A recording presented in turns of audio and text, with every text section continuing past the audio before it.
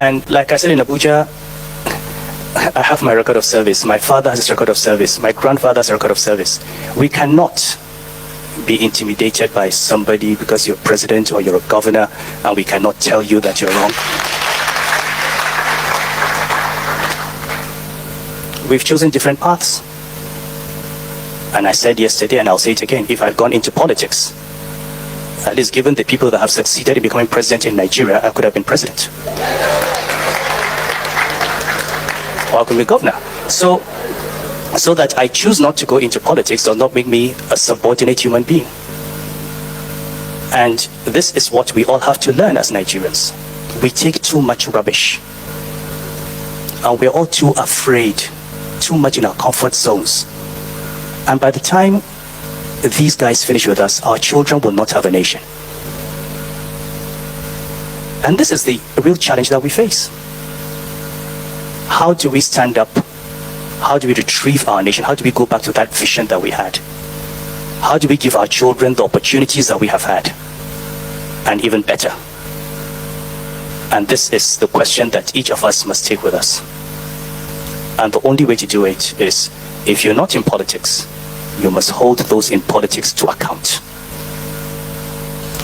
It's not a comfortable situation to be in, but believe me, when people are incompetent and they don't like you, you wear their dislike as a badge of honor. You can't be comfortable. You can't be normal in a dysfunctional environment. So we must get outside our comfort zone, and that is only will change this country. And for the young people, do not fear. This is your country. This is your future. Take hold of it. Work for it. Build it. Don't let anyone tell you to run away because you have a degree. Go to England, go to America, go to France. This is your country. You're coming back here. So let's work to build one for you. And you help us build this country for you. Thank you very much.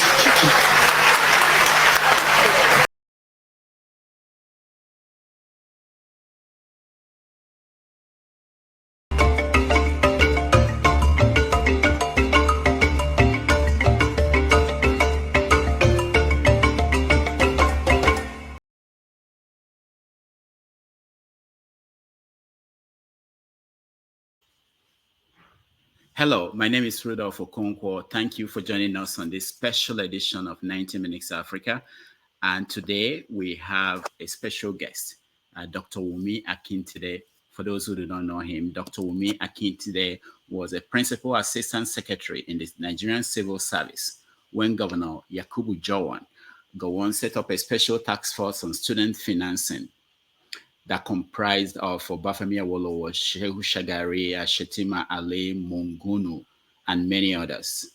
He became a secretary to the task force and started a friendship with Obafemi Awolowo. So we're going to welcome Dr. Wumi Akintide. He will join us today for the whole episode of the show. Welcome. Wumi, welcome to the show. Thank you very much for having me, Rudolph. All right. So today we are going to start with, this is 90 Minutes Africa. So we start with talking about what's going on in Africa. And I wanted to get your view on the situation in Niger Republic. What do you think is going on? Well, the situation in Niger is so unfortunate that it's happening at a time that Nigeria is very much in distress. But I've been studying the situation myself from here. And one of the first impressions I want to correct here is that President Tinubu, the first thing that President Tinubu wanted to do was to declare war on Niger, on the coupists in Niger. I don't think that is correct. And if it is the same Tinubu that I knew that declaring war would not be his first option. The first option would be to tackle the problem through diplomacy.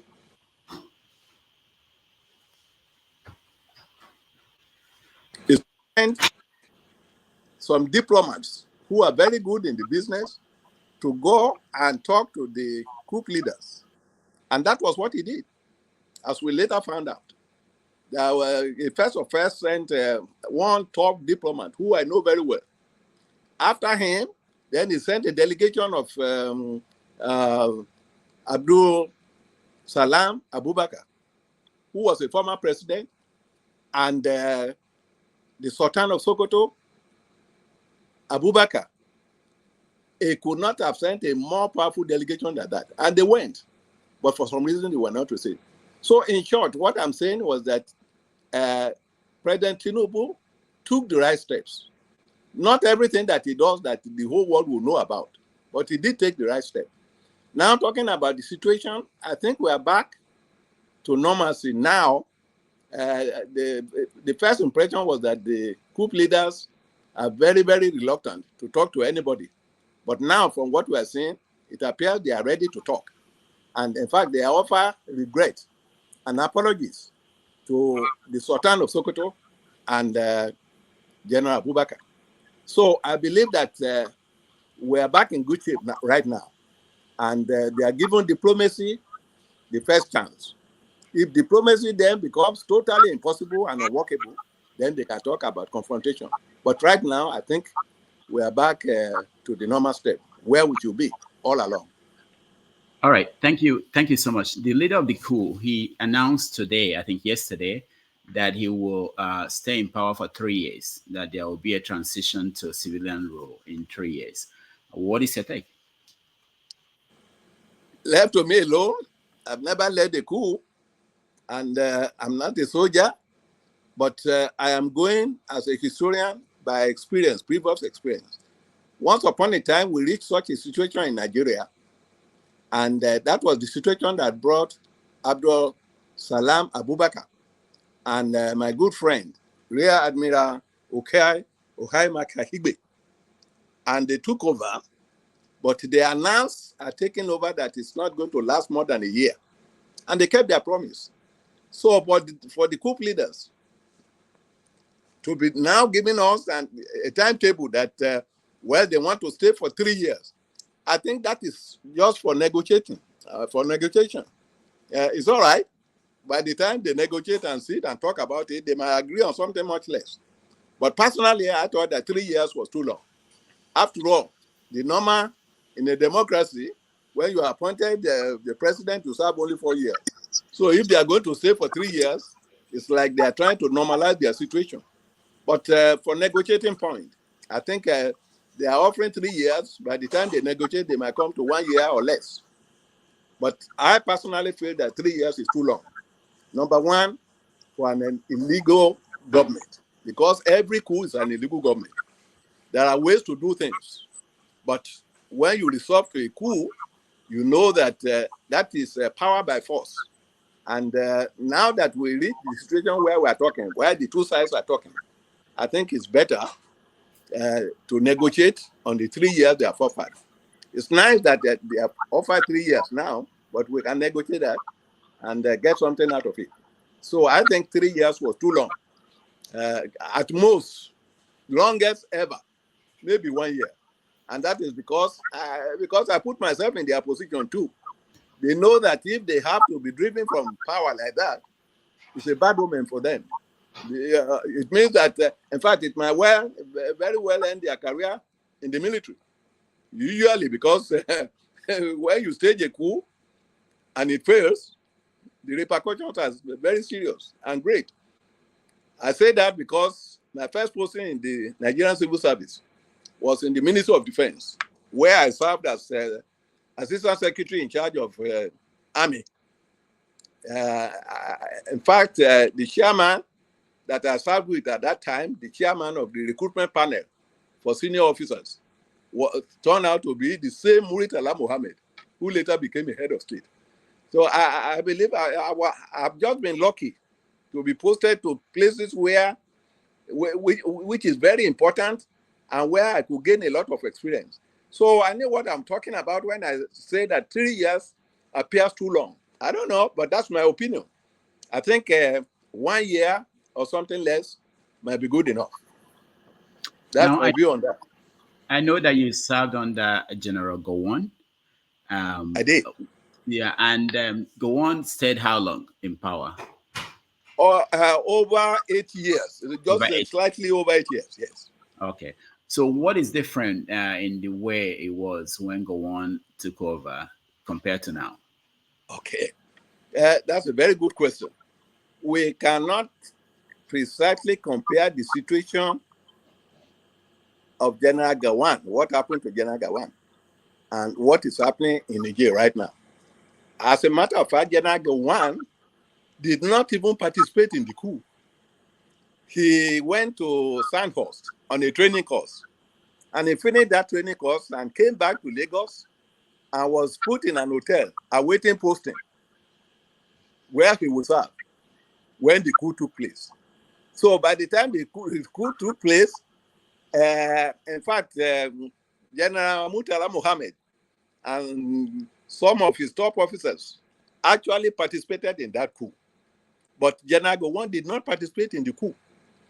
General Gowon was just lucky to be at the right place at the right time.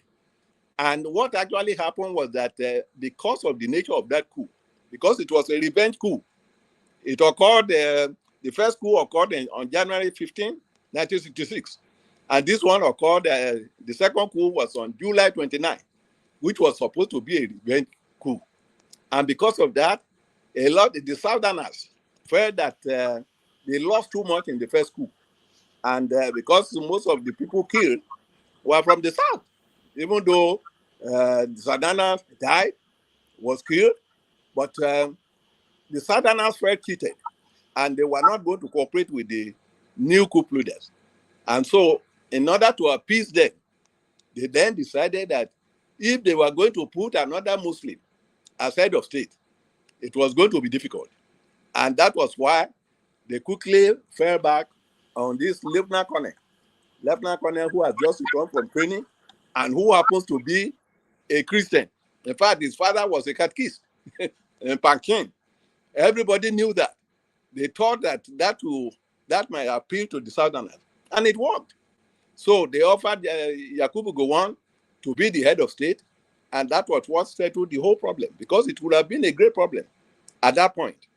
So, but because Yakubu Gowon was a Christian and was very, very liked, because he was a gentleman, was a good man, I think he became, I think at 32 or thereabout, he became head of state at 32, was a good man. So that was why General Gowon became head of state. So, but what I'm saying is that the situation right now in Nigeria is not compatible, to me, to the situation that is happening. I mean, what happened in Nigeria at that time when Gowon became the head of state is not exactly the same situation that happened this time around, although there were a few similarities, because the head of the Brigade of Guards in Nigeria, who happened to be Joseph Garba, who happened to have come from Pankin, the same town with General Yakubu Gowon, was the one who led that coup. Was the one who led. I hope I'm getting it. Yes. So the man who led the coup in Niger too, I understand, was Bozum, the president that was removed. That he was a man, but he was the one who led the coup and torpedoed the man and got him arrested. So there were some similarities, but it's not exactly the same.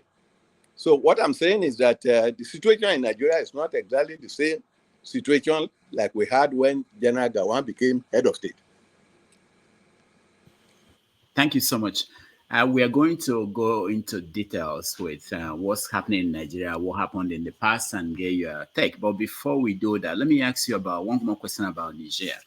The people that planned the coup, and it's not just in Niger, in Burkina Faso and Mali, they are complaining about the structure of their country and the relationship with the colonial rulers, the French, that they want a break from that. That is what motivated them to plan a coup, that they want to be independent of France. What do you think about that reason for the coup? Do you think it's legitimate that they want Africa to be free from the colonial powers? Well, the coup leaders have to say something. That's wishful thinking. I mean, what they are saying that they wanted Niger to be more free, and it's the same excuse they were using at the Burkina Faso and in Mali. My point is that I feel that the civilians who also do that. It's not only the military. In fact, the military are not even cut out to handle such negotiations because they were not trained to do that. A lot of people make the mistake. They say that soldiers, because of their training, are the people who can run government. That's false. That's not true. I mean, when I was the head of the manpower training in Nigeria, I had an opportunity to move closely with Sandhurst, which is the major training academy for soldiers in the UK. It is true that most soldiers, when they are in training, they are taught leadership. They take leadership courses.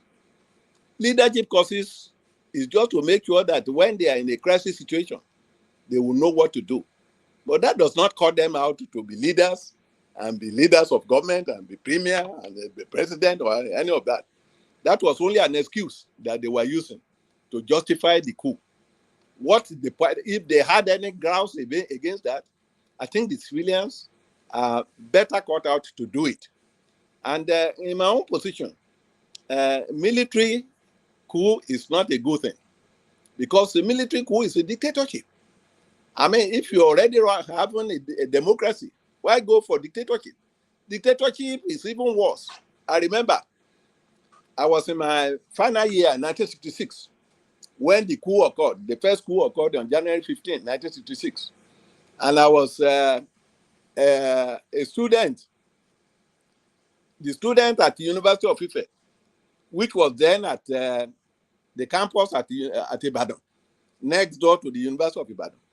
We all trooped out, joining a protest and welcoming the military. And we were all dancing. We were so happy. Yes, the military have come. We want all the Sadana has been killed, Akintola has been killed, and yes, that they were doing the right thing. And I remember my British professor, who was the dean of the Faculty of History. As we were dancing around the campus, the man felt so sorry for us that he was shaking his head. And I happened to know him very well, and he was very close to me. So I said, I went to him later. I said, I saw that you are not even happy with us. We were doing something. We had a new government. Who can help us? He said, he said, you don't know what you are talking about. He said, the step that Nigeria has just taken by putting military men, we will live to regret it forever. He said, because we are replacing liberal government, democracy, with dictatorship, and we are rejoicing about it. He said, we will regret it for the rest of our life. And that statement has proved to be true. We thought that the military would just come, clean up the house, and leave. Now, and they promised they would leave on time. But that leaving on time became a promise they could not keep. The military was in power in Nigeria for 38 years. 38 years. So these people who are asking for 3 years now, you better be careful. 3 years will soon become 40 years before you know it. So my suggestion would be that, well, they've staged the coup and they are lucky that nobody got killed. It's a bloodless coup. Maybe we can negotiate something, maybe about another 6 months, just to save face. And then we'll find a way to deploy them, and then we return to civilian rule in Niger, which is better because a civilian rule is better than dictatorship. It's better than any military rule anywhere. That would be my idea about that. That would be my suggestion. All right. I know there are a lot of people who are waiting to talk to you, so I will get through a few more questions and then we go to the audience. What is your take about Nigeria? How Tinubu emerged as the president of Nigeria? Well, the situation in Nigeria, things were very bad before Tinubu came. Even right now, nobody is even sure. As long as the case still remains in the tribunal, we don't know what is happening. Nobody knows whether Tinubu is going to survive, whether it's going to be driven away and they are going to do another election. Nobody knows that. So why the situation is like that? For anybody to come out and start criticizing Tinubu, I think it's too early. Tinubu has only been in government now for 77 days, or give or take, for 85 days. In 85 days, what took almost more than 8 years to spoil, you cannot repair within 85 days. So those people, I understand, because people are suffering in Nigeria. I understand their pains, and I know why they are complaining. But we have to be rational and reasonable about it. It's too early. You cannot correct what has been damaged for 8 years. You cannot correct it in just 2 months. It's not possible. It's not possible. But I don't like the situation in Nigeria. In fact, I thank God that I'm not even there right now. I am here. But I have people there. My people are there. My family is there. And I love my country. I am praying that everything will get back to normal in Nigeria so that we can have peace. Because Nigeria is a potentially great country. It's really blessed country. We have everything we could ever ask for. God actually blessed us. In fact, God blessed Nigeria more than Israel, the state of Israel, because I was there. I was in the state of Israel. If it was God's chosen people and the elect of God, the topography of where their country is situated does not even justify that. It's all arid region, desert, and so on. But these people, the people there, have managed to turn the place to an oasis. And they were supposed to be living under very hard conditions, but they have turned into a great country, one of the leading countries of the world. In fact, I was reading something before I came on your show. A new underground railway system has just been created in a few of the urban centers of the state of Israel. It was ultra-modern underground train system. Now, Israel was supposed to be a very, very poor country. But because the Jews, who were supposed to be religious, who were supposed to be chosen by God, they have worked so hard. They don't say because we are the elect of God and the chosen people of God, relax. They work harder than any other group on earth. I was there. I went to all the places. I was in Jerusalem. I was in Tel Aviv when I was in government. So I had an opportunity, and then I went on pilgrimage many, many years later in 2019. What I found was really great. So my point is, Nigeria, we have a problem. The problem has to be solved. And I believe that President Tinubu could solve the problem. But when he announced that the subsidy was going to be lifted, has been cancelled, well, before making that announcement, he should have taken steps to create palliatives to make it easier, a little bit easier on people. And in any case, that was not so much his fault too. The petrol marketers too are to be blamed for this thing. As soon as he made that announcement,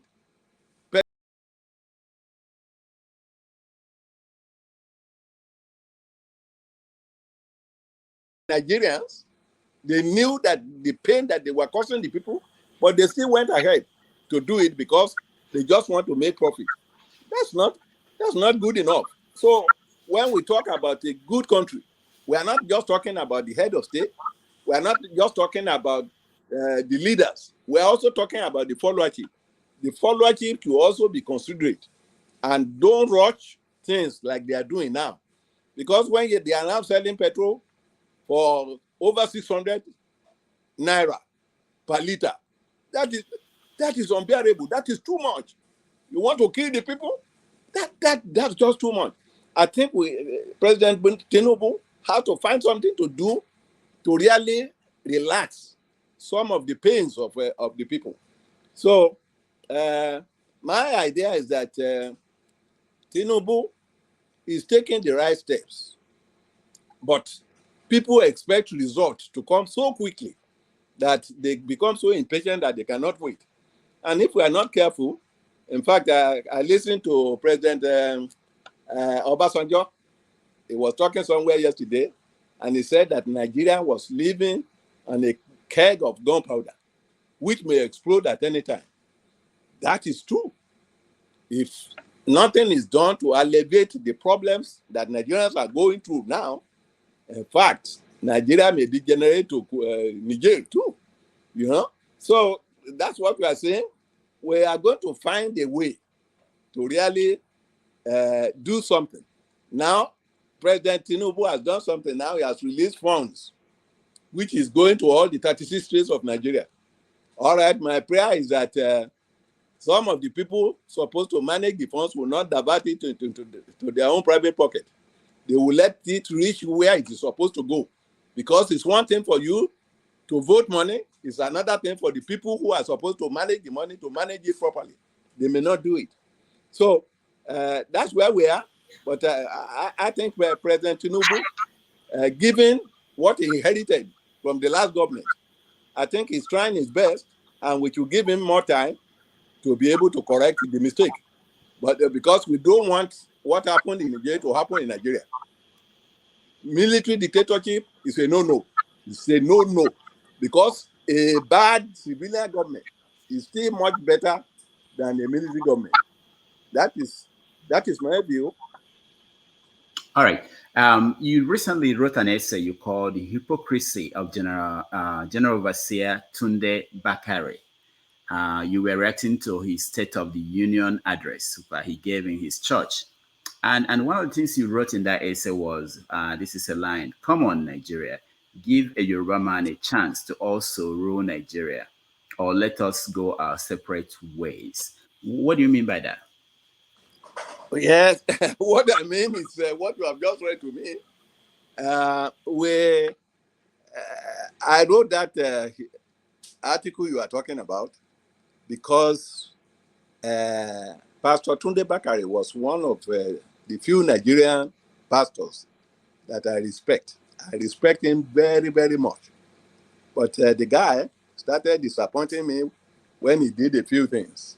Now, number one, I was there. I watched the program when he announced to his congregation, telling them that, well, number one, he goes to that congregation to be talking politics all the time. I disagree with that. A church is a church, and there's a separation of power. A church is not a politics. If you want to play politics, go and join politics. But he has turned his congregation of later saints, and he called them later saints. But they're not talking about religion there. Most of the time, the guy is talking about politics. He's talking about the state of the nation. What does the state of the nation have to do in a church? I disagree with that, but that is what he chose to do. And he went to his congregation and told them. That was long before the election was held. He said God had told him that he's going to be the next president of Nigeria. He's going to be the successor to President Buhari and became the 16th president of Nigeria. Now, the same man who is saying that, who had that announced to the whole world that they should expect him as the next president of Nigeria, is now complaining about the man who said Emilokon. He said that he should not have said Emilokon. What can be worse than Emilokon when you told the whole world that God, the God that we serve, had told you, and we thought that you were a serious pastor. I thought he was a very serious pastor. I used to believe in him. And you are telling me that, well, God has told you, and I was expecting that to play out at the convention in Abuja. The primary convention in Abuja of the APC. The man did not get one single vote. He did not get one single vote. And Tinubu, whatever you may say about him, whatever may be his faults, got over 1,000. I think 1,238 or 1,230 something. And the second man got 238. I think that was Ochibaji was somebody like that. So it now proved that what Pastor Tunde Bakare was saying, he was like the fake pastor. I thought he was a serious pastor. He's a lawyer, very brilliant, very eloquent. In fact, he's very, very persuasive. But on that occasion, he disappointed you. He disappointed me. I don't know whether he disappointed you. He disappointed me personally. And it was that disappointment that I was trying to play out, that played out in my article on him. What I was saying was that, and I made the point that you just mentioned, that why is it the Yoruba men are the greatest enemy of the Yoruba? Why? We have Nigeria is resting on 3 tripods: the Yoruba, the Igbos, and the Hausa Fulani.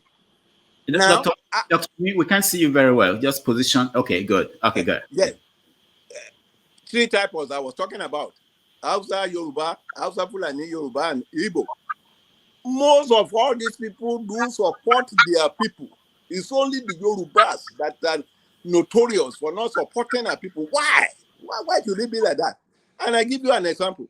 For example, Awolowo was a great man. He was a great premier of the West. But he had a very difficult man, a bad man, called Adegoke Adelabu. Adegoke Adelabu would have stopped him because the way he was going, he was the greatest thorn in his flesh at the time. Not only that, Obasanjo, in fact, even before Adegoke Adelabu, I remember Herbert Macaulay, who was the leader of the Nigerian National Movement, which was the first political party, you can say, even though they don't call it a party at the time. When he was sick and was not feeling good, and he wanted somebody to take over from him, he did the right thing. He looked at all Nigerians who could take over his position, and he found the best person at that time to be Nnamdi Azikiwe, who was not even in Nigeria. He was in Ghana, but he had made a name for himself as a Pan-Africanist.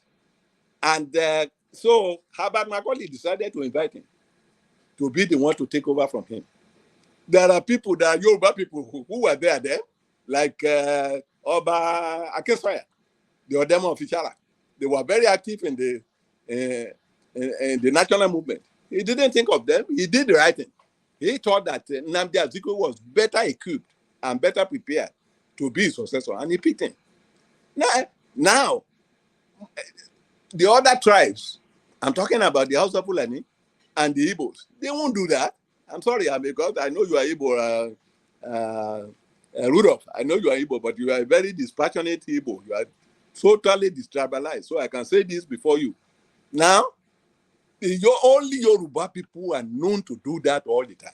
So I talk about Herbert Macaulay, I talk about Adegoke Adelabu, and I talk about Obasanjo. Obasanjo was the greatest enemy of Awolowo. He didn't want Awolowo to be anything. He made sure that Awolowo did not become president. In fact, he told the nation that the best man doesn't have to win. He knew the best man was Awolowo. And so he was trying to prepare the mind of the people that he was not going to support Awolowo. And he put Shehu Shagari there and so on. Because I was there, I was in government when all that happened. Not only that, what of Abiola, MKO Abiola? Obasanjo was the greatest enemy of MKO Abiola. He said he was not the Messiah that the Nigerians were looking for. So, in other words, Obasanjo was the only Messiah that he could recognize. So, I guess the question I was raising was that why is it that the Yorubas never loved themselves? Why? Why? And then came Pastor Tunde Bakare. He wanted to be more Roman Catholic than the Pope. Now saying that, in fact, he was saying things that could even invite the military to come and strike in Nigeria. I think that was not fair. So I just got infuriated, and I felt that, my opinion may not be the most popular opinion, but at least I have the freedom to express it. So that was why I decided to write that article. Thank you. All right. Thank you. Thank you so much. In the article, one more thing you wrote was that Nigeria, that's the next paragraph, Nigeria did not become another Singapore or Indonesia because the Hausa Fulani in a gang up with the Igbos will not let Obafemi Awolowo rule Nigeria despite his amazing record of performance in the defunct Western region. Can you explain that more? Yes, I can explain that because I was in a delegation, Nigerian delegation, one time to Singapore. That was when Lee Kuan Yew was there. In fact, I never knew that Lee Kuan Yew ever came across Awolowo. But I later learned that Lee Kuan Yew was a classmate of Awolowo, and they did some courses together at the London School of Economics in London. So Lee Kuan Yew and Awolowo they had a few things in common. I think while they were studying in England, they both decided to transfer what we call the transfer of technology. Some of the things that they learned in England, they wanted to go back to their country and repeat it. And the two of them, out of so many other leaders of Africa, I think you can add Kwame Nkrumah to that list too. And some of the independent leaders of Africa who studied in England. But I know the three of them. Kwame Nkrumah, after leaving, I think, Lincoln University in Pennsylvania, went to Manchester and was for many years in England.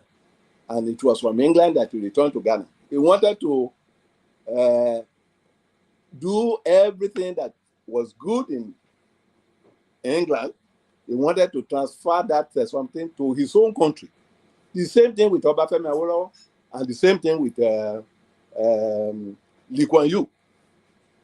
Now, I was saying that Lee Kuan Yew was allowed to rise to leadership in Singapore. Awolowo tried over and over again, but he was never allowed to rise there.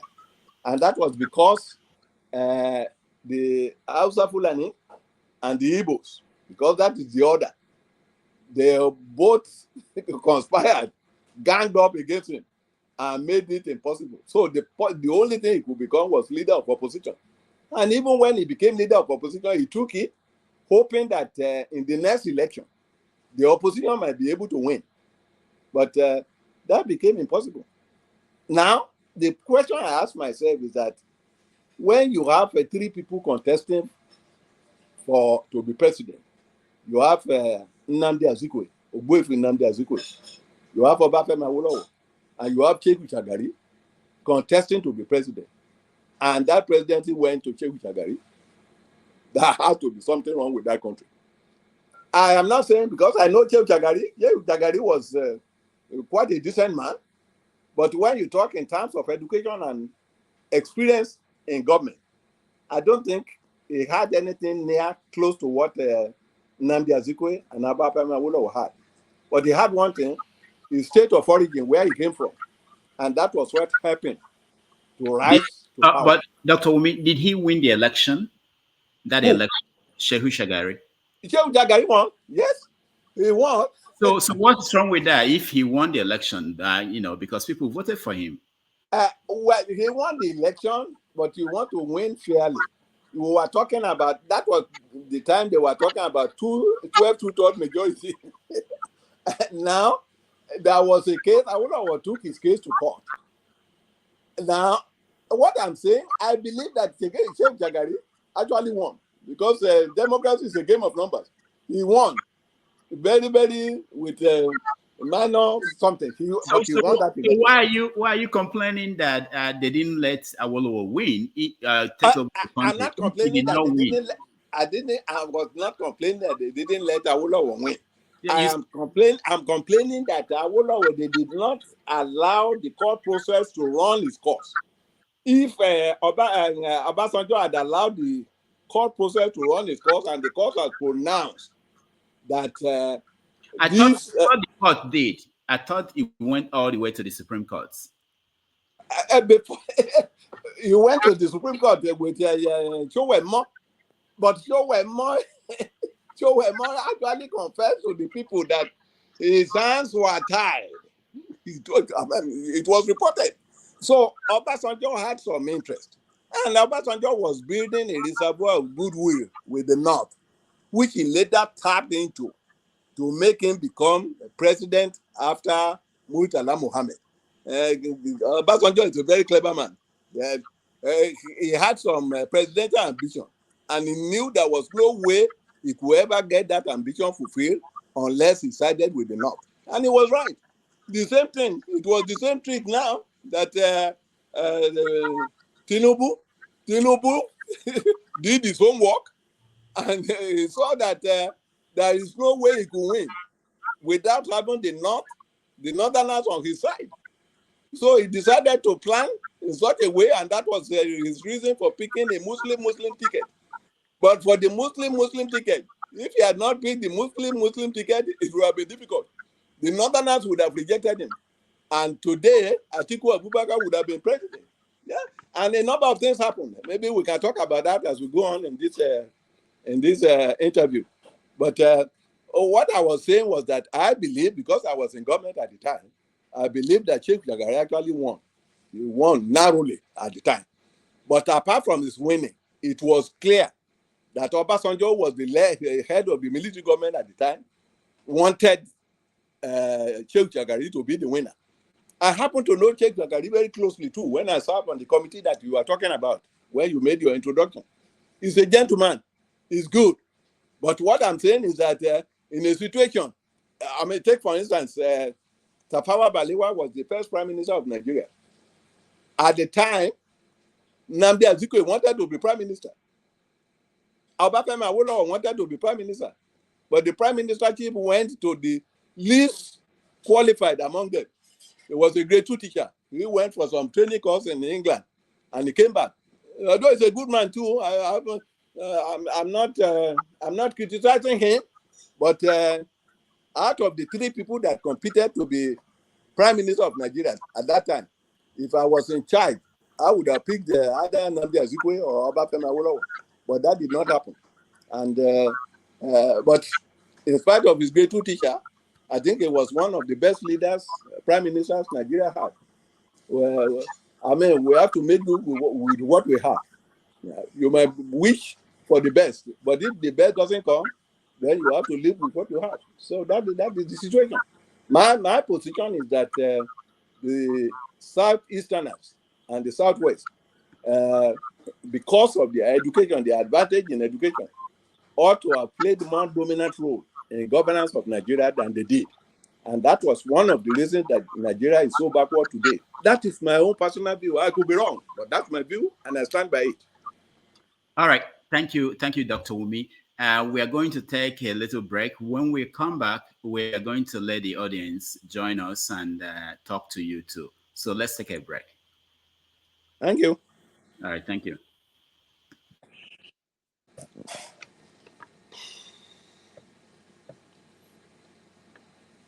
Debut. This is his most recent album right here. It's called Spirit of Love. We're very pleased to welcome Majek Feshek.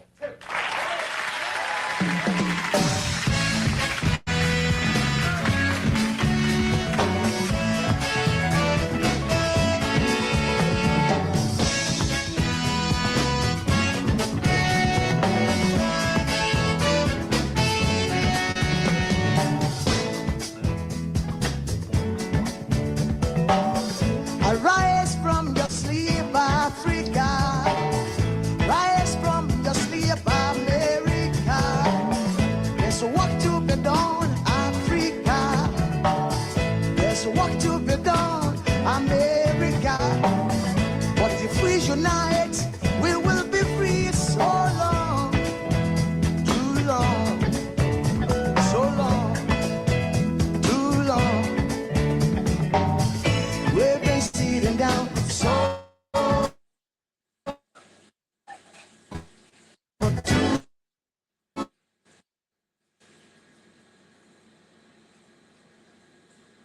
around for too long, so long, so long, too long, so long, for too long, hey.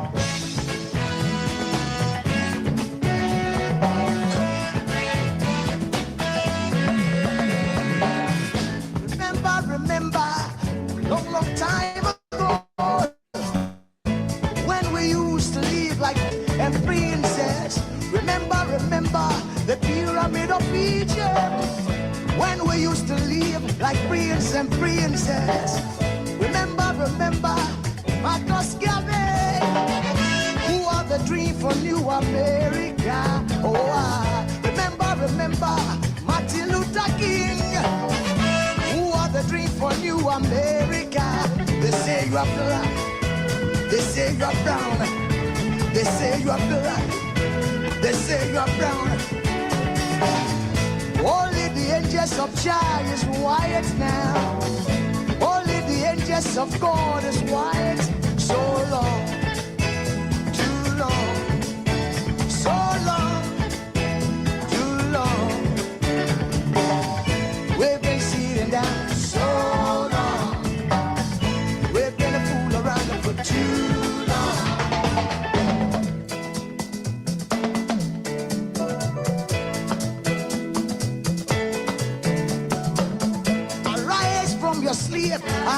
America. Arise from your sleep, America. There's work to be done, Africa. So much work to be done, America. But if we unite, hey, we will be free so long, too long, so long, too long. President, so long.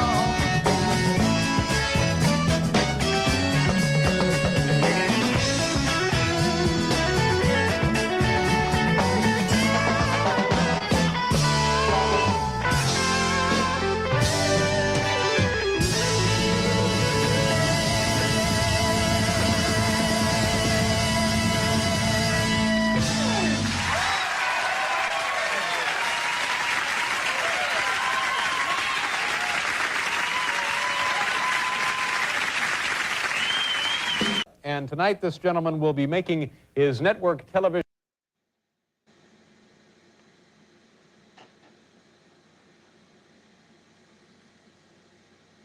Record of service. My grandfather's record of service.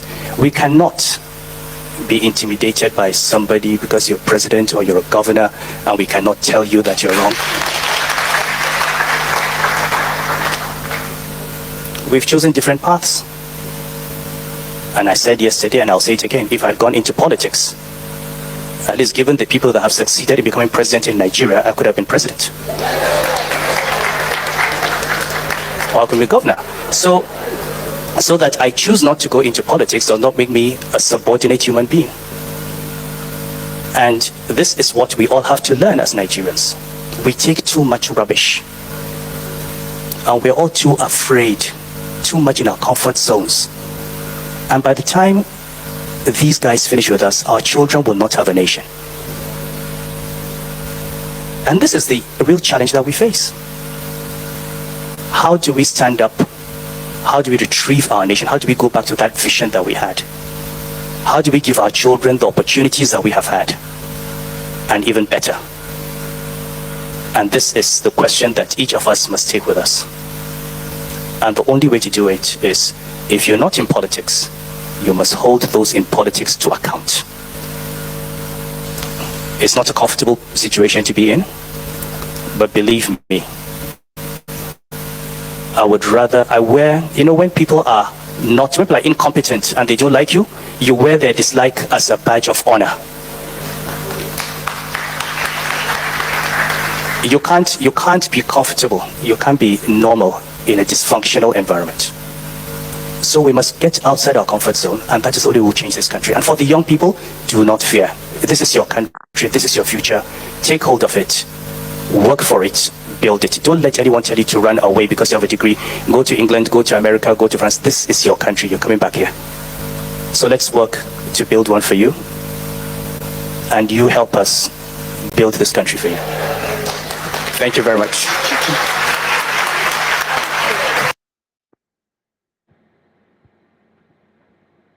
And like I said in Abuja,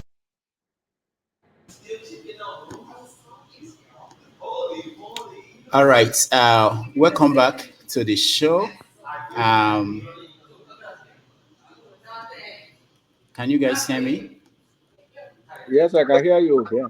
All right, welcome back to the show. The picture is not showing yet. Yeah, hold on. I moved at a different location in the hotel, and so I think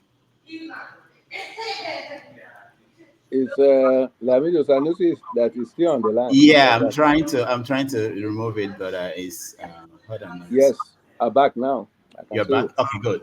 All right. Thank you so much for staying. So we're going to now let our audience member join us, and we give them a chance to ask you a question and a comment. And when I bring you on, please go straight to your question, and then we will take as many as possible. So, Alexi, welcome to the show. Thank you, Dr. Bakare Damages, and welcome everyone else. And Dr. Akintide, Akintide. Akintide, yes, Akintide. Akintide, all Yeah, right. The thank you. young, strong man has come. Akintide, okay. Ekabo, Thank yes. you, sir. We missed you for all this time.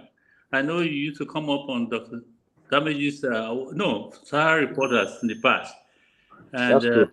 you look strong. We thank God for life. Yes. Now, your narrative, I could follow from my own experience as a child. I grew up in Lagos. I have some ideas of things that happened. The way you put them seem to be a little bit favor, favor your group that you represent. And I'm saying that carefully because I have Yoruba friends that are very dear to me, that I'm still connected, and I know how they see things happening in Nigeria. You didn't want to talk about the process that put Tinubu where he is now.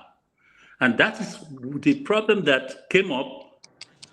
Even the person that most Nigerians believe won the election, you have not mentioned him in any significant way as someone who was potentially to become the next president. And in the process also, you seem to have, even if the judiciary seem to have, somehow, it seems to me that you would rather say that the person who should have that position, you didn't say it, but it's implied, should be Atiku. There was no time you mentioned Obi in the whole thing that you said today.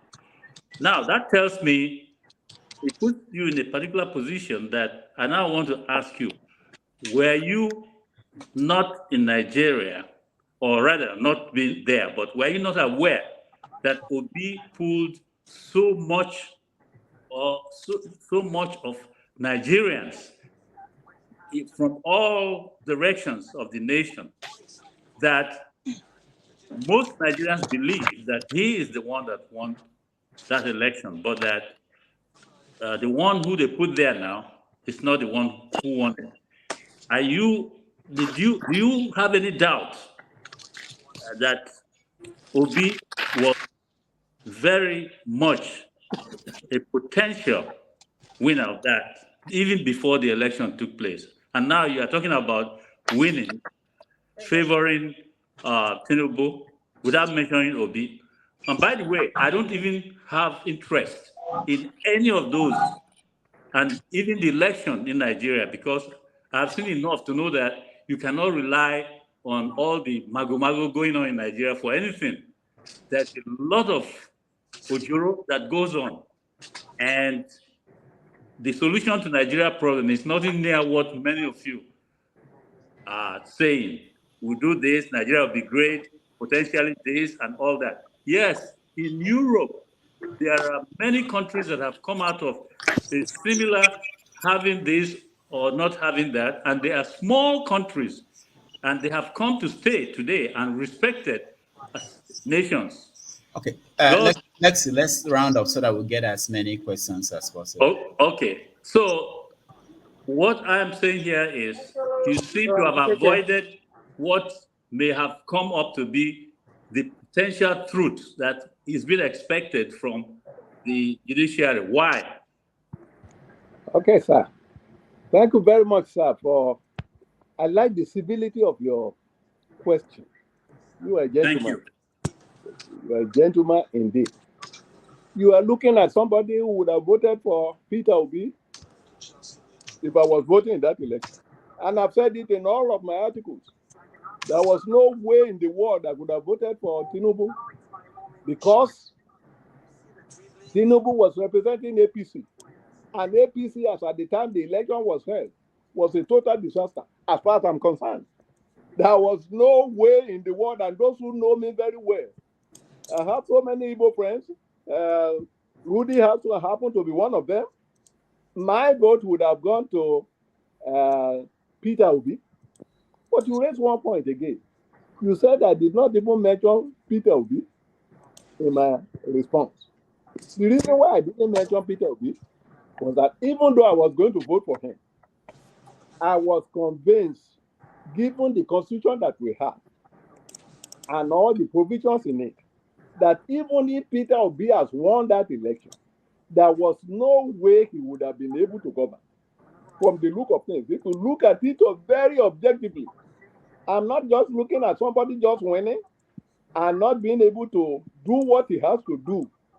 Most of what he was promising could never have been possible, but he was decidedly the best man.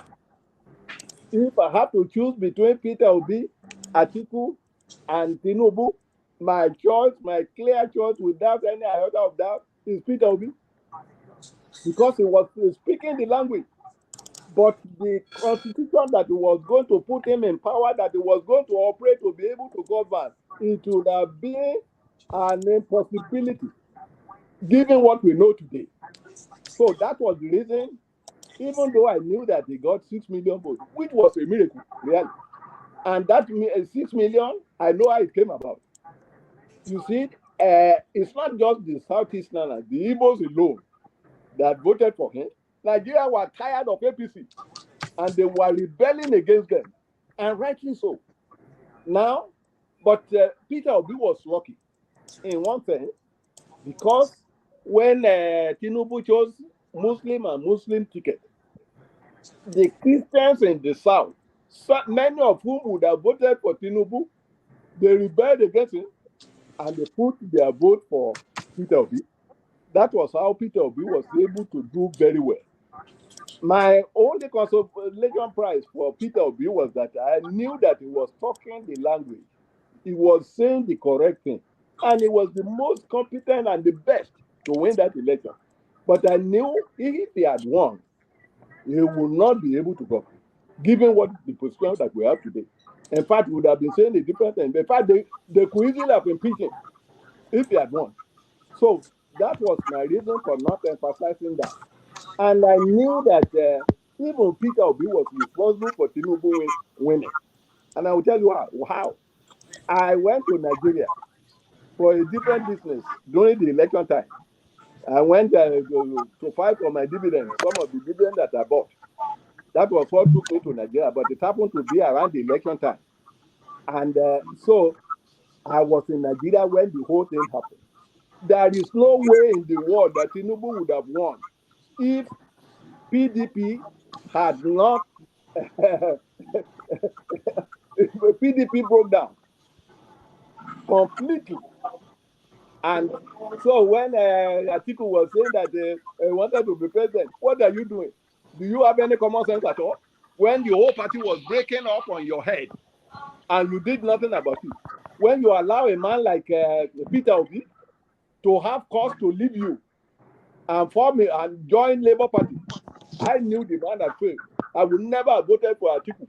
Never in my life. So the party that he was heading, Kwankwaso Nkano left, Peter Obi left, then Wike Obi, the governor of Wike of Rivers State, took 5 solid governors with him. They rebelled. They thought they were not going to vote for him. Oh, surely, if all those people have voted together in one party, Atiku would have been president today.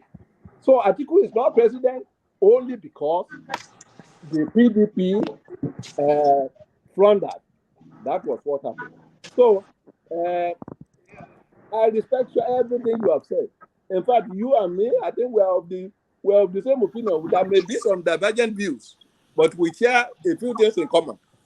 Tomorrow, I am still for Obi, but my vote alone cannot put Obi to be president of Nigeria. So that is my explanation. All right. Thank you, Dr. Wumi. Let's go to Declan. Declan, welcome to the show. Dr. Wumi, how are you? Yeah. Oh my God, that's Declan. I'm so happy to see you. Are you still in Kenya?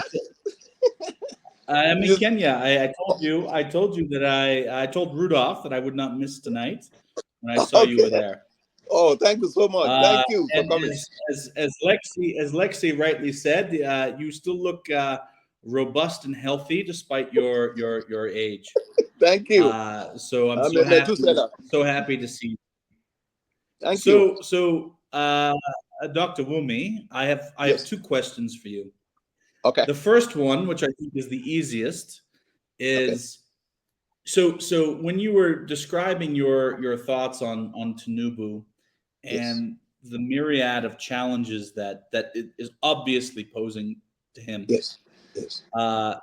Where is your threshold in terms of whether he is going to be able to manage these challenges? At what point do you say, "Oh, this guy is a waste, and we need to discard him"? So what will that be for you? And then the second thing is, and this is a harder question, you said that if you were voting in Nigeria, you would vote for Peter Obi. Definitely. Which I understand, and I was following. But why, Dr. Wumi, would you not vote for Omoyele Sowore? Why Obi over Sowore? Those are my 2 questions. Oh, Declan, you are such a wonderful man. I'm glad, I'm lucky to meet you. And I never thought I would see you in this program. So you asked a very simple question. You asked, the first question is, what is going to be the fallout point? What is going to be the fallout point when I will say, enough is enough? I'm done with Tinubu. Yes, we are fast getting there. The point at which I will be able to say that, I want to hear from the tribunal first. And when the tribunal makes their announcement, I want to hear from the Supreme Court, because I know it will go to the Supreme Court. Because it's a moot point for us to be discussing that right now until we hear the verdict of the tribunal. So that will be my answer to that question for you. Now, the second question about our man, Sowore. So I knew Sowore was actually contesting. He was one of the candidates. But Sowore leading a little party like that had no chance. And I'm not going to waste my vote. I'm not going to waste my support. I met Sowore once before the election. And I said, hey, you're a good man. You are so good that I even volunteered to come and work for you free of charge, to come and be with you, because I knew you were doing the right thing. And the kind of people you gather together at Sahara, including you, Declan, and Rudy, and Adeola, and so many of them, Adeola Fayem. Now, and some of our colleagues from Swahili, Lusaka, so many of them. One was from Ghana. In fact, he got very good people to work with him. But Sowore has a problem. Sowore, I said, if you want to run in Nigeria, you should go back to your state. Run for either senator. If you don't want to be a House of Assembly man, run for senator, or run for a member of the National House of Assembly, and then take it from there. But you cannot just come from America because you're American, go there and so on. You ought to know the situation. For you to be able to solve a problem, you have to understand the problem. To me, I don't think Sowore, given that excuse, fully understood the situation in Nigeria. So, for me, he was a non-candidate for me. I thought, even though I loved him, it was more or less my boss. I made him my boss because I went to him. I said, yes, I will work for you free of charge because you are doing the right thing. But so that will be my reply to you. Why I did not even think of Sowore. I was thinking about Peter Obi. Peter Obi gave me something I could believe in. That was why I went for Peter Obi. And if the election were repeated tomorrow, I will be the first one to cast my vote for Peter Obi. Yes, because he was the best man. And we are looking for a situation where the best man in Nigeria will be the one getting it. I was reading something very, very warm news today in Ghana. I think it was the University of Legon. They were doing their graduation ceremony. And in Nigeria, from Jigawa or some of these states in the north, The name is Nathaniel Kudu. The man got out of about 12 awards that were made in medicine. The man got them, all of them.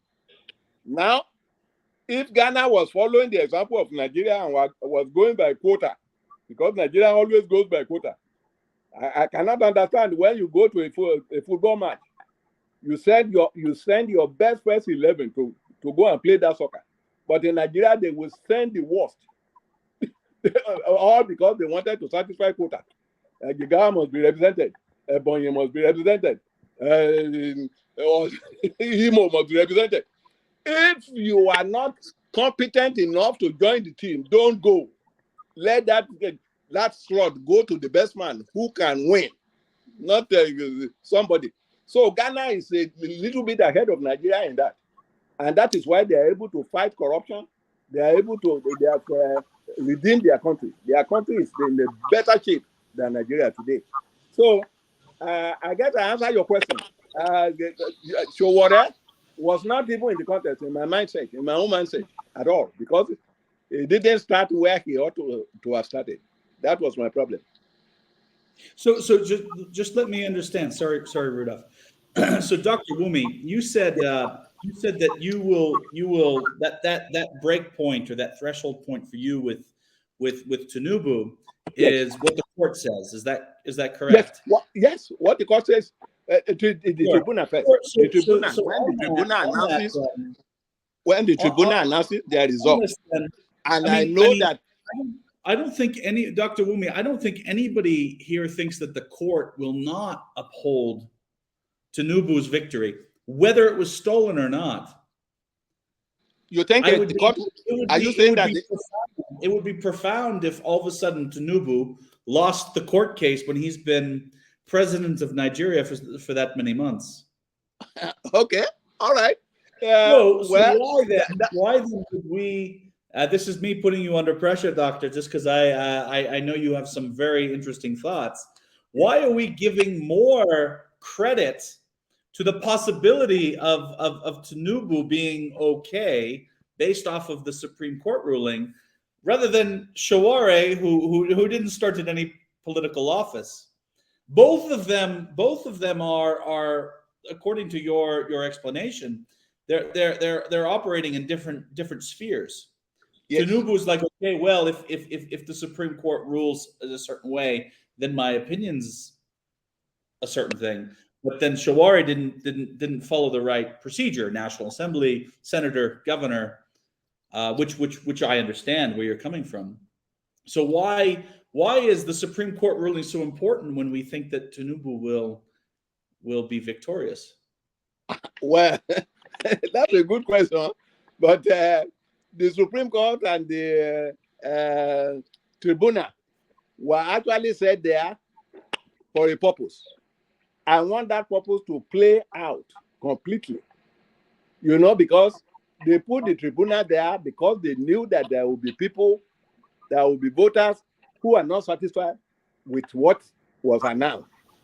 And then if the tribunal say, give the comment, I don't agree with you that simply because this man has been there for a few months, that the tribunal would then decide to, okay, let him stay. That's not how the court is supposed to work. The court is supposed to look at the merit of the case. If they feel that he didn't become president through the right channel, and if they find so many faults in it, I know that they are doing that will cause some problem, because the Tinubu has some support too. But I still give it to the court, the system, the judiciary. And that's why the judiciary is separate. Under separation of powers, the judiciary is an important arm of government. They ought not to be taking dictation from anybody. They should look at the case dispassionately and take their decision. So I still believe, maybe you don't believe that, but I still believe that given that prison, that we should allow the court process to play out fully. I like Showore, but Showore is a hothead. He's a hothead. And in any case, you have to be a hothead to do what he's doing. Showore will fight you in a minute. If you don't toe his line, if he's saying something, He's a young boy. He's going to grow. He's going to have more experience. Maybe the time is not right for Chowore. His time will come because we are moving gradually. Nigeria is moving gradually. When our generation is gone, and we have generation of Nigerians trained abroad, and we have new generation in this computer age.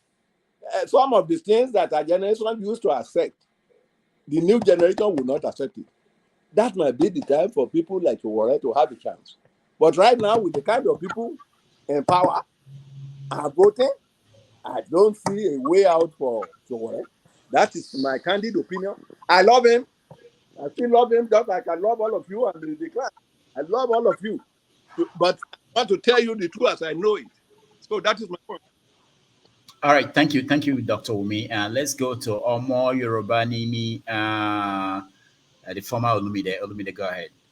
Yeah, Rodolph, thank you for giving me this opportunity, and good afternoon, sir, Dr. Wumi. Good afternoon, sir. We appreciate all that you've been saying, but I have two questions for you. Yes, sir. What one is I know you must have followed the noise for the last 3 to 4 years about Yoruba Nation agitation, and it's kind of died down now because the elites who were leading it before kind of we later realized that they were using it for politics and just trying to gain support for Tinubu to get to power. But they've kind of raised that consciousness in us, and we don't want it to die because we believe that majority of us, especially those of us in diaspora and the young ones, um, and some people back home believe that that is the only way out of not that we don't believe in Nigeria, but that is the only way out for the Yoruba people, especially when we look back to what Paavo achieved in the 60s with the Western region, and things have kind of declined along that line, and things are not getting better, and we believe that it is high time because we are not on the same thinking level with some part of the country, and they're kind of slowing us down, and especially with things improving, technology and everything going on, it's difficult to convince the young one to think otherwise because they are thinking that some people are kind of holding them down. So in line of that, what do you think of that Yoruba self-determination, having our own country to be able to achieve that dream? Not because we don't believe in one Nigeria, but because we believe that things will never get better the way they are currently constituted. Which leads me to the second question. The way things are currently constituted in Nigeria, we believe it's been set up for failure and only for a few people to benefit from it. Do you believe that a national conference of the indigenous people of that country should come together and form a new document, a new constitution that will reflect the wishes and the aspiration of the people? Because like you said before, that the military government is always an illegal government. And handing us that constitution that we operate on right now, we believe, most of us believe that constitution is not the wish of the people. So what do you think in that light? I mean, it's just a way of saying, what do you think is the way out for that country right now? Thank you very much, sir. Thank you very much for your deference to me. You and I were in the same position. I like the Yoruba nation, the idea of the Yoruba nation. I like it and I support it. And I know the people pushing it. Professor Banji Akintide is my godfather. Really, I went to study history because of Professor Banji Akintide. I was to study law. But he was the only historian that I saw in my own neck of the woods in Nigeria who read history and made something out of it. So that was one of the reasons I wanted to study history. I would have studied law, and I regret it tomorrow that I didn't study law. But the Yoruba nation was the way to go. But the people were, the Hausa Fulani too, were very wise people. They know what they are doing. If they don't know what they are doing, they would not have been able to rule Nigeria since 1914. They knew that the Yoruba nation idea was gathering momentum, and they knew that it might go somewhere. So what did they do? They quickly agreed, not all of them, but majority of them agreed that the presidency has to go to the south. and not just going to the south. They pick a Yoruba man to be to be the man, and by doing that, they actually neutralize some of the reasons we would have given for wanting to break away.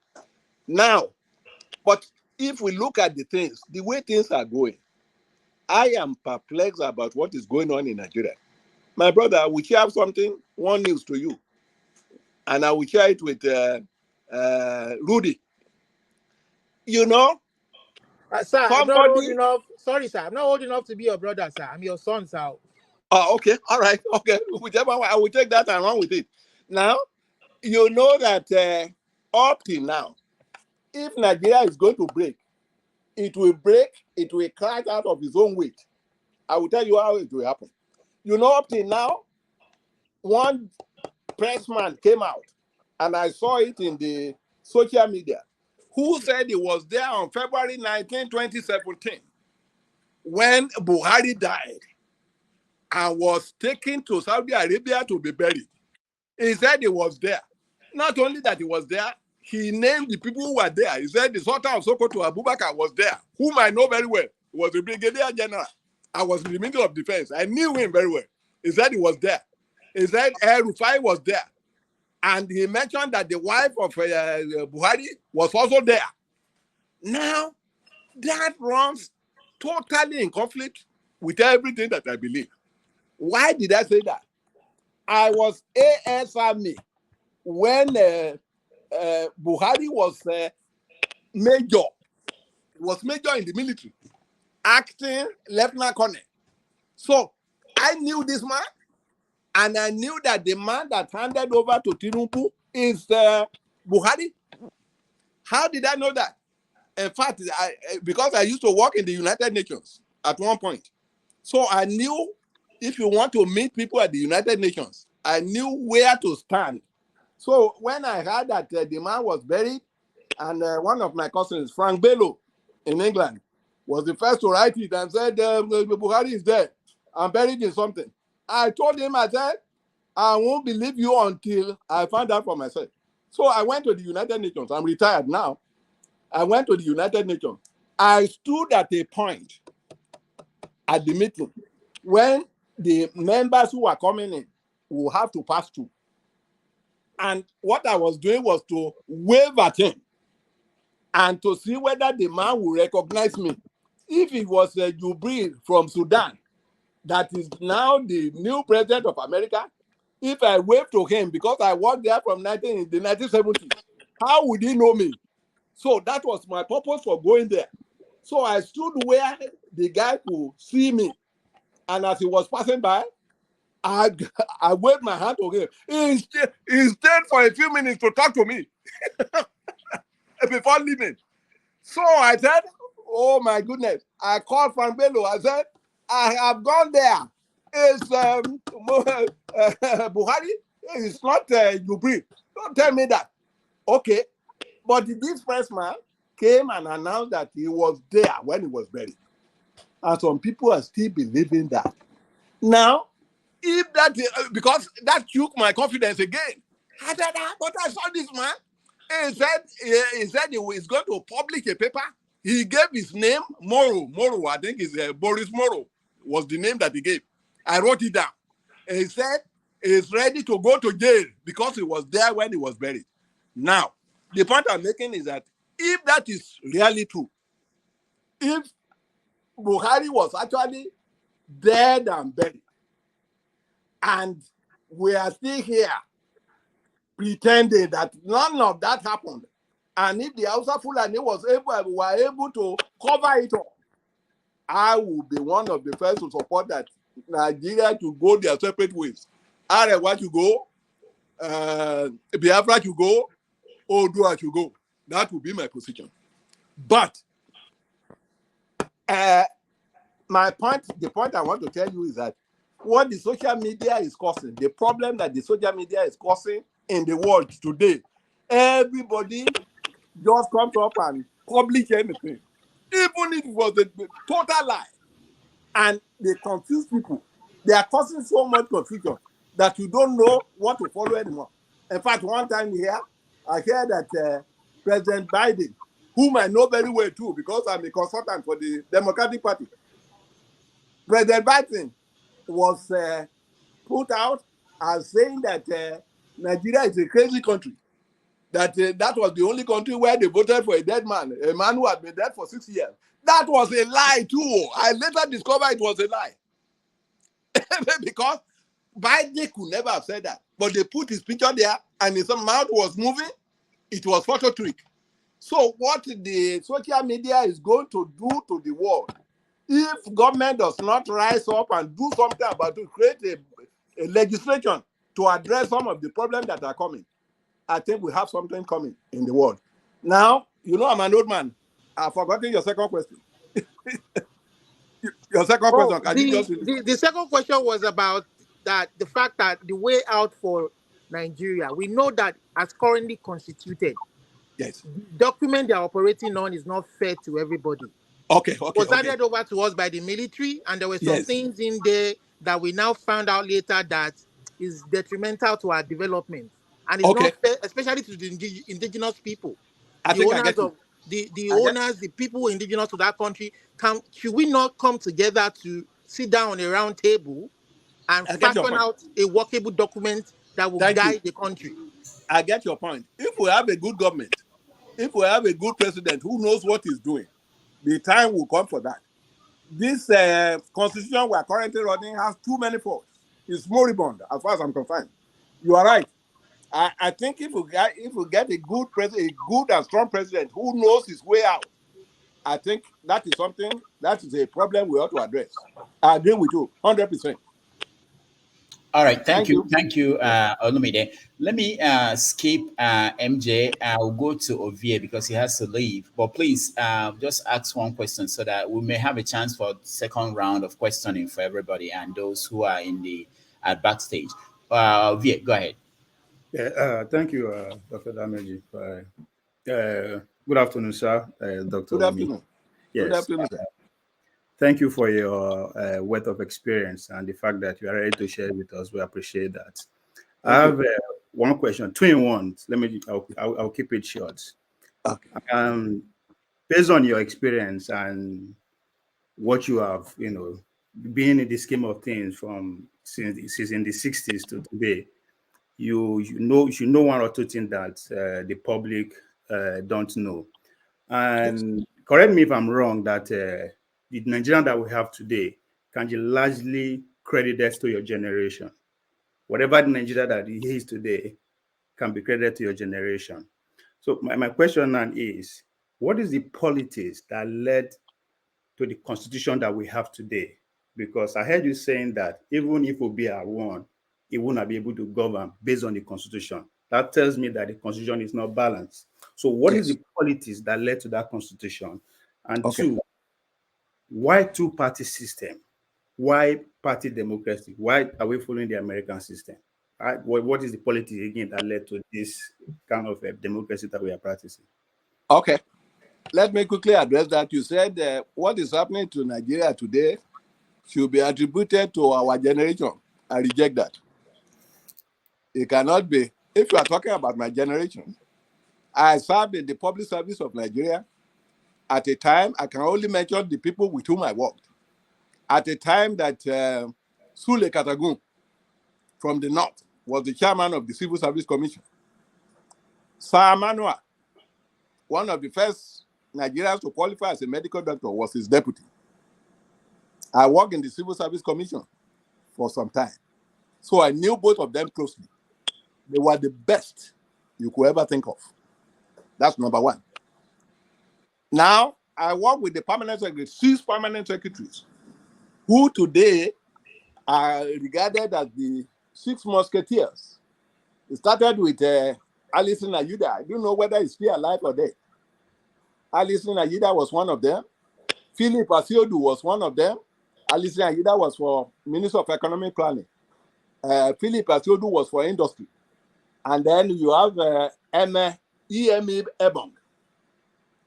You have Festus Awoniyi, the Aro of Nopa. You have Ahmed Joda. I see one other person. Let's see one other person. Triple A. In fact, there are two of them. You have Abdul Aziz Attar, the son of the Attar of Igbiraland. Ohinoi, the Attar of Igbiraland. And you have another Triple A, who is Alhaji Abubakar Alhaji. He's a Sokoto prince. Akia is still alive, but they said he has lost his vision now. Now, these are the people that I work with. And then there's one other person who later became secretary for government. I'm talking about Samuel Oluyemi Falai, who went to Igbobi College, from Igbobi College to Government College Ibadan, from Government College to University of Ibadan. And he later went to Yale for his MBA. Those are the kind of people that I work with. They are the best. In fact, they gave Nigeria the best civil service you could ever think of.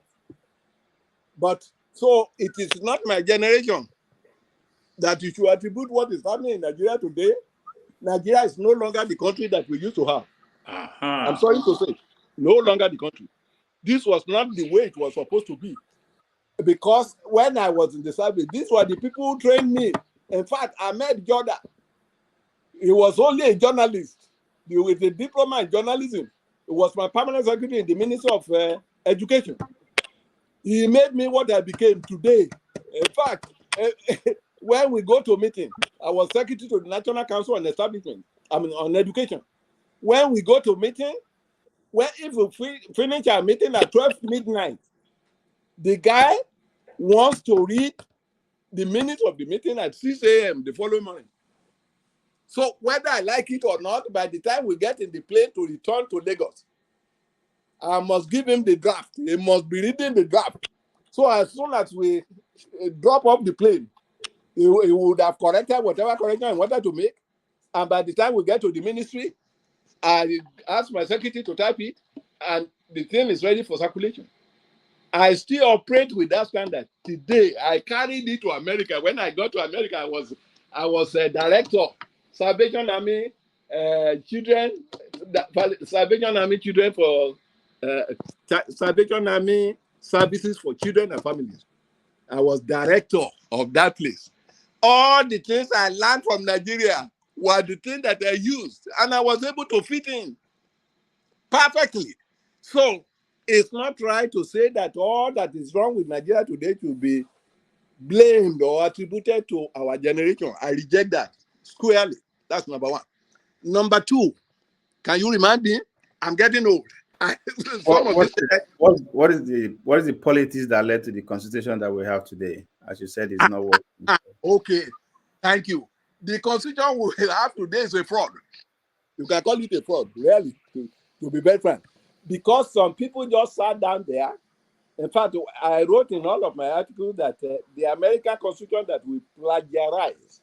You know how to plagiarism when you have an essay given to you. Instead of you writing the essay by yourself, you find somebody who's good and you copy it verbatim and present it. And your professor who's reading it won't know that you just plagiarized, and they will think that you have done a good job. That was exactly what we did. The Constitution, in fact, the American Constitution is not right for us at all. Number one, is too expensive and too corruption laden. And we're a very corrupt society. It gives room for too much corruption. It's not a thing we should have embraced at all. But some people, and the military were the people who did it. They were interested. In fact, that's part of the thing I blame Abdul Salam, Abubakar, and all of that. And my friend, my good friend, Rear Admiral Uhaima Kakibe, I told him, he came here, he was very close to me before he died. I told him, I said, you people kill Nigeria. You just went and got a plagiarized article, constitution, and you adopted it, and you gave it to Nigeria. Now we are having problems. Can you imagine Akpabio, who is Senate president today, announcing that people are going on vacation, annual vacation, and is going to dole out some money that they're going to use to enjoy themselves for their vacation at the time that Nigerians are dying of penury? Can you imagine that? But it's happening. It's happening. So the Constitution is part of our greatest problem. And until we get together to rewrite it, we are going to continue to have problems. Even Tinubu, I know Tinubu wanted to register his name in the Guinness Book of Records. Tinubu has his own problem here and there. You don't even know his name now. Tinubu was Ogunlere, Amada Ogunlere, who became Ahmed Bola Tinubu. All right? We knew how he became Ahmed Bola Tinubu. And I knew the time that he went to Chicago State University, because I was in America then, too. And he was a great friend to some of my friends at Mobile, Nigeria, where he worked. I can mention the name to you, Pius Akinyedure from Idore. That's a friend of mine. He was his boss at Mobile. There's Solomon Owodune from Okeagbe. He was his friend. There is one Tony Obe from Akure who happened to come from the same place with me. They all know him. There is Bode Fadache from Ondo. There is Mr. Sawyer. All these people are my friends. I used to visit them. So I knew Tinubu went to Chicago State University. I don't know what course he did there, but he went to there because I went to see my friend and I knew him. So those people who are saying he's not qualified, he didn't go to school, that is rubbish. I didn't go to the university with him, but I knew that he was a student at Chicago State University. And I knew that he worked there at Mobile with all these people that I've mentioned. So if Tinubu is going to operate on this constitution, he's not going to succeed as much as we expect him. Even if he wanted to leave the devil and his work and be a good man for once. Because a lot of people are complaining, but he was the kind of man who knows where the bodies are buried. We need a person like that to be able to lead and so on. But if he's going to operate on this very terrible constitution, there's going to be a problem. So I agree with you that we should have another summit. But we cannot be talking about a summit now when we are buying petrol for $6.19 per liter. That is death. That's killing us. We ought to do something about that before we start to address some of the major problems afflicting Nigeria. That will be my answer to you, sir. All right, thank you, Thank you very much, sir. That's it, Dr. Mi. Before we go to Mr. James, let me follow up on some of the things you said. You mentioned that it's not your generation that failed Nigeria, but some people believe that even though the first school was a mistake, that it was your generation of permanent secretaries like Philip Asiodu and all those that convinced Gowon when he came back to abandon what was the Aburi Accord. Will you address that? Yes, sir. Because I knew everything about it.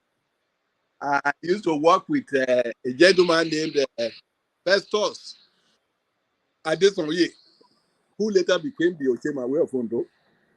Bright man. Went to Cambridge and became the secretary of the cabinet. I was very close to him. So I knew it was true that some permanent secretaries, not all of them, one out of these people had an opinion and expressed it to the head of state. Now don't let them, these people, sometimes when people advise you, the advice you take, more often than not, is what you expect them to tell you. A lot of people only want to hear, they only want to hear what they want, they themselves are planned to hear. So it's not just they are advisors. Somebody can advise you. Somebody, if you agree to be head of state, somebody advise you to go and kill your mother. Are you going to kill your mother? Or somebody advise you to put your hand in the fire. You're not going to do it. So it's easy because you can blame. The lawyer say it's easy to tell lies against somebody who has been dead. So that they are saying, Rudy, that they are saying that it was those permanent secretaries who advised them to do that. That was bullshit. That's BS, really. Really big BS. They were the best. I still stand by it that they did everything possible to make Nigeria better. But when the military boys, I blame the military boys, all these IBB. Was it the permanent secretary who advised IBB to go and kill Delegiwa with the letter mob? A lot of people will argue and say this. I am telling you what I know. As a matter of fact, I was in the system, and I am old enough. The next thing I'm expecting now is death, because all my colleagues, they are dying here and there. I ask you, who is this? He's dead. Who is dead? Why am I going to be different? So it is very likely that I'm even next.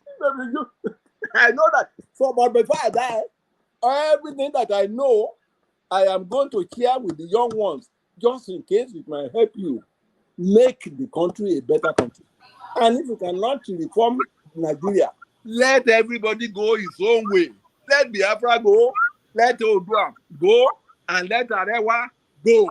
And we can be in a confederal system and still work together. Dr.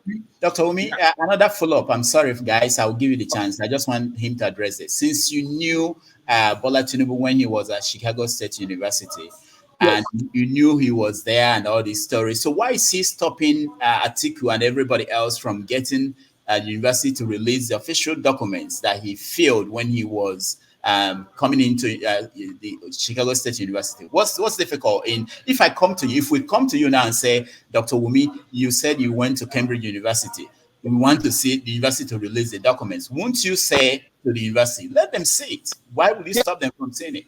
Why is you are correct. That's a good question. That's a great question. I don't know what is wrong with them all. I don't know what is wrong with them. Somebody asking for where you do your course and you are sure you did your course there. I agree with you. But a lot of what we hear, because you didn't hear this direct from Tinubu, because you know lawyers are very funny. Sometimes lawyers will say, you must not say this. I mean, you know what is happening to Donald Trump right now? Donald Trump that guy is walking himself to jail. And he is coming down to say that, oh, well, it was my lawyer who said it. It was your lawyer who said it. It was your lawyer who said that you should march people to the Capitol and stage a coup. People who stage coup in Nigeria, they never live to tell the story. That's what I tell them. They never live to tell the story. They are summarily tried within a short time and sent to jail or made to face the firing squad. That is the way it works. But it's only in America where somebody put a gun to your head and you say, all right, well, you are quoting the First Amendment right. What is First Amendment right? What is it? I don't understand. So I don't know why he's denying Atiku the chance to go there, because the news media, they tell a lot of lies, things that are not true. I knew this man went to Chicago State University. I knew that. I won't like Dr. Wumi, yes. if you were aware of Tinubu when he was at University of Chicago, yes. Can you elaborate on us the accusations whether he was actually distributing drugs and was a drug dealer in Chicago in those days? What do you know about this? Okay, thank you, sir. I heard about it, that he was distributing drugs, and I know a lot of people who distributed drugs. Who was the girlfriend of? But let's be more specific. So look, we've all heard that Tinubu was a big drug tycoon. We have all heard that. What kind of specifics? I mean, when you say you heard that from people, were your friends the ones who were buying from him? Did he tell them that he was selling? Like what can you tell us as a distinguished man around that area at the time when Tinubu was there? What can you tell us that he was really up to? Well, what I tell you, I don't know whether, in fact, the first time I saw drug, I thought it was Ilubo. I didn't know. I thought it was a jam plant. When somebody told me that this one is this is cocaine, I said, what? I thought that it was amala. I would have used it for amala and cook it. I didn't know.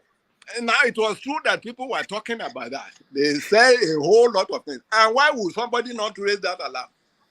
For somebody who came from such a low background, from Iragbiji in Osun State, very poor parentage, and worked himself to wealth like he now has. In fact, I understand that they went to Osogbo one time and told the Oba of Osogbo that he could buy the whole of Osun State and pay their salary. Now, for him to be able to say that, people are going to start guessing. How did he make the money? And one of the ways to make money quickly is selling drugs. So a lot of people who are saying that he was a drug baron and so on, I cannot testify to that because I never saw, I don't even know drug. I'll be honest with you. I thought it was a Lubo, period. Until somebody told me there's something. So sometimes when they want to give me a Lubo to give to some of my cousins and family members, yeah, I run away from it. I said, look, no, I won't take this. Because I don't know. I cannot eat it. I cannot test it. So you have to take it back. So I don't know about the drug issue, but it's rampant. People talk about it. And I guess the tribunal and the court, they have people, they spend millions on investigating this matter. They ought to be able to investigate it. If they don't investigate it, I'm sorry, I cannot defend them. That's part of the weakness of the system that we're talking about. So I don't know, but I know he did go to Chicago State University. I know because my friend is dead now. Toyobe was the one who took me and him. He might have forgotten now. He took him, we went to eat in a local restaurant in Chicago, in the Windy City. So I didn't follow him to Chicago State University, but I knew that he was a student there. I won't lie to you. All right. Thank you. Thank you so much. Let's go to Mr. James. Mr. James, you're next. Why not allow Akuwudike speak? Because it's in Nigeria. Because of internet connection problems. After him, I can have my opinion. All right. So let's. Yes, he actually said that that his connection may get bad as. Okay. Chinyo Nonyerem, can you go ahead and speak, please?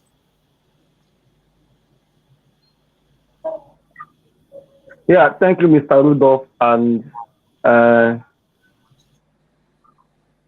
you, Mr. Rudolph, and greetings, panelists. So, Dr. Wumi, my question is: you said you worked under General Yakubu Gowon. So, what do you have to say about the 15th January 1966 coup? Do you really think it's an Igbo coup? Because it is generally believed both in Southwest and the whole of North in Nigeria that it is an Igbo coup. And on a personal note, I think that particular notion or idea is pseudo in nature and shrouded in lies. So what do you think? Do you really believe that the 15th January 1966 coup is an Igbo coup? Thank you. Okay, thank you so much. Thank you so much, sir. Well, I've heard the rumor that you hear that it was an Igbo coup. I can only tell you what I know, that the people thought it was an Igbo coup because the Igbo majors, it was the coup of the majors. And most of the majors bear Igbo names. And that's why and in any case, when you have Chukwuma Nzegu, a man who I love so much, because he's a hothead, but he was a patriot. He knew that the whole thing was messy, and he wanted to change it. So he participated in the coup. And Chukwuma Nzegu, if you know him as I knew him, is not a man to be set aside on anything. If he appears in any committee or any panel, he's going to be a leader there. That is the way he was wired by his creator. And the same thing with Emmanuel Ifeajuna. Emmanuel Ifeajuna, a lot of people don't even know that Ifeajuna is not even an Igbo name. I don't know whether it's an Igbo name, but once you see Ifeajuna, Kejiani, Chukwuemeka, Odumegu, they just conclude that they are Igbos. So that wrong impression was created because most of the majors who led that coup, who took the major part in his success, were all Igbos. In fact, Chukwuma Osegbu was the one who led the one to go and get the the king of them all, Sadao Bello. For somebody to attempt to go and attack Sadao Bello in his own home, that's not a joke. And this guy volunteered that was the role he was going to play. And he succeeded in doing it. So a lot of people thought that it was an Igbo coup. That's what they say. In fact, I guess I don't have an opinion on that. I won't lie to you. I don't have an opinion on that. I don't want to have an opinion on that, because when I have an opinion on that, you will quote me that even Dr. Akintide said it was an Igbo coup. Most of the people who participated in that coup were Igbo by name. And that was why Nigeria thought it was an Igbo coup. And it was a coup that I myself, if I had gone to the military, because I had a choice to go to the military after finishing the university in 1966, I was the first Nigerian to get the British Canadian Legion Scholarship for children of ex-servicemen in Nigeria, because my father went to fought in the Second World War. He was only a sergeant, and then he came back. I was born before my father came back, so I never knew my father until he came back from the army. And so I was raised by my grandfather. That is Deji, and I think Rudy Okonko know about this. Deji Afunbiowo Adechida the first, 1897 to 1957. That was my grandfather. He was the one who raised me, he and my grandmother. I never knew my father until my father came back in 1946 after the demobilization. The war ended in 1945. My father returned to Nigeria in 1946. That was when I ever met my father. So, and I was living in Pala. I thought I was a prince. I thought I was a prince, really. In fact, my name, my first name was Hitler Adechida. Hitler Adechida. So when my father came, the first thing that he said was to raise alarm. How did you people come? Naming my first son Hitler, of all names that could be given to a child. That was the name they gave to me. And I was bearing it with the pride until later, as I grew up, I discovered that Hitler is a bad man. So I went back to my parents and I said, why? I never saw another Hitler, only me. Why Hitler? And then they explained to me that Hitler, they thought that Hitler was a hero who took the whole world in a war and almost defeated them. Therefore, he's a hero, he's an Naki man. So they thought that when the baby was born and the father was fighting in that war, it is nice to give the name of Hitler to the son. That was how I became Hitler. But I got it changed. I said, no, I'm not going to bear that name. And I'm sure it was the right decision on my part. Because if my name was Hitler, America would never have given me visa to come here.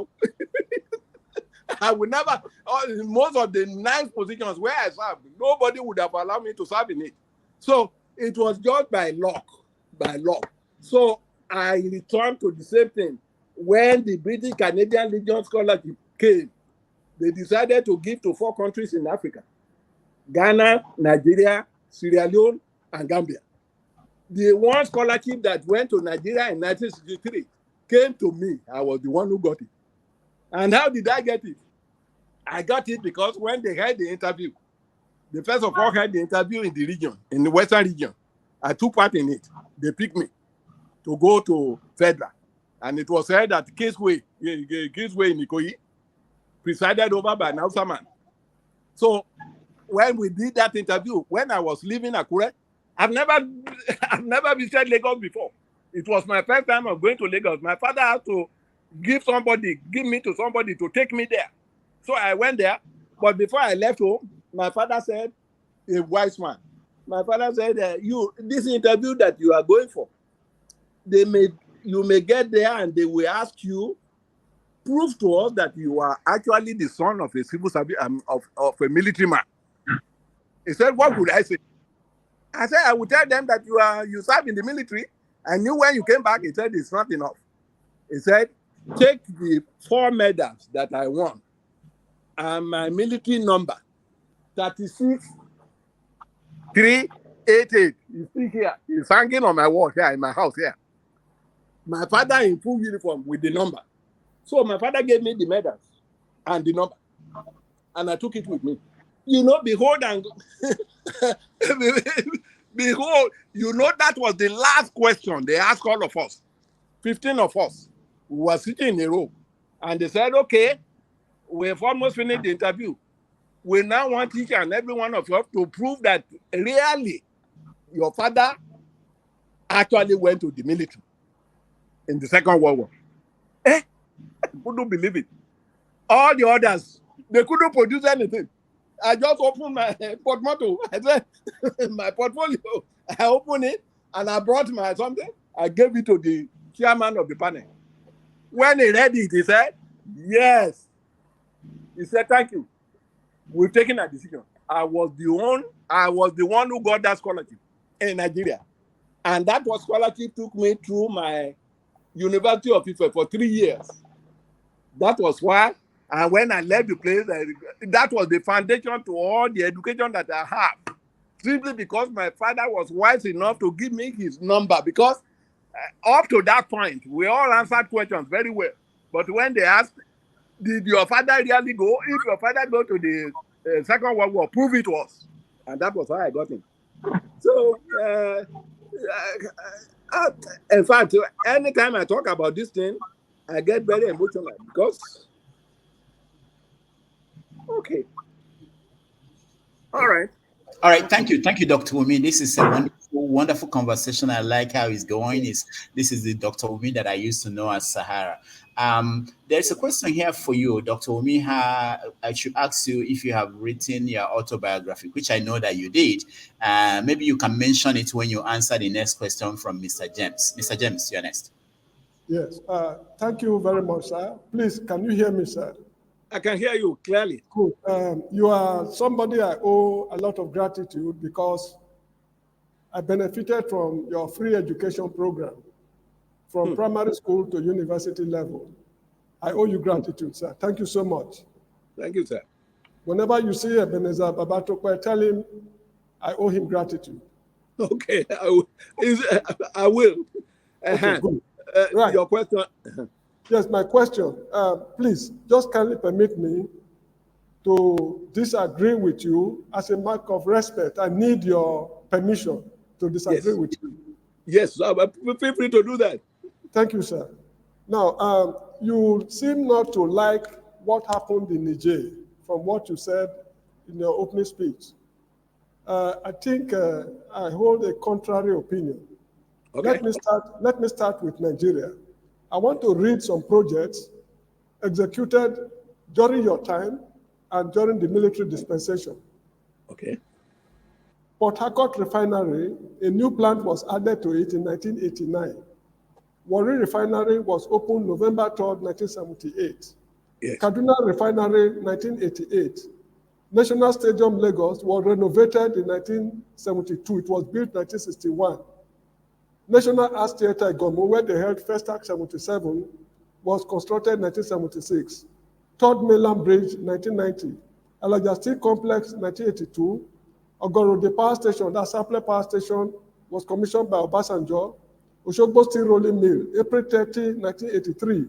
Murtala Mohammed Airport, that's the international wing, not the BOAC wing, was 15 April 1979. Ascom Badagry, 1973. University of Benin, 1970. Katsina Steel Rolling Mill, 1970. Jos Steel Rolling Mill. Jos University, 1975. Murtala Mohammed. Uniport, 1977. Unical, 1975. National Museum, Benin, August 10, 1973. The city of Abuja, Port Harcourt International Airport, Shiroro Dam, Lagos Ibadan Expressway, Mobolaji Johnson Estate, the list is unending. These are accomplishments of military dispensation. And this took place between 1999, if I'm not mistaken, between 1978 to 1999, most of the things I read. Whereas from 1999 to 2003, what has politicians done? Because these two periods, from 1999 to 2023, is 24 years, and the military spent 21 years. Now, let me relate it to what is happening in Niger. Now, in Niger, when they got their independence, or even before, long before independence, 65 of their foreign reserve must be kept in French treasury, plus another 20%, which they call financial liability, which is 85% or so of their money must be kept in French reserve.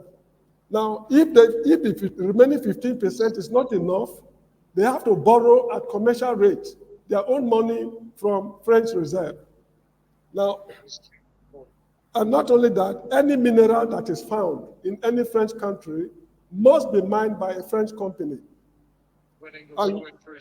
And so many other things. So you see, this is colonialism, pure and simple. Now, let me cite a minor example of what happened to me in Senegal. I live in the Gambia. I went there to replace, for certain purposes. So I seized the opportunity to replace my glasses. That was about 10 years ago. Now, I went to an optician. The optician examined me, did everything, and asked me to come back in 2 weeks' time. There's noise. And asked me to come back in 2 weeks' time. I told him, no, I live in the Gambia. I cannot come back in 2 weeks' time. Then they said they cannot dispense it now because by law, these glasses should be dispensed in France. Then they have to send it to them before I come to pay for it. So this shows the extent of colonialism these people have been going through, to the extent that a seventh world producer of uranium has no electricity. It is Nigeria supplying them electricity. The civilians have been eating and drinking with the Frenchmen since independence. What have they done? We've seen what the military did for us in Nigeria. And the Nigerian politicians are unable to manage all these projects I've mentioned. All these projects I've mentioned, they are all moribund. So of what use is civilian dispensation? Yes. Okay. I'm sorry, sir, for disagreeing with you. No. You reserve the right to disagree with me. No. You are totally covered to disagree with me.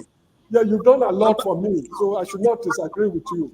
No. It doesn't work that way. It doesn't work that way. You should disagree. You should disagree with me, my brother.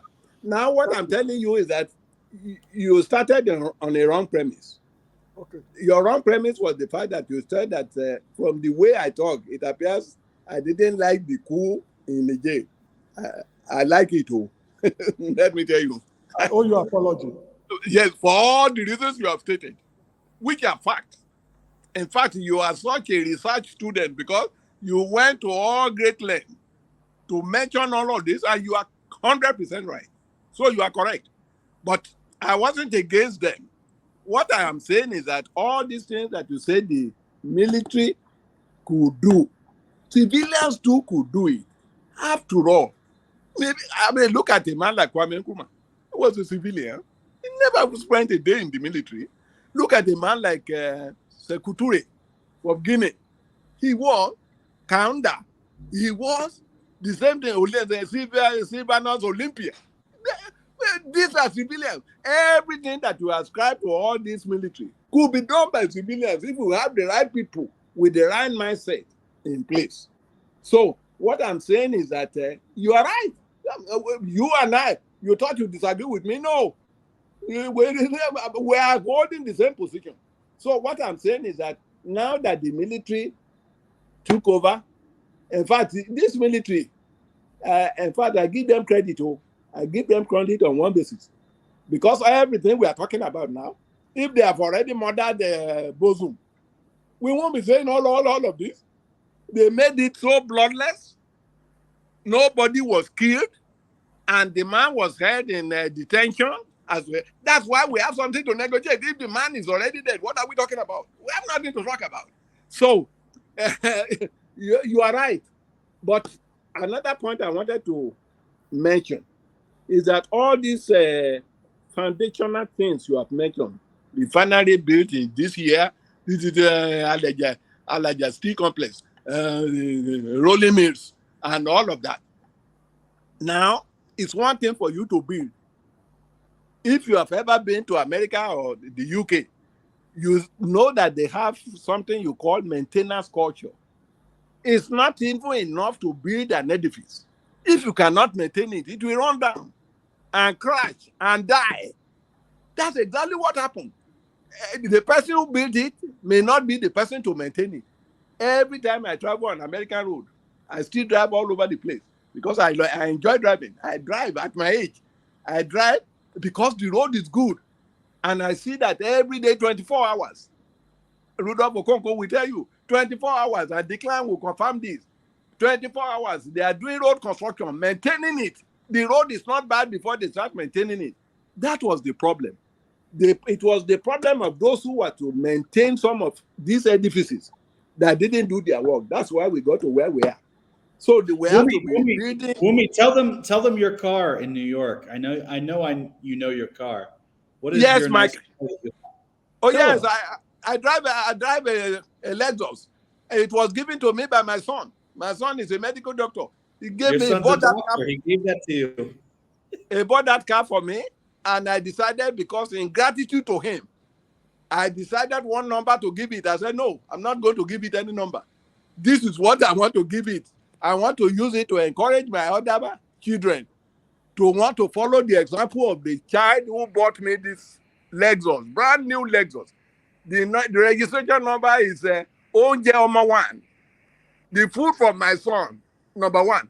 What he's telling the rest of my children is that you will have to be the Onje Oma number 2 or 3. You can say that I'm canvassing for some food from my son. Yes, because I did my work. I did what I have to do to train them, and God allowed them to be somebody in life. And they are plowing back. So my son bought that car for me, and I love the car. In fact, there is no kind of car that I've not ridden in my life. Mercedes, all this and so on. When I was in government, I rode the best car. But this Lexus, oh my God, if anybody touch it on the road, I will kill that person. Because that was the greatest something I ever received as a kickback for what I did for my children. One of them bought me that car, and I'm still riding it. It's so popular, everybody knows about the car in New York. The police printing 101 here. They've taught me so many times. They said, we stop you. I said, what did I do? They said, we stop you because of the number of your car. What is it? What does it mean? And then I would tell them, I said, that's food from my son. Food from your son? Yes. How did that happen? I said, my son bought it for me. And then they will pray for me. Police will pray for me and let me go.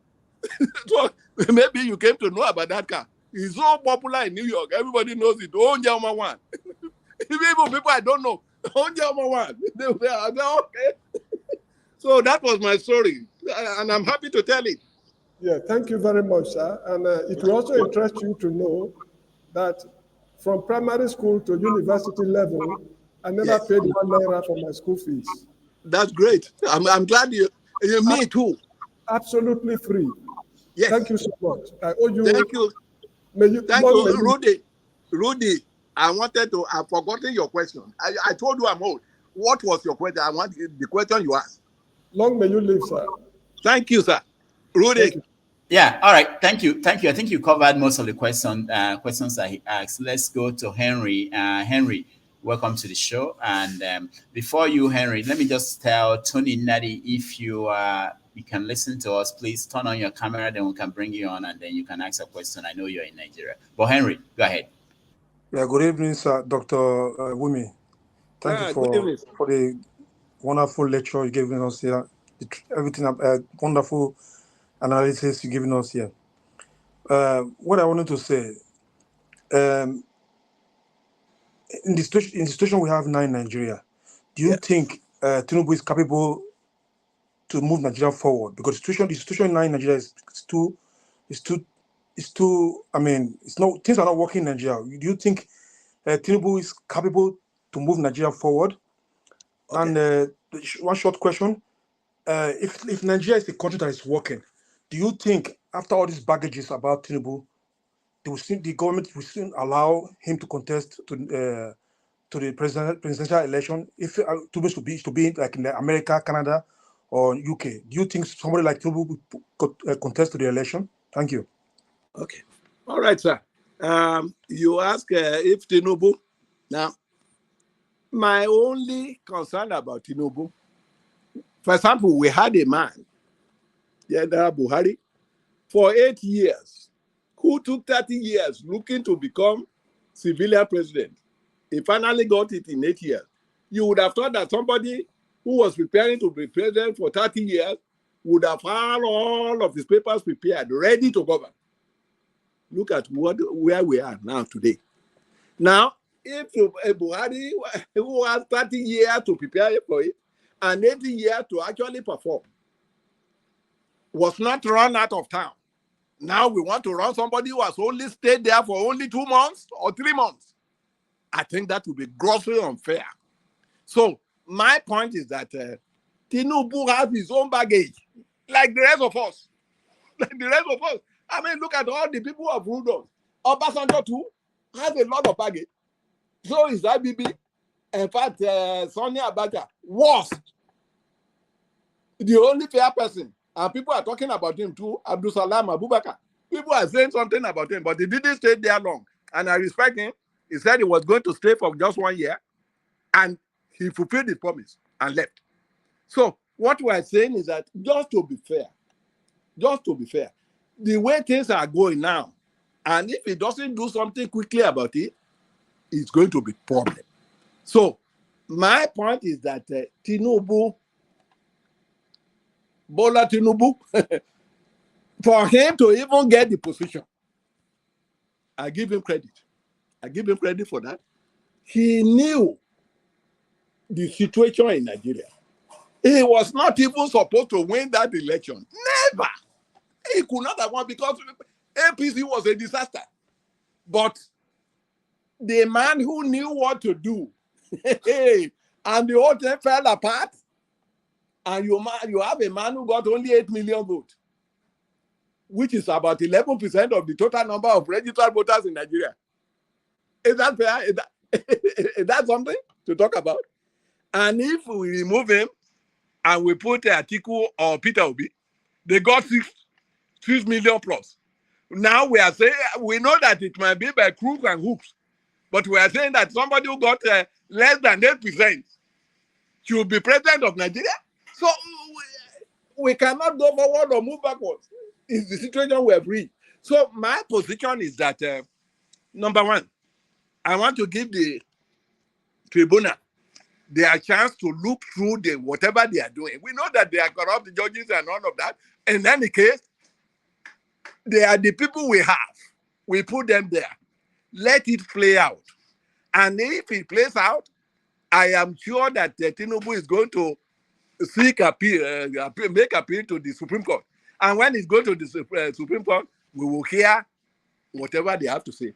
Then it is after that I will know, because I don't want to waste my time talking about it. If, for instance, if the tribunal says, yes, he's president, or if the Supreme Court says, oh, well, there'll be too much problem in Nigeria, they can call a crisis and they confirm him. Why are we wasting time? Even if I tell you a recommendation now, it will be cast aside. It won't matter after that. So I guess what you are saying, we all agree that Nigeria is in a mess right now. But the mess did not start with a matter of contributing to it. It did not start with him. Because if anything is wrong with the country, you blame the head of state. Now, instead of discussing about the situation of Nigeria, what we're discussing is whether Buhari died and was buried in Saudi Arabia. I mean, look at that. That's what we're discussing now. And Jubrila from Sudan was the one who was president. If that was proved to be true, then everybody should go his own separate ways.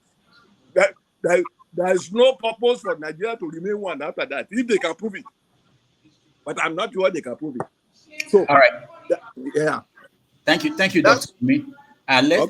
Let's go to Tony. Tony is in Nigeria. Tony, your question, please.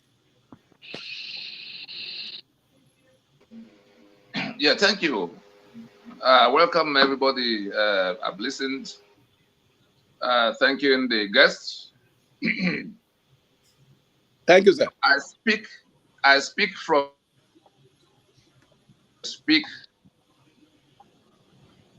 from the fold of the platform we call Nigerian Indigenous Nationalities Alliance for Self-Determination, NINAS. Just to let you know the kind of things that built up to what became NINAS. I'm sure you know Prince Bankole Oki. I know him. Yeah. The one that was permanent secretary in the Ministry of Defense that carved out the Air Force from the Nigerian Army. Did you work under him? No, I didn't work under him. I worked because under he was. Yeah. Bankole Oki. Yes, it was okay. long after I've left the place. I worked under Damchida and Yusuf Gobi as permanent secretary. Okay. In the kind of foundational problem that Nigeria has to resolve now, the Lancaster House discussions, including Enohoro, the people that joined them after, including Bankole Oki, and the ones that went to war when it became war after July of 67. 1967 to 1970. Yeah. 67. All of them, including Ojukwu himself, including Enohoro that was a classmate with the British Prime Minister of the time. They were all involved in the process we initiated to get to the foundation of that thing that has become constitution that will never work. And right now, we have arrived at a juncture where if we do not find the courage to speak the truth, because in all of what have been narrated from the beginning of the program, I did not hear the role of the British in what became independence that saw Awolowo going to prison. It is now Igbo and Caliphate North that did it. I did not hear the role of the British in how Gowon emerged in place of Murtala Muhammad. They were fundamental to it. Yeah. Yes. There's a broadcast retitled Nigeria, the Pyramid of Evil. Nigeria, the Pyramid of Evil, where we identified what the British was doing in the background. There's nothing the French had done in these Francophone countries that the British did not do even worse. And so our campaign, and which we were hoping to find a few more statesmen that will see, that will agree with us that we cannot continue to build on a foundation of fraud. I heard you say that the Constitution of Nigeria is a fraud. It is. I'm sure you heard that there's a suit in court saying that that Constitution is a fraud upon which Nigeria cannot, continue to rest, and that if we can find common ground to agree on a new union agreement, which is what Constitution is. I happen to be a lawyer. I happen to be the lawyer that filed that suit in 2007 after we had held a meeting of the owners of Nigeria.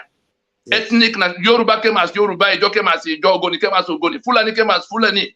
Buhari was part of the Fulani delegation. Sayed Abubakar was part of the Fulani. So it wasn't a casual meeting of a few friends in some corner. And so, having done all of that, and looking back at what went wrong that led us to Aburi, and then we had 2 years of bringing everybody to come to agree. And some people continue to construct Nigeria and its democracy on the basis of that constitution. Imagine on a construction site in which 100 people were supposed to be building an edifice, and you have more than 75 of those people saying, no. This construction cannot continue on this architecture because it puts us in the basement. It dispenses death to us instead of life. It puts everything upside down. That's what we have now. And so when they were going to election, we pleaded with them, can we agree that we need to do like South Africa did with apartheid constitution? Because these are all impositions. Our sovereignty have been hijacked. And so the Tinubu, that if there's any good thing to be, if there's anything to be shared from government, I probably will get earlier than most people, whatever Tinubu will give out. He was in Nadeko. And he was also a facilitator to the PRONACO that held that conference of the nationalities. But we're saying it is not any one of us from whichever part that is going to solve this problem for just being there. It has to be acknowledging what the problem is, that we have a distorted arrangement with a heavy foreign influence, with a local agent called the Fulani. The same thing as you saw in Niger and the other places. Now Niger will soon overtake us because at least the coup leaders who are indigenous people have now come to the question of discussing their union. That's what Nigeria needs to do now. There's nothing Tinubu is going to do that constitution will not destroy, no matter how well-intentioned it is. And so I was hoping that those who are witness to what went wrong should have been at the forefront in telling the others that we can't continue to build on this rickety foundation. I am one of those who will do whatever it takes to take down that construction of unitary Nigeria. We have been very careful so that it doesn't take so much of human collateral damage. But what they are doing in telling us that we can't question that constitution. There's also another broadcast entitled a rejoinder to the class of 66. I want people to take note because they are soon going to hear what they will not believe happening inside Nigeria. This Nigeria of unitary arrangement is not our project. If people like me, a lawyer of 31 years, by the way, Akiyalure, I was in the oil industry. You mentioned Akiyalure. If people like me, who have dealt with solar turbines, dealt with all those big companies that Nigeria want to go to bring now to come and do all kinds of things for them, the owners of those companies still talk to us. And so you go to say, oh, World Bank approved. Tinubu knows where to find them. Tony, can you can you round up? The simple thing, yes, I've actually made those two broadcasts, Nigeria, the pyramid of evil, and a rejoinder to the class of 66. If we go back to them even now, we may be able to follow what will happen through the next few months in Nigeria. The election were already declared inconclusive. Well, the whole world knows it's inconclusive as it is, and we declare the period an interregnum. We are not quarreling with those in government house. Those exercising power in the kind of process we have seen are doing so without authority. Unless that matter is resolved, they are running a very, very big risk of thinking that they are speaking on my behalf from that government house. I think we'll stop there. Thank you. Okay, right, thank you very much, sir. You've been a lawyer for 31 years. I cannot be that because that's something I aspire to, but which I could never get now. So you are talking from experience. There's nothing you have said that I can disagree with. But one point I wanted to remind you was that at the La Casa conference, I was in government. At the La Casa conference, the issue was raised by Obafemi Awolowo as the only lawyer like you there. He said, okay, we agree that Nigeria should become independent by October 1st, 1960. But let us put a clause, a provision there that if everything that we agree upon today in London, if any of the tripods making up Nigeria disagree with any provision, if it is no longer working for them, let's write a provision that will make them be able to secede and leave. Guess who shut down the proposition?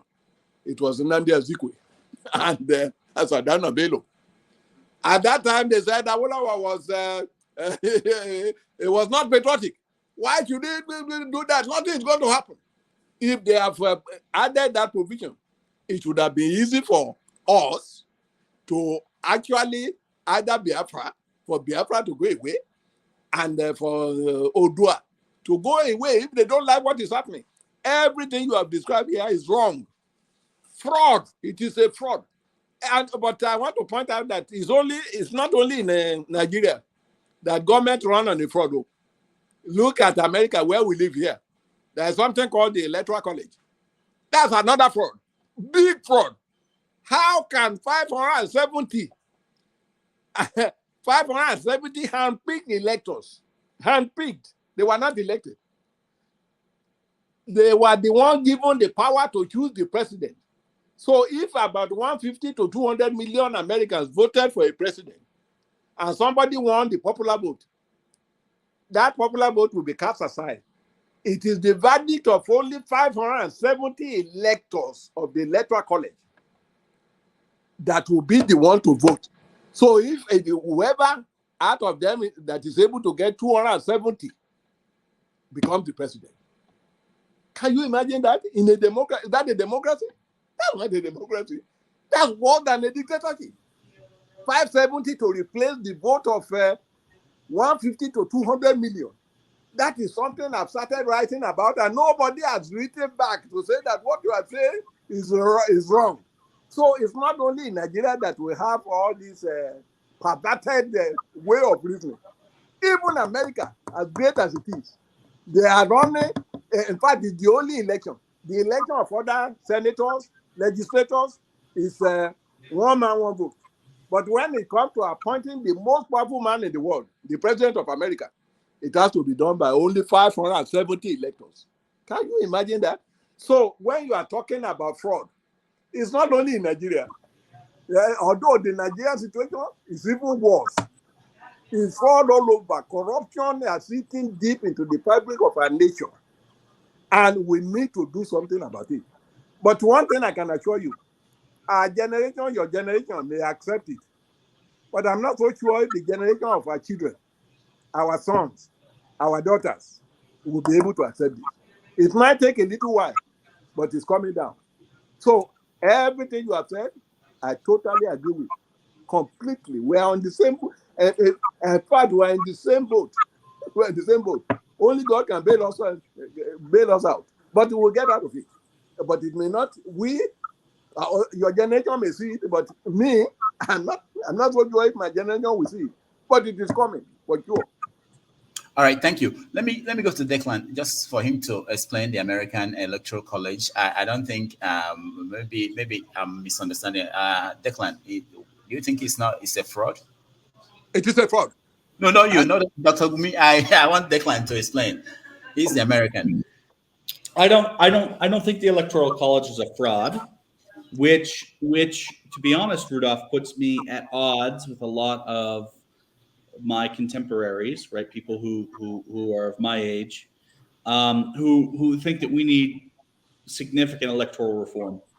I think that it is important that we have an election system, especially with a country as big as the U.S. Nigeria is also an enormous country.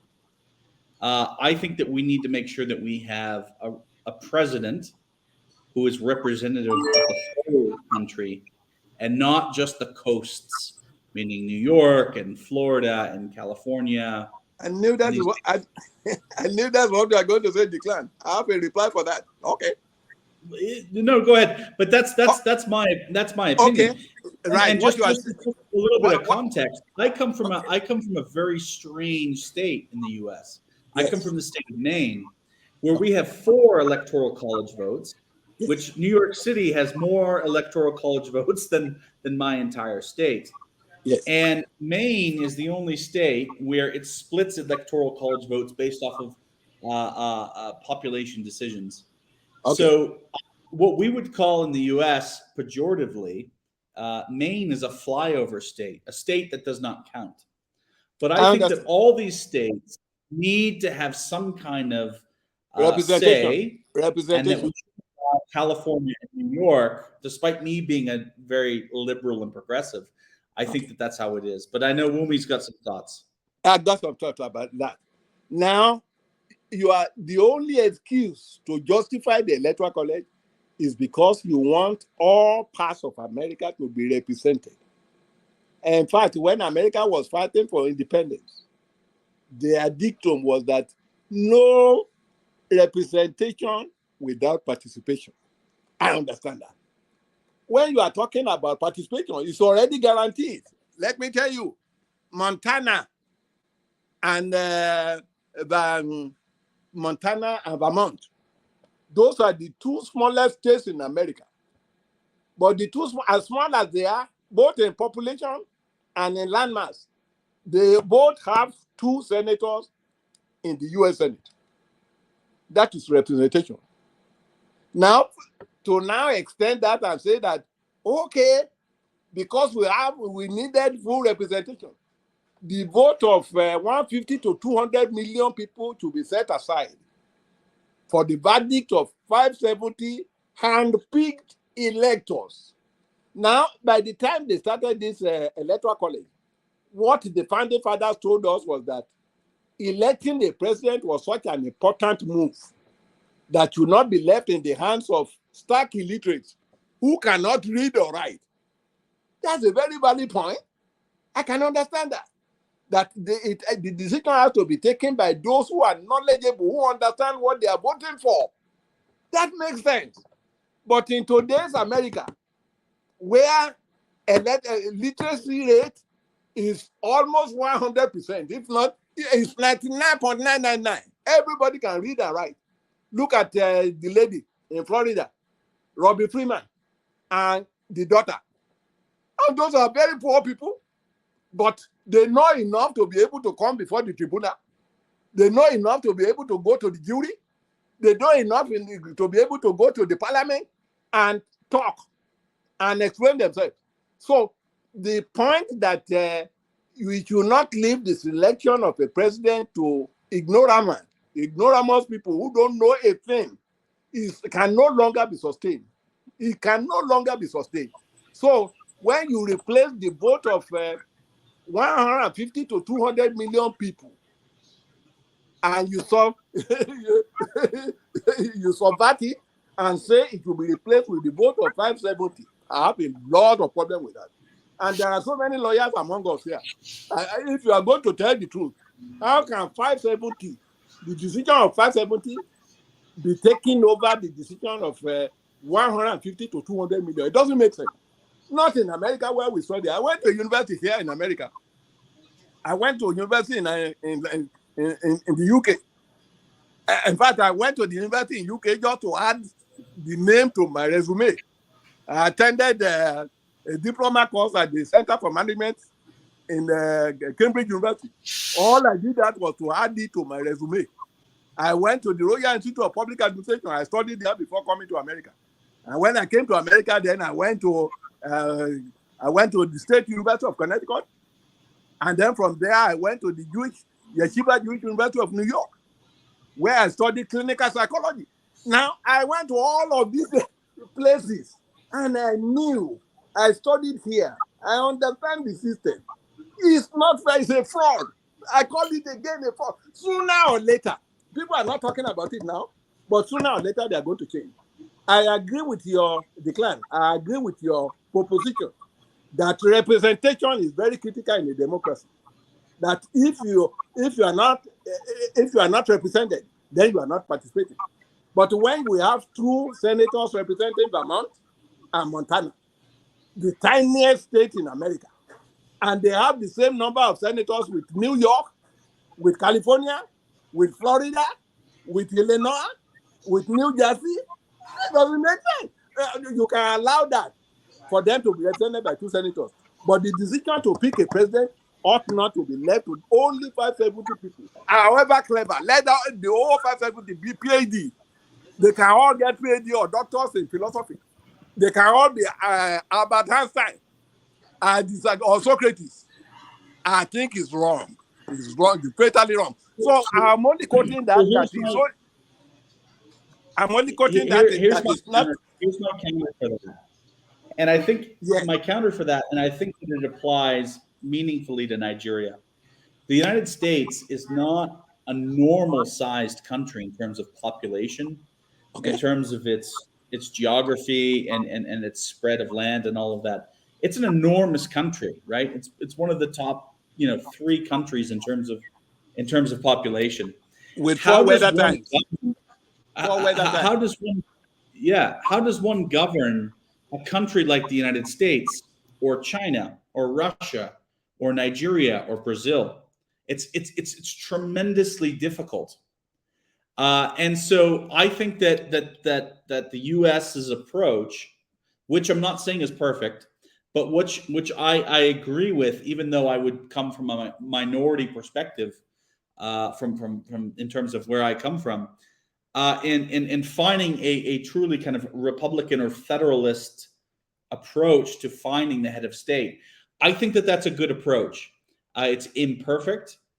I think Nigeria, of course, with its constitution, with having X% of X number of states needing to vote in a certain way in order to validate that presidency, I think these things are really important to make sure that we have the right degree of participation and support.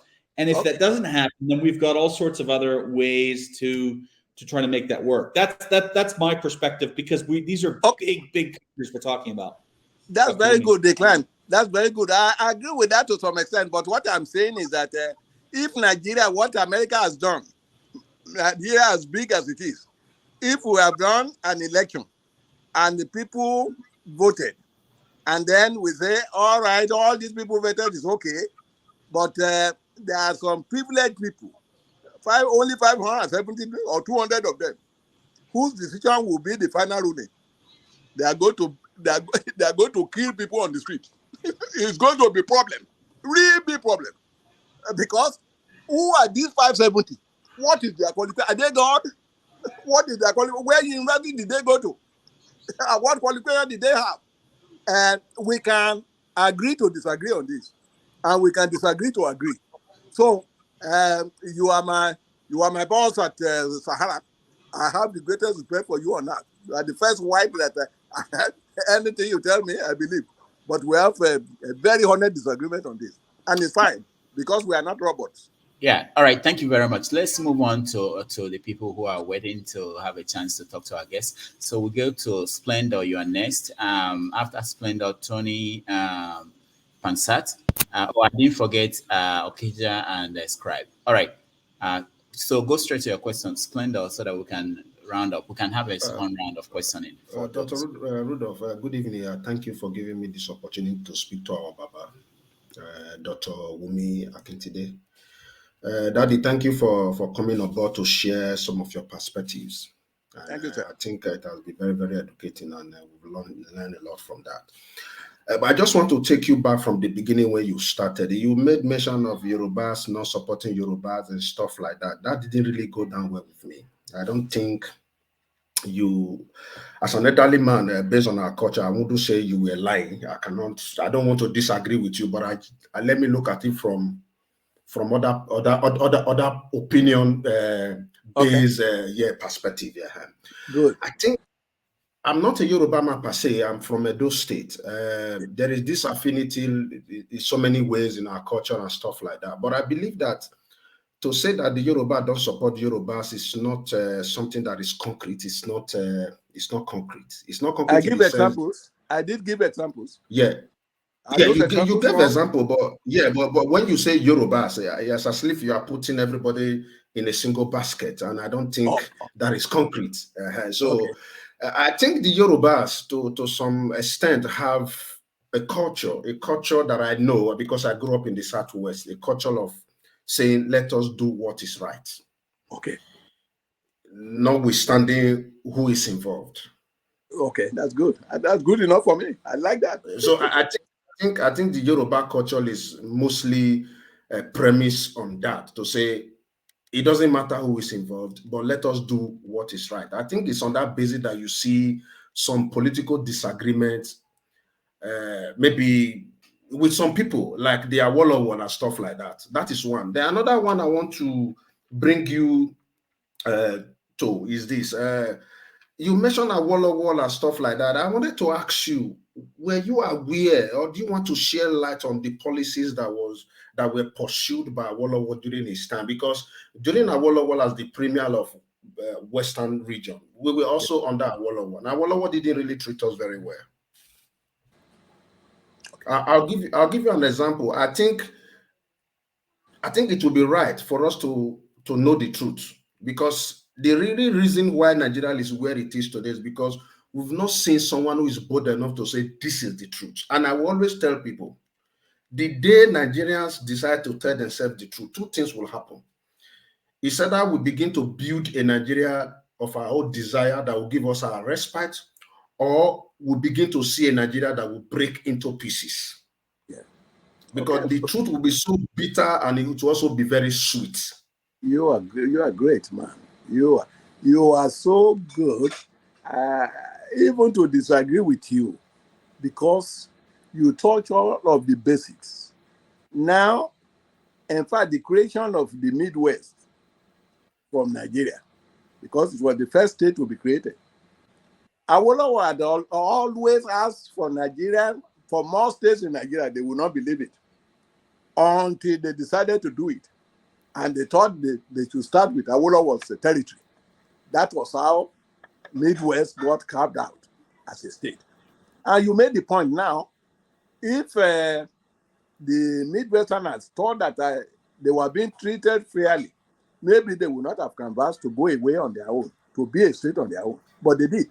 So the point that you made that Awolowo did not treat your own part of Nigeria fairly, I cannot oppose that. That is sustained. It's possible. But one thing I know is that Awolowo, I work with him, is one practical politician who knows that you can never satisfy the whole world. That even when you do good, some people can still pick holes with that.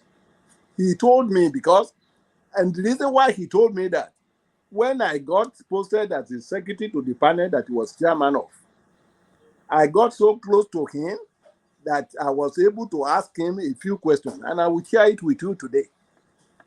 You know, when I graduated from University of Ife, all I wanted to be was to be like one of my brother-in-laws. The name is one Victor Adegoroye. Some of you might have heard about him before. He was permanent secretary in the Ministry of Trade, but he was first of all an ambassador. Every time that I was dating my wife at that time, and usually I sometimes meet her. I met him in the house of my mother-in-law. And when he came on that occasion, I saw that he was always riding a car with a flag flying on that car.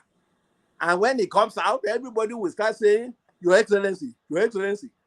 Now, here was a bushman who just entered the university from Akure. And I saw somebody there, everybody, "Your Excellency, Your Excellency."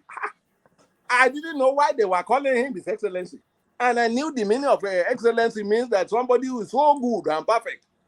So one day, when we were together, I just felt comfortable enough to ask him. I said, "Why is everybody calling you His Excellency and you don't reject it? They say Your Excellency and you answer. Why is that?" He laughed. He said they were calling him His Excellency not because I said, "Are you that excellent?" No. He said it was not because he was excellent. He said because he worked in the foreign affairs and he was an ambassador. That's why they were calling him, and that's why he's flying a car with a flag. Oh, I was satisfied with that answer. You know, poor boy. As soon as I left the place, I was still dating my wife. We were not married at that time. I told myself, I went to my father, I said, "I met somebody, His Excellency." He said he was ambassador. I told him that I wanted to be an ambassador like him so that people could call me Your Excellency. That was what I wanted. But it was in ignorance. So he told me, he said, "What course are you doing?" I said, "I am a history major." I said, "Yeah, well, that's good enough." He said, "But it will be nice if you can go add international relations to your course." He said that will even make it better. It will guarantee you a slot in the foreign service after you finish. Okay. So I went to my father. I told my father, I said, "I have seen the position I want to be. I want to be an ambassador so that people will call me, they will call me His Excellency too." So my father said, "What did he say?" He said, "I must change. I was doing single honors, history. I must change to combined honors, history and international relations." I said, "But I could do it, but can you help me through your cousin?" My father has a distant cousin at the University of Ife then. It happened to be the Professor Samuel Adepoju Aluko from Ode. because my father was related to Ode. The mother of my father came from Ode. So that was why they were related there. So he said, well, if you want to change, maybe Adepo, you can help you. So my father gave me a note to one headmaster, Inyo. He was headmaster of St. Market's primary school at Lara. He said, I should tell Inyo to tell Adepoju that he would like to see him in Akure. So I went to Ilara, delivered the message to Mr. Inyo, the headmaster of St. Michael's School, Ilara, and Mr. Inyo sent for Mr. Adepoju Aluko to come. And he came. He came to Akure, and my father told him, he's dead now. My father told him that your brother, that's me, once he's saying something that he wanted to become His Excellency. He doesn't know what it means. Can you help him so that he can change his course at the university to what he wanted? Professor Luko said, that is no problem. You see, in the first year, it can be changed. So it was through Professor Luko that I got my course, my major change to combined honors, history and international relations, all because I wanted to become an ambassador. I thought once I had that, I would be all right. So I did history as my major and my subordinate subject as international relations, and I finished at IFE, 66. Now, okay, Baba. Sorry to butt in. When you mentioned that Ileife, you know, I don't know if you want. I will ask you these questions, these two questions, then I will go because there are other people who are so waiting to ask questions. Okay. I wasn't there when Awolowo was. I wasn't born then. When Awolowo was the premier. Yeah, but flipping. You should have listened to me because I nearly concluded before you stopped me. Let me listen to you, sir. Yeah. Okay. So I got my course changed, and as soon as I finished, I contacted Victor Adegoyi. I said I'll finish you, and so on. He said I applied to the Civil Service Commission to be Foreign Affairs officer, and I applied. I was selected. I passed the interview. All of a sudden, I was hoping they gave us the date that you should start your job on 3rd of January, 1968. And I started broadcasting to all my friends. I said, yes, in another 2 weeks, I'm going to be called His Excellency because they've already taken me. All of a sudden, I got a letter in the mail from the Civil Service Commission, from the Foreign Affairs Office, telling me that because Nigeria was fighting a civil war, the Biafra war, that they have decided that the Ministry of Foreign Affairs to suspend, put on hold all the people they have appointed and send them to the Home Service because Nigeria cannot be fighting a war and then be sending opening missions abroad. I read it. I cried. I wept. I said, oh my goodness, what is this? So I started finding out who did this. Who did this to me? Like Rudy Okonko used to say, who did this to us? I started finding out when I found out, they told me it was Obafemi Awolowo as Minister of Finance, who told Okoya Rico, who was the foreign minister at that time. He told General Yakubu Gowon, they might be watching this program. And he said that it makes no sense to be opening missions. Therefore, the people you have appointed, send them to the Home Service. That was why they wrote me that letter. So from that point, I hated Obafemi Awolowo. I didn't want to hear that name at all. So when I was posted as secretary to the panel, that he was the boss, one day I got close to him. I said, excuse me, sir, you know I didn't like you. He said, what did he do to me? I said, you are the one who stopped me. I was going to become an ambassador. I hear that you are the one who advised Yakubu Gowon to put it on hold. I'll be glad if Yakubu Gowon is watching this program. And then they stopped me. I got my letter. I thought I was going to go to Poland and be an ambassador somewhere, and I'll be riding car to Akure carrying a flag. Now this man just came from nowhere, from Mikene, and stopped the whole thing. Awolowo laughed. He said, "You didn't know me from Adam." He said it was a policy. So he explained to me that it was not directed towards me. In my kindergarten mindset, I thought Awolowo did me wrong. He didn't do me anything. So he explained to me. I said that was why I ended up going to the Ministry of Defense. I didn't know my going to the Ministry of Defense was going to be luck for me too. Because when I got there, all the important people in the military, I know all of them. So that is the situation that I was saying. A lot of things that happen to us is just everybody has his own destiny from God. Who you are going to be, what journey you are going to travel is already predetermined. And you have to work towards it because if God wishes it, it will come to pass. Yeah. Okay, Baba. I wanted to, Splendor, you have to wait. We have to go to other people. I'm sorry. We may have a chance to ask another question when we go around the next time, but we'll have to go to other person, somebody else. Tony, Tone, you're next.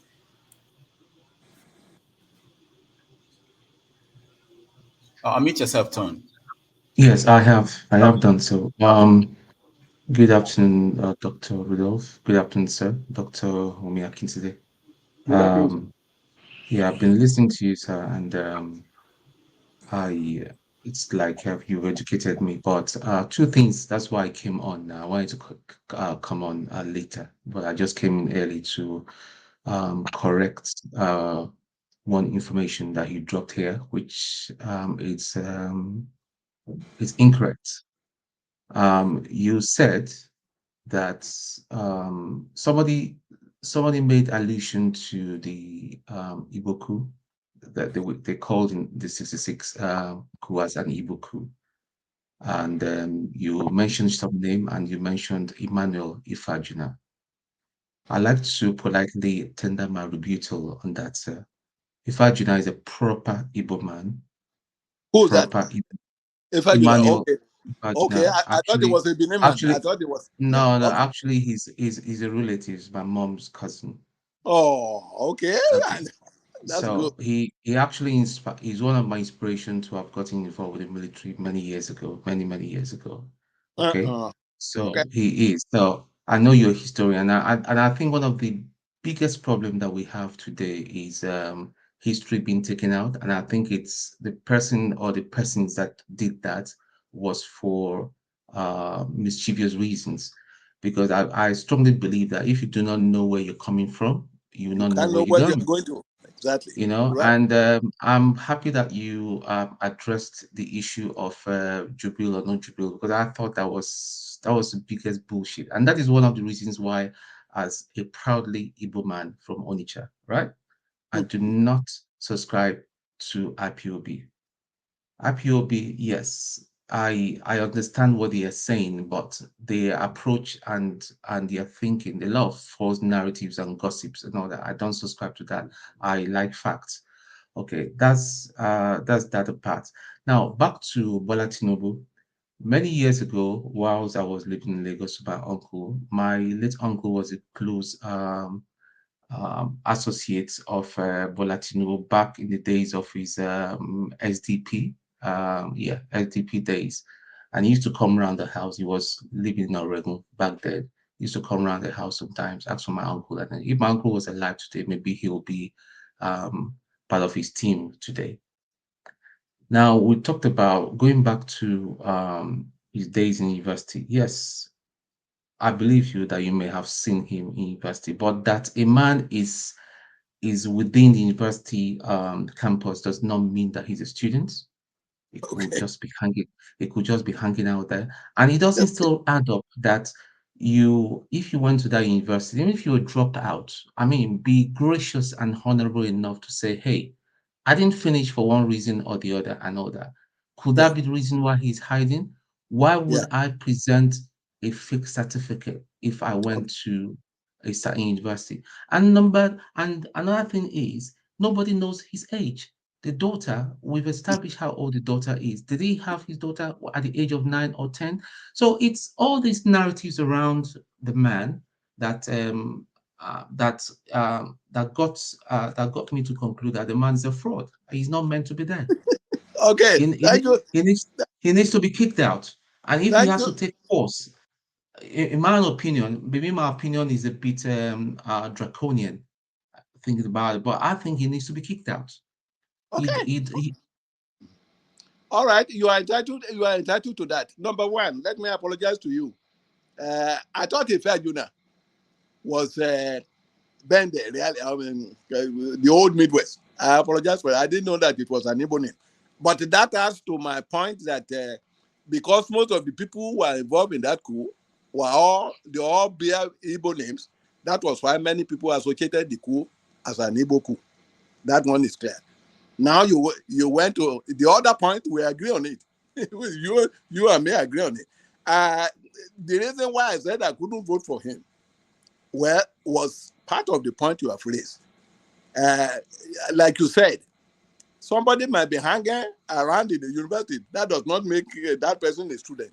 I cannot fault you for that. That's correct. But that's all I told you what I knew. Then the final point that you made, that you think it should be disqualified because even his name, which is your identity, there is a problem with it. I have a problem with that. No, I didn't say I didn't say that I think he'll be disqualified because the matter is in court. I don't know how the judges will interpret it. It's all in their hands. We're all speculating. We all have yeah, we all have our personal speculation as to what will happen. I don't know. I'm keeping an open mind. When we get to that bridge, we cross that bridge. Okay, but, all right. Mhm. I'm fine with that too. We are in the same position. We hold the same position. I like your position, but what I'm saying is that because you raised one point now, you said if you are judging by the age of his daughter, definitely he could not have made a baby at 2 years or 5 year old or 10-year old. He couldn't do it. I know some people. I know Hannah in the Bible, and it's a miraculous something, but it's not right now. It doesn't happen that often right now. So I have some problem with that too. So we're in the same boat on that. Lastly, sir, as a seasoned historian, I would like you to use your good offices to see if history can be restored back in schools, because I think it's very, very important. I think it's our heritage. We've got a very rich heritage. A lot of youngsters that are in their 20s, their early 30s, do not even know where we're coming from. So a lot of our elders that are mischievous sort of passed down very incorrect. I'll call it incorrect. I'm just trying to be polite. Very incorrect narrative to suit their manifesto to the younger ones, and they take that and run with it. So it's important that we will be able to go to a source and say, hey, if someone is lying to you, say no, sir, respectfully, this is what the history is. And the same thing with the North, because the Northerners, the problem with the North is most of the Northerners are not. They just hear from their elders, from the word of mouth. They don't actually know the history. That 1966 coup was more or less a revolution. Ifeanyi never saw himself as a tribalist, and by the way, he saw even himself as more of a Northerner than an Easterner. So he purely struck because he thought things weren't going well the way Nigeria was meant to be going at the time. Okay, all right. Hold on, Dr. Wumi, hold on. Okay, Tone, thank you so much. Let's move quickly so that we can get other people to comment. Let me say, while you are answering that question, can you also address the issue that those that planned the coup we had wanted to free Awolowo? So, yeah, go ahead. Yeah. Yes. First of all, about the history that you talk about. You know, there's a governor in America, for all his sophistication, with apologies to the clan here, Governor Ronald DeSantis wants to ban the study of history in Florida, one of the biggest states in America, all because he doesn't want anything written by the minorities, the blacks. He doesn't want them to know the history. And that's a tragedy, really. That man will never be president. He can It's try his dangerous. best. He can try his best. So, but I'm joining a team of historians led by this Professor Banji Akitoye to really write and to say that those who are advocating for history to be taken out of the curriculum of Nigeria are crazy. They are insane. Because if you don't know where you are going, where you are coming from, it makes it that much difficult for you to know where you are going to. I agree with you 100% on that. Now, Rudy, you said the coup plotters were planning. Part of their plan when they were making the plot was to go and release Obafemi Awolowo to be president of Nigeria for a few years and to set us on the right path. Awolowo confirmed that to me, that he too was told that they heard about it. It That was the one reason of why. That was the reason why my mom's cousin Ifajina was executed by Ojukwu. yes, And yeah, that was because he disagreed with Ojukwu. central. Yes, Yeah. That was why they executed him. he said that was part of the plan. He said he heard about it. The man was very frank with me, and then this takes me to the point raised by, which I forgot why you were raising it, Rudy. You said, was I thinking of writing my own biography? Yes, the biography I wrote was that of my grandfather, without whom I would not have made it. Because I didn't have a father to begin with for the first few years of my life, but he was the father figure in my life. And he did certain things for me that I believe I'm still enjoying it today. I wrote about it. A lot of people laugh about it. They think it's a lie. There's something called Isoye. Isoye in Yoruba language. It's a memory aid. It's a contraction. When you have that contraction ingrained in you, you can remember. You may not remember what happened yesterday, but you remember what happened 50 years ago. That is exactly what is happening to me. Most of what we are discussing here today, things that happened more than 50 years ago, if you ask me. I'm going to repeat it word for word. My great father, he knew how to make that potion. And I knew that when I was young, they did that potion for me. I don't know. They usually make it with a cock. And they said the cock in the morning. When cock wakes up in the morning, once he flaps his wings, they said he will remember what happened yesterday. So that was the explanation my grandmother gave to me. He said when he wanted me to eat that something, they did it, they cook it, and they wanted me to eat it. And I said, what is it about? My mother said it's safe, eat it. And I ate it. And up to today, if you ask me what happened, I may not remember what happened yesterday or 2 days ago. You ask me what happened 50 years ago, I will just count it. So I believe that it all depends on what you believe. A lot of people will dismiss it and say it's all rubbish, it's nothing. But I believe that it's still working for me. So because that man had a part to play in my life, I decided to write his biography first. I'm just now putting together the materials to write my own biography. The one I did, which you probably read, Rudolph, was The Lion King, the biography of my grandfather. That was the one that I did. So I'm currently writing. If God gives me the life to be able to finish it, and it will be there. I have a lot to tell Nigeria to share with young ones. Thank you very much. All right, thank you so much. Pansat, you are next.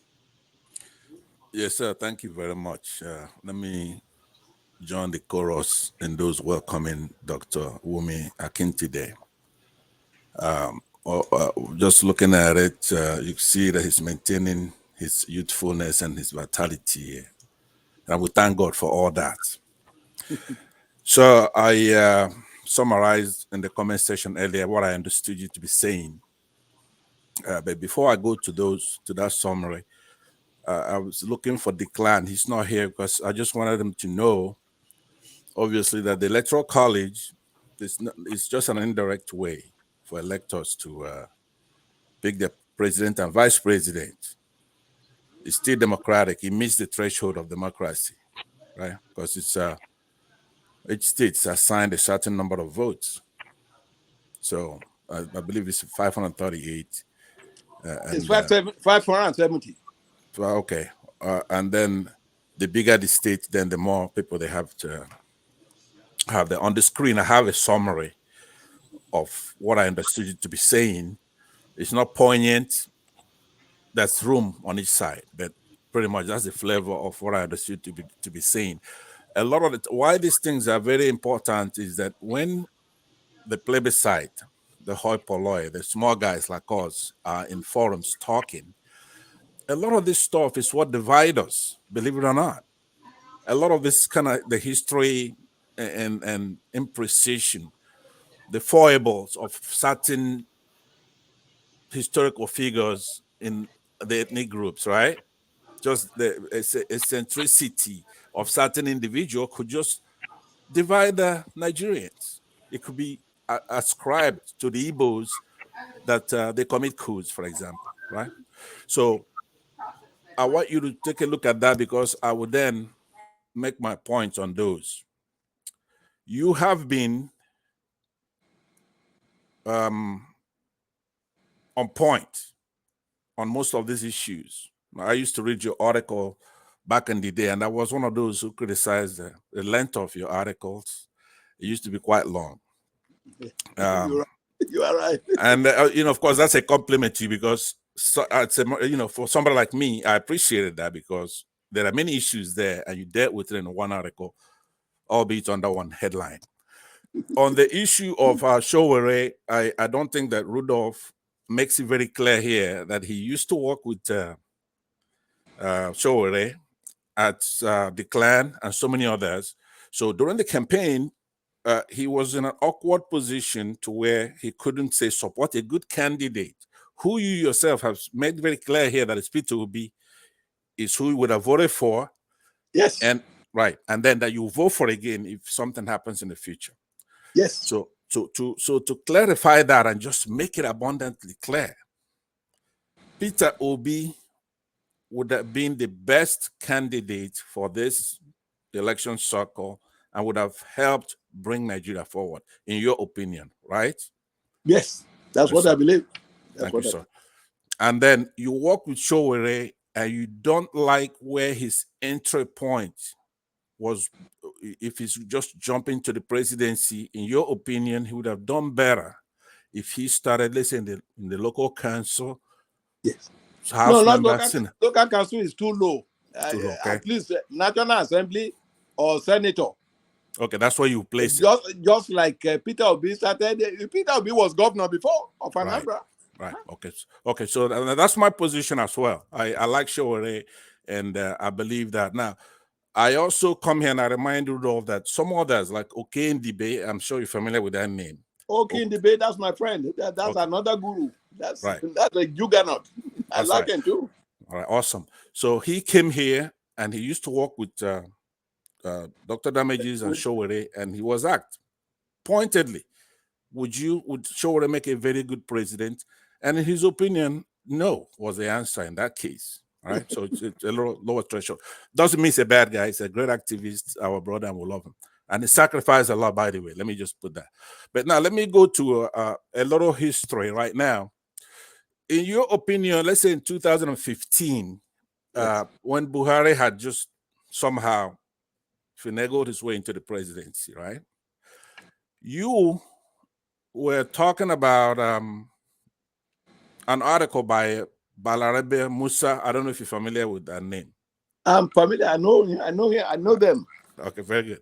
So, is it your opinion that Buhari? Now, in one of those articles, he was saying that Buhari's war on corruption was not going to last. Yes. Right. That was his prediction. Which has yeah. Go ahead. It proved to be right.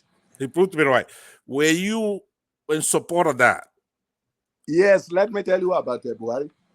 Because I knew Buhari, and it's not, Buhari deceived the whole of Nigeria, so to speak. Because when I was AS Army in the Ministry of Defense, Army headquarters, if you ask the consensus of the military men to name one incorruptible officer that you can trust, the name that will come up is always Buhari. And that was why he got posted and became governor of Northeastern State, which has now been divided into about 5 or 6 states, the whole of the Northeast, because everybody thought he was an honest man. And I read some of his files because he was in the military.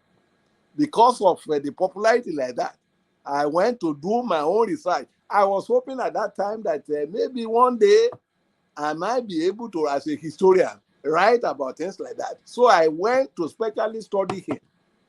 And I saw why people believed in him as a very honest and incorruptible man.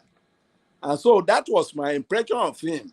Even by 2015, that was all I could remember about him.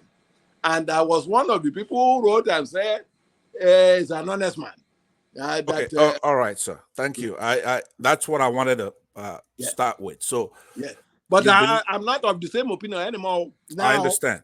I understand. And that, by the way, I commend you for that. You're a very honest person and you admit to it, right? So, but what I was thinking was that in that Sahara Reporter organization, right? Yes, yes. I thought it was an orchestrated effort to take that power from Jonathan and give it to Buhari.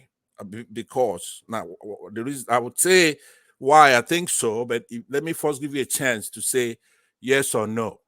Where would you say 2014, 2015, that the Sahara reporters, people like Rudolph here, the clan here, Showore especially, was the opinion that Jonathan is so corrupt that we should wrest that power from Jonathan and give it to Buhari?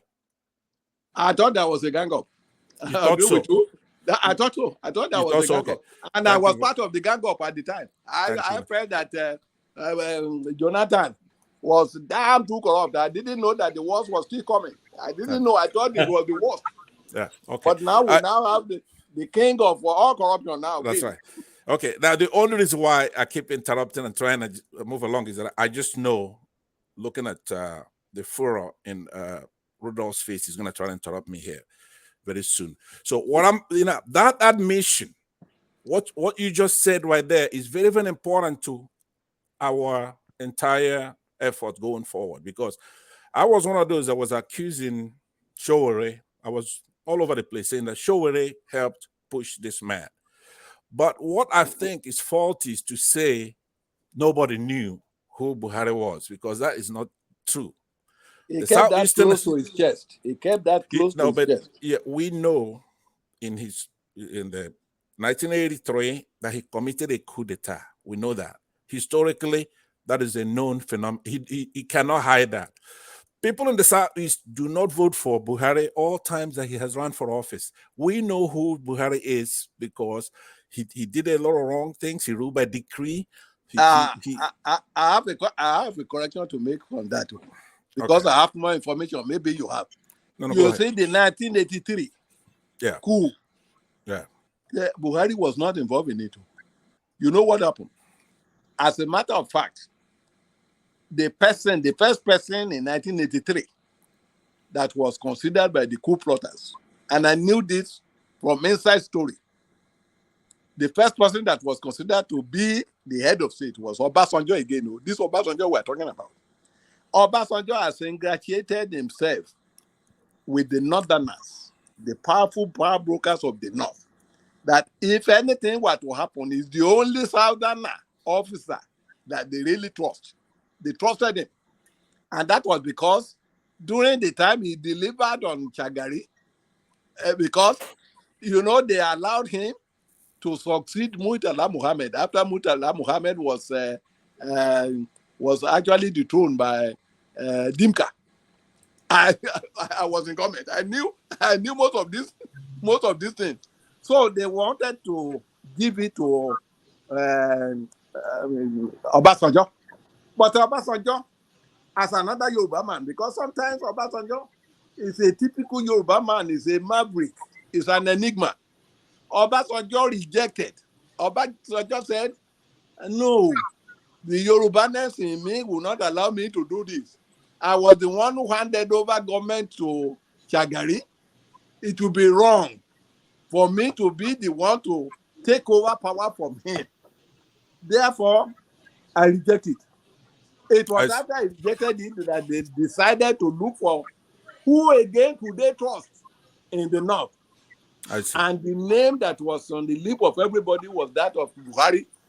That was why they were. Buhari did not take part in the coup. No. Okay. They largely persuaded to take it, and he took it.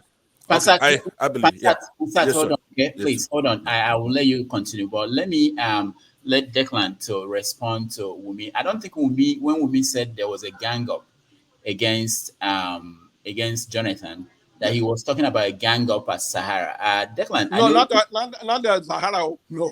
Okay, because that's the impression that I think Pansat was giving. No.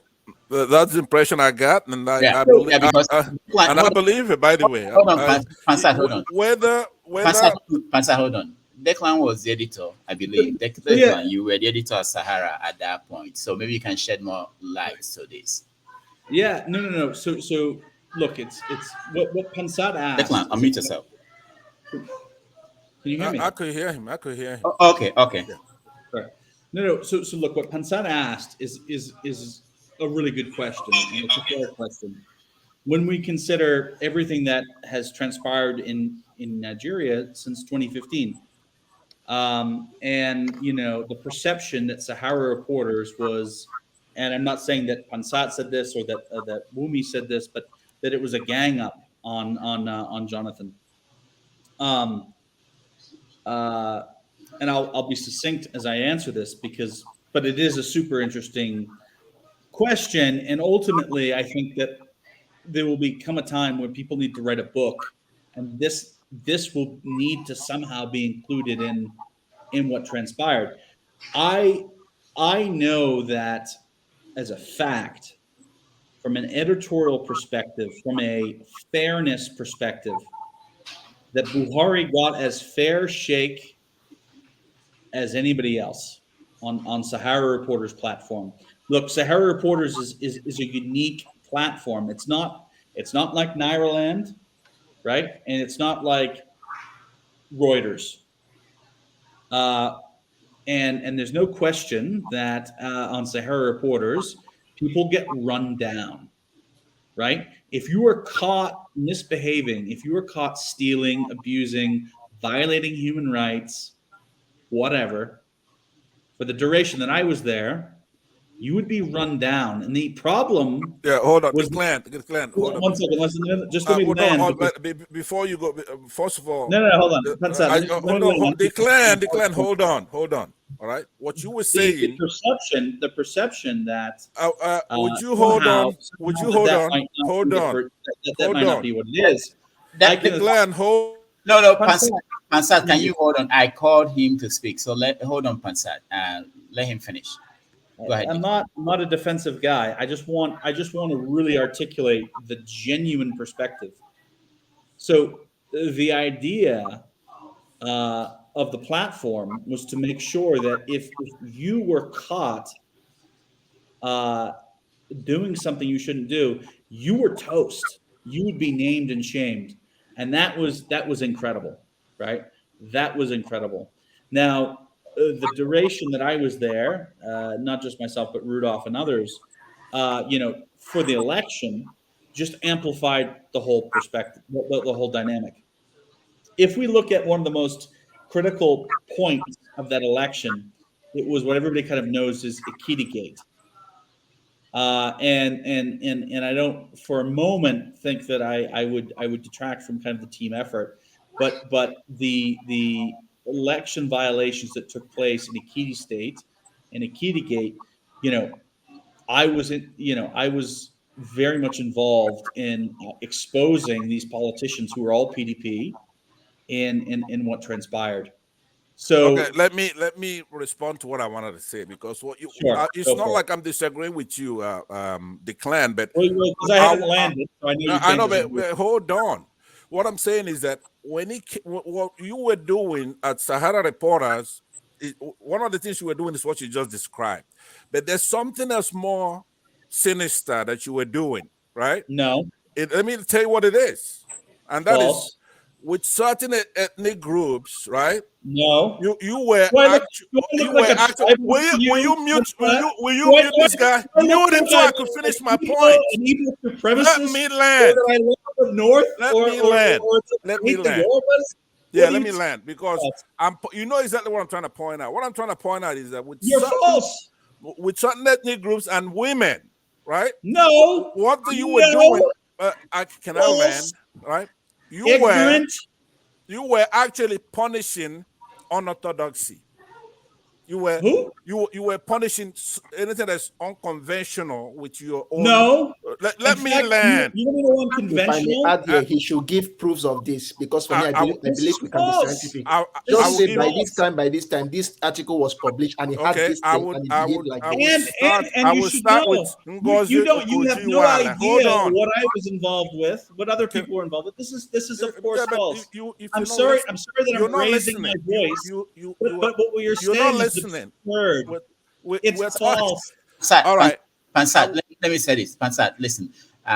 If you want to, you want to lay out several accusations that it will be difficult to go back and try to deal with them. So if you want to say that one thing, let him respond to that. Not keep. I understand, but what I'm saying is that he has this flair, like he's beyond criticism or something. I'm trying to criticize him.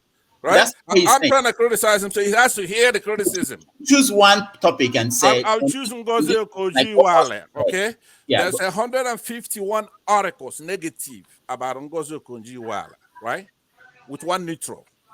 Google it. I'm still on the. You Google it, Rudolph. So okay. Thank you, Pansat. Hold on. Let him respond. I haven't landed, but let me land it. I just mentioned the article. He knows that. Okay. Ngozi Okonjo-Iweala then went on to be repudiated, but the United Nations and the world bodies repudiated Sahara Reporter's efforts to tarnish her image and to ruin her character. 151 articles with one neutral, right? Aside from that, hold on. On what we're talking about, on Jonathan, right? Please, Pansat, hold on. You said that the United Nations repudiated Sahara Reporters. Where? How? Well, with her appointments, not just the United Nations. Okay. I want to make it clear so that I understand what you're saying. So right afterwards, hold on. Heading world bodies now. Hold on. Okay, Declan, can you respond to that? I don't know what the accusation is, Rudolph. The accusation is that you wrote 151 negative articles on a woman such as Ngozi Okonjo-Iweala. Okay. Right? And then you doubled it up with Dora Akunyili. Even when she was in hospital bed with her hair shaven as a cancer patient, you did that, right? You did that, right? 100% I did that. Okay. And then you showed her in the hospital with cancer treatment, right? That's true. And you accused her of all kinds of things, and you know it was not accused true. her of what? Everything in the world. Corruption. No, I didn't accuse her of. Sorry, she was not accused of genocide in China. So what was she accused of? Why don't you unpack that? What was she accused of? What I'm saying is that your articles what was she accused of? were negative. What was she? Yeah, of course, there's a lot to be negative. She was the former minister of petroleum during a time in which the central she was bank not was that. You got it mixed up. I'm talking about Dora Akunyili, not Desiani, not Desiani. If you be quiet, you're gonna be able to hear what I'm saying. Okay, I'm not saying Desiani. I'm saying Dora Akunyili of NAFDAC, right? Not the one you did on Desiani as well. Former petroleum minister, you had her ruined, right? So now, what I'm saying to you, right, is this. The main thing we're talking about is that in 2014 and 2015, I'm sorry that our guest is not here because he's an honest guy who was in there. It is my opinion from evidence that you did a concerted effort, right? What are you reading from? What are the notes you're reading from? It looks I'm like talking from the top of my head. Is this true? Yeah. So you moved us from frying pan to fire, right? Sahara Reporters. You moved us from frying pan to fire. Pansat, hold on. Pansat, hold on. let me say this. Of course, not even in defense of. I'm not speaking for Declan, who was editor, or in defense of Sahara. But I would like, being that I was associated with Sahara, and I would like, Pansat, if what the study you did or whatever thing you did about Ngozi Okonjo-Iweala in terms of negative stories, can you pick another person and show us the difference in the stories that are negative or positive? Because I don't know Sahara as a platform that writes positive story about anybody. Sahara gets the story when something bad is happening and they publish it. So so if there is anybody you can tell me now that Sahara was publishing positive stories about, while the rest of the people are getting negative stories. But for the time being, let me say this before I think I like this conversation between Pansat and Declan, if Declan has time. But Wumi is back here with us, and he's the guest today. Maybe one day we'll make Declan guest, and then we'll have this conversation. But let's finish with the Okay, that sounds fair. Yeah, and then get other people to also have opportunity to answer questions or ask questions to Wumi. So Pansat, finish up with me, and then I will go to Okija, who also is joined us. So Okija, and then I think all eyes on judiciary and Austin and everybody else. So go ahead. I'll conclude by saying, Dr. Akintide, I'm just going to conclude by saying I appreciate your honesty and your politics. You did say before you got interrupted here that I think you knocked Obasanjo on something, but overall, I think you have respect for Obasanjo in the sense that I believe you think he's one of those head of states that came and confessed and asked for forgiveness. As a matter of fact, I believe, if my memory serves me correctly, you believe that if Mobutu Sese Seko of Zaire, Emperor Jean Bokassa, that's CAR, Central African Republic, and people like Muammar Gaddafi had done the same thing, that their situation would have been better off. You do give Obasanjo that credit. Yes, yes. All right, sir. All right, thank you. I'll sit back and listen to the rest of your story, of your presentation here. I hope, because of the recalcitrant youth we have today, especially from the Southwest, I want you to be having a moral clarity, right, for their benefit. Somebody like myself, when you talk, if you wink, I know what you're saying, right? I know you're a good guy. You believe in true and false. But when you're talking, please try to make it very clear to these kids. They're wayward kids. When you say that Peter Obi was the best candidate that we had in this election, I want you to emphasize it for them. They don't want to listen. They don't want to hear. They don't want to hear the truth. They think when somebody like myself say it, I'm saying it because I'm from the Igbo ethnic group, right? I don't know how else to put it. But when you try to say a few of these things, that the Igbo coup, quote unquote, was not really, it might have been Igbo in name, but it's not an Igbo coup. It's just that at that time, the actors who were prominent in the military were probably from the Igbo race, and Igbo goes from Kaduna. You could have somebody in Kaduna and there's an Igbo name. You go to South, and they're indistinguishable actually from the Igbos, aside from the name, in food, culture, anthropology, and whatever. So, but even though it doesn't mean anything, but please try to speak in moral clarity. So these wayward people, there's a bunch of them on this comment section here that I'm going to go join in a minute here, so they could get it. Thank you, sir. Thank you very much. Yeah. Okay. You know, I'm here when I was invited by Rudolph. I'm here to tell you the truth as I know it. Now, Obasanjo is an enigma. it's an enigma on his own, in the sense that, you know, I wrote an article recently saying that the art of Obasanjo that people are talking about, you know, he nearly missed becoming the Secretary General of the whole United Nations by a whisker, because I was there. I knew In fact, but for IBB, because IBB, he knew he was running. If IBB was 100% with him, he would have been Secretary General of the United Nations. And there was something that he missed because he was running against Kofi Annan. Kofi Annan was a graduate of Massachusetts Institute of Technology in Cambridge, Massachusetts.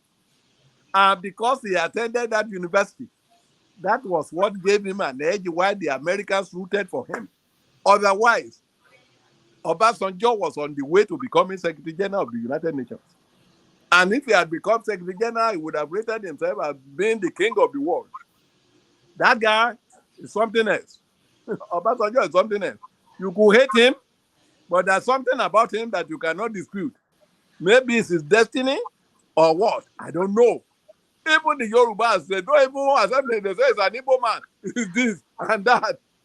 It's not a lie. This fellow knows what he wants. He knows how to kiss ass when it is necessary, and he knows how to really get whatever he wanted. So he played into the card of the Hausa Fulani.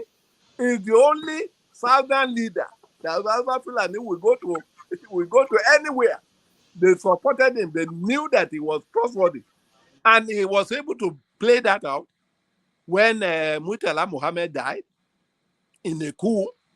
And he so much placed himself, he was so selfless that the Hausa Fulani oligarchy thought they could trust him to give him the power. And they made him to promise. He promised them that he will not rock the boat. And rocking the boat was to take power configuration from the Hausa Fulani. He said he was not going to do that. And he kept his promise. Kept it to the letter with how he actually supported Shagari. And even when it was time for him, that the soldiers even wanted him to take over from Shagari, he refused. He went overseas. He traveled overseas at the time. And that was the point, because they couldn't delay. They had to offer the thing to Buhari. And that was how Buhari became head of state. The first time Buhari was head of state in 1983, it was not so much because he was part of the coup. He was not. It was not at all. All right. Thank you. Thank you so much, Dr. Wumi. Let me just announce that if it's okay with Declan, if it's okay with that, we can bring him as the guest on Sunday next week.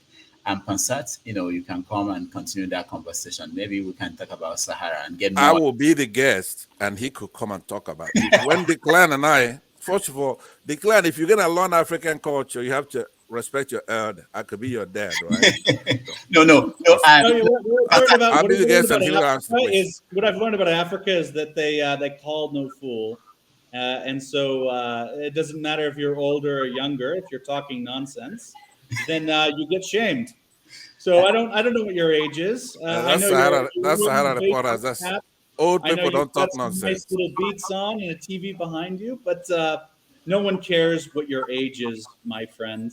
What they care is the nonsense. I'll see you on Sunday. See you on Sunday. I'll be the guest, and you. So let me Pansat, if the conversation is about the inner workings of Sahara, if that's what you want to have a conversation on, so Declan will be the guest. You can be part of. Okay, I can make you part of the guest and have that. I don't care what you're talking about. When Declan and I show up, I'll be the star. All right, I'll be the star, and he'll be the one asking the question. All right. Thank you. So I'll see you on Sunday. Thank you very much, sir, for coming, Doc, and I'll sit back and listen to the rest of your time here. All right. I'll see you on Sunday, Rudolph. All right, thank you, Pansat. But Pansat, I will need your number if you're going to be a guest. There's a process that we have to go through, so I'll need to talk to you. Let me just also say that I'll go to you, Okija, to come and come and you can talk to Dr. Wumi. But because I'm going back to New York today, I told you guys I'm in Boston, and it's about time for me to take off. I'll show his wedding. He will anchor the program a show will be around to anchor the program, and then Scribe or Kija, I have people who anchor the program while I make my way back to New York. But let's go to Okija. Okija, your question for Dr. Wumi. Dr. Akintide, welcome. Thank you for coming. Dr. Rudolph, thank you. There's a misconception I want to correct, because people always say it Hausa Fulani that they ruled Nigeria. From my calculation, Hausa Fulani, they've ruled Nigeria for 18 years out of 63 years. That's Shagari 4 years, Abdul Salam 1 year, Yaradua 3, Buhari 8 plus 2. So it's about 18 years. So if you want to blame the problem with Nigeria, we shouldn't blame all the Hausa Fulani. That's one. But Tone said Tone was asking you a question. And he said something about someone being a student. Someone coming to school doesn't mean that this person is a student. So it's probably that we know that schools in US, especially like tertiary schools, institutions. That's where people sell drugs. Probably Tinubu was there to sell drugs. But I want to ask you something, Doctor. Do you think that you and Tinubu, the same? Like you said, you met him. Do you think that two of you are the same age? You are, the same age.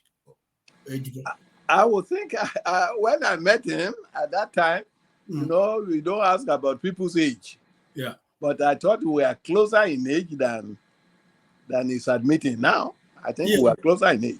That was just opinion, because it depends on the way you carry yourself and your physical health. Some people look older than their age. A lot of my friends, like Rudolph, they think that I'm looking younger than my age. I don't feel it, but I really do exercise to keep fit and be okay. And God has been kind to me. That's what I would say. But I thought we were closer in the age than Tinubu has admitted.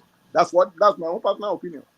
Yeah, because for public record, you are 79, about 79. Well, that's another thing. That's true. That was true, and I will explain how that happened. Yeah, I don't want to explain. I don't want to go into that, but I will explain. Yes, but a lot of people, for example, when I was born, there was nobody in my family who was around when I was born to take note and write it down. A lot of people, they just guess. They say, okay, when were you born? Oh, you were born in Ogun Okuta. When did the war take place? And then they will guess. A lot of us are like that. So that was what happened. But I was particularly lucky that later I was born with somebody on the same date. The same day, we were 15 minutes apart. And that was where that mistake came from. Later, when I heard that I was born the same day, I went to her and said, who told you that you were born the same day? And the woman was still alive. I went there to see her. And I asked who was the doctor. We were the first set of children to be born at the Akure maternity at that time. So they mentioned the doctor. I went into the computer looking for information if I could find a British doctor named Dr. Robinson. I met him before he died. I went to look for him. I wanted the confirmation. Yeah. So that was where that came about. But it's not something I want to discuss in this forum. But that's correct. Yeah. So we from what you said, Tinubu is not 70 years or 71. He should be at least 76 or 80. 85. I don't know. I don't know. But you see, when you are talking about this Tinubu is one enigma of a story. Now, does it not even look ridiculous that somebody you appointed as a senator and then as a governor for so many years, that is only now that you are questioning it that he wanted to be president? All these ones should have been raised at that point. If you are good enough to be governor and good enough to be senator, surely you must be good enough to be president. Why not? It's a crazy society where they are raising this point. This was the point that would have been raised a long time ago. You allow the man to become everything that anyone could become. And he has a right to believe that, okay, I've been governor, I've been senator, the next thing to be president. And in Nigeria, our people don't want to leave office. They don't want to leave office. That's why most of the people in the parliament today, in the Nigerian Senate, they are all retired people. They don't want to leave. When they are governor, they are already planning how to become senator. And when they are in the House of Assembly, they are planning to go to the National Assembly. When they are councillor, they are planning to become the next governor. It's a crazy society. And that's because of poverty. People want to remain in control all over the time. If you put 10 Nigerians down, 9 out of 10 Nigerians are guilty of what we are saying. It's not Tinubu alone. Not Tinubu alone. So if we single out Tinubu and without blaming him, we are blaming ourselves. That's the way I look at it. I might be wrong, but that's my view of it. All right, thank you. Thank you. All right, Austin, you're next. Wait a minute, no. I'm next. Okay, sorry, it's Pansat. Oh, okay, not Pansat. Well, Pansat already. No, it's me. Okay, man of prestige. Sorry, go ahead. Sorry, man of prestige. All right. Thank you very much, Dr. What's your name? Dr. Fumi. I'm sorry. Yeah, thank you very much for us having you here today. You have an impeccable pedigree, so we are very honored to be speaking with you here today. It's very pleasure speaking with you. Thank you, sir. Having said that, my question has to be, I'm not going to elongate my question because it seems rude of, you have given people opportunity here, to be going to the rabbit hole instead of answering the question, straight, because there's a lot of people here. This is just my personal opinion. We should have come and answered, ask the man a question, in respect of him for coming here. So let me go to my question. So my question has to do about the difference between the military and the democratic government we have. Because what I have noticed in this democratic we have, they have perpetuate what I call institutional coup. This is how they came to power and stay there forever. So being in Nigeria for a long time with your pedigree and everything, you know about the military, you know about the democracy that we are so much practicing right now. Can you tell me what's the economical benefit we have derived from this so-called democracy? Because in my own opinion, I'm talking about economy, let's be straight, I like democracy, that's where I'm coming from. I'm not here talking for military rule or whatever. That's not what I'm saying. But I want you to tell me what's the economical benefit we have derived from this so-called democracy, because in my own opinion, there's no difference. I mean, we are doing good or doing bad under the military rule. We are still doing bad right now, if not worse, under this democracy. So there's no benefit I've seen from it. But being you with that pedigree and being here for a long time, can you, enumerate on my question, please? Thank you, sir. Well, if you are talking about the difference between democracy and economical. Well, they all go together. I mean, you can't separate one from the other. Democracy is about the two systems have their own weaknesses. They have their own pros and cons. But the pros for democracy is the more than the pros for dictatorship. Because dictatorship, you are talking about one man rule. In fact, everything we are talking. I want you to go straight to my question. I mean, economical benefit. What has Nigeria benefit economical? No, forget about freedom of speech and all that kind of things. Okay. Because we are not better right now than we were, under the military rule. That's my point. Economical. Nigeria is suffering right now. The same if they are suffering before, better before. Yeah, yes, I will agree with that. In fact, as a matter of fact, if you are talking about pure economics, I think we are even better under the military. Why? Okay. Because decision making under the military is not as tortuous and as difficult as this. One man just says, I want Niger Bridge built. And it is built. Because all the other people, all the other men, they say yes. In fact, it's that zombie. You have to obey the first command. That's it. So because of that, it is easy to take decision. It is easy to get things done. So in that sense, because when you are not able to take decision on time and act on it, it slows down. It affects the economy. That's about the only thing I can add. Because taking decision in a democracy, it has to pass through so many processes. There's going to be so many delays. I mean, for example, look at the situation we have in America today. If Donald Trump were to be in any of the other countries where they have military coup, by now the man would have been executed. I mean, you stage a coup and it fails. Finish. You're going nowhere because it has been proved. But now they say it, and even the man who said the coup is now negotiating when the trial will take place. Where? Where would that happen? It's now saying that, okay, I want it in 4 years. And by 4 years, the statute of limitations would have set in to wipe out the whole thing. Now, it's only in America you can do that. So even America itself, where we are, they have their own weaknesses. The system in America is not perfect either. It's not perfect at all. I see so many situations that need to be worked on. And it's playing out now. That somebody staged a coup, got all his people and so on, and the guy is just dribbling the whole country. And still threatening people. If you come after me, I'm going to come after you. Can you do that under a military regime? The day they catch him, if it's not a bosom of Niger, he's gone. All right, Dr. Wumi, thank you so much. And Show is here. He will help to anchor the program for the rest of the day. I have to catch my ride back to New York.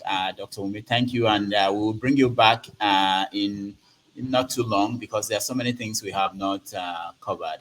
Declan, thank you so much, and Mr. Show. Please continue the conversation. All the other panelists, man of procedure, I appreciate all of you. Austin, I'll be listening on while I'm in the car on our way back. Does it mean that I can go now, or you still need me? You hang in. If you have time, you can hang on there. I'm done. You're done. You're done. Okay, all right. Okay, if you're Please, done, I have a question. let the people who are in the panel here. If you have a few questions, I will take a few questions. Yeah, take from Austin and because then I didn't know it would last this long. Austin, KJ, I know, and all eyes on judiciary. Then you can then go. But I appreciate your time today and everybody watching us. I will see you guys. I'm the first person that will damage now. Oh, who? I don't I'm see. the next after man of prestige. Yeah, don't worry. Okay, all right. So he will figure out. Show is here. Show we handle. Thank you guys. I'll see you guys next time. All right, Dr. Wumi Akintide Bakare. Yes, sir. I'll take over from now. So we'll take questions from the three gentlemen who haven't asked questions. Tone already spoke to you, so we'll go to Niger Man, as we know him, but his name is now always on judiciary. So please ask your question. Good evening, sir. Thank you very much, sir. God bless you, sir, for us and for standing for us, for all the good you have done. Thank you very much, sir. We appreciate your coming. Sir, just a quick one, because you have been here for a long time. Let me just make it short and relieve the rest. With the way the policies of this Tinubu administration is going, because you said you know him very well from the Chicago. I know him. With the way all the policy are made, the Naira, the fuel, the cabinet, the ministerial list, what do you see? What do you see, General? Are we going forward or backward? What I would say is that it's going to get worse before it gets better. The chickens are coming home to roost right now. Because we had 8 years we had 8 years of roughness. What I'm saying is that it cannot make any correction within 2-3 months. It's not possible. But we cannot wait forever, like you said, because the people are suffering. And if this suffering is too much, that's why Obasanjo is talking about Nigeria sitting on a keg of gunpowder. I cannot agree more. That's correct. Yeah. 40% of our youth is unemployed, which is terrible. Inflation is 24.7 or something. 40% of youth are not employed. Something else is going to happen. I wonder how people still wake and sleep in that country with that kind of situation. When I read it yesterday, I know it's a time for trouble. It's a great time for trouble. But one way or the other, they will find a way around it. I mean, we are talking about a nation. A nation, where you are talking about the nation, is just you are not talking about the individual. Well, it's going to get worse before it gets better. That's all I can say. Yes, sir. All right. Thank you very much, sir. Augustine. So I'll just go straight. It's nice to hear from you, Dr. Wumi. Thank you. Now, I had this question. First, I would like to talk from a cultural point of view as a Yoruba man, as an Igbo man, as an Hausa person, or for a Fulani person. Are you four things rolled together? No, I'm just saying that you should answer from that direction of ethnicity. Oh, okay. All right. Thank you. Why is it that if someone criticizes his elder brother, or maybe you tell somebody, your elder, that, for example, this thing you have done is wrong, especially your tribal person, you are seen as a saboteur? That's the first thing I wanted to ask. That is human nature. It's not peculiar to Nigeria alone. It's human nature. In fact, nobody likes criticism. Once you criticize, for example, I have lived long enough to know that criticism is part of life. You ought to be able to accommodate it. If you cannot accommodate it, it's like leadership. If you cannot follow, it's not likely that you will be able to lead. You have to be able to follow before you are able to lead. A lot of people don't want to follow. They only want to lead. That's going to be a problem with that, because that is against the law of nature. Yeah. So the second part I wanted to ask is that you have rubbed shoulders with the former politicians, past and present. Yes. Why do you think these leaders don't want us to know the history, especially what you guys saw in the 1960s? Because the history is reckless. It's dirty. It's dirty. All right, for example, like a man like Awolowo, for instance, if he was still alive, he won't hate history, because while he was in power, he did something that people are still remembering today. I met a lot of people who said they would never have known the 4 walls of a school. But for Awolowo, free education.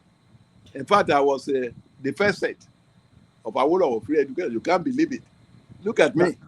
I'm an old man.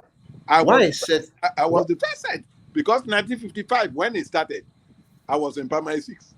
So for my final year in the primary school, I didn't have to pay school fees, even though my father was able to pay it. I mean, pay my fees and be able to do all of that. But I was a beneficiary, because it started in 1955. And in 1955, I was in my final year in primary school.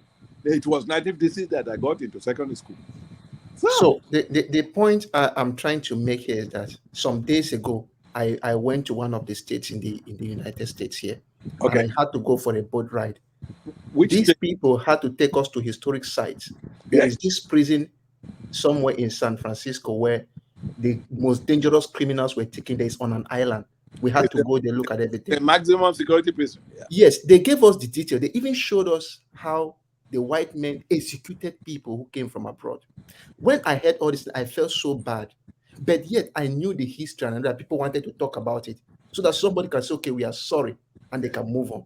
Exactly. But a situation now in Nigeria, we don't even want to talk about it, is where there is a problem. Some of these white men, they did not even some, they did worse. Because when I heard the history, I felt so bad in my spirit. No, where you are my point is now, as us young people, yes, no matter how you want to run, a man cannot run away from his buttocks, even though his buttocks is behind him.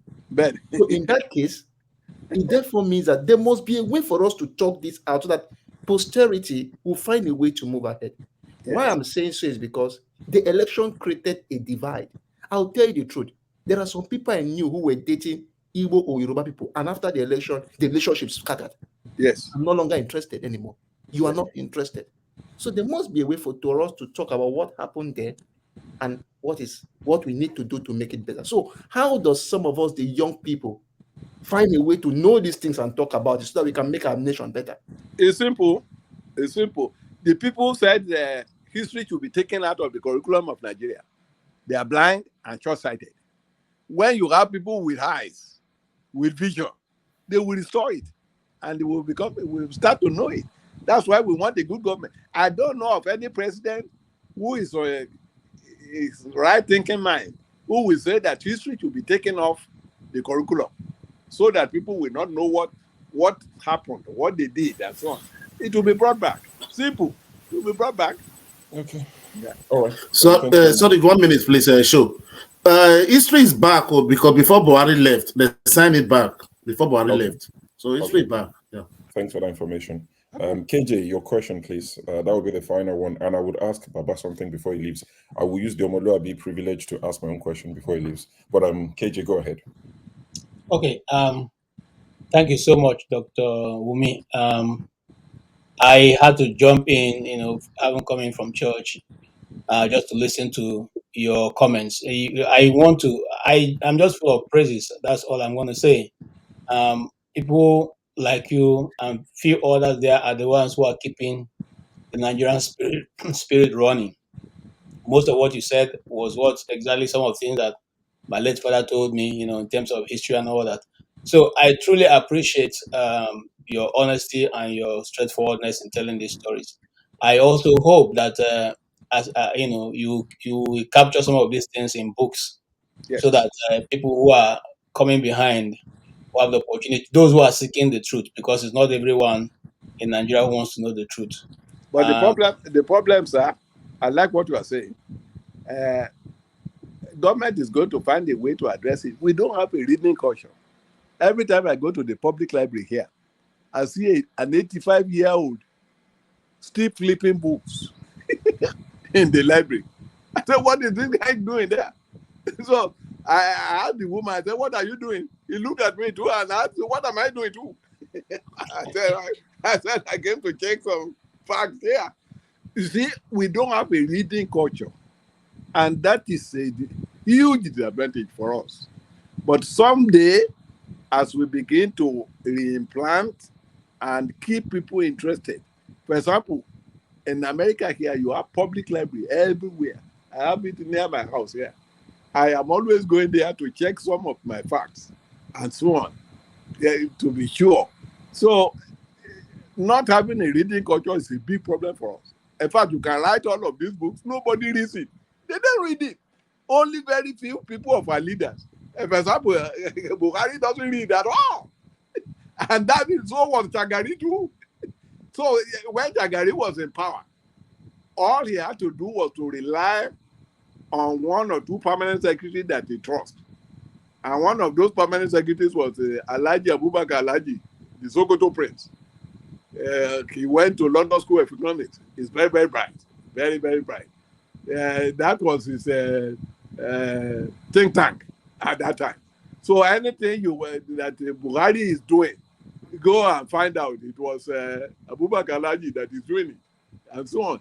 He only if Abubakar says he wants somebody appointed, that is the person that will be appointed, and he will do his own work and give all the nitty-gritty. But the president himself doesn't read. And so was Buhari. Buhari is even worse. And he had an excuse because he was too sickly, too sick. That guy was sick, even though he got healed later and was able to do, but he was sick. Most of the time he was in hospital. Yeah, it's horrible. And those are part of the question we are going to ask. Why is it the sick people that are always getting to be president? Why? Somebody has to ask that question. And I happen to be one. When I was in the service, it was like I was a rebel too. Nobody would like you because if you speak the truth too much, nobody would like you. But I took it from my father, and there's no way I cannot change. I'm too old to change. That's who I am. That was the way I'm wired by my God. And that's the way I'm going to die. I know that. I tell it like I know it. I'm not perfect. I tell it like I know it. And I think it's good to do that. So when I get a forum like this to share some of my thoughts and share it with honesty, I want to do it. Yes. All right. Thank you very much, sir. I'll just ask my question. Like I said, I will use my moderator/Omoluabi privilege to ask you a question. You are. I'm familiar with some of the works of Baba Awolowo, what he did. I grew up in Ibadan. When he died in 1987, his house, Okebola, we went there, bought the souvenirs. Yes. He's somebody who is loved and revered among Yoruba people and across Nigeria, in most quarters. Because of what he did. Yes. And Awolowo had his mentees, his proteges, his generals. Ajashin in Old Ondo. We had Bola Ige in Ibadan. I'm from Ogun State, but I was born in Oyo State, so I refer to Ibadan a lot. Bola Ige in Oyo State. Bishop Obanjo was in Ogun State. Jack Conde was in Lagos. There was this healthy rivalry between his mentees to the point that Jack Conde was referred to as Baba Kikiri. Correct.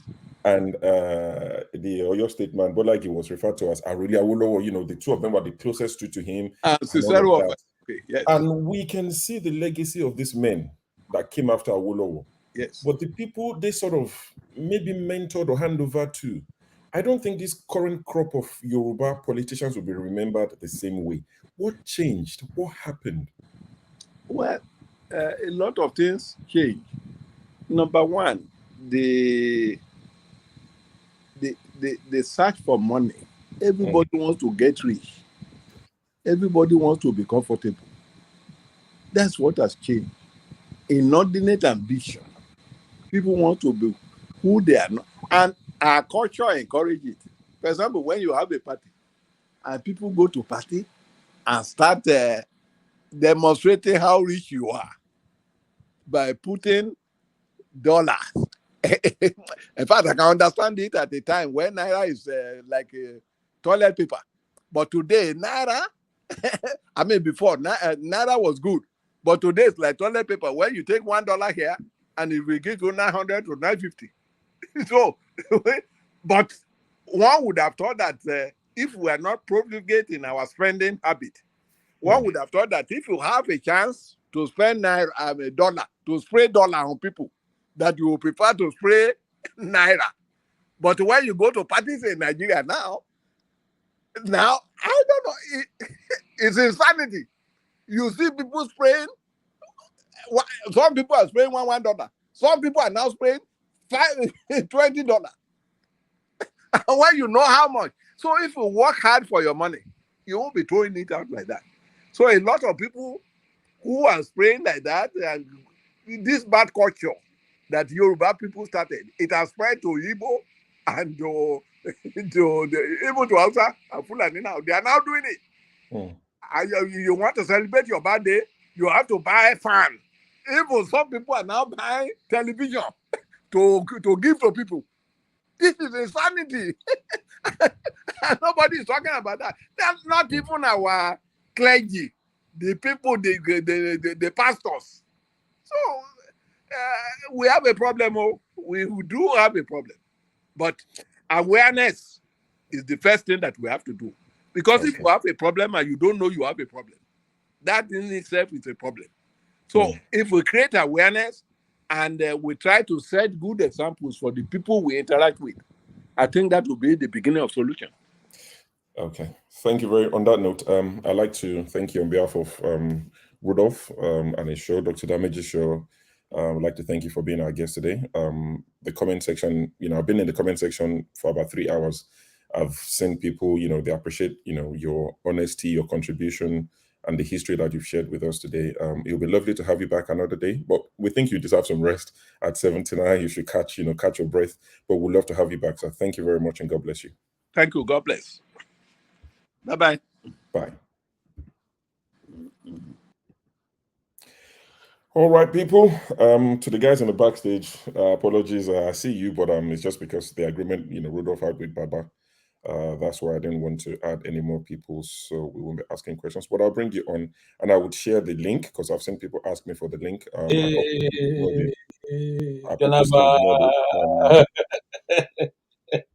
I'm going to share the link now, and people can join. And like I keep saying every time I do this, if you know Forefather's number, maybe it's the one Augustine is calling. Call him, tell him to come by 10 p.m. UK time, which is what, in an hour and a half? By 10 p.m. Can I ask a question? It seems when you're backstage in the comment section, you assume another character, and when you come on the panel, you assume a different character. Is it deliberate? Shed light. Huh? Shed light on that. Shedding light on that, because I was trying to deliver my point. I know that you're one of those that were like, hurry up, oh no, turn. There's nothing wrong with that. I'll tell you as a panelist, it's the same. If I feel it's labored, if I feel it's going on and on and on, and I feel like there are a lot of people. See, I'm not. See, listen, I'm not one. I'm sure you observed yesterday, because yesterday I was here from 2 until the end. I'm one of those. I'm one of those that I'm very calm. I know that I watch everybody. I listen until you ask me to come on. But I don't think it's very fair when other people have been given a fair chance, and then some other people will come on. I've seen it happen many times. It's just my observation. I'm not trying to criticize you or anything. But I think we should just be fair. We should give everybody a fair share of their time to, a lot of us, we can't be the same. Some people could wrap up what they want to say in, say, 5 minutes. Some will take a little bit over 5 minutes, maybe 7 minutes. So I just felt I that hear you. I need to I think the put issue that with out. I hear you, but I think the issue with the questions on days like this, especially when we have like a hot guest, when a lot of people want to ask, is if we allow it to go on, how do you draw the line? I think the moment when I remember what I said. I said, Tone, I beg now, like please now. That's what I said. Now that was after you had asked your question, and it was answering your question. He had answered it. You guys had sort of drawn a line on it. So it was just speaking on I won't call it interject. It almost like you were buttressing his point, which I felt could have carried on into something else. Okay. But I just thought at I that see. point you had Okay, asked, that's it was done. okay. But, That's clarified now. if Yeah, you that's feel like cool. any, Yeah, thanks. Yeah. apologies. Sure. No, thanks, sure, it's fine. You've I also clarified it. want to say something. Yes, go. Sometimes because I've been on the background watching the debate going on with Pastor? Answer. I wanted to talk on that before I leave as well. It's very disrespectful. Okay, when that kind of exchange happens, and me being also as a journalist, I mean, I feel sad that it's allowed to go on. You see, sure, assume you are the guest. I don't know how to accept everything you are saying. Okay, there's so many things the guy said which I don't accept. But that is his opinion. You see, we must understand that when somebody speaks, it's the person's opinion. It is not cast on stone. Okay, and so coming on to argue back and forth, even when you see that the guy is not giving up on his point, I think it doesn't help us. I think also trying to tell somebody that the person doesn't know what he's talking about is insensitive. Because everybody here is an adult. And so a man who has spent so many times, so many years researching a topic or being in a particular field, and you say the person doesn't know what you're talking about, just because the person you are meeting the person for some few hours, and after that is all, rather to me, is very disrespectful. So the earlier we know how to look, let me say something. Somebody was asking me, on the comment, on comment section, if I also agree that it was Ojukwu that started the war. I don't agree. In fact, some of the things that Tone said, I don't agree with it. But I will not jump on. That's his opinion. He has the right to have it. Okay, so it's his opinion, and so let's understand that. Let's not make it look as if somebody comes there, you want to put him down. It's not a competition. It's not a beauty contest. Nobody's here to contest anything. Okay, at least I'm not here to contest anything. I can share my opinion. You like it, you don't like it. You don't like it, okay. Okay, I just want to put that in. Can I say something? Thank you for that. 1 second. Let me Sure, just please. highlight Can this you put quickly. me in the So Isaiah, background, please? Yeah. sorry, 1 second. Let me Sure. just highlight this comment. Isaiah, you said show used to be your aburo. Okay, Egmo. I started deleting your comments. No, I don't delete your. See, let me put this out. I think there's something with YouTube where maybe comments are slowed or delayed. I don't know. Maybe if the comment section is really busy, maybe they time you out naturally. Why would I delete your comment? What exactly have you said that will warrant deleting your comment? There are people that I have personally blocked on my YouTube, not on StreamYard. So when I'm just a regular person, not logged in as an administrator, there's someone, I won't mention their name, what they type is never coherent. Like you can't make sense of it. Sometimes it's about Jesus, it's about God, and I'm like, who is this person? And I block that person. So everything they type, I don't see it. I only remember that person when people type the name and say, oh, this person, can you stop disturbing us? Then I'll be like, oh my God, that person, I blocked them. I personally block the people I don't want to see their comments. And I think it's about 1 or 2 on this channel. So Isaiah, I have no reason to censor you or anyone else. Why? Except you're being, rude to people, like blatantly calling people names. There's someone who comes here to call Ngosika all sort of names, unprintable names. I pleaded with the person, please stop harassing her. Even when she's not here, you are calling all sort of names that I can't even repeat. I pleaded and I said, if you carry on, I would block you as an administrator. I made it clear, and they stopped. So why would Isaiah? I have no reason to block you. I'll be sorry, Isaiah. I have no reason to block you or to time you out. So please, can I say something? Yes. Sure. Can you put in the background? So what I wanted to say was that whole orchestration with Pansat and Deban. Somehow, sometimes we need to learn to be scientific. You don't. I always make this known. You don't use your standard as the universally accepted standard. What you feel is right may not be right, and that is why even when I'm doing my job, I always try to put that at the back of my mind, because you don't feel that what I believe in is the best. Somebody may come with a superior argument, and it's okay. Now, why I said so is because there was a time for me, I like my father, as Joe will normally say. There was a time I told my father to his face that if that was during 2010, if Jonathan appoints you the Minister of Justice, I will criticize it, that you will not be the Minister of Justice. He looked at me and said, why? I told him that you are not fair in your judgment. What happened? He has been doing some things over and over. So I told him there was just something happened some minutes ago. That was why I made that statement before that time. Somebody came and said my mommy did something. He just started shouting and backing and talking because it's his wife. I said, calm down. I asked Mama, what happened? He explained. I called the woman, asked. The woman was moving up and down. He did this. I called somebody who was neutral, who sometimes doesn't even like my mom. I asked what happened. Exactly what that person said was what my mommy said. Then I turned and looked at my father. I asked, did you hear it? He's not the first person who run to you to say that this happened, wins the case. No. Listen to the two sides. And that's why I told them, if they want to make you Minister of Justice, I will criticize it. From that day, he started listening to both sides of an argument, not the person who talk first. So what I wanted to make is that Pastor said that because I'm an old man, then it means that anything I say is right. It's wrong. It's not true. If it don't make sense, what you are saying is right. It doesn't make any sense. So we should try as much as possible to add substance to what we say.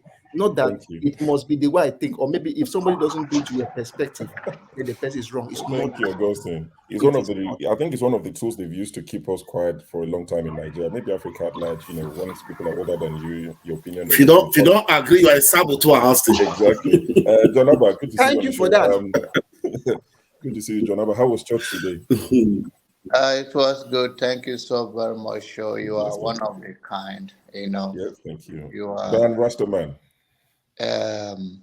Unfortunately, the tribalism and the bias of Rudolph, he do not allow me in. I still love him. I will always love him. Okay. Because it's my one. I could have asked Baba, but I want to say that Baba was a very, very liberal man. I wanted to ask him a question, maybe sometime in the future. It's one of those people we ever miss that never lead our country because of his view, generosity. I am not a fan of Peter Obi, but he says that even if we will vote today, we will vote for Peter Obi. It's a very, very. I know, because he said Peter Obi, you're happy now. Why is that? I said I know because he talking about Peter Obi, so you're happy now. No, I'm not even happy about. I'm not happy about that. I'm not Peter Obi fan, but the fact that he's very open about. I said that is why you're happy with him. He's an open, elderly man in the society who say the way he meant what he say. He never go around, beat around the bush, even though you can call him a politician since he have been involved in all those things. It's not the man that go around, beat around the bush. But unfortunately, I do not have the opportunity because of the marginalization of this platform. It's okay. I'm the only minority here that artistic. I've been in this way for a long time, and I will continue. It's a grace. You asked me about church. It's a grace of God upon my life to go through all the criticism, call names, and I still keep my. But John, I'm on your side. Jonaba, Yeah, no, you can never be on my side and no, because you live in my state, you eat all the pounded yam. Unfortunately, the bias do not allow you to marry one of my sister. So Okay, it's all let me right. welcome the rest of the guys to the show. Paul, good to see you. Thank Welcome to you. the show. Thank you. Now, what I'm Bumi. saying now, I do not interested. I did not even finish. Show No. I think it's not I'm important. welcoming people. I only welcomed you. We'll come back to you and discuss. Now I'm trying to use Dr. Rudolph's style now. So we welcome you, then we'll now come to you, then we have discussions. Okay, I'll see you in Pakistan. Yeah, this is just welcome. You know, you're welcome in the name of the Lord. You know that song now? No. So Paul, good to see you, man. Welcome to the show. Bumi, good to see you as well. Yeah, Chief Tim. I really felt bad that Tone just left while I come in, because I'll come in later, maybe when the forefather comes, so that we'll do the usual night thing. I And hope then he what comes. you don't show you are too gentle for us. We don't want to I don't offend like. you.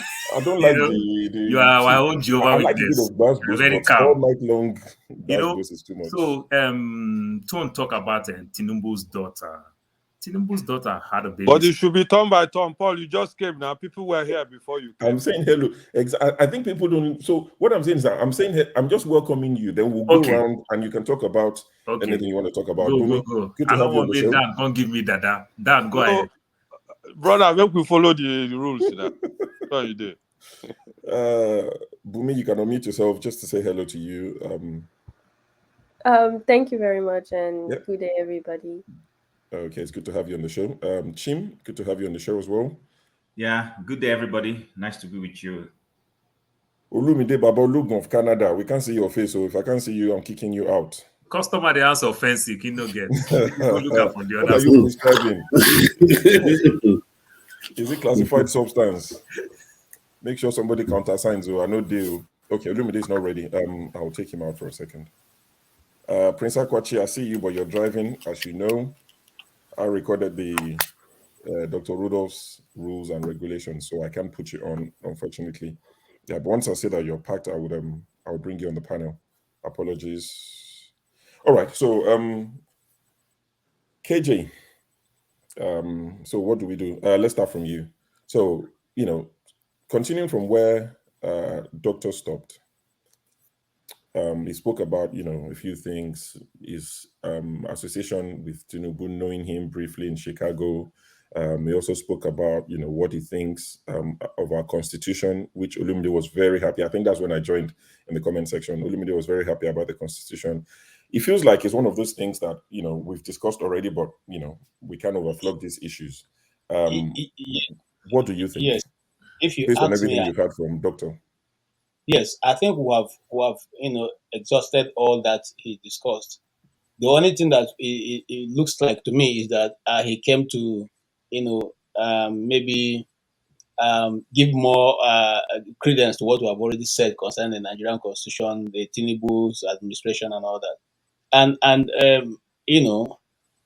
having been somebody who has worked closely with Tinubu, he came from a perspective that many of us may not know. I don't know him, Tinubu, personally, but from all I gleaned from all that are published and all that are out there, those politicians who have met with him, I think we have exhausted that. If you ask me, I would say let's move on to there are many more things I'll probably be able to discuss. Yeah, Thank that's you. fine. So what topic would you, like Rodolfo was saying, is there any topic that we missed? What would you like to discuss? Sorry, sure. Can I ask a question, please? And then just quick one if you so I wasn't here. I didn't listen to Dr. Wumi Akintide. I hope that's the right pronunciation of his name. Yeah. Correct. And I don't know what exactly is it possible? I hope it's not a big ask. If you could just give us a little snippet for some of us who are not here of some of the big things he spoke about. I wasn't here too. Okay, so me myself, I have to confess, I wasn't here from the beginning. But what I caught from him was people asked him about Tinubu, and he said he was living in the US when Tinubu was a student at Chicago. He said definitely Tinubu attended Chicago. Someone came and pushed back and said the fact that you saw him on the university campus at the time does not mean he was a student. It could have been I think it was Stone. And and the comment section went crazy. He said, maybe he was just hanging out at the university. You never know. But he said Dr. Akintide wasn't a student. He talked so many people that happen to be his classmates when he was talking about Tinubu when Dr. Dame Maybe not classmate, but people that they went to uni together. Yeah, Yeah. they So school he said, together. he mentioned a lot of things. names of people who knew him that was, No, was he well talked known about in even though his classmates. Okay. Yeah. People asked about his age. He said, well, that he thinks Tinubu is closer to him in age, and Dr. Akintide is 79. He said, but it is what it is. When he met him at the time, they are not friends. It's like, my friend's friends, that he felt like they would be about the same age. He spoke about the Constitution. People complained about it, and he said he believes that's one of our greatest problems. It was written by a group of people who didn't consider Nigerians when they were writing it, so it's for getting rid of it, or at least amending it, changing it. I missed that part, but from what I caught when he was doing like a recap, when Pansat came and summarized everything Baba said and put it back to him to say, do you, like electricity, if I put it to you, do you confirm to me that? So, he said he would have voted for Peter Obi if he was going to vote. If there was an election tomorrow out of the bunch that we had, he would have voted for Peter Obi. But even he believes that with the current constitution, Peter Obi would not have been able to do much. He feels that that's a burden on Nigeria right now.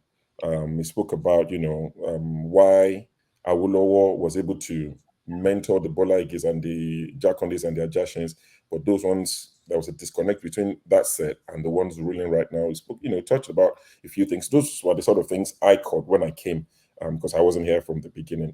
When the guys speaking, anyone on the panel, I think Mr. James, Mr. J probably was here from the beginning. They can touch up on things that I probably missed. But those are the ones I caught myself, but he was a very honest man. He spoke about the Biafra War. He said he wouldn't want to speak on it because he wouldn't want people to quote him to say, is it an Igbo coup, because it was asked. And he said he felt because most of the names of the top guys were Igbo names. In fact, someone had to come on, I think it was Stone as well, who came on and corrected him to say Ifejuna is an Igbo name, because Baba thought some of these names sound Igbo, but they are from the old Bendel, Delta, what you call Delta, and all of that. So I think he was almost leaning to say some of them had Igbo names, but they were not Igbo in the real sense of it. That's what he was saying. But he said, I won't tell you if it's an Igbo coup or not. I don't want to be quoted. And Tone came on to say if Ejuna was actually Igbo. And he, gracefully said, okay, I take that back. I apologize, So they asked him about the Igbo coup. He spoke about it. He spoke about the reason why he felt distraught and, talked about it. Very generous man. He was very honest. As far as I'm concerned, he wasn't afraid to say I got it wrong and retract his statements. And so it'll be a great watch. I would watch it back myself. The beats that I missed. No problem. Thanks. I just wanted to have a snippet, and I think you've brought me up to speed enough. Thanks. We also confirmed snakes swallowed millions indeed. Oh God. Yes. In fact, you see, sometimes the term Igbo coup actually came from a BBC reporter. Okay, it was that was the what they used in selling the pogrom, because when that coup happened, the BBC reporter reported it and they named it an Igbo coup. Okay, and that term continued to stick till today. But if you count out of the people that took part, only 3 of them are Igbos. The rest are from a lot of people. Some from the west, there are some from the north. In fact, most times people don't even remember there are northerners that were part of that coup. Okay, and I have happened to listen to the ADC to Agi Rossi, because people have given all kinds of story of how he was killed, and that guy gave a first class info, just like this doctor we spoke to today, because he was a part of the system and was there when everything played out. He was able to bring his own account. So as a good listener, what I do is I listen, and this is an advice I gave myself many years ago. When I go to my community, the things I'm interested in, I go to elderly men and I sit with them and I record some of the things, the conversations they've had, those ones who are active in the action that I'm interested in. So sometimes when I get to meet these people, I have an uncle who took part, who was a colonel in the Biafran army, who spoke extensively of how the war ended in Uzuakoli and what was the final day. So you see, there are expanse of information that are not printed so far, but are in the hands of people who that may be genuinely true. So when we come to a forum, let's open our mind and listen, and we'll probably be able to glean from what people say and make up our mind, of what side of the divide we stand. All right. KJ, thank you for that. I'm going to move this on quickly and I will speak less, as most of you probably know. When I moderate, I'm quite happy to keep quiet. But now that you spoke about this, it's an opportunity for me to say this. I think I mentioned it on a Sunday morning, and East Mary was on the panel. He's one of those that forefathers run from Saturday into Sunday morning. It was a very hot Sunday morning. People were annoyed and everybody was angry that morning. So when I tried to float this idea, it wasn't even, East Mary just kicked against it big time. So Rudolph and I spoke about 2 or 3 weeks ago. And we thought it might be a good idea, and we'll check with you, of course, because this is for you, it's for us, it's for the panelists and the guys in the comment section. So Rudolph and I thought it would be a good idea to have a Saturday where we would have people who would confirm that they're happy to speak uninterrupted for about 20 minutes, 30 minutes. Now, you don't have to exhaust it on the Biafra issue, right? You would confirm your interest. You drop an email to drdamages@gmail.com to say you're interested to speak on it. What we're looking for is your account of the Biafra, the before, the during, the after, but most importantly, the way out. What's the solution? Like, CM was saying, was it CM a while ago? Let's build memorial. Let's build a memorial. Let's build something. Let's remember, so those sort of things. How can we progress? That's something that we're looking to do. And one of the reasons why we're looking to do it is, and I must commend the panelists over the last couple of weeks. Every conversation has not ended up with the Biafra, IPOB, you go, I go, you this, we've sort of, gotten most of it out of our system, but we feel like there are people who have very strong opinions and people who have maybe wealth of knowledge. Like CM is somebody I would love to speak for like half an hour. Some people will probably mute, like Kulata will press mute. You understand? He doesn't want to hear it. But the idea is that someone like CM would speak about it because he said he's read over 40 books on this particular, piece of history. Now, we would like you to give us some of the books you've read or who told you. My grandfather told my mother. That's fine. It's acceptable. It wouldn't be the view of this channel. It won't be the view of Rudolph. It's just your view, what you thought happened. There are a lot of people from the South, which I've, found out since I started joining this panel, that they're quite passionate about the subject as well.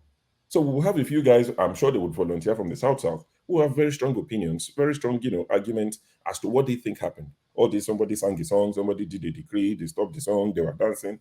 It's good. Let's hear it. And the way we'll do it is, it won't be a panelist of people arguing because we know it will turn into very, volatile. So you'll be there by yourself. You speak for 10 minutes, 20, whatever, how long you need. We'll cap it maybe at 20 minutes. Tell us what you think happened and the solution. The expectation is now that the next time that person come on this platform, this is where Ismail missed it. We are not saying you can never discuss that subject again. No. What we are saying is we won't expect you to now try to lecture us for another 5 minutes out of the 3 minutes Rudolph gave you to discuss political ministerial nominees. You now take us to IPOB. You understand? Because you've had time. If somebody who didn't contribute that day comes on and wants to talk about IPOB issues, Biafra, of course, we'll let them go on. So please, I will join later. I'm off to do something. Please. All right, then. Thank you. So, so someone like CM, for instance, let's say he speaks for half an hour on that subject.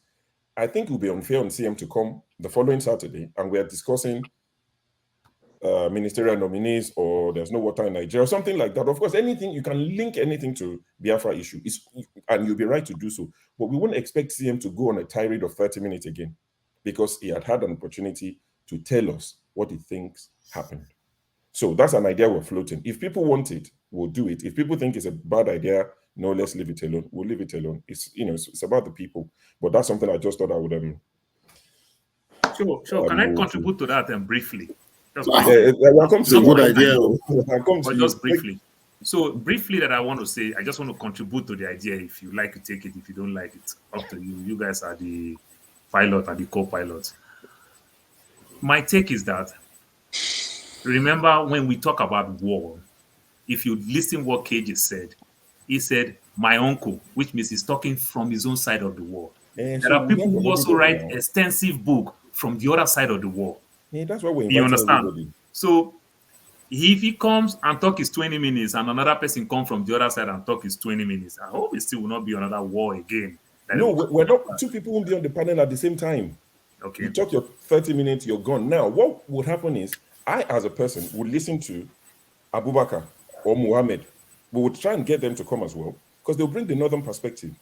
And I agree with what you said. Everybody has a perspective. There are 3 sides. Your side, my side and the truth. So we might not find the truth, but I'll get from, okay, so when there's an American election, I listen to CNN and I listen to Fox. I jump between the two because I know it's two extremes. So that's what we're trying to get here. Let people come and say their truth. It's your truth. It doesn't mean it's fact.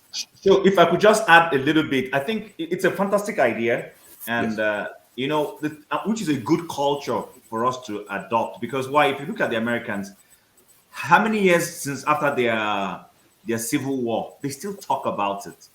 You find the Southerners giving their perspective about the Civil War, and you find the northern part of America, or what you call then Northern Americans, speak. So, and they never put these things under the bridge. There's a dialogue, but the thing is about the openness, the conversation, and in the midst of all those conversations, healings happen. People get to understand things. I wasn't born during the Civil War. I was born shortly after the Civil War. But I've read books. I've read Frederick Forsyth. I've read, you know, all manner of books on trying to understand what led to the Civil War and how it was fought. So I have my perspective. But I think it's a good culture. It's something I think we should adopt with an open mind. We will never always get it right. I used to tell my lecturers and co-classmates back in the undergraduate days that we were studying political science in the Southeast. And I used to wonder what the political science lecturer in ABU or in IFE will be telling the students in his class. Because, you know, my lecturer was Igbo, so he probably will bring some biases, and which I admitted. I found, you know, I understood way enough that people speak from their frame of reference and perspectives. So it's always interesting to listen to the guy who is open-minded from the north part of the country, tell us his perspective about stuff. Then we have somebody from the southwest, you know, and then that way. But in between that, if you are like Kate said, listen very well, you'll be able to see some commonalities amongst them. But I think it's a fantastic idea. Right. Thank you, Chim. All right. Yes, Pastor, speak to us. Sorry. I'm about to leave, so I don't know. Yeah, it's your turn anyway. I'm sorry if I interject. No, it's your turn. Please go ahead. Okay, thank you. I also want to talk about the doctor, the guest today. He also talked about the war in Niger, and I watched it from the very beginning to the very end before I joined. He draw the contrast between the war of Niger and the coming of Gowon during his own time. Rudolph asked him that questions, and he also talked that there's his own opinion about the negotiation going behind the scene.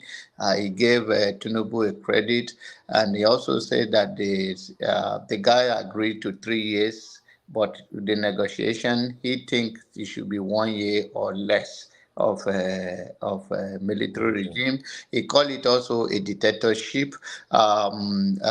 James, on the other side, also say James is he gives the historical part of it. He says he's not a historian, so I don't want to call him a historian.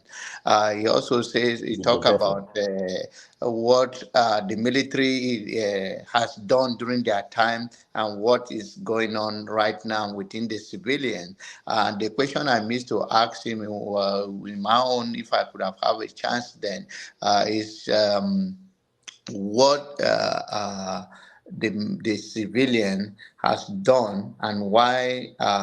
He also talked about Bassen just said that Nigeria is in a very crossroad of what is going on in Niger could happen in Nigeria. Having said all of that, just to give the young man who talk about to give him what I have said. That's what I said. In my own opinion, as I exit, one thing that I want us to understand as we embark on this big dream of Nigerian, I think whether you live in Nigeria or live outside Nigeria, the passion that we all have is to make sure that Nigeria work for all Nigerians, home and abroad, where we can call it a home, where we all go and be safe, and we can move on the street freely without afraid of being attacked or being robbed or being kidnapped we also care about the prosperity of the people there. So these are the issues we all have to continue to speak to, and hopefully that those in leadership and those that want to get involved to make a change. You even talk about Sowore, how close he was to Sowore and Sahara Reporters Network and all of that. So let us bear in mind that there is there's no difference from those of us that are here and those of us that are in Nigeria that worry or want Nigerian to work. Thank you. Having said that, thank you, and maybe I will join you guys later in the evening. But thank you so very much for the. All right. Thank you, John Abba. Mr. James, there are a few people who are itching to hear from you. I'm not sure what exactly they want you to speak on, but this section I think is just going to be anything you want to speak about, whatever topic you're interested in. You can have 5 minutes just to talk about it. Oh, 5 minutes. Okay, thank you very much. While the gentleman was with us, I raised the issue of this problem in Niger, and I'm a bit surprised that ECOWAS, as a regional body, established to effect the integration of the region, is clamoring for war, because left to me, the organization should be scrapped. Is to scrap ECOWAS completely, and we come up with a new arrangement, because you want to integrate the people. There is so much insecurity in the region, nothing is being done. You capture terrorists, I'm coming to that later, you release them. You go and negotiate with them, you pay them behind the scene, they come back again, you cooperate to your military, they divulge the secrets of your military to their, it's so clumsy to me. ECOWAS is doing nothing.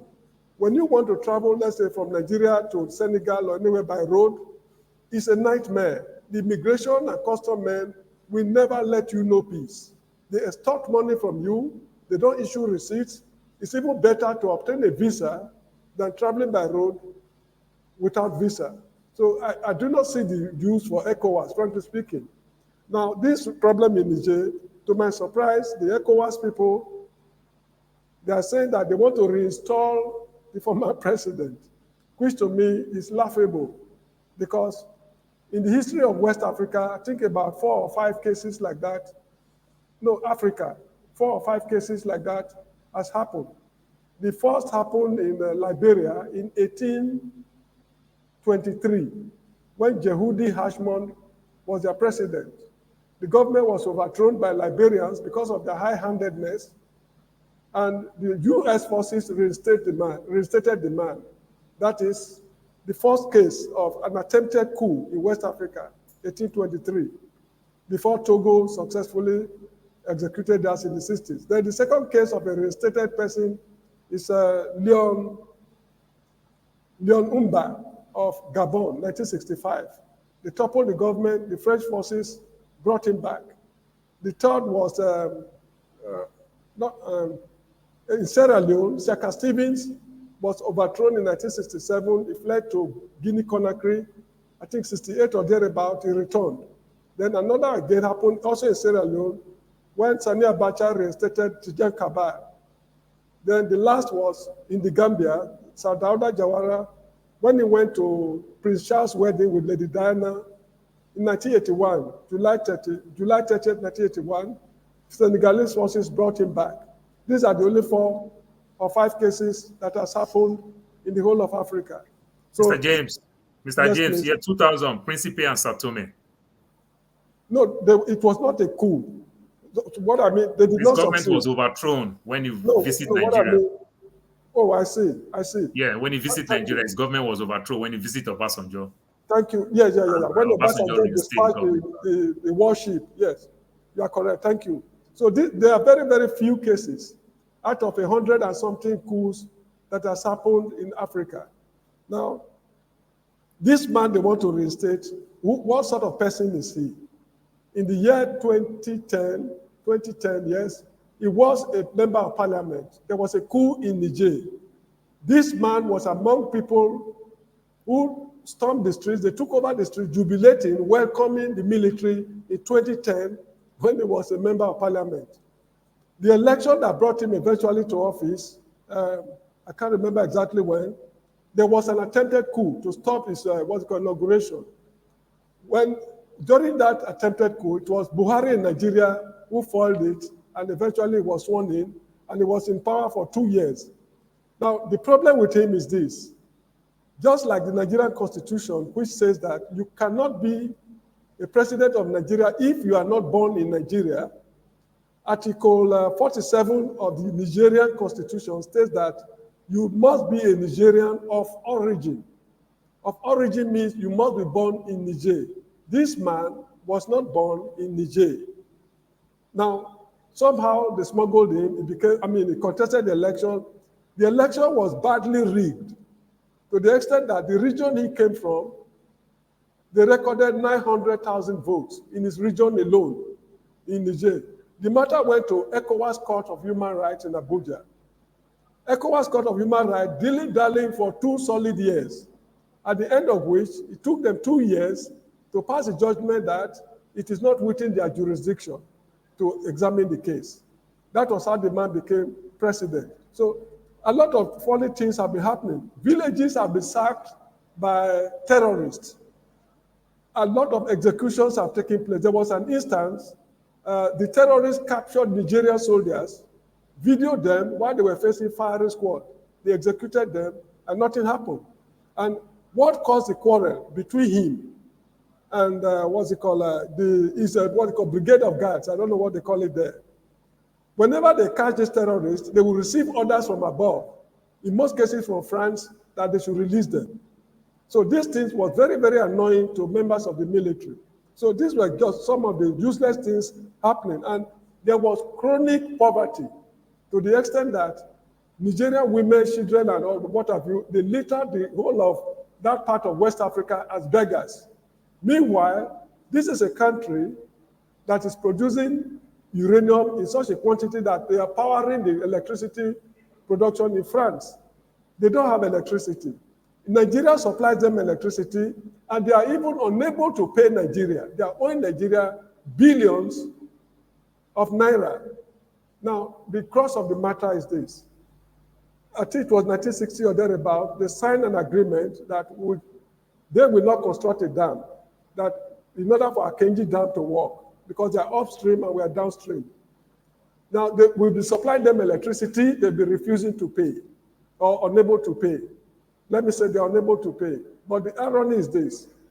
In the year 2017 or 18, these people were constructing a dam on River Niger in Niger. Whenever that dam is completed, that would mark the death of Kenji Dam in Nigeria. So you see the funny situation we find ourselves because of the hopelessness going on in Niger. Whereas in Niger, you have about 1,500 French troops. American troops are there. Their drone stations are there. German troops are there. But they could not foresee this coup that was coming because they deliberately did it for reasons best known to them. Because their drones can even pick a motorcycle on the streets of Niamey. So if such a terrible thing is happening and they are claiming not to be aware, I do not believe them. So if we are to invade Niger, it's not ECOWAS, it is French troops, because they raped that country to such an extent that they raped them beyond pity. They raped Niger beyond pity. All the uranium they sell, it was only 5.5% of the value that is given to Niger as development aid. And another funny thing is that in the year 1957, they started looking for copper. They searched and searched and searched. Eventually, they could not find copper. They found uranium. And it is that uranium they've been mining since 1971 till this very day. So these are the problems the people of Nigeria are going through. So it is criminally reckless of ECOWAS to say that they want to restore that same man who wreaked irreparable havoc on Africans. So left to me, I do not support the invasion simply because they are Africans. Okay. Most northern Nigerians, from what I'm seeing, they are relying on tribal sentiments Don't invade Niger. Don't invade Niger. If this problem were to be in Dahomey border, they will not be vociferous the way they are now. But I'm against it because these people are Africans like you and me. So thank you very much. Thank you. Thank you very much, Mr. J. And I think the comment section especially appreciate your wealth of knowledge. A bit of breaking news for those of you who probably haven't heard. You might laugh, but there's been a ministerial reshuffle. So there's been a reshuffle in the cabinet or portfolios. Our noise don't last this way they did. Yeah, so the Ministry for Youth, people complain that it's a 60-year-old. Old man, 60 years. Yeah, so they've kicked the man out from Ministry of Youth. They're going to give it to someone else who they've not decided. Oyetola, who is alleged to be Tinubu's cousin, the former Osun State governor, is no longer Minister for Transportation. He's now Minister for Marine and Blue Economy. I think that's what it's called. So there are about 6 or 7, reshuffling here and there that's happened. They've not even been. I think the inauguration is tomorrow, but there's already a reshuffle. So fasten your seatbelts. It's going to be a fast ride. Okay. Pardon? It's going to be a topsy-turvy. Yes, that's a more appropriate way to put it. NDDC.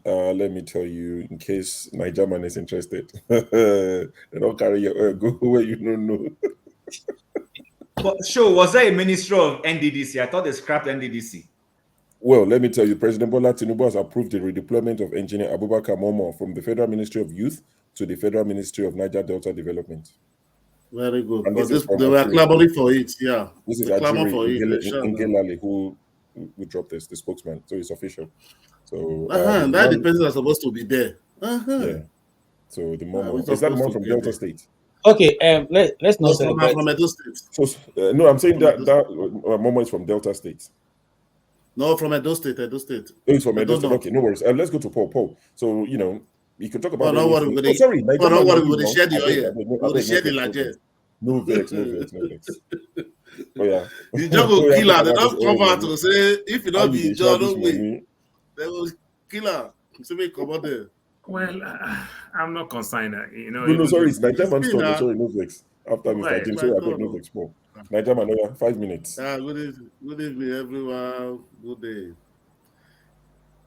I asked the doctor, I say, what's the way forward about the Tinubu ministerial list and the policy and everything? Are we moving forward or are we moving backward? He said we have to bear before we get better. But if we are going to get better, there's no template of where we are going. We going, so we'll just be bearing, and we don't know where we are going. First and foremost, now look at Lagos, Ondo, Kwara. They are sharing one cup of rice. I don't understand. That is what they are going to do with the 50 million. 5 billion. 5 billion. 50 billion, 5 billion. 5 billion. 5 billion. Which they have to pay some back as loan. I want they will 52 for grant, 48 to pay back. I want to do some calculation here. For example, let's just say Lagos, the population is 10 million. Let's just leave that 20 million because let's just put it in 10 million. If we divided 5 billion times 10 million, that is giving us 500 naira per each. 500 naira per person. So that one is for how many months? For 1 month, or I don't understand. Yeah, they won't give people like you now. They didn't factor in. You're not big man, and you get us for Lekki. No, so because they say Lagos is 20. Okay, for example, now let's say go Edo State. They say Edo State is 5 million. Let's say 5 million. It would be 1,000 naira. Okay, let's say 2.5 million in Edo State. It would be 1,000 naira. If they share maybe only 2.5 million people that get it in Edo State, we have only 5 million population, as they said. Let's say only 5 million that get it, only 1,000 naira. For how many months? I don't understand. Can a loaf of bread is 1,000, which is so if only me I have to manage it, only bread, just cut bread. It never reach the 1,000 too. So I don't understand where we are going. So, Why? Nigerian, Okay, sorry. what? For example, So, Nigerian, sorry, quickly. So, do you now, based on this breakdown you've done, does it now make sense? And I'm not supporting a place in God's name, I'm not. Does it now make sense that rice that they were handing to one community inquirer, based on how you've divided it, saying that 500 naira go reach one person? Is it sort of making sense? Say your 500 will calculate it and see the one they are sharing in Lagos. That's what I'm saying. So that rice is small making cup of sense. rice. That's what making Sorry, that is it. Look I at don't what think anything makes sense, but Lagos I will are let Don't Nijaman take finish. it out Okay, of context. let me I'm go just down. trying Let me to go down. Let me sort of the finish. way it's broken it down to say each person gets 500 naira. So if you now look at that to say, okay, 500 naira based how much is rice? Okay, so maybe this community, all of you share it. You understand? It doesn't make sense the way they've gone about it. I think it's a reckless waste of money. Because But sorry, carry if on. we want at least a government, we should have focus. What should be our focus? All this sharing, these are criminals. All this governor, what governor want to take care of, or want to, they are going to share all this money, share all this thing. As a government, if you say, okay, we will bear, we should bear. The wife said everybody should bear, the youth are so lavish, this and that, you should share among yourself. But at least a government, they say Friday will go good, now Wednesday you go see them. A government that have a focus. Why? First and foremost, go to let's pay back the backlog of pensioners. Clear that. Most of all those pensioners, they have family of 5 or 3 or 4. Pay all the backlog with all this money. Then look at inflation rate, how you're going to give security and improving inflation, food inflation, mass transit, urban transit, intercity, get bus and put in those one. Minimum wage, review the minimum wage, nothing. If, okay, for example, we have like maybe 40,000 civil servants now, times 4, we are going to have about maybe one each civil servant, maybe we have 3 kids, 4 kids, 5 kids. If we times it like that, that is about almost 100 and something or 120 family that will go. You understand? Increase their minimum wage to a good one with all this money. It's more better. I think people will see focus. If you collect 6 months, then you just give it to governor, they will do what they like, they will share the money, nothing. Okay, you give somebody 500 or 1,000. How? For what? For even 2,000? For what? For 1 month? Okay, after this one, after that rice, or that, look at what they are sharing. I watched yesterday, I watched Lagos, I watched Ondo, I watched Akure. Look at even Lagos is still like this. More pimping like this. It's not up to 1 kilo.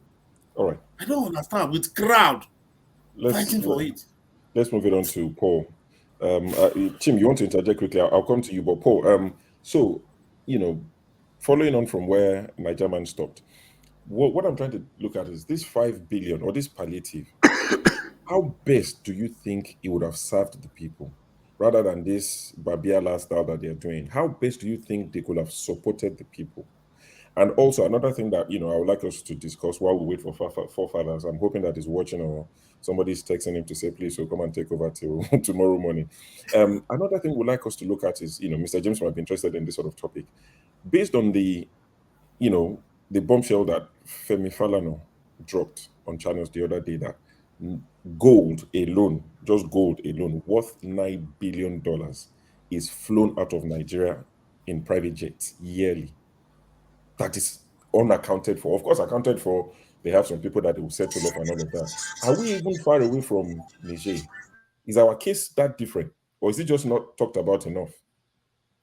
Those two things. But Chim, you were going to say something before you forget. And Paul will come back to you. You're muted. Yeah, so I just wanted to quickly, on this cash payment thing. Well, that's what we're discussing. So we'll yeah. So I can wait for Paul to finish and then I'll chip in. All right, Paul, go on. Okay. Let me go very contrary to. I just want to give my own. My own answer a little bit where maybe most people in Nigeria and other places may not really understand. But so I just want to put a background to it.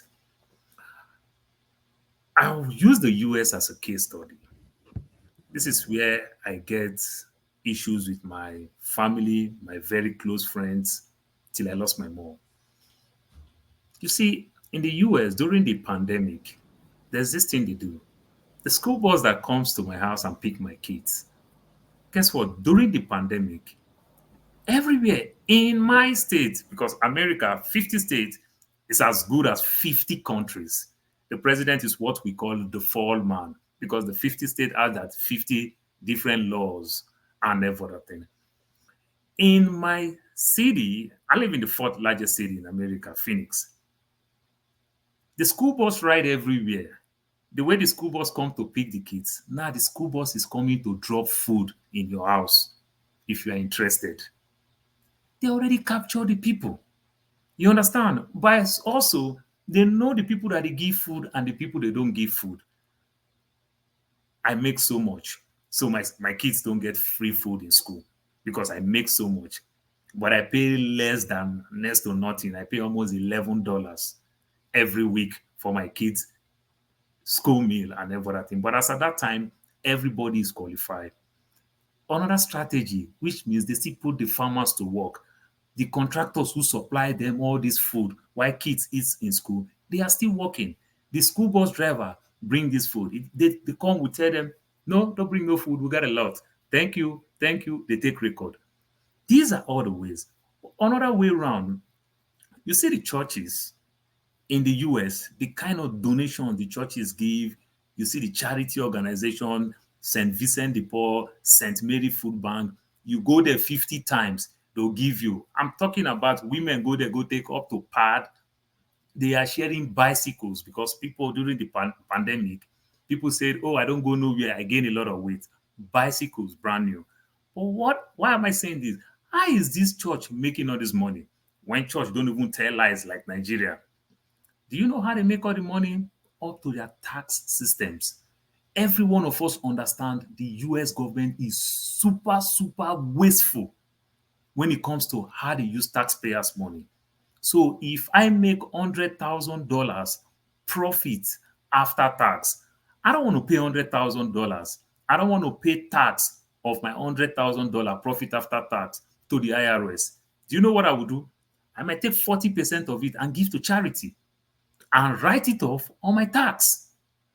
This is what we give to churches. We give to these charity organizations so that they give back to the community, because we know when we give it to government, government is very, very wasteful. And in return, the charity organizations, they do good job. They take care of people in the community. That's why you can quick to call the cops to arrest anybody, because the opportunity is there. But how do you want in Nigeria, do I want to write my tax off to go give to Redeem Church when they have 3 private jets? To go give to Suleiman when they have two private jets? These are all the things. This is why you see our churches don't even give back. Our community don't give back. We would have used all these aspects to know how to capture the people. For example, the civil servants, the people who are, say, level 9 below, who earn less than 60,000, place them on the national poverty guidelines and everything. Automatically give those people. All the police, every teachers who work in government, who earn less than 70,000, just give them the money. Automatic, it reflects to them. Because the thing is that government is confused. Anyhow they do it, corruption will still steal this money. It will not trickle down to the right people. Guess what? It can't be for everybody. But you can use a way, you can find a path that you can use to manage it to the barest minimum. You already captured all these people. Everybody who work in government, every kid who go to public school, by default, they are all poor people's kids. In Nigeria today, we all know that part. Anybody who go to public school, by default, they are poor people. Automatically, you've captured that information. Through that child, you know the parent. Give them those things. Those child can get something like a voucher that they can use. Give them a voucher from the school. They go to the bank to go catch them. This day, ShopRite is everywhere. Use your voucher, go to ShopRite, go take your 5,000. Then this rice that they bring, one lorry of rice, one chief, one big allergic, cover everything. They started fighting themselves. This is the height of stupidity. Then tomorrow we want to curse our friends in the West that they are so ignorant when they show us all these things. No, they are not ignorant. This is their own fact. Okay. I'm so tired. I'm so ashamed with what is going on. I agree. There are better ways of doing this, and hopefully, I've been told since I've become part of the YouTube, if you want to call it YouTube family, I've been told that sometimes they have government representatives or agents or whatever you want to call them that go on the street of the internet, Twitter, YouTube to listen to things. Not that they would implement it, but apparently they have people who listen. It might not be these shows, they might not be here. So I'm not trying to big up what we're doing or, get, big-headed. But in case they're listening, that's why we discuss these ideas. It's good to moan about the problem. I love to complain. Oh, yes, I love to complain about the problems. But at the same time, I like when we discuss solutions.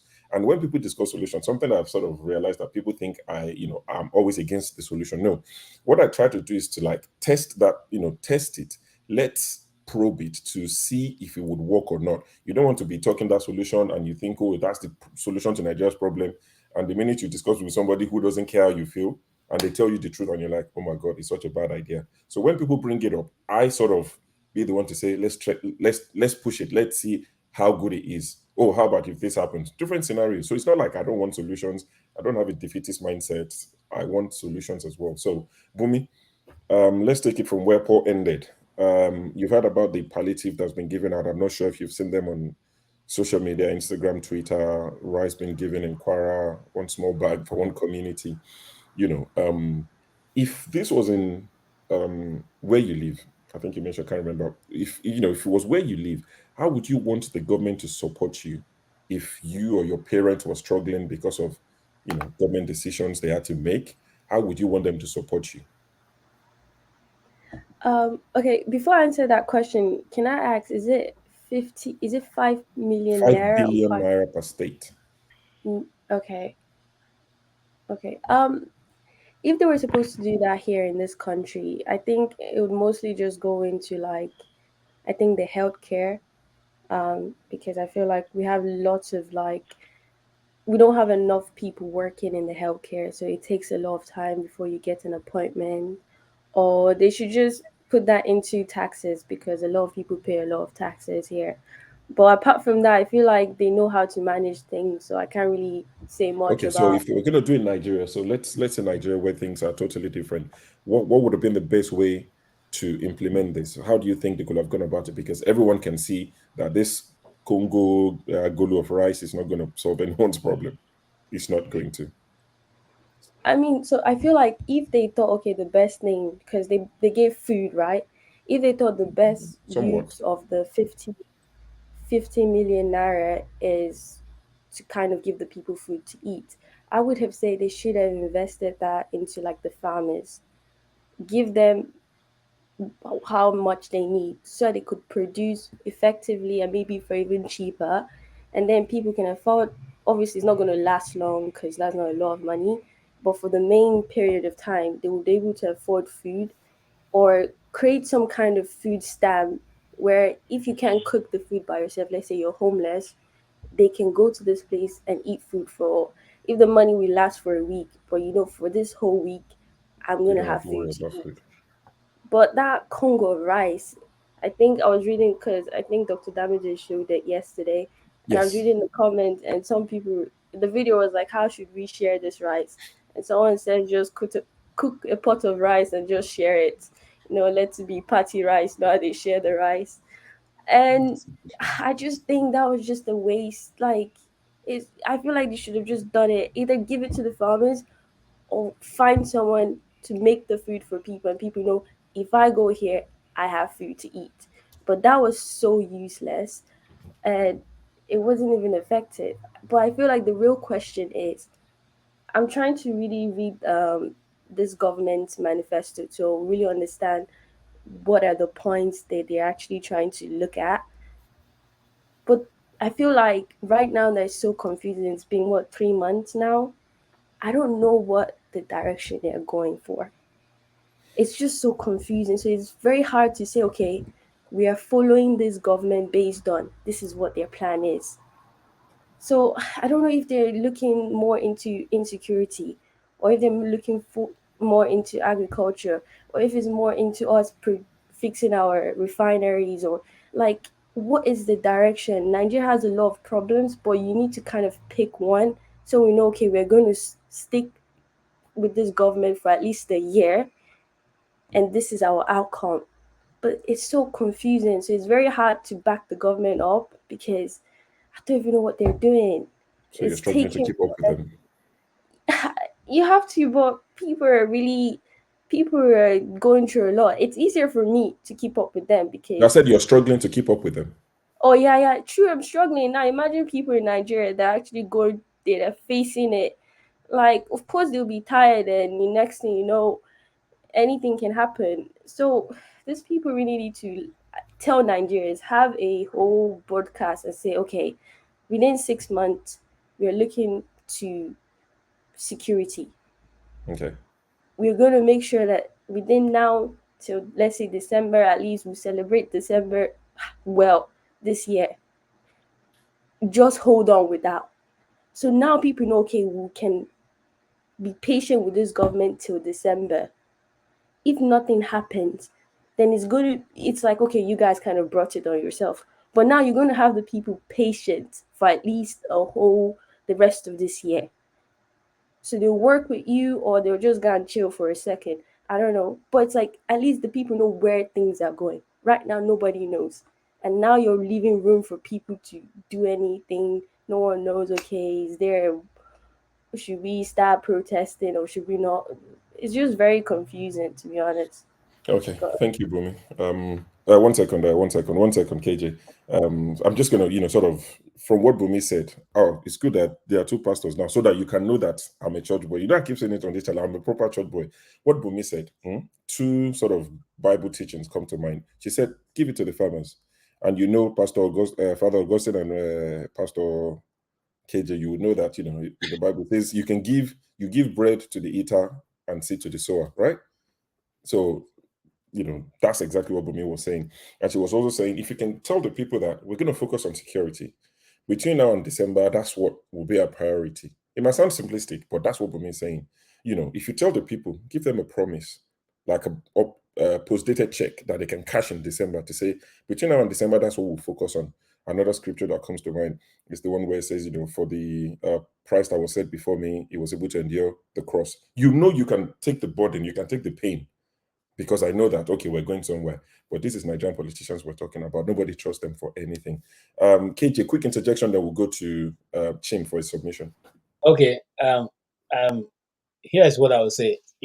Some time ago, El-Rufai quoted the Christians as saying, your Bible says that when you slap you this side, you should turn the other side. Why are they retaliating? Why are they fighting back? Yes, he did. And so now that is the the premise of which I'm coming. These people think they can say anything or just give us any promise, and then we'll go to the Bible and use it to justify the position. No, I don't think that is right. Because in the first place, we're not dealing with spiritual things now. We're dealing with a government that should have responsibility to its people, who collect tax. Okay, they collect tax from the people, and so they are supposed to be able to give back to that same community. Now, here's what I would say, and I don't even want to agree with what they've taken, because they've stopped payment of subsidy for 3 months now, and that money that was trapped for these 3 months, where is it? If that money was even what was shared, I think states would get more.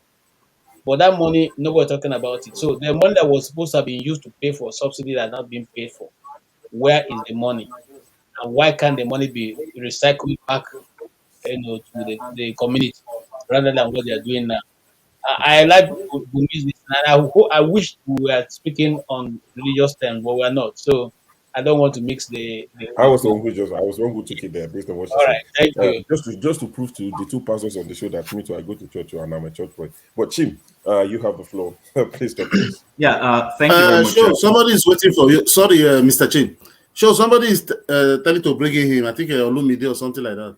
Sorry. Olumide, have you guys not been watching? I've added him like 20 times. I added him and I'll remove him because he's not there. I've added him about 10 times over the last 10 minutes. Okay, let me go on while you try to add Olumide. So 5 billion per state. It's quite interesting.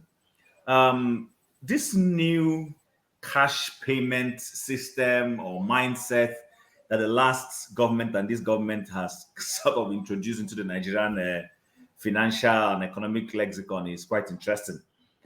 But it's an archaic way of doing things. Archaic in the sense that not that they don't give cash, and by the way, not cash as in pay you cash, physical cash.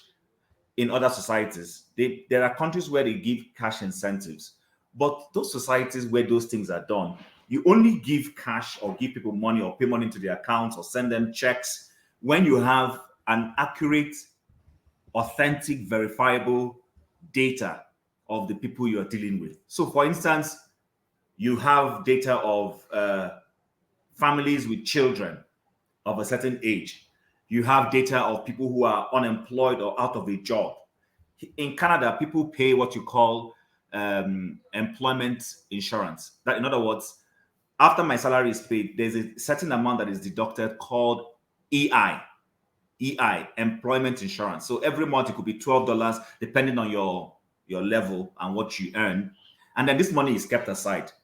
And what that money, that pool of fund is used to do is that when you lose your job, for instance, maybe there's a mass sacking like during COVID when people lost their jobs, then the government goes to that pool. You will now go back to the government to say, I've lost my job. They will ask you for evidences to show that. And then they will try to make sure that you didn't lose your job because of fraud, not because you stole or you did anything terrible, but that you lost your job in normal, employee calls you and say, for financial reasons, we cannot keep X amount of employees. We need to let you go. And then they start paying you from that every month until you get a new job. Now, during COVID, people who left from school and were trying to get a job, but because of COVID, they couldn't get a job. The government opened something to say, please go to the equivalent of, I don't know what Nigeria calls it. In Canada, it's called Canada Revenue Agency, the IRA in US.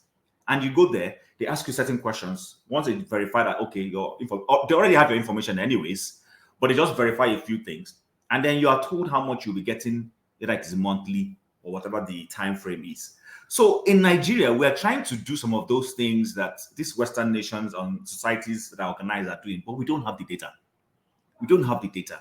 So how is it possible that the government will sit down and say they want to give every state 5 million? 5 million to do exactly what? 5 million to which category of people exactly? But because you don't have this data, so it should have been something to say, we're giving every state 5 million to give funds to people within a certain threshold of income or who don't have a job or whatever it is the government wants to verify. But the states would always have this data. That way, when you're cascading these funds, it's also traceable, and there is also the room for audit when time for auditing comes. But we don't even have any of those things, and the federal government is throwing 5 million to state governors to go and give. That's room for fraud. That's room for corruption. So you see, we keep creating these opportunities where we cannot account for anything. In my estimation, maybe the government should have put these things into, like Paul rightly identified, say school buses. In this instance now, it could be buses for workers. Throw out a lot of buses for workers so that people have, means of getting to work, and then they won't be spending so much of their income in transportation or whatever else. But at least that transportation would have helped. Now, we don't have things like food bank in Nigeria. These are avenues where, and there's some of these food banks are charity organizations who collect money, who collect food from, say, a Walmart, a superstore or whatever, Costco and all those things. And then they in turn use these things they collect to give to poor people. And that not just everybody will walk in there, they will verify you. You will show your income. They will want to know how many people live in your household. Can we come up with those kinds of things in Nigeria?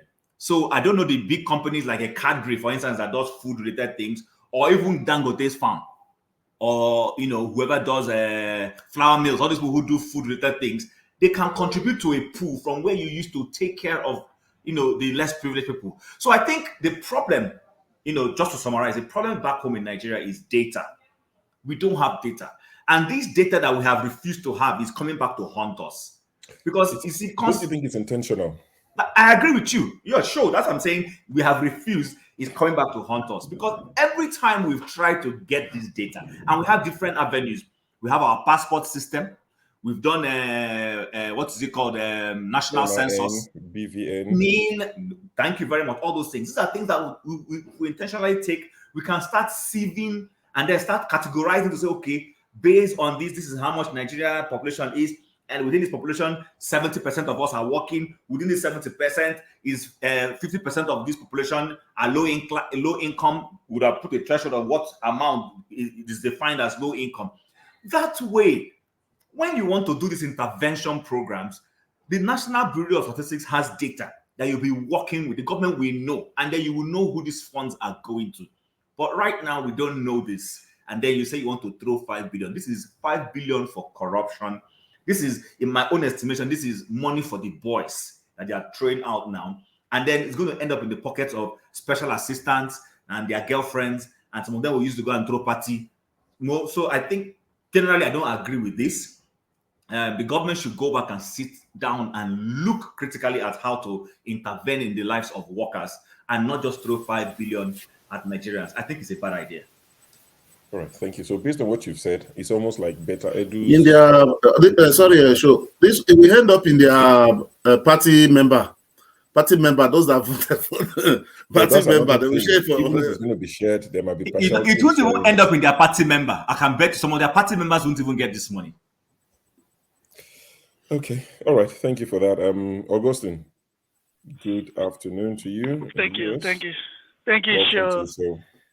Thank you, everyone. So I've been listening, and I've enjoyed the day's deliberation with keen interest. But before I go into the point, I wanted to say something to what Chim said. He talked about buses. To talk about buses in Nigeria is a dream. I won't even subscribe to that. Which road would those buses apply? There are no roads in Nigeria. So if you buy buses, just give it 8 months, and they will just get rotten and be thrown away. So it's not it's not even an option. Now, sorry. I want to call your mind to what you said. You said that son, what's his name? Falana. You said, Falana, he said $9 billion worth of gold. No, that's not what he said. He said Oga was a minister for state for solid mineral. So he's quoting an authority. Oh, yeah, he quoted an authority. He said Oga said. So this is an authentic information. So like when Falana says it without quoting an authority, we'll be thinking that he's just blabbing, or as the government accuses that innocent man that he just talking too much. But he quoted an authority. That's what I want us to emphasize, that it is, and Oga happens to come from my state. So we can go and look for Oga and tell him to come and say it right. So like when I saw the situation, you see, compromise is the worst thing that can happen to any human being. Once you start the game of compromise, it's going to end in catastrophe. This thing this federal government is doing, I am thinking that they are doing this thing in case of rerun. Because this bed rosary, this sweet honey and sugar relationship the federal is having with state is not done in governance. You don't treat in governance, so everybody is a suspect. Where I work, in our timesheet, they say is a criminal. They wrote it is a criminal offense to quote a time that you did not spend in the facility. So this idea of thinking that governors, I heard a jury saying it, that these people we have voted, they should be trusted. What has Nigerian become? So you accountability doesn't. You must prove what you have been given. So this 5 billion you're giving to these guys, when the election tribunal says that Tinubu is the right president, I hope he will continue in this method he's introducing, because people pay federal tax. When I was working, when I was managing a company in Nigeria, I remember I paid federal tax, I paid state tax, I paid local government tax. My community was taking something from what I was doing. So if people pay federal tax and federal government is giving money to the citizens and they are going through the state and telling the state is both a grant and a loan for the money you're giving to your citizens, where is that? What kind of leadership acumen is producing that? And when you give it to the state, look at how they are celebrated. The governors are jumping up. Are they jumping up for my sake? Of course, no. And this idea of familyhood, at what age do you consider familyhood? So do you know that in this thing, they have eliminated the youth again?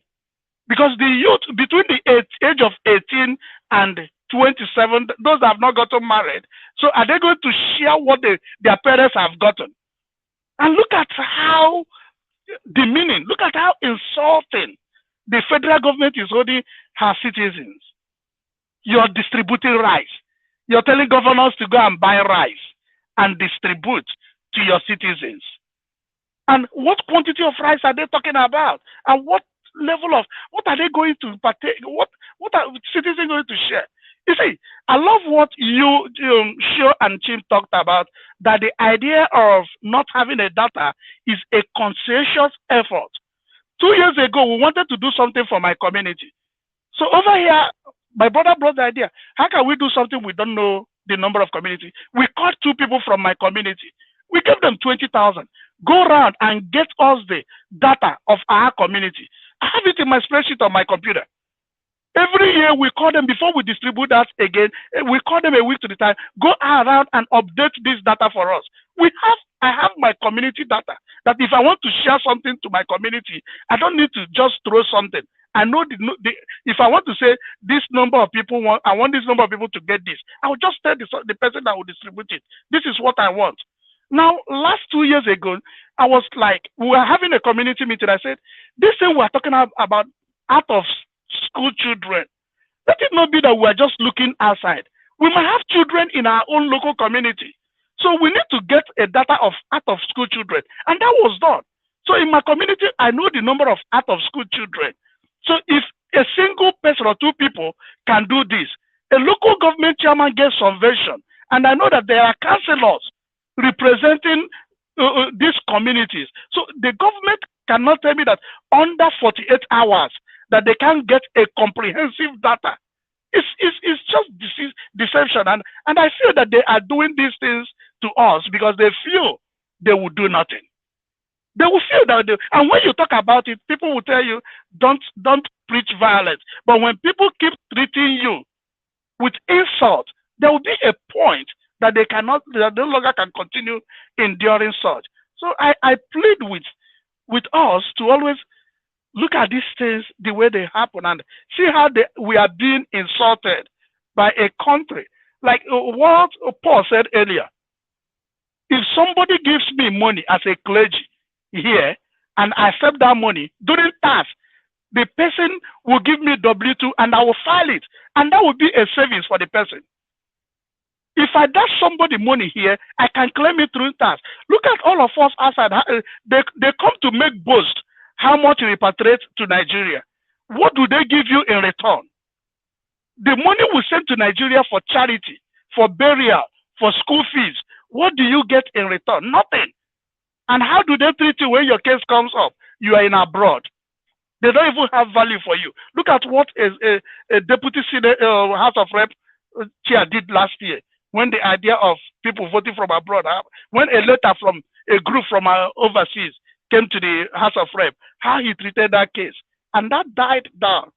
So Nigeria is still a joke. If we have leadership that are ready to work, so many things will change. Thank you.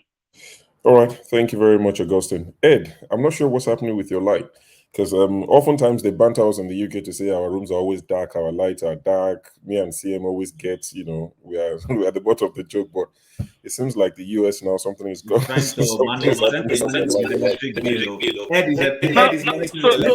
My light is quite on. You can. I can see your light is on. You can see it. Yeah, you can see it. I'm using my phone, so I'm far. So maybe oh well, I don't know if you can see me clear. More clearly, it's just what it is. We'll make an exception. It's just the rule of the show that we have to see your face. In case you're a government agent. No, I mean, I've been here a couple of times. I know, of course, I know. Come on. I know you, but all right. Yeah, you've listened to what we've discussed so far. So yeah, I think as Chim said, it's a matter of the chicken coming home to roost. Not being a data-driven nation, and I don't know if it's like, I mean, I think it's just part of the plan to keep us where we are, so that they can always have excuses to give, right? So, did someone say I have an echo? Okay. Can you all hear me clearly? Or Yes, we can hear you. I think what happens. I think what happens is when anybody speaks while your mic is on mute, while your mic is on, there's an echo. But if anyone speaking, it's fine. Okay, great. So, I've really been thinking about how to. Of course, the first thing is that we should be a data-driven society. We should have to we should have data for our government should be data-driven, right? And the funny thing is that there's been a lot of initiatives, a lot of government-based activities that requires that we submit our data. But the problem is how to tie that data to government policy has always been a problem. You know, we have BVN, we have NIN, and all of that stuff. But the NIN of the person does not tell you this person is maybe a socially disadvantaged person, right? So how do you tailor government policy to the people? So based on what I think that's one way, as in we trying to do that is one way to go. Another thing that came to my mind is really we know that these all fuel subsidy issues, it boils down to the transportation sector, right? It's the multiplier effect comes from the higher cost of transportation. So for the farmers getting their stuff from point A to point B, they have to pay higher, right? So everything starts from there. Of course, we know that there are other sectors, other non-formal sectors, like maybe your barber now has to pay more to get fuel, and that increases the cost of having a haircut. So subsidizing at those points, as opposed to what they're doing now, throwing one Congo of rice at people, I think might be a better option. So, for example, you can pay some sort of rates to these bus drivers so that they can use that as a buffer to curtail the effect of increased fuel cost and keep the price of transportation as it is, right? So instead of just giving $5 billion, 5 billion naira to state governors, and they use it indiscriminately without any form of evaluation of the effects of that, you probably should look for a way to subsidize cost of transportation at the point of maybe bus drivers, maybe other people in the non-formal sector that use petroleum, right? So that way they can keep prices at a relatively reasonable cost for the end user. So that way, this whole multiplier effect of the increased fuel price might be dealt with. That's the only thing I can think of. But then again, someone will argue that, well, you give a bus driver some money, and he sees that as free money. So in economics, there's something called fungibility, right? So you can use money for a purpose different from what it was meant for. So that guy might just use that money and start living the life, and the purpose is defeated, right? So, but that's the only thing I can think of, because yes, our local governments, our state governments, they tax these bus drivers. They give them tickets for stuff. So, like in Edo State, for example, there are vouchers that are given to these. There are tickets that are given to these bus drivers. How about using that same means to kind of transfer some, like it's called the conditional cash transfer, right? You transfer some funds to them at that point so that they keep their transport costs at a reasonable price, so that that multiplier effect is sort of it's sort of managed, and people can still do their normal transportation. They can still use those services that are tied to petroleum at a very reasonable rates. That's the only thing I can think of. Yeah, that's the only thing I can think of. All right, thank you. I need to mute you so that we don't get the echo. All right, you've muted. So something I also saw is that this current government have promised to invest 100 billion naira in purchasing 3,000 buses, 20-seater buses, So 3,000 of them, I've not done the calculation, but 3,000 of them for 100 billion naira. They said, that they're going to make the buses available. They're going to be run on CNG, and these buses will be available between now and March 2024. So it's going to come in batches, will be delivered in batches. But, they're making plans to, I don't know, 3,000 buses, if you divide that by 36 states, I'm not sure how they want to disperse it, but yeah, but sorry, can I say something about that? Yeah, go on. That's always been the case. They always talk about these buses, but who accounts for them? Like, how many of these, like during Goodluck Jonathan's time, they talked about releasing these mass transit buses, but how many of them did you see? It might just be another way to like siphon money. So I'm really like, based on your calculation now, 3,000, let's say there are 30 states, that's 100 buses. That's like 2 buses per local government, or maybe 3 buses. I don't know how that really works. All right. Quick question: Yes. What are the buses going to be used for? Is it transportation? Transportation, yes, it'll be for transportation. It's just to help people, and it won't run on petrol or diesel, so it's going to be on CNG. Okay. So, and how does that affect private bus drivers? You see, it's going to be like a double job. Well, they won't like that. Yeah. I'm just saying what's in the press, so that it doesn't feel like, on this show you don't even talk about what the government are planning to do. There are positives, they are trying. So that's why I just thought I'll put that out there, and it's for people to make of it what they would. But the government said they're going to do that. Olumide, it looks like you're busy. Are you available to talk to us? So I'm sure you've listened to everything we've said. I saw you spoke. I actually joined the show when you were asking Dr. Akintide the question. That was when I literally logged into YouTube today. So you're familiar with the topics of the day. Yeah, sure. I've been following. Yeah. So apart from the Constitution, which I know is the biggest thing, this one that we're discussing right now, what's your contribution? If you were in charge of this disbursement of this money, how would you help the states, the people? Like everybody has said, it's the way they're doing it is not kind of encouraging or motivating. We all know, like you said, it's just money for the boys. So it's not a proper way to do it. You don't even need statistics to do this one. Statistics is supposed to help with planning for development. Planning, you get the population, you get the statistics, you get the demographics, so the government can plan for the future of the future of the country. But this one, like Chims rightly said, you have people that are employed in government services. They are regular government employees, different professionals. The politician has an idea and says, "Oh, we want to give out money to people to help them to. How do we make this traceable?" It was a INEC employees that developed the beavers, from what I understood. And these people can develop a way to trace the money, to trace the funds, so that they are accountable. You don't even need to. You're now disbursing to the state governments. It doesn't help. It's just money for the boys, because the government can even pay directly. You can use the state offices, different state offices, as liaising for the people to register, to get the money paid directly into their accounts, or hand them a check, so that this money is traceable and auditable.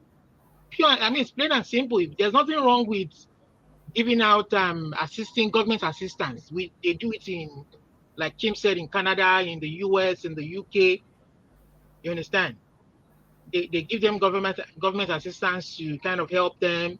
And there are people who've been living on government assistance for years. If it's a party's program to do that, and they can fund that program and they can sustain it, fine. But Tinubu, my own cross is that, fine, bearing the court's announcements of the actual winner of the election. If Tinubu is going to be president, he needs to, when he brought Buhari in into the government, from my own recollection, there were agreements that there were, how do they put it now? There were manifestos or programs that they had for Buhari to accomplish before they supported him, before they allied the Yorubas or whatever, the elites kind of brought him out to contest against Atiku. This is what you're going to do. You're going to do run a true federal structure. You're going to do national conference.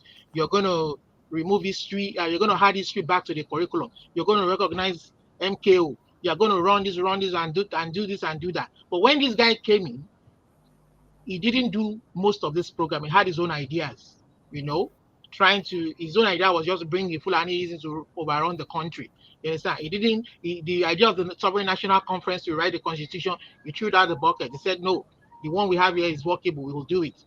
You understand? He kind of abandoned all that. Now he's in there, whether rightfully or wrongly. These were programs that they wrote down for him to accomplish that. Tinubu has, from what we know him from being governor of Lagos State, he has his own ideology, true federal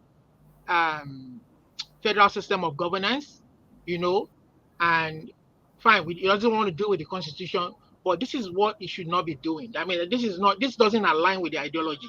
This is just money for the boys. You understand what I'm trying to say? That if he truly wants to go by what ideology or what they laid down for Buhari to accomplish that they failed to accomplish, you understand? This is the time to start. This subsidy thing and handing out money is just short-term stuff. They don't solve the problem. They need to start fixing the refineries.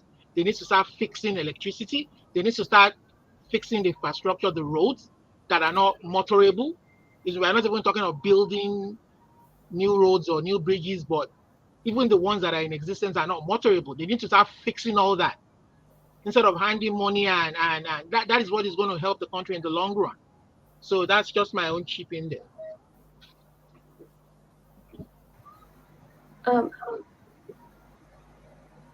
You're muted. Sorry, Bumi. I said you wanted to say something quickly before we go to San Antonio. Yes, I wanted to address what Mr. Olumide said. So based on the thing you said about Buhari, when he, like him coming into power, there were things that were in place. I don't know if I should use his manifesto, whereby there's certain bullet points that he said he's going to try and fix, right? So right. I wanted to say, sorry? No, what I was saying was that when the Tinubu bloc went to bring him to come and be president for Nigeria, there were certain items that they gave him, they wanted him to accomplish, that they sold to Nigerians, that he was going to accomplish. You understand? That he was going to do the job. He was going to fix corruption. He was going to fix this. He was going to do this and that. So obviously, the guy didn't achieve all that. It left the country a mess. So Tinubu can start working on those programs that Buhari failed to accomplish. You understand? Okay, and you can at least start from there. That's what I'm trying to say. So in regards to like all those promises that Buhari gave us and he did not accomplish, my question is, as a people, if none of you here know me personally, so if I'm going to sell myself to you, I'm going to sell it. No, I'm going to do this. I'm going to do that. And let's say you vote me into, let's say, power, and I'm supposed to rule for 4 years. If after 4 years, those things that you liked, that you're like, okay, she's going to do this for me, and I don't do it, after 4 years, if I don't achieve any of those things, why will I? No, sorry, no, use the comment. Sorry, Bumi, I understand where your question is going. Me, I know Sabi that kind of comment. It's the comment. Now, Tuna Jaffi answer that kind. I intake find the same. No, I'm trying to say. I know Sabi read the election now. What sort of harassment is this? Team Ajay, leave Tuna Jaffi alone. Let him even. I know Sabi read the election, Bumi. I don't know how. Even this one, see, even this very one, this current one. If the election was free and fair, it belies logic that with what APC has done, that even people in the north, it belies logic that they will still vote APC again. So these Muslims, they are trying to make it look logical. It's not even logical. This Muslim, it would have felt flat on its face, but they didn't allow people to vote free and fairly. You understand? So have we ever had a free and fair election in this country? Even senator, local government chairman, there's no free election. People they will manipulate everything. Next day you see results. So I mean, I think it's one of those fundamental things we need for the country to really change. If they had allowed a free and fair election, this last presidential election, it would have been an opening door for the country to start, finding people to choose their leaders, and maybe gradually they will change the system, and people who are there for 4 years who rigged and did mago, then the next 4 years they are not going to come back. And then when somebody knows that it's going to be voted out, they will sit up and tight. It's all part of it, but there's no accountability, there's no free and fair. So I don't know what. Olomide, sorry to interject. Nigeria is not yet there for that one you are saying. All these people, they buy their way in Bumi. They buy their way. But if they allow the leaders to walk, maybe we can get there. This new generation, this obedient, this is the one that will bring that kind of law. All these ones, they are going to die. All these ones, they die. But Bumi wants to finish our question. Yes, go on. My question was if I know there are politicians are corrupt, yes, but I'm trying to say, haven't we as a people also felt that if I present something to you and I say I'm going to do this and I get into power and I do the absolute opposite. I have deceived you. I have lied to you. Anything negative, I have done that. So you see the whole Buhari 4 years, it was he lied to us. So I'm asking that it shouldn't even be possible for him to even finish that 4 years. Talk less of even adding another 4 years to make it 8 years. Let me come again. Let me come. Just one minute. Let her finish her question, though. Sorry.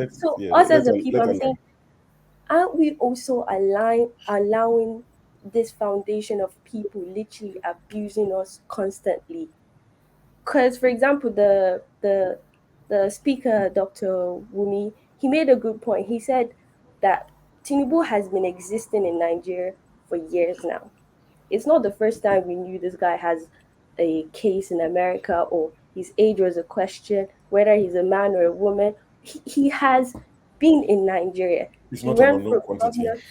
So it's like, why is it now that we're making it a problem? We should have made it a problem back then. So it's like, aren't we the ones allowing this behavior to keep on continuing? But then we come back and complain. I think other panelists want to answer that question too. But let me come a little bit. My own straight answer is that you see that Tinubu problem. I would say the root of that problem started in 1999 when AD did a primary. It was not the actual winner of that primary. You understand? It was Funshaw Williams or somebody else won that primary, but some interest forced Tinubu on the party. You understand? And when that guy came in, those interests, he brushed them aside. He became a power unto himself, held Lagos bound for 25 years. So they knew when that guy came there, Gani Fawemi is now passed. I mean, may so rest in peace. That guy spoke. He's always speaking the truth. That guy is a true Yoruba elder. So our elders have failed us. Some of our elders failed us. That's just the truth. I want to tell you the truth now. That's why some of us are clamoring for. Sorry, I don't want to upset one Niger. All right, just hold on. So don't worry, Chim, I'll come to you. Niger, to call this your name. Let me just call you Niger. Yes. Yeah, please, I beg. That one is so 30 seconds. Let me just come a little bit. You know, Nigeria, the way our politicians have make it, they have made poverty. That is why they make everybody to be poor. Once you are poor, like now, look at the situation now today. Let it be election tomorrow. People will sell their votes.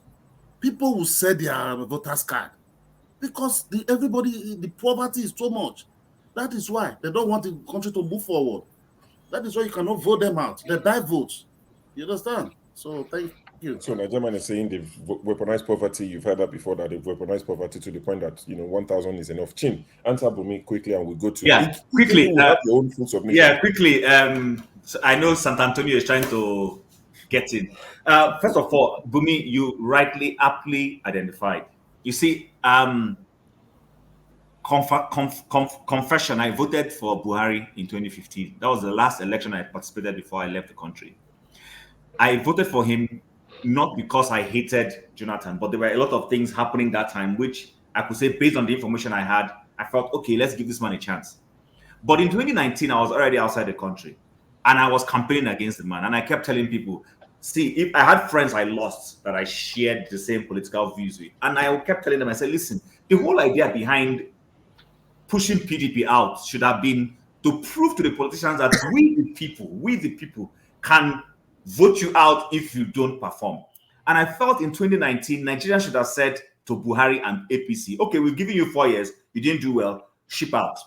I'm voting the next person. It doesn't necessarily have to have been PDP. So I think we are culpable as a people. Why? Because predominantly our electoral value and votes is showing that we want to vote our kinsman. And for as long as we keep doing that, we're not going to get the best from these politicians. But once the politicians begin to understand that, listen, if these people vote me and I don't do very well, they're going to vote me out, irrespective of where I come from. You will see we'll start having some semblance of change. That's one.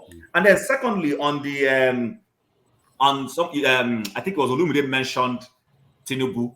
I've said it here. You know your classmates, you know your co-workers. I said it here the first day I joined the group that in my company where I worked in before, I know those who break what's it called, procurement guidelines. And then tomorrow, this same person shows up 20 years down the line, 30 years or whatever the line, and wants to run for political office. And I'm in a position to say, no, this is not gonna. We know these people, yet we still vote them out. There's nobody that you know your classmates, you know your former co-workers, you know what their antecedents are. So I think we are culpable as a people. And lastly, I would say that AD thing, I followed it closely. You see, someone said as a joke, if you know you don't like to drink Gary, don't even start. Because the kind of things you start eating today will be defining you. Nigerians have started eating this corrupt food. That's why some people back then could make excuse for Tinubu to say, oh, because he fought in Nadeco days, therefore they rigged out Funshaw Williams, who won the election, just to compensate somebody who they felt was in their camp. Today is haunting them. The same Tinubu has factionalized Afenifere. He has broken a lot of Yoruba groups just to suit himself. So those are the kind of karma that comes back to haunt us as a people when we begin to play some funny politics. That's just what I want to say. And I don't know if I've managed to answer. And to add to what Chima said, to sustain what the obedient movements have done, to sustain it, for they've tried to make sure that the election is free and fair. That revolution needs to continue. For those who want one Nigeria as it is, so that free and fair election revolution has to be sustained so that when they know they can be voted out. Now they are saying if, for instance, Tinubu stays there for the 4 years, or the court says he stays there, they will start assuming two terms, 8 years. Why would you want to assume 8 years? Okay. Why would you? So you've already. The customer they wait for you. Customer they wait for you. Customer they wait for you. All right. One Niger. Now because of you, I know Yoruba Nation. Because you allow your pressures to make argument. So be careful. There's no one Niger. Otherwise, I will mention Yoruba Nation. There's no one Niger. So San Antonio, welcome to the show. Good to have you. So you know what we're discussing. Thank you, everybody. Thank you for the job you're doing. I think you did a terrific job after Rufus left. Good job. Hey, one of the things when our people talk, we talk as if Nigeria is an ideal world. Nigeria is not an ideal world. Let's talk about this election that passed. Tinubu did not rig the election. The youths rigged the election. Tinubu was in his house. But what he did was to put things in place to rig the election. But who carried out those things is the youth. Because no old man like me, I'm an old man, don't let the baby face fool you. I go run, carry ballot, put for this thing, come run. I know if it run. I suffer arthritis, don't begin the act. So number one, no old man, no man of 50 years and above went and carried the ballot and run. The Number professor, two, uncle. allow me to finish. Number two, the people that changed the result, there is no old man there. After all those youth did, they give to the old man who be professor to announce, and the professor kindly announced.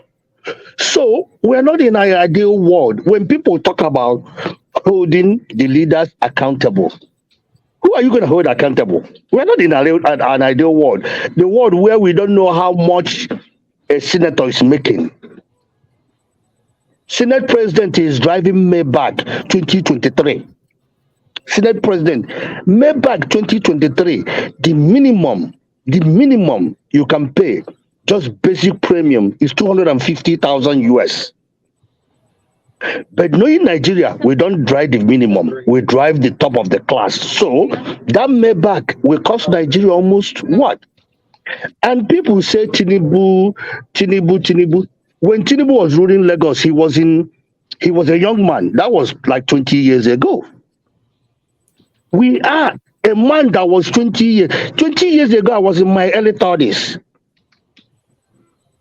The way where I they run or they behave when I was 20 years ago is not the way I'm behaving now. That is law of nature. You cannot cheat nature. So, Tinubu doesn't have any plan for Nigeria. That is number one. Number two, the people that he have surrounded himself, the Senate president, the chairman of APC, all these individuals are not, they are not the individuals that have stole one way or the other. Was in FCC, is it EFCC? But now they come. Do you think they come to change? They come to take the remaining thing. And I'm sorry to tell Olamide, or I'm sorry to tell everybody, not until the youth are ready. Because the youth are not ready. You think that what happened shows that they were ready? They weren't ready. Because they weren't ready, that is the reason why the election was rigged. Because if they would have beat up the people that was trying to rig that election, mess them up big time, they will not do it. Today, if Nigeria think these 2 months is bad, oh my God. Oh my God, I'm sorry to tell you guys. And if Nigerians think that judiciary will redeem this issue, oh, I feel bad for Nigeria. It's a country that I love. It's a country that is so dear to me. But unfortunately, where we are now, it's not going to change. And the judiciary cannot change that. And suffering of those that are in Nigeria should not be a poor country. Because when we watch what have happened in Singapore, what have happened in Qatar, 20 years ago, these countries were in the same position with Nigeria. 20 years later, look at where we are. And unfortunately, we have people that don't have integrity running Nigeria. Why would somebody like you, somebody like Forefather, somebody like me, somebody like everybody that is here, that is in Western world, when we go to Western world, we blossom, we shine, we are the best. But in our country, we are nothing. Nothing. Because when they look for we are looking for ready-made now. We don't want to fight for our own. And repair it. Nothing. No. We are not looking for ready-made because there is no. Remember that before you come. Did you see the? No, they didn't fight for it. When they were in our age, they were farmers. You call a Yahoo boy now and tell him to go and farm, he will tell you no. One of the richest. Everybody is buying land, building house. There's no land to farm. Eh? Who told you? To farm. That is not true. That is not true. Even it that doesn't have land, we have lands that people can farm.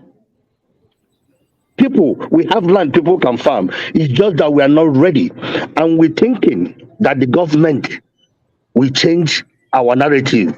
No, until people start from grassroots, from local, from the towns, and start building.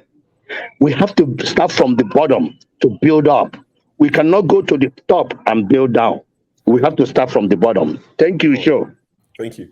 Thank you very Forefathers, much. thank you for welcome and thank you for saving the It day. will be better in our own time. I told This our youth the will get gang I it said I right. was leaving What we cannot do, they will do it. We all run away. This one that are trying will support them, they will get it. By this judiciary. Surprise will come. Those that want Nigeria to burn should leave Nigeria for us. We want Nigeria, want to repair it. That is our own. Amen. So forefathers, welcome. Thank you for saving the day as always. I told them, I said 10 o'clock with me, I'm leaving. Of course, I will come in and out, but but thank you for coming. They say you take off your hoodies, like you're coming to bully them. They're not comfortable, with your hoodie. They say you should take your hoodie off. Is he listening? He's sleeping. Let's sleep. Where is He's on a frozen mode, though. He's on a frozen mode. To Niger. Somebody wake him up. Forefathers. He's there. Forefather, wake up. He's there, but he's even moving. To Niger, forefather. He don't begin the move. Ha. I don't wake up. Let me unmute himself. Let me see. Okay, you have to unmute yourself. He's looking at. Other forefather, you dey sleep? Other forefather, you dey sleep? No. Sorry, it was muted, so I didn't hear it. We've been talking to you for the last 5 minutes. I say, wow. You're on ChatGPT. You're looking at all the maps we share tonight. Allow me the patient today. Allow me the patient today. Allow me the patient. I was just checking some stuff out. Did they watch program? Yeah. I was just thanking you for coming to save the day. Because I told the guys, I know you're always looking somewhere. Once I say I'm leaving at 10, or maybe somebody has your number, they beg, come and save us. So this show is needed. Yeah. But thank you for coming. I would be in and out of the show as well. But I just have to attend to a few things. The next topic I was going to discuss, which we already started discussing, was the maybe not a big topic, but the reshuffle. I'm not sure if you've heard. So Tinubu has reshuffled the cabinet. Yeah. Yeah. So the former minister, who was meant to be minister for youth, the 60-something-year-old man, is now the one in charge of NDDC. Make it reshuffle 100 times. That one open for them. The funny thing is, they've not even started. They're meant to assume office tomorrow, but now they reshuffled it. All the ministerial transport. Governor facing EFCC. Corruption, all of them, food the ministerial lead. Oyetola is now marine and blue economy. The Heineken guy is now in charge. Is the state minister for petroleum and all of that. So it's just something that I thought, because this government those guys will finish the country for, I'm sure, that 4 to 8 years. Country will not better already. You can take it from there and discuss whatever you want to discuss. But once again, thank you for coming through. Thank you. Greetings to everyone on the panel, the chat, and the viewers. This cabinet thing, after 80 days or so, they're about to come. This type of democracy, I don't know what kind of democracy this is, where you have 80 days, no ministers. I don't even know, because I've never been, I've never experienced Nigerian democracy like this, where the effects of ministers, because there's a lot that has already happened before the ministers came in. So I don't know what is going to happen when the ministers come, whether it's going to be any different or it's going to be the same thing. So we don't necessarily know that, at least for me anyway. I guess from the previous discussion that we're talking about, how the Nigerian people have been, poverty has been weaponized in Nigeria and all the rest of the stuff that has been going on. I think from what I've been beginning to kind of surmise now from some of the issues that is facing Nigeria is that the bad things are happening because the good people are not organized. It's not because they are not there. They are there, but they are not organized in a way, because even there's nothing you are going to do that is going to work in Nigeria if the good ones are not organized. Because look at what we saw in the last election. Police people were standing there and they were breaking the law left and right. They were not, in short, the police officers were breaking the law themselves. You see election officials, security officials saying they don't know what a child looks like anymore. Like they thought, oh, I can't recognize. They are all breaking the law.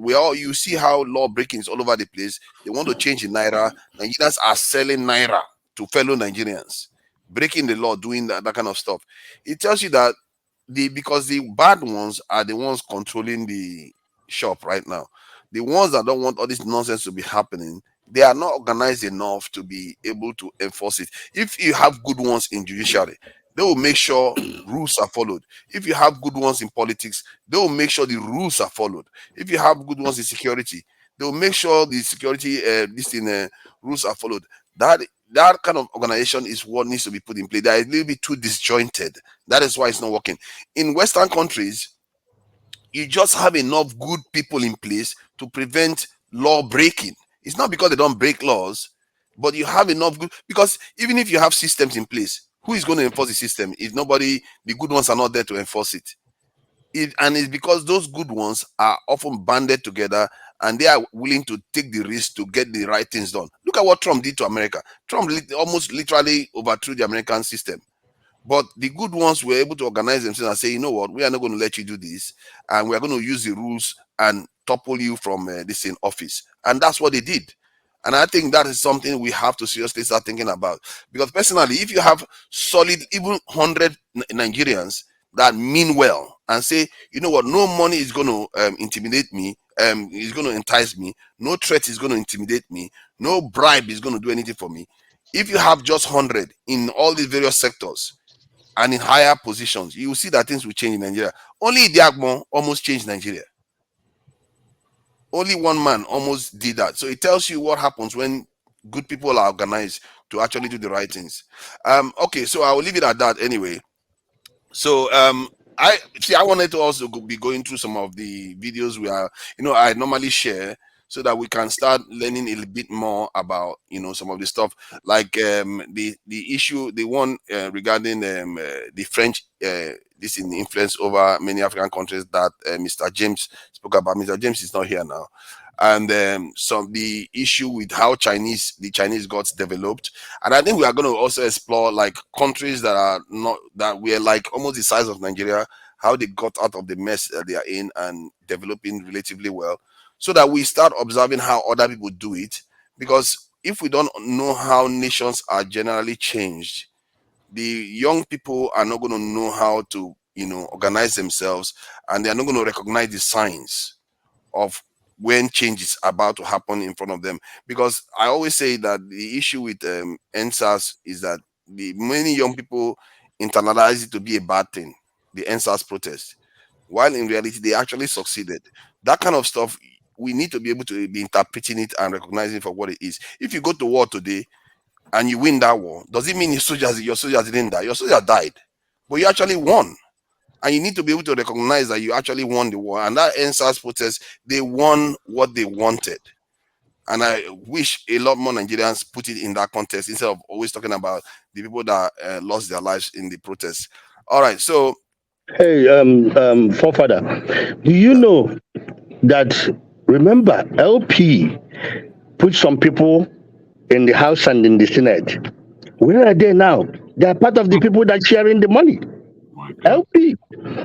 Have you heard any of the LP members saying, oh, I fight not to get the 2 million naira, I fight not to get this? Do you hear them talking? So why not? Why not? Are they not legislative? They are there to make law, nothing else. No, but they are not saying what is going wrong. That money that they get it, they will take it. It's their money. No, Nigeria. This in Nigeria, man. That's not how it's supposed to be. And I think Ike is right, because in reality, they're supposed to be sending signals of what they represent. I'm going to the media and saying, what legislative, what they represent. You people have to go familiar with all this constitution, not be blaming people like that. They represent to make law. That is their duty. But not to take money. What are you talking about? Which law? The reason why I said what I said is because forefather said if you can get 100 people to start making a change. But the LP sent almost 50 to 60 people in this place, and they are not even saying a word. No, they have eight in the Senate. Only 8. No, but how many in the House? So 34. what Nigeria? We don't want that kind of one Nigeria. I beg. I don't know what Nigeria. I don't know Nigeria. I don't know what you're talking about. Shame, you know that kind of one Nigeria. What people want do for 109? You have to hold them. You have to start sending They're supposed to be speaking. Do you know what? Do you know why Trump is effective? Do you know why Trump is effective? Do you know why? One at a time. Do you know why Trump? Do you know why Trump was effective? He was using the media to pass his message. Why can't the lawmakers that LP, I'm not talking about any other people, I'm talking about the lawmakers LP send. Why can't they come and say, what is happening here is not right? I've said as much. I've actually said Nigeria as much. is in shambles, and you dispose 2 million naira. 2 million naira probably will be the least money because some people might get 10 million, whatever. Why? There is people that work 2-3 years without making that kind of money in Nigeria. Oh, my brother, I'm sorry to tell you. Bumi, go ahead. Bumi, you wanted to say something? Let Bumi. Okay. So based on what one Nigerian man said, so he said there are eight representatives of the Labour Party in, I think, in the Senate or in the House, whatever it's called. Eight senators. Eight senators, yeah. Okay. So the thing is that it's hard for 8 senators to actually do something. For them to be able to be productive and actually be effective, the people themselves need to be effective. You know, it's like we already know that the system is corrupt. Now you're taking one good person and you're just throwing them into the jungle and say, figure it out. Us as people, what have we done to make sure those people are doing the right thing? You know, the way that we put banners saying eyes on the judiciary. Have we ever put any banners on those representatives saying we are looking at you, making sure you're representing us well, even though you might not come out with your own like victorious, but I don't know if you guys know there's a woman in the I think she's Irish. I don't know if she's from Ireland or I think probably from Northern Ireland or probably even Scottish. But I always see her videos of her just like in their parliament, and she's always very vocal about Africa and like Europe, and she's always condemning them. We all know it's going to be hard for those 8 people to like achieve big things because they're literally the minority. But if we put eyes on them, they will be those 8 people that will cause disruption in those places. So let's not just vote for people and say, figure it out. We also need to hold these people accountable. We have not done much as a people. Every single time we vote, and that's the end. It does not end there. You need to follow these people till the end. I think that is what Ike is saying, and also symbolism and signaling is very important, so that you let people know this is not what you stand for. You don't stand for the corruption that is going on in the House of Assembly. You don't stand for the scratch my back and scratch your back culture that is going on there.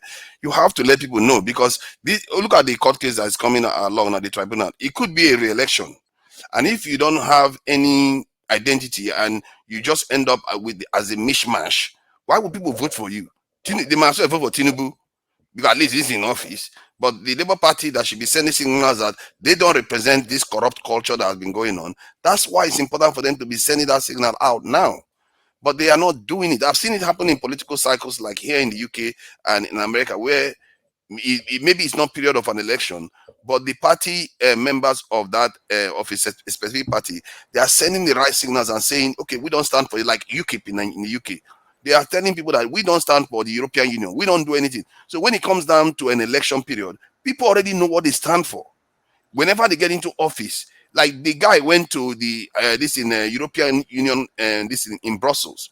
He went there and made a speech against the place where he was like, I'm running to get myself fired from this position because I don't want us to be in the European Union. That is the signal you have to be sending. If it was like Nigerians, he would go there and start schmoozing with European this in MPs and all the rest, and his vision would die. He succeeded because even when he went there, he stood for what the party believed in, and they stood for their principles, and that's what Labour was supposed to represent. If they go to the National House of Assembly and start behaving like other politicians, why should anybody fight for them? I don't understand. They won't fight for them. So, and I think Ike is correct.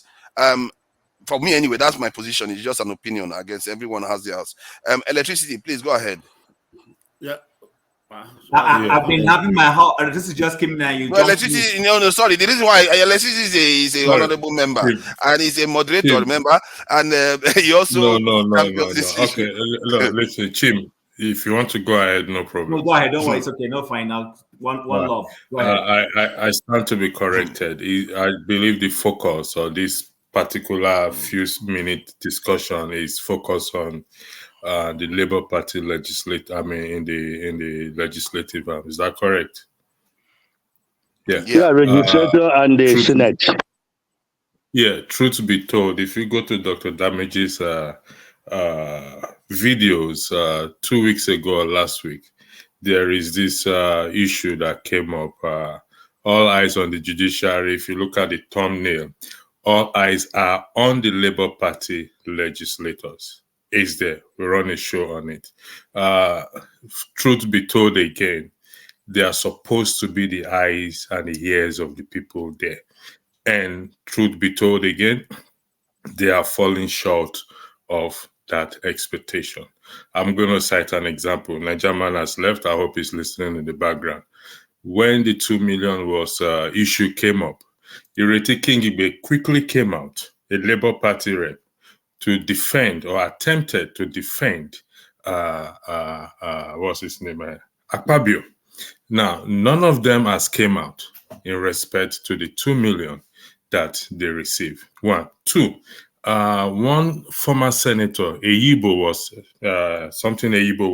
interviewed by, I think, Arise News, Dr. Abati. He said that 2 million is because they have not been paid for 3 months. How is it possible that you've not paid people for 3 months, but you have 2 million to give to them? And none of the Labour Party legislators has come out to say anything. And I moderated that broadcast, and it was a very nice broadcast that I moderated. So what is good for the goose, they said, is good for the gander. We are having a double standard here. So they are there. They've collected the 2 million. They've also collected the so-called 100 and something million out of the 7 billion palliative. None of them are saying anything. So what is the point? They say they are focusing all eyes on the judiciary, forgetting that when you point one finger at one person, at a person, 4 is pointed back at you. At this point, in my considered opinion, because it's on record, they're just being hypocrite. They are not different from any one of them. That is just the truth, the whole truth. So they should stop this slogan, all eyes on judiciary, and allow the judiciary to do their job. That is what they should do. If they want the truth, they should focus on their legislators that are there. I voted for Peter Obi, so I have the ground to speak anytime, any day on these issues. Because if we cannot call out our own, then it's just a waste of time. Thank you for giving me. I didn't intend to come to the floor, but I appreciate it. Thank you very much. Are you the floor? All right. Thank you. I think generally when people say, I'm not sure I have any issue with all eyes on the judiciary, because it's not saying you should have to vote in a specific way. It's just saying we are paying attention to this thing. So sorry for cutting you short. We have to maintain a standard, not double standard. Okay. If you are focusing your eyes on judiciary, also focus on the other aspects. I get what you mean. I get what you mean. Thank you. I think I agree with that one too. You should focus on all of them, and I think that is very. Chim, please go ahead. Yeah, I think electricity has said a lot of what I was going to say, but just to add, based of how Bumi introduced the matter, like I always say, I think we can both chew and run at the same time. We can focus all our eyes on the judiciary and also address the matter of the compromise that the Labour Party representatives, either in the Senate or House of Reps, are starting to show. We can start letting them know that this is not why we voted for them, and that we think they are taking advantage of the fact that the obedience wanted a certain candidate. So I hope it's not that you associated with that candidate to get in, and now you're in there. Now you have decided to do the wrong thing. So Bumi, if those members of the Senate has started playing their role as opposition leaders, reject the money if the money is wrong. I'm not asking if the money is a fair, clean disbursement that was supposed to come to them. Fine, if it's their benefit. But we know it is not. We know this is just like we'll say money for the boys thing that is going on. Then they should have been able to, within their caucus, come together and say, hey, members, 8 of us, this is not why Nigerians brought us here. Let us show that we're different. And then become the conscience of the House, whether it is the Senate or the House of Reps. You see, once they become the conscience, 8 of them can become a pool that will make the remaining 107, if I'm correct, if my mathematics is correct, or is it 100 and 2, become responsible. But they have gone there now, and they are, for me, what they are doing, the message they're passing is, if you can't fight them, join them, and which is wrong. I mean, if they start defending Nigerians, you will see the Nigerians will start backing them. Nigerians will start pushing their pressure, supporting them, and nothing will happen to them. But they have gone there to go and compromise, which I think is wrong. We can focus on the judiciary, like I said. We're focused on the judiciary for electoral, for them to pass their judgment and pass the right judgment. Then we can also focus on this, all eyes on 8 of you, Labour Party reps or whatever. Let's not even not focus on the rest of the Senate and House of Reps, but on the ones we felt are on our side. All eyes on you. And then make them start doing the right things. When they need to say no to the Senate, they say no. And then we know that predominantly the Senate will want to go against them. We know that. But you know what? It will be obvious to everybody that is watching that, okay, these 8 or these 36 in the House of Reps are trying to do the right thing, but the leadership is trying to muscle them. And you will see how Nigerians will back them. In fact, you will be shocked that because of them, the Senate will start doing the right thing. So right now, I think those guys have gone there and they're compromising. I think, Hima, you hit it in the nail.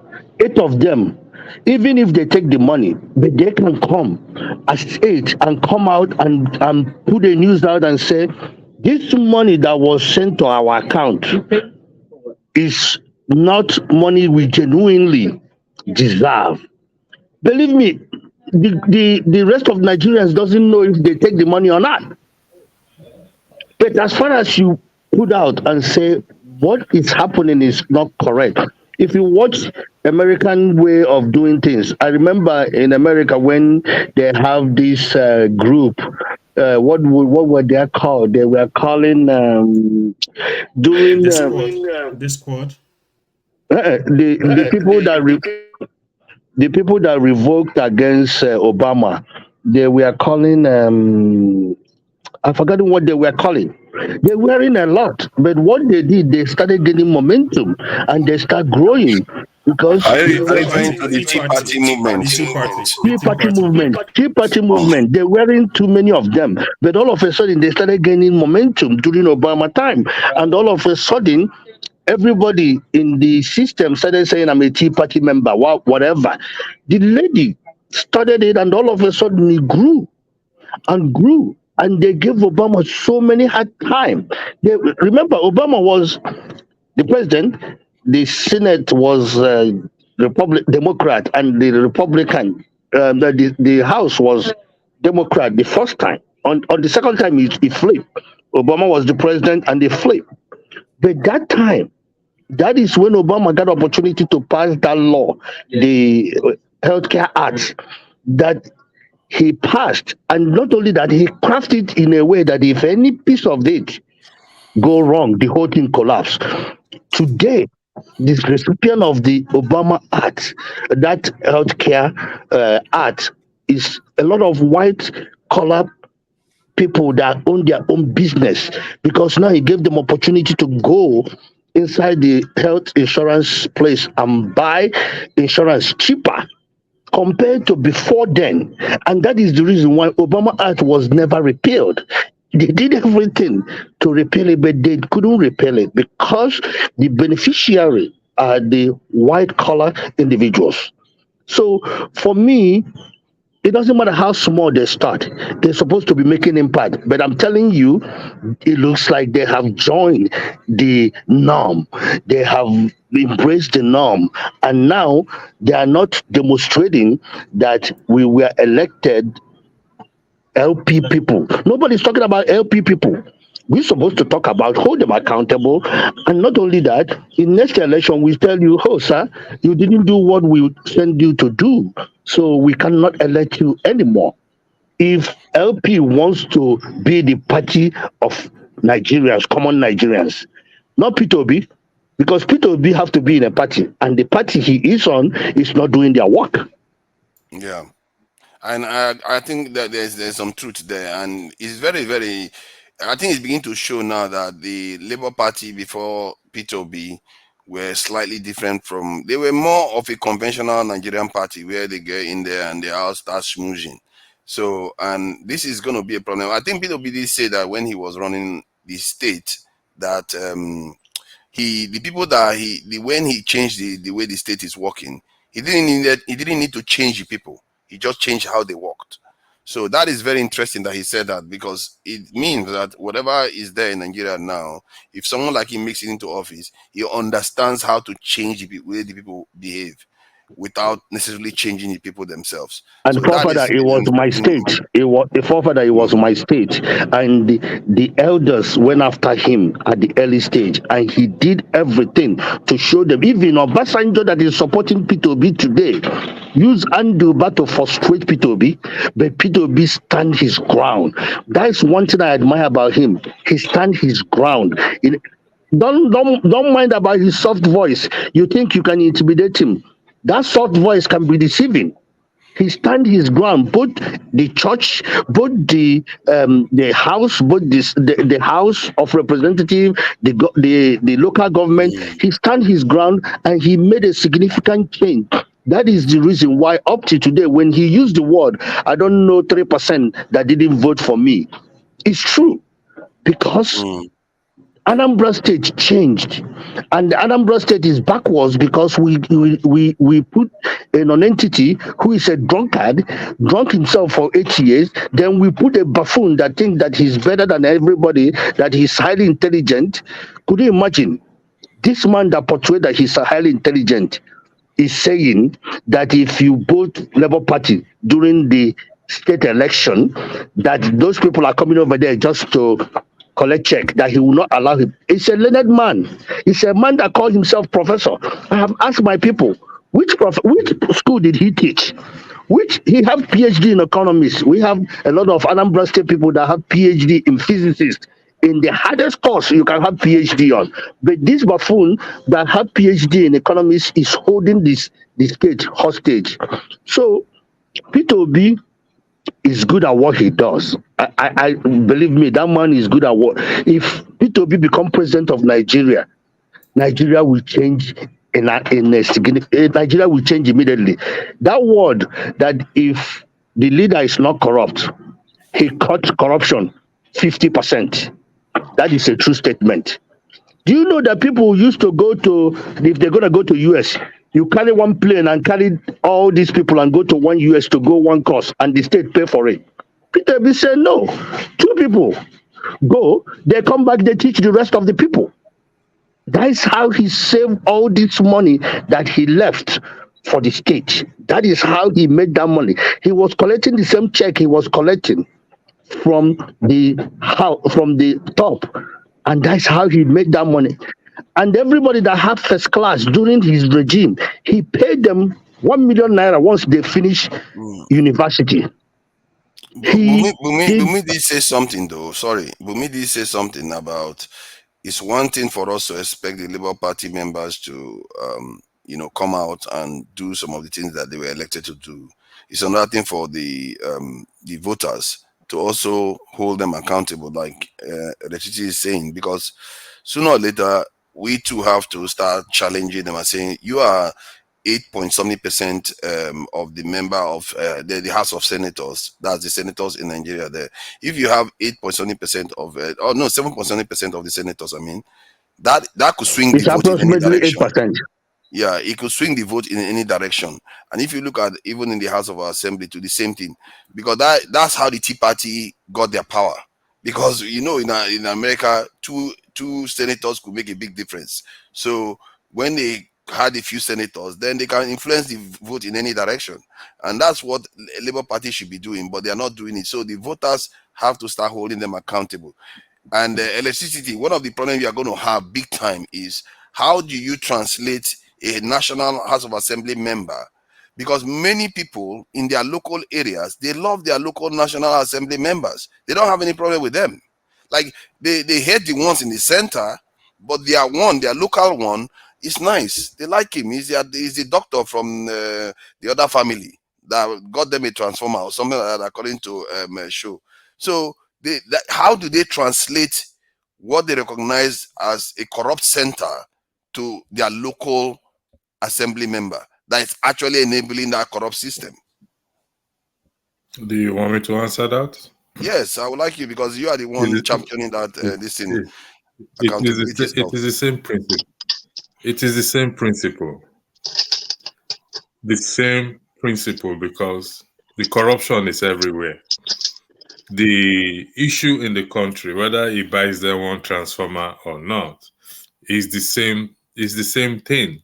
If we can remove this idea, this sentiment, is my brother, is my sister, or is my church person, is this and that, and focus on competence and look for a competent person. That is what we should be looking at for. How competent is this person? Because most of them have track record. Let's be realistic here. None of them comes just forth from the sky. Their track record could even be in the private sector. Their track record could be their own personal business. They all have track record. Like Jesus Christ says, by their fruits you shall know them. So every one of them have a track record. So if we look at their track record, and it's okay. For example, Wike has been governor for 8 years. He's now a minister. He's been this. What's his name? Kiyamo. Every one of them has a track record. Just the same way the Senate, Akpabio, has a track record. Every one of them has a track record, both in the federal and in the state. Buhari had a track record until he got into office and completely screwed the whole thing up. The first track record of Buhari was good. And sometimes people, when they get into office, I'm just trying to let you understand the challenges you are going to face. Let me try and bury this. I would like to contribute after electricity. Let's try and bury this Buhari issue once and for all. Tinubu has already let us understand. With due respect, is the president, so President Bola Ahmed Tinubu has made us to understand that if not for him, Buhari would not have been president. Now, what the House should do is to drag his ass, even as a president, and to come and explain what he meant by that statement. So we can safely conclude that something went on. Tinubu made Buhari the president, whichever way it is. And I did state in one of my broadcasts 2 weeks ago, last week, that if Tinubu had 1 point, one vote, let's say it's going against either Peter Obi or Atiku Osho or anybody, if he has 1 vote and the other candidate has 199 million votes, Tinubu will still be the president of Nigeria. Because why? He said it is his turn. An understanding, an agreement has been entered. We all see how the announcement was made. Everybody was asleep, blah, blah, blah, blah, blah, blah. And the announcement was made. There is a gentleman's agreement. They call it honor among thieves. But the point I was making was that Buhari had a track record of when he was military regime, and then when he came into civilian, he did what he did. Oshomole had a good track record. Then when he get into politics, this is Bola Ige, many of them, all these people, they are very, very great people. Oshomole has a track record as a labor rep, if I'm correct, if that's what you refer. And on that basis, people voted for him, expecting that, okay, this man has a good track record. He came in, he became somebody else. Now it's in the Senate. So you cannot compare that being a governor, you messed up. Why are we going to vote for you to be in the Senate? Everyone has a track record. All the governors the original question, sorry, I want to direct her to the original question. The original question was that how do you handle the idea that many people in their own local constituencies where the senators and national House of Assembly members come from see their own as okay, while in the center all of them are corrupt, but the one in their local area seems to be acceptable? How do you convince them that local one, they should hold that local one accountable? I answered the question. It's down to sentiment. It's the same thing. If we eliminate sentiment, for example, let's say Nigerian is my brother or my close friend or my tribesman, this and that. If I eliminate sentiment away from whatever is between me and himself, then I will tell him to his face that, listen, you are my brother in whatever capacity you are, but you are not performing. You are not performing. That is a country where there's no corruption. He is performing for them in their local area. That is the problem. So how do they disconnect that, what he's doing locally, what is happening nationally? No, I think electricity, the reason why I'm asking electricity is because he's the one championing this. Okay, go ahead. Yes, okay. Sorry, Chim, apologies. Okay, let me listen. I said the reason the championing is for education and awareness, and people to change their mind. We have to start to highlight you see, when no matter what they say that they are benefiting in his local government or in a smaller environment, his own people are benefiting. What sort of benefit is it beside money? Does it give them electricity? The answer is no. Does it give them good medical care? The answer is no. Is the education within that small circle, is it good? The answer is no. It's all the money they get in their pocket. They still suffer. Sometimes the it's a transformer here and there, a hospital or the same church member. People are very funny like that. Listen, forefather, there is no good hospital anywhere. Just take it from me. There is none anywhere. So if you point out that if we can mention names, either the name of the person is where his constituency is, and let's do that research. None is there. I yield the floor. Thank you. Thank you. And Chim, please go ahead.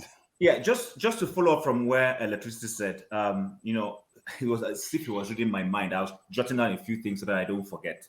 How do we change this whole thing? First and foremost, forefather, you can't change it dramatically, but you walk around it.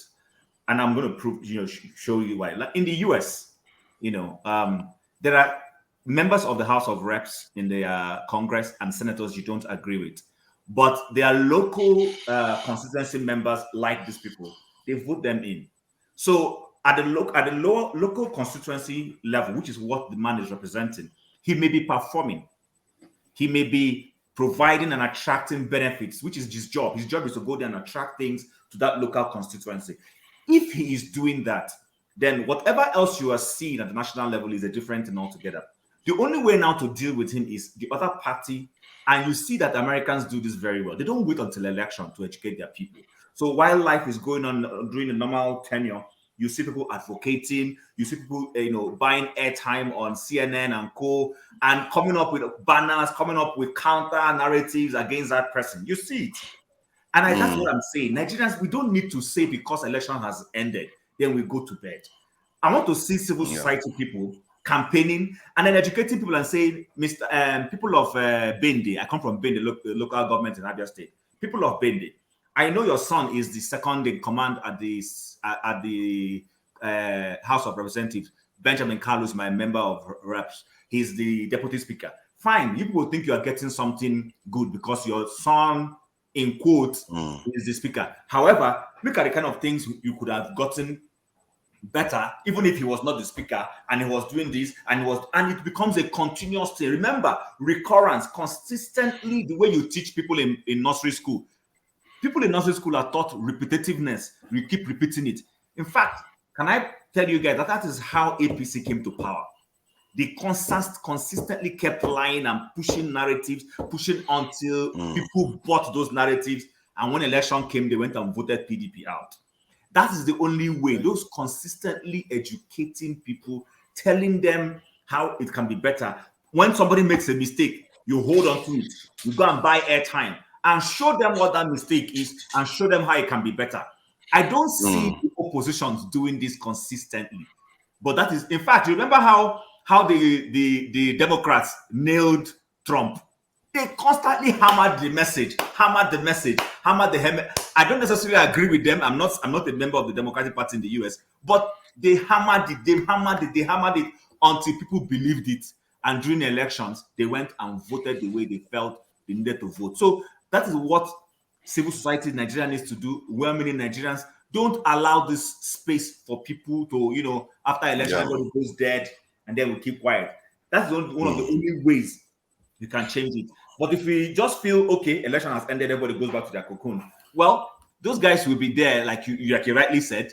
They will go there and go and share money to their local constituents. And then finally, you see during COVID, you see how each member of the house goes back to his constituency to go and educate them. Town hall meetings. I don't see that happening. How many of the people tell them somebody will come to the House of Reps or something and say, my people? Which people? Did he really go and speak to the people? It doesn't happen. People don't really do it. And then I can tell you, people don't necessarily like this man.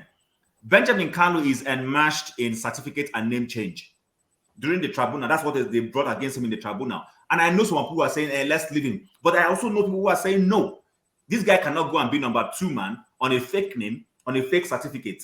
So he needs to get out of there. Let somebody who has the correct name, has good certificate to go in there. But we're not consistently educating our people, and that's why they keep voting these people in. Thank you. One Niger man. I like Niger man. I don't know why you are changing that name, but it's okay. Which one you want us to be calling? One Niger or Niger man? Anyone where you like, my brother. Okay. Okay. So go ahead, please. One thing we have to start looking, because when we are saying something, we have to look it in Nigeria context. If you are using America, UK to compare the way they do it there, it can never work. That is why the problem we are still having in Nigeria. This democracy is not working for us. Nigeria is weaponized by poverty. Whatever you want to tell anybody to preach to people, today now, maybe till tomorrow, the highest bidder is the one that win election. You can see like Tinubu, look at all the old baggage, but Eosan versus Keyamu, FFK, people you see before, they are the one fighting for him. Because go everywhere and lick his caca, everywhere he poo-poo. Because of money, that is the problem in Nigeria. The only way this thing will start getting better, will start getting the way forward, is when the right person come to the head. That executive, who control the executive? Look at the judiciary. If the judiciary don't do what the executive want, they will not give them the allocation. Why is the legislative very powerful? Because they defend their whole budget. The judiciary will just say it's a how did they call it? Maybe they're like a free this thing, or how do they call it? They're separate government. But that's on paper or mouth. If they didn't do what the executive want, they don't give them their allocation. They don't. You see, that is why they are advocating.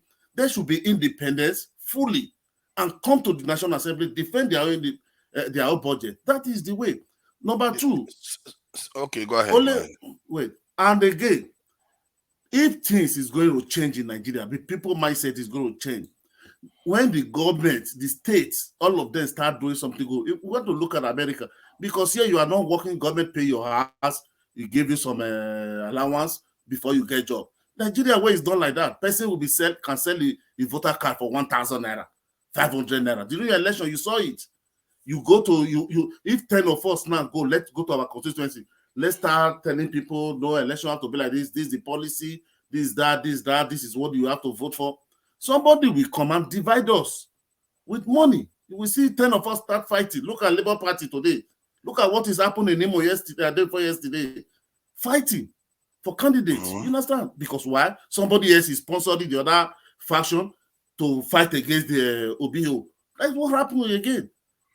3 days, this Wednesday in Imo State. So that is the context of Nigeria. Corruption is too much. That is why we are very happy. We that believe the right man who have done it, we have seen. If Obi come to the executive, when he begin to obey rule of law, people see the rule of law. Look at Obaseki. A country like Nigeria, the House of Rep, 7 out of them won election, and they were never sworn in. This is almost 4 years, next year. They were never sworn in. They went to court. Court never give them judgment. The case is just there, died there. But they sent that court of appeal in Abuja. The deputy went to and proclaimed a judgment that they want to impeach him. He got it because he paid for the judgments. That is the problem of Nigeria. How can somebody contest for election, won election, and he will never swear in? And INEC didn't do anything. The judge, he went to court, he never get judgment. The judgment is just there. The case is just there, up to 4 years. Even the tenure is elapsed by next year. The case are still in court. You understand? So when we get somebody like will be there, and they will see, because he's only the executive. Even if court give a judgment, say go and arrest this man, it's the executive that will implement it, because it's the president that hold all the armed forces in Nigeria answer to. Nobody can give order to police except the president in Nigeria. You understand? So it's only that is only where I see the way, because this obedient who are focusing, they are ready to call everybody. 8 people in the National Assembly, 38. How many people? You want to do anything? They will say, okay, if you shout too much, pass it on vote. If you pass it on vote, you don't have the 2/3 of it. If you bring any policy, you don't have the 2/3 of it. It will just be there. Will not pass fair reading for 20 years. But look at what is happening now. Peter Obi is in charge of the Labour Party, and his members in the Peter National Obi is not Assembly. in charge of Labour Party. You people should not be putting this thing wrong. Hold on. He's a presidential candidate. Let me explain why I'm saying that. Let me explain why I'm saying that.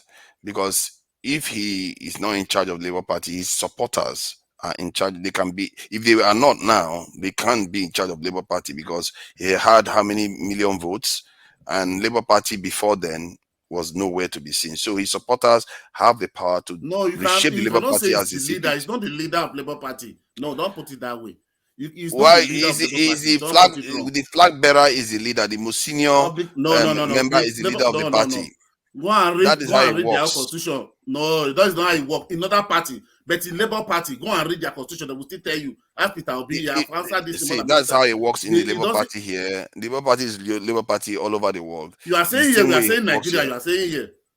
That's how it works everywhere. That's how it works everywhere. In short, even almost every party. No, don't be saying something you don't know. We that know what I'm saying. You are not going to tell me that is how it works. If you work in US, you cannot work so in Nigeria. Let me tell you. Let me explain to you.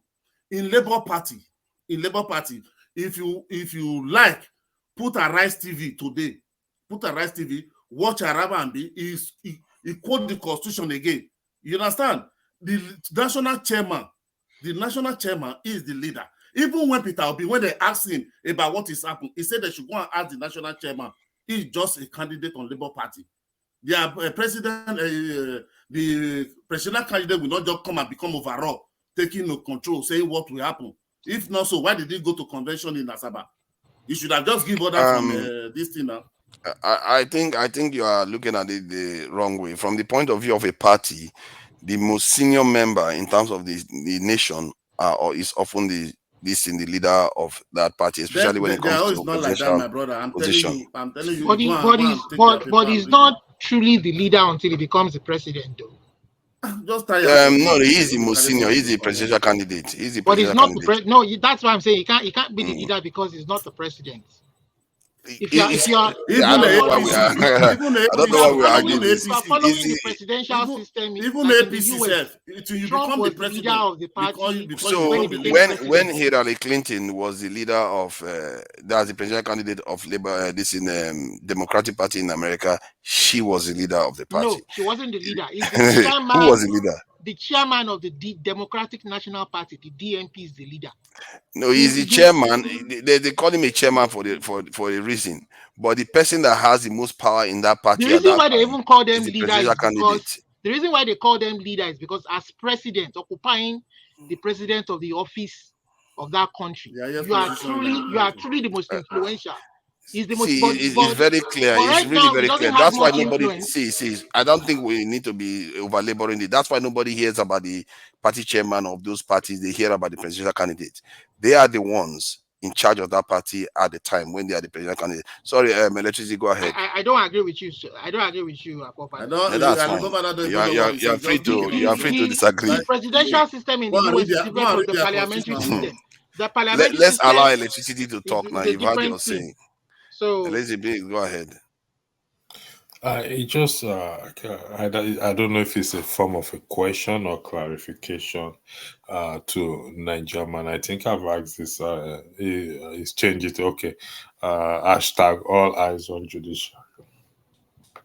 I think I have asked you this question before, but there's no harm in asking you again, since and those who are saying all eyes on the judiciary. So let me acknowledge all eyes on the judiciary. What exactly should people do in terms of this all eyes on the judiciary? Is there anything specific that they should do? Could you educate me on that? You mean people are putting all eyes on judiciary or what? Is that what you know? They say all eyes on judiciary. Okay. So the reason of the hashtag all eyes on judiciary, this is what you want to know. What are you trying to say? No. I know it's hashtag all eyes on the judiciary. Is there anything specific that? Yes, of course. Yes, of course. Could you educate me on that, please? When we say all eyes on judiciary, all eyes on judiciary, we are saying is not declare Obi or declare Atiku or declare Tinubu the winner. All eyes on judiciary based on the judgment we have seen severally. All eyes on judiciary based on the judgment that the Supreme Court, the Appeal Court have given, or some frivolous decisions from the court we have seen. That is why we are telling the court all eyes on judiciary is for everybody, that we are watching, we are with them, we are supporting them, no intimidation. That is it. Not by saying all eyes on judiciary must declare Obi. That is not what we mean. Not for article or committee. Do the right thing. Let's see the right thing. Let every base on merit. Let me now put this to you now. If the judgment comes and it's in favor of APC and Tinubu, like you rightly said, they are not saying it should favor either the Labour Party or the PDP party, but they should do the right thing. So if the judgment now comes out and it favors APC and Tinubu, will it be acceptable to this group of people that says all eyes on the judiciary? No group. We are not group of people. We are well-mean Nigeria. We are not. Okay, I rephrase. Okay, my apologies. I rephrase. I did not intend that to be derogatory or insulting. So, the well-meaning Nigerians with the hashtag all eyes on judiciary, should the judgment come out and it favors the Tinubu, it favors the APC and Tinubu, is it the all well-meaning Nigerians accept it? Let me tell you, if the judgment come out, you have to. I cannot give you direct answer. Okay, go ahead. Sorry, go ahead. If the judgment come out, we saw everybody see it. It's clear, like the Spanish say, muy claro como agua, clear like water, that the judgment was based on merit. Nothing is okay. It's over. But if it's not based on merit, on technicality, that is not accepted. You must give us the reason, the basis you come through everyone, and we see it. Yes, it's okay. And it's clear. Let me flip it around now. Okay, still on you. I want to flip it around. The recent event. I don't know if you heard me when I've said it earlier, but I think something went wrong with your network, or you went to attend to something. But I wasn't sure. I went for something. Okay. The recent issue in the House of Senate, when Akpabio paid 2 million when they were paid 2 million, and including if there is any Labour Party legislator in the upper chamber. Also, King Igwe is there anyway because she defended the gaffe of Akpabio. That 2 million naira, you may not know, but former Senator Enyibe claimed that the senators have not been paid for 3 months. As such, they were given that 2 million. It's on a Rise channel, interview by Dr. Abati. In your own opinion, do you think that claim is correct? Oshomole was in our Chinese television at least 2 weeks before that day you are saying. He said he has not been paid. When they asked him his salary, he said he has not been paid. He said he has not been paid. Yes. And they had has any Labour Party legislator come out to affirm that? Ireti Ikingibe came out that same day, after the second day or the third day, the second day on Chinese television, and he said he have not received his own money. He have not seen anything. No. That was when the 2 million was paid in terms of the salary. Yeah, that's what I'm saying now. That I'm talking about. Have they been paid or not been paid for 3 months? Electricity. You asking me a question. I'm not their SA. I'm not what you're saying in the nutshell is you don't know. I'm be asking them, have you been paid or not paid? That is not my business. You see, if like I said earlier, the Labour Party is the eyes and ears of the common man, riding on the horse of integrity of Peter Obi, his transparency and everything. They're riding on that horse. And on that ground, I ask that common sense should dictate to them to say, you know what, we are riding on this horse, on this man's horse. Who, according to the Oba of Benin, when he asked him that he heard that you do not own, when you were in government, you never took any land. And he said, yes, he never did.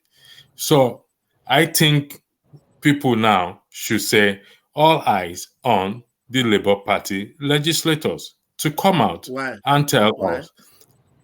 Why? Yeah. To hold them accountable. I don't understand. My brother, you cannot say you should go and put all high on Labour Party, this, you know. To hold them accountable, you have to. One Nigeria. Consistency how can you know? How can you fix the country if you cannot hold anybody accountable? No, it's their consistency. My brother, let me tell you, the day the people from the House of Rep. You see why we want our Yoruba nation? Excuse me, let me talk now. Is just too much. Let me talk one by one. Please. The day the House of Rep went to what do they call it? They went to Aso Rock. What did that guy say? He began to apologize Tinubu, praise Tinubu. That guy is a former APC. What makes many people to win this election through OB? Because on election day, the novice, like we have been voting, we vote. Some people are voting in APC, some people are voting in PDP. You understand? Because I know I was always vying for Peter Obi. Majority of people are vying for Peter Obi. So because of the novice, They give you 3 ballots. You are just looking for Labour Party, thumping for the 3. That's why you see people who never campaign win election. So these people, you cannot go and hold it. These are adults. How can I be go hold it there? Tell me your amount. Tell me go and be sharp. They know the right thing to do.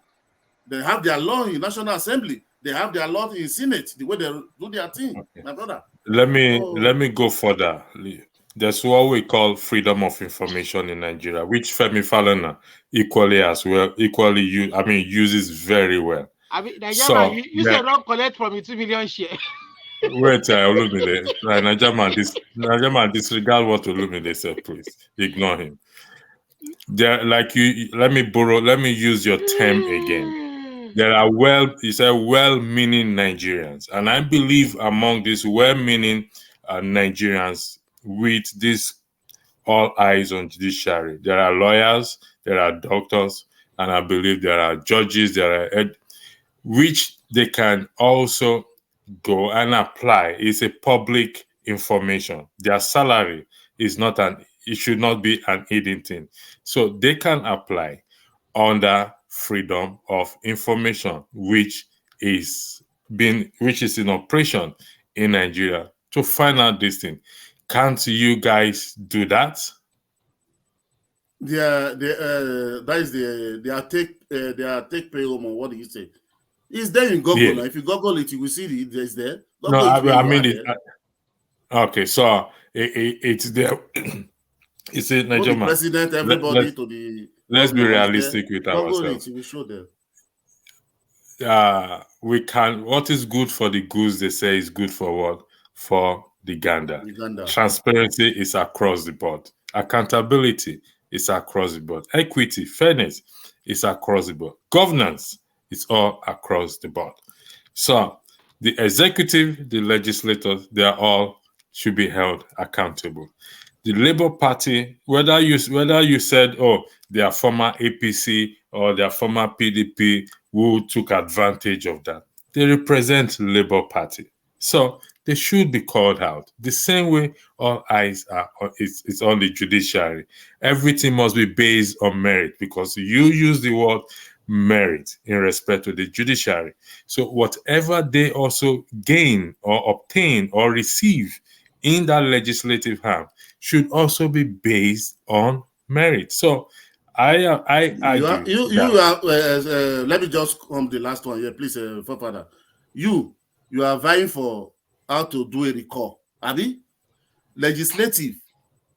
All the legislative, the green and the red chamber, they have their own constituency that vote them. Me, I never vote any Labour Party apart from Peter Obi, because I believe all those people, they never campaign, they never know them. You understand? I only complete one. So it's only Peter Obi I face. Those that know them, I don't have power to check them. It's their constituency. You should help them china into their constituency. So let them it's easier to make excuses for our, like what Father actually said. We make excuses. But you know when we make excuses for our own. Some of them might even be watching this program. And you can use the opportunity to let them know that, you know what? I should be lying what I know I don't have the power to do. You can just talk to them now. No constituency, I hold him accountable. Just speak to them now. You know, am I the one that voted? Can I go to someone else's constituency and recall him? Can I do that? No, you can, but you can campaign against. Let's say a candidate is saying, "Oh, let's legalize corruption." Do you need to be part of the person's candidate? That's what against them. You can campaign against them because you know they stand for the wrong things, and maybe his constituency members can vote against him. If Obi become a president, they see anything corruption, even somebody under him, you will see the way obedient will come out against them and Obi. So they are not just maybe because it's there. Somebody I don't know their character. Only Obi I can swear for his character. He talks I know. So how can I be saying somebody I didn't know his character? Nigerian, you see, the same way you voted for Obi is the same way I voted. So what I expect you to have said, I mean, don't let me use the word.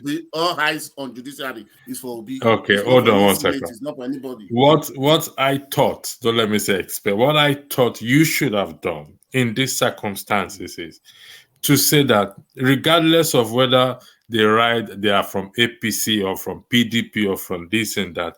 Everyone should be held at with the same standard. Yes, you are for Obi, whatever it is, they should come out and declare indeed what is going on in the earth. That is what I thought you will say. But no, my thought and your thought are not the same thing. It is not the same. No, Thank you. you. I don't have power. Yeah, it's go not my ahead, constituency. I don't have power for that. I have a question for Mr. Niger. So he said that it's not his anyways, the question I want to ask is, so let's say Tinubu, you didn't vote for Tinubu. So let's say Tinubu continues and he rules for 4 years. My question is, if clearly this whole 4 years, it's just like Buhari's time, completely bad, destroy everything. And let's say people are protesting to take him out. Would you also join in protesting him to take him out? Let's say the APC. If I have the power to go out and kill him today, I will go. So not just carry that one. What was the question? What was the question again? If he would protest to take him out of government. Take who out? Tinubu. Okay. Because he didn't vote for him. Najaman, I know you. Oh, sorry, go ahead. I didn't know you were speaking. Based on your reply that you go and take him out, even though you did not vote for him, but because he's representing Nigeria and every decision he makes affects every single person. I think it's the same direction Mr. Electricity is pointing out, that even though you might not have voted for those people representing those local counties or states and all that, he's basically saying that if those people are not doing their job, are you going to also participate in holding them accountable? They don't have to be from your state, but are you going to join the people who might have voted them, whoever they are, holding them accountable? Are you also going to join them in holding them accountable? I think that's what he's kind of asking you that question. Yeah, I understand it. Like for me, let me just clear you why I'm just like this. For me, I'm following Peter Obi rule. That is why anything is happening. Do you see Peter Obi talk? He doesn't give, because why? He cannot come and be coming and be making opposition when he know, and he said it, he win the election, and he's in the court. So how can I be legitimizing a president I know he doesn't win election or anything that happened there? Me, I don't believe anything in that administration. I know APC very well. Maybe for the people who are first-time voters are looking there, I know APC from beginning that nothing good will ever come from them. They are satanic. If you know what the meaning of satanic, that is who they are. They are not coming to even give us a cup of water. So I don't believe anything will come out from that human being or anybody there, that APC. For me, let me address you as my brother. Let me address you as my brother. This is my view. Okay, when Bumi asks the question, even if Tinubu is doing everything today, I will still be against him. Okay. Tell everybody should take 1 million today, I will still be against it because I know it's fraud. This is my view. Okay, this is my view on a statement you made, or the way you phrase it. That when Bumi asks if they say go take him out, and you said if you have the will to kill him, you will kill him. Is that correct? You all heard it. Come on with your submission, please. Yeah. I think we all heard it now. Yeah. If you want to add to it, and Jackson, anybody can contribute. Sorry, Jackson. My apology. I'm not the one. I just think that I don't know. I'm echoing. There's feedback coming from someone. There's echo. Jackson. Yeah. Okay. I just think that we should mind how you may want to turn off if there's any other device around you. You may want to check it. I will phrase our words, even though we are angry and whatever it is, using certain words. No, I'm just saying. I'm just talking to you as my brother. Electricity. Sorry to just add that, and I think there are some words that are censored on YouTube, so we should just be very cognizant of that fact. Don't say you go, if you have your way to go and kill him, you will kill him. You meant nothing. You didn't mean it in that way. But trust me, some people can twist that not thing. that way. No, not that And way. some people will twist it and twist it and twist I it. said, no. That is not what I mean. Please, so don't twist my word. Though. He said if I would join people to go and if they are rioting, they are protesting. I mean to say, if I would join them to protest and I didn't vote him, I was trying to tell him the way I tried to let them to live there, not to stay there. That is what I'm trying to put it. So I don't even need to protest. If I even have the way to go and remove it, like the local palace way. All right, no problem. Just for us to be, where no road. Can I try to answer Mr. Electricity's question about the whole idea of the all eyes on judiciary? Yeah. Do you mind if I talk about that? Yeah, go ahead. Of course. So the way my thought about that is, we know that judiciary's responsibility is to interpret the law, right?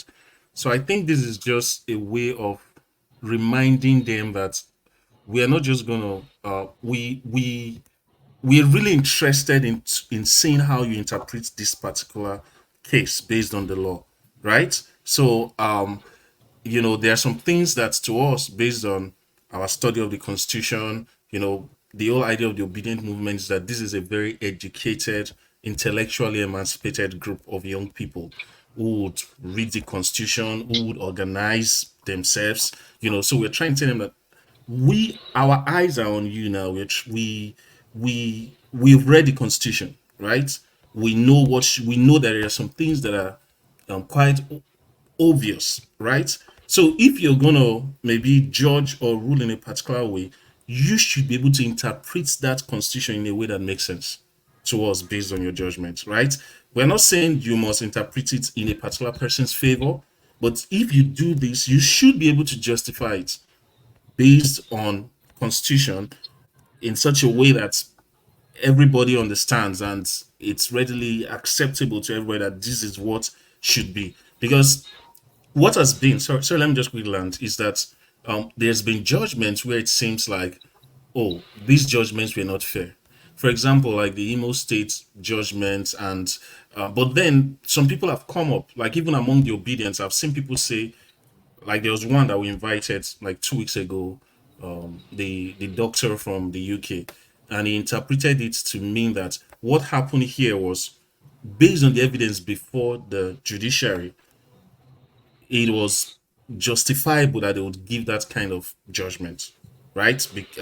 Because he used the Evidence Act, things like that. Okay, so that's to tell you that as obedience, we are not just like blind people. We are not.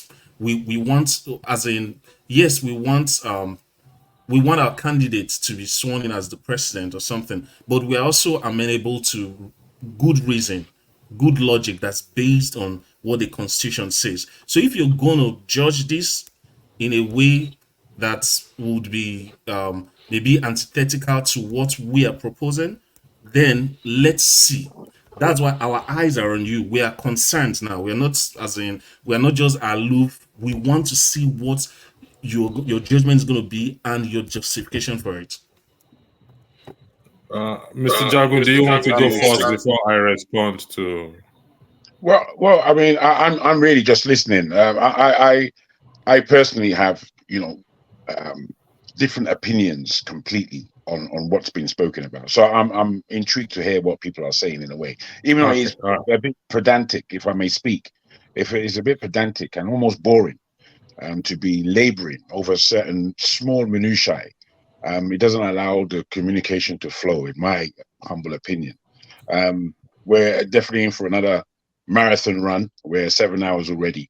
It is interesting, but if I may ask a few questions to the panel and Forefather particularly, can I understand this our communication has been going on for a while.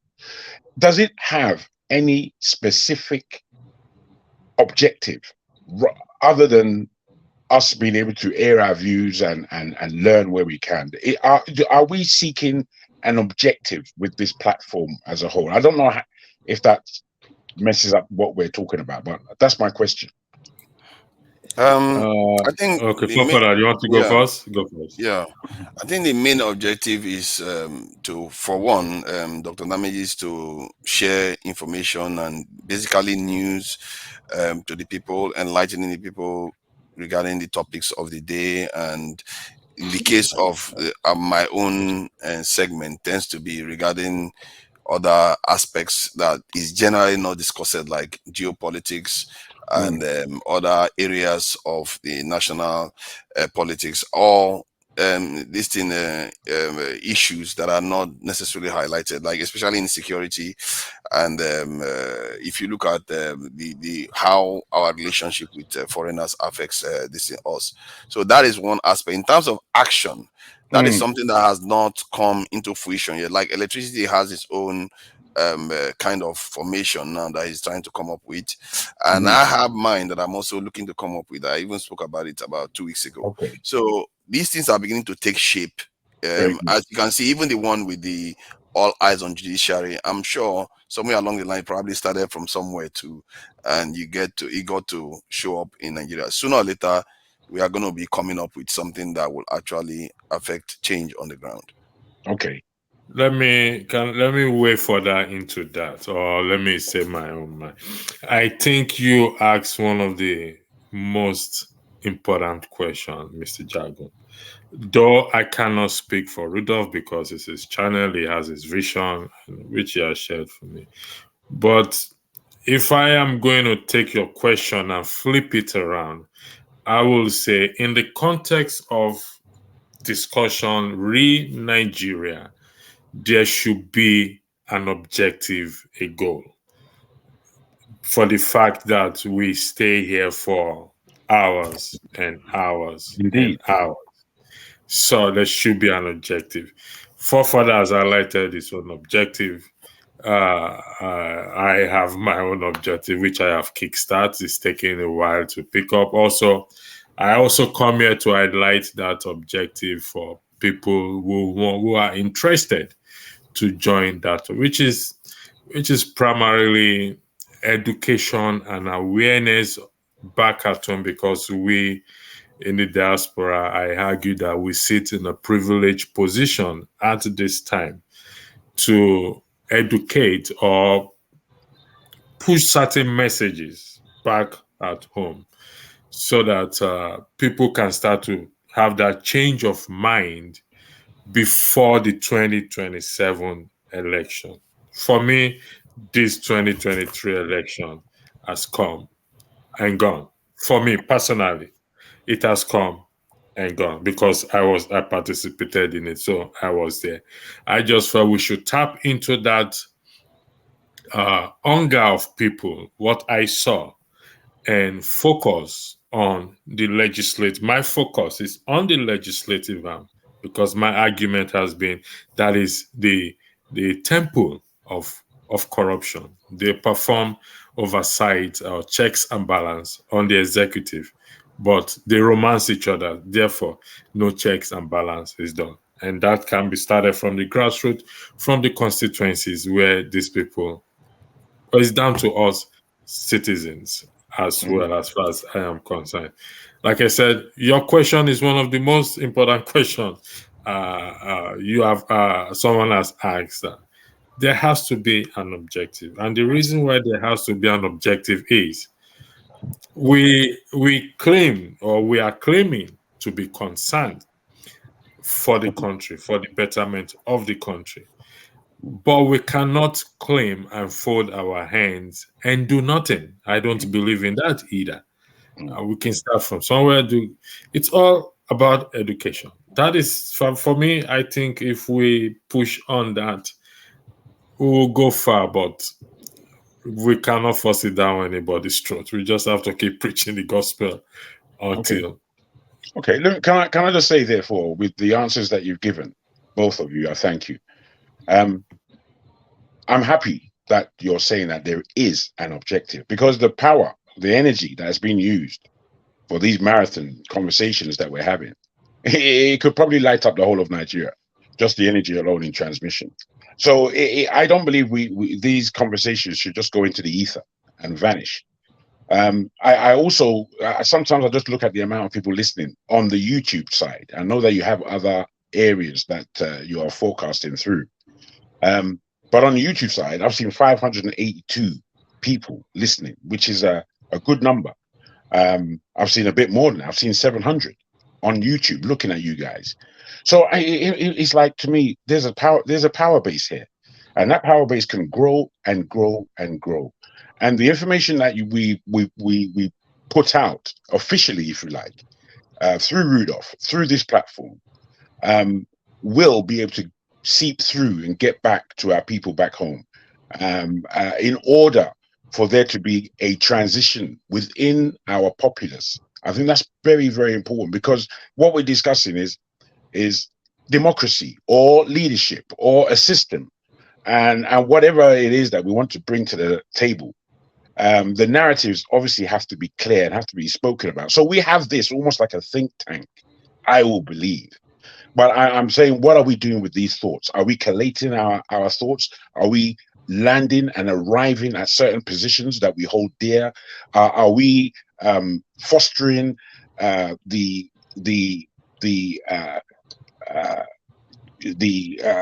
growth and the compatibility between our different aspects of being Nigerian?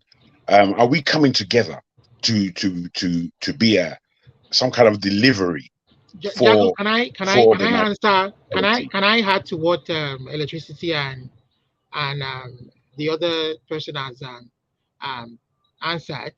I just want to answer to someone. I want to say, I understand where you're coming from. I want to say that the social media platform exposure is kind of gaining ground back home. I wish all this had started back when in 1999, when that democracy, when we got back the democracy from the military, back to when we returned back to civilian rule. But now, especially with with the people's experience under Buhari and the way things, people kind of over relied on the politicians to really be responsible and make change happen for the people.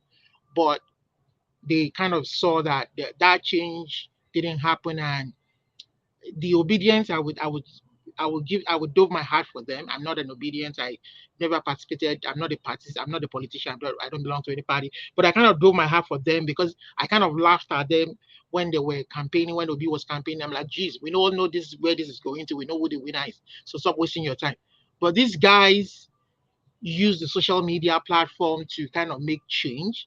And I think the ongoing talk right now is something that is generating, it's generating buzz. It's like I said, people are, even the powers that be back home are watching. They watched some of these programs, they followed them, and that is why. But right now the balance is kind of. But I'm hoping that someday, one Nigeria is to continue. Majority of the people still want one Nigeria. What it is for me, if I may say, and I kind of like what both electricity and forefather were saying, which is that there is an objective. We are going to grow to that level. But I think one thing that we should take note of is that Nigerians are fed up of talk. We're fed up to the back teeth of constant talking, all kinds of talk, left, right, talk. I understand. Please, John, let me finish, Joe, please. What I'm trying to communicate here is that, bruh, we have an opportunity again to get something right, but we may be getting it awfully wrong. We really have to look at the what's on ground. What's on ground is that we're fed up. I'm fed up. I don't know if you guys all day long. Come on, man.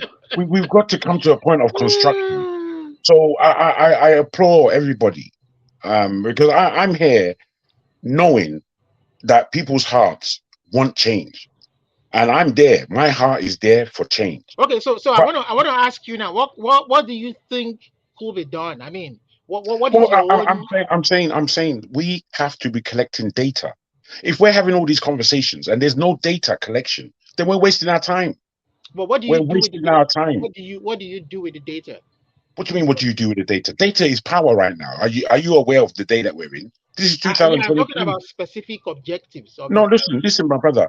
Data is the most important thing right now in the world. The most important. You understand? The information that you have and the information you collate and the information that can be born as being true or relative, these are loaded guns. And I don't want to be fighting a war without a loaded gun. I really don't. If you believe that talk and talk and talk and more talk and then suspicious and talk is going to make any changes, it's not. But we're all intelligent people here, and we know that we have to make discussions that amount to something. We can't just be here talking every day, having marathon runs. We can't. So, me personally, I would love an address from the organizers of this platform that suggests a timeline, that suggests how we are collating data, that suggests what the next move is, that suggests how we really make some effect on the ground in Nigeria. 22 billion. Let me repeat. 22 billion was sent to Nigeria through remittances from Nigerians. That's care. That is care. Care from we that are in the diaspora. We know that it's not easy to be out here. It's tough out here. It's cold out here. There's not enough love for us as individuals out here. You understand? But we have the love that we have as being able to transmit 22 billion back into the Nigerian economy, which is more than the oil revenue that we have. I mean, we really have to be paying attention. We can't just be flim-flamming. Honest to God. But the reality is that there are people on ground back home who are trying to make change happen, But yeah, I'm not saying that they're not. I'm not saying that there aren't efforts being made. I'm saying, what is this platform doing? That's what I'm saying. Okay. Sorry, Mr. Jagun. You. Sorry for interjecting. You, like you said, you asked one of the most important questions. You also have highlighted one other important thing that buttress the point I have made over time, that we in diaspora, we sit in this present time, we sit in a privileged position. In respect to I don't know the figures that you just, I've never taken my time to know, but I know the money we sent home a lot helps to 22 billion. Is it dollars or naira, whatever it is, 22 billion. That's a lot of money. And so for these facts, based on this fact and others, I repeat again, we sit in a privileged position for us to exploit this privileged position by making impact back at home. Now, my focus has been Section 68, 69, and 110, which is in respect to the legislative and both in the federal capital. However, there are certain challenges back at home in terms of the media and social media, and Nigerians who would love to have been part of such discussion. Nigerians on ground would also be a form of enlightenment. So if we can push whatever message we have, I think, this is my personal opinion, while I recognize the all eyes on the judiciary, I think, again, I repeat, I said my opinion. I hardly make opinion, but I'm going to put this as an opinion so that they don't come and bite me. I think if this all eyes on judiciary is tilted and say all eyes on the legislative arms, I think we will go far in effecting a change in that country.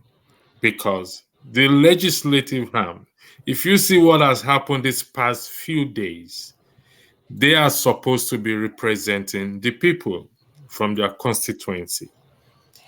But they don't give a toss about their own people that they are supposed to be represented.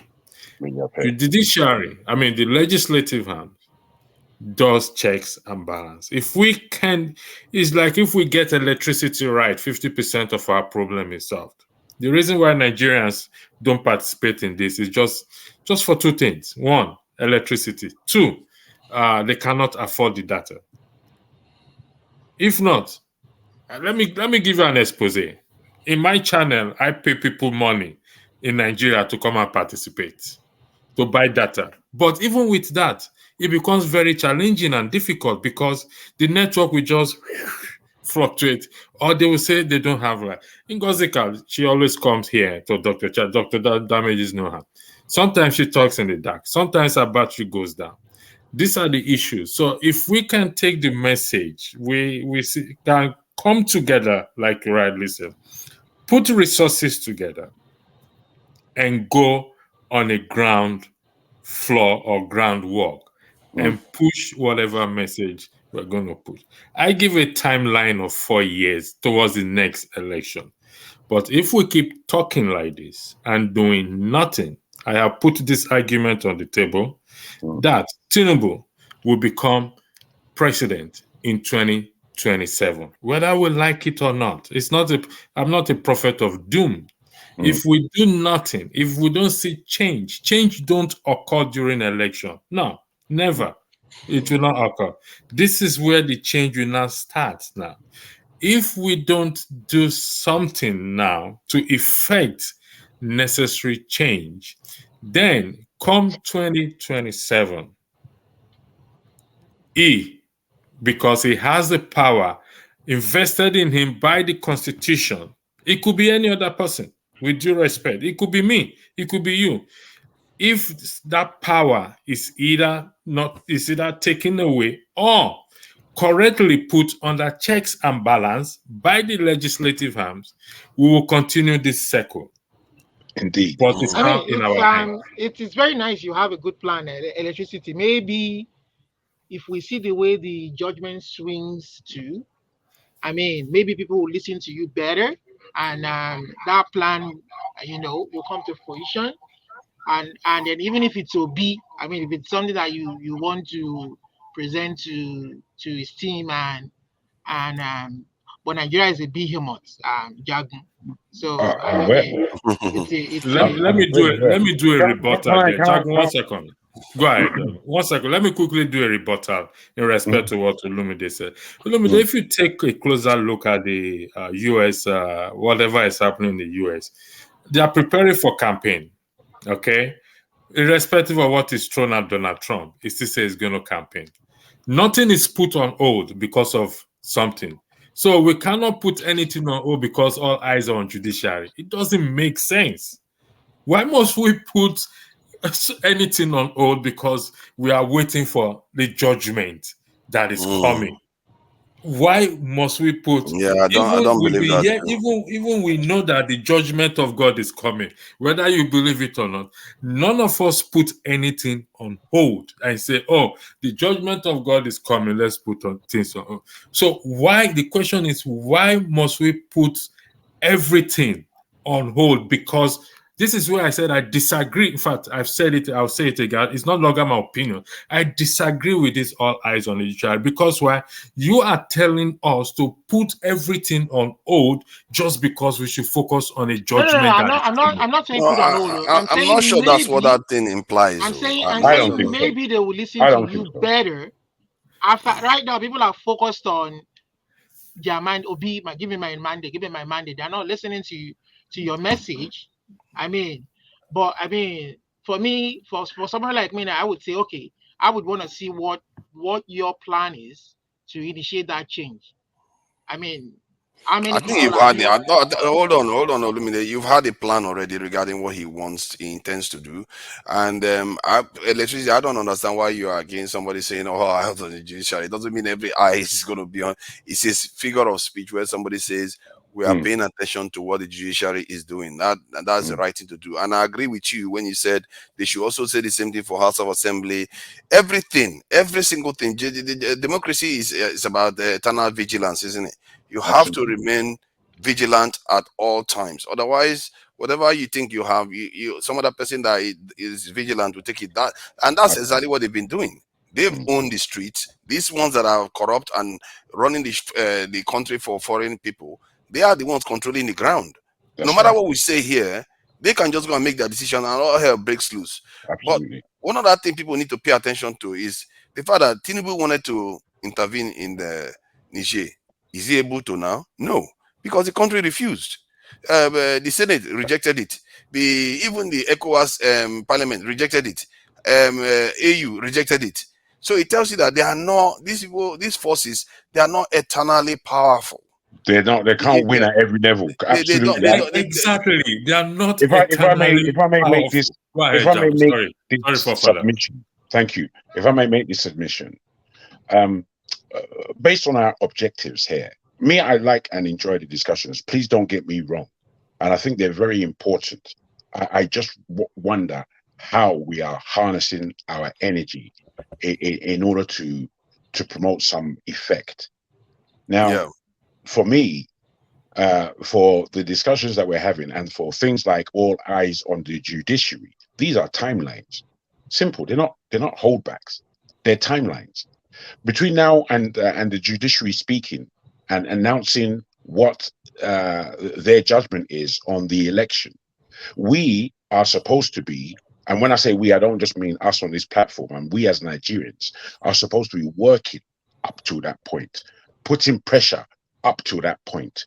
Now, whether we win or lose at that point, we still continue to go to the next calendar event that is taking place in Nigeria, whatever it might be, and work again up onto that place. This in itself would create an agenda for us on this platform to understand, look, as a collective and a growing collective, we've got our finger on the pulse of this country, and we can begin to change the narrative and order the narrative as a peoples, as a populace. Now, all democracy really is. If we as a platform have, let's say we have a million subscribers, a million people who are on our side, as it were. And then of that, we've got a council. And this council may be a council of 12 or whatever the number is. And then on that, we have a chairman or a leader a spokesman, more than a leader, a spokesman who is able to deliver to the populace what our narratives are, what our objectives are, what our goal is. These are the ways to deliver genuine power to the people. Otherwise, I just don't want to be wasting my energy. All right, let's form a political party right now. It's not, well, you could call it a political party if you want, but I don't see it as I just see it as the populace being involved in our democracy. I don't see that our people are involved in every 4 years, 5 years, whatever it is, to come out and vote and then to get some rubbish feedback from our so-called politics. I mean, what's that? We cannot continue this way. I mean, I think, can I add something to what you said about what we are doing with, some of the stuff we do here, the energy we are spending. I've had this type of discussion before where we talked about, that's my own suggestion was that we have to be clever about it and use the least amount of energy for the highest outcome. That's outsized this in outcome. The idea is to target specific areas of power that you can pull a lever and you make a significant change. And this is what they do. Clearly, because look at Tinubu, didn't need a lot of people. In the end, it was Mahmoud in the morning came out and did, when we have 200 or something million people in Nigeria. So if you go capture the specific areas, you understand what needs to happen. I hate using the term capture and all the rest, but you have to take control of specific levels of power to ensure things move in the right direction. Because you can, like you said, we can have a billion discussions here, then the others will just go to the level of power and pull it. And that's the end of it. The obedience did a very terrific job. I mean, that's why I'm saying that obedient movement, if they really want change, shouldn't die. Regardless of the court judgments, those guys, they were majorly youths. They wanted change for their country. They stood behind the guy, and some of them don't even belong to any political party. Those guys, I'm going to dub my hat for them any day, anytime. They did a very good job. They covered Let me. Sorry caught the for country by coming in. surprise. Only me. I They let have proposed. I mean, like what Father says, we have three arms of government. Though there are other section of government. We have the executive, we have the legislative, and we have the judiciary. Okay, so whether in the federal or in the local district, I focused on, or I proposed, or I stand on focusing on the legislative arm of government for one reason. Based on the Constitution, the people, the citizens, have more power, more say in determining certain things in respect to what? To the legislative arm than the executive, than the judiciary. Because if the legislative arm are performing their role as they should perform their role, checks and balances, oversight, even at times in relation, because they also make laws, the judiciary interprets the law. The legislative arm makes this law. But So, electricity, you know what? may I finish? I agree to your assertion. let him finish. Let me finish, please. So also the legislative arms also, if the president is going to be impeached today, it's going to come from the legislative arms. But is it possible to then recall 106 Wait senators? now, Olumide. 106 senators. Olumide. All at once. Can you just wait, please? Can you take a cheap pill? Sure. Okay, all right, thanks. So they perform that checks and balance on the executive. So if we focus on this right now and say, okay, this is the legislative arm. This is where the temple of corruption is, as far as I am concerned.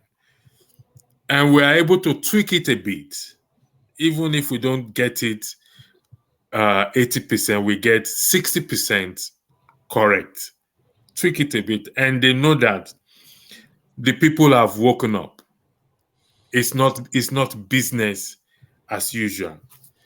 In turn, they will not perform their role, their duty, their responsibility on every aspect of what. Remember, they make this law. And once they make it, it's whether we like it or not, it's going to affect us. But we have to be part of it because they represent you and I from the ground level. So if we don't like something, like over here, all these legislators, they have what they call surgery, where the people meet, where the people can go to them and hear their voices and everything, and they come out and tell you my people this and that. For example, so you can further buttress your point on electricity. Did you know that recall is like flip it the other way around? It's like voting in the reverse way. If voting is not free and fair, how do you want recall to be free and fair? It's one of those ways you can hold them to be accountable. But flip it reverse. You see, this is where jargon. Let's allow Bumi say something. I think Bumi, maybe do you want to say you something? may have a question to Okay, please go ahead. So let's go ahead. I will.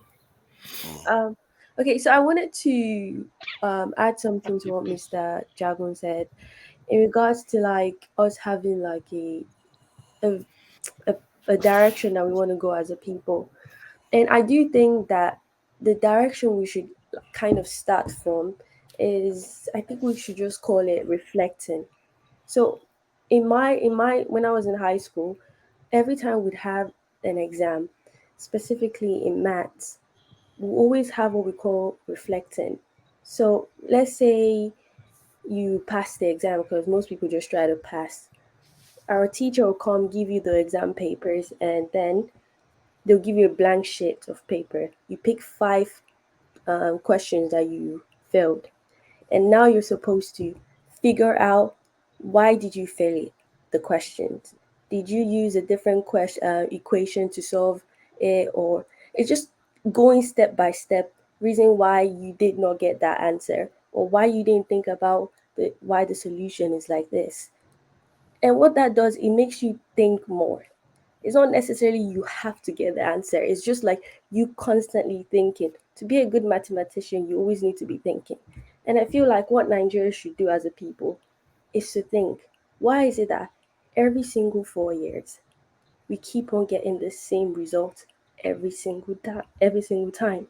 You vote for your tribe man, you get the same thing.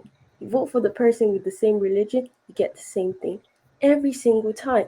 So we need to sit there and reflect where we are going wrong. For example, we can start from Buhari's regime. Why is it that this man is able to deceive us so boldly and nothing was done and he's still a free man today? And it's like, are we also going in the same direction with Tinubu? And I think that's where we can easily start pointing out the stuff Mr. Electricity is saying, whereby is it the fact that we're not holding certain people accountable?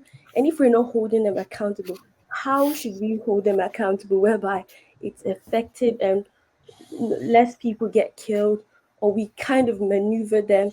How are they getting us? All those things. But for you to be able to do that, you need to think about how you have failed as a people first. That's just what I wanted to say. And also, I wanted to talk about what Mr. Electricity said. I feel like you're kind of contradicting yourself. So, first, you said that you don't believe the election. You said the election has come and it has gone. So, we should get ready for 2027. But then you're also saying that we should start working.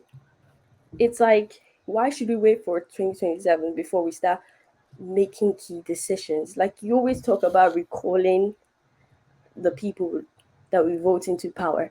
So are you saying we should wait till 2020, like the next election in 4 years? No. Let me clarify myself. Let me explain what I meant. Okay. What I'm saying is that I said for the February 25th election, to me, it's come and gone. Okay. The matter is in the judiciary. Whether the judiciary, whatever the decision that comes out from the judiciary, it does not affect my goal.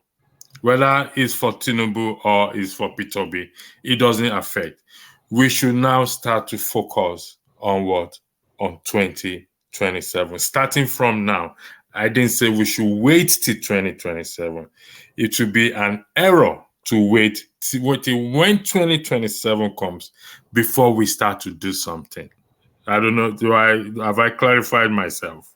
So does that mean that we can still start taking actions, like key actions, like for example, like let's say recalling? Are you saying we can actually recall? If the recall process has to start now, it's not 2027. No. It has to start now, and the way it's going to start is to start to educate and create that awareness. In fact, it should have started immediately when the result was announced. Now, not everybody, but it's not too late. What I'm saying is that if we wait till 2027, change don't occur during election.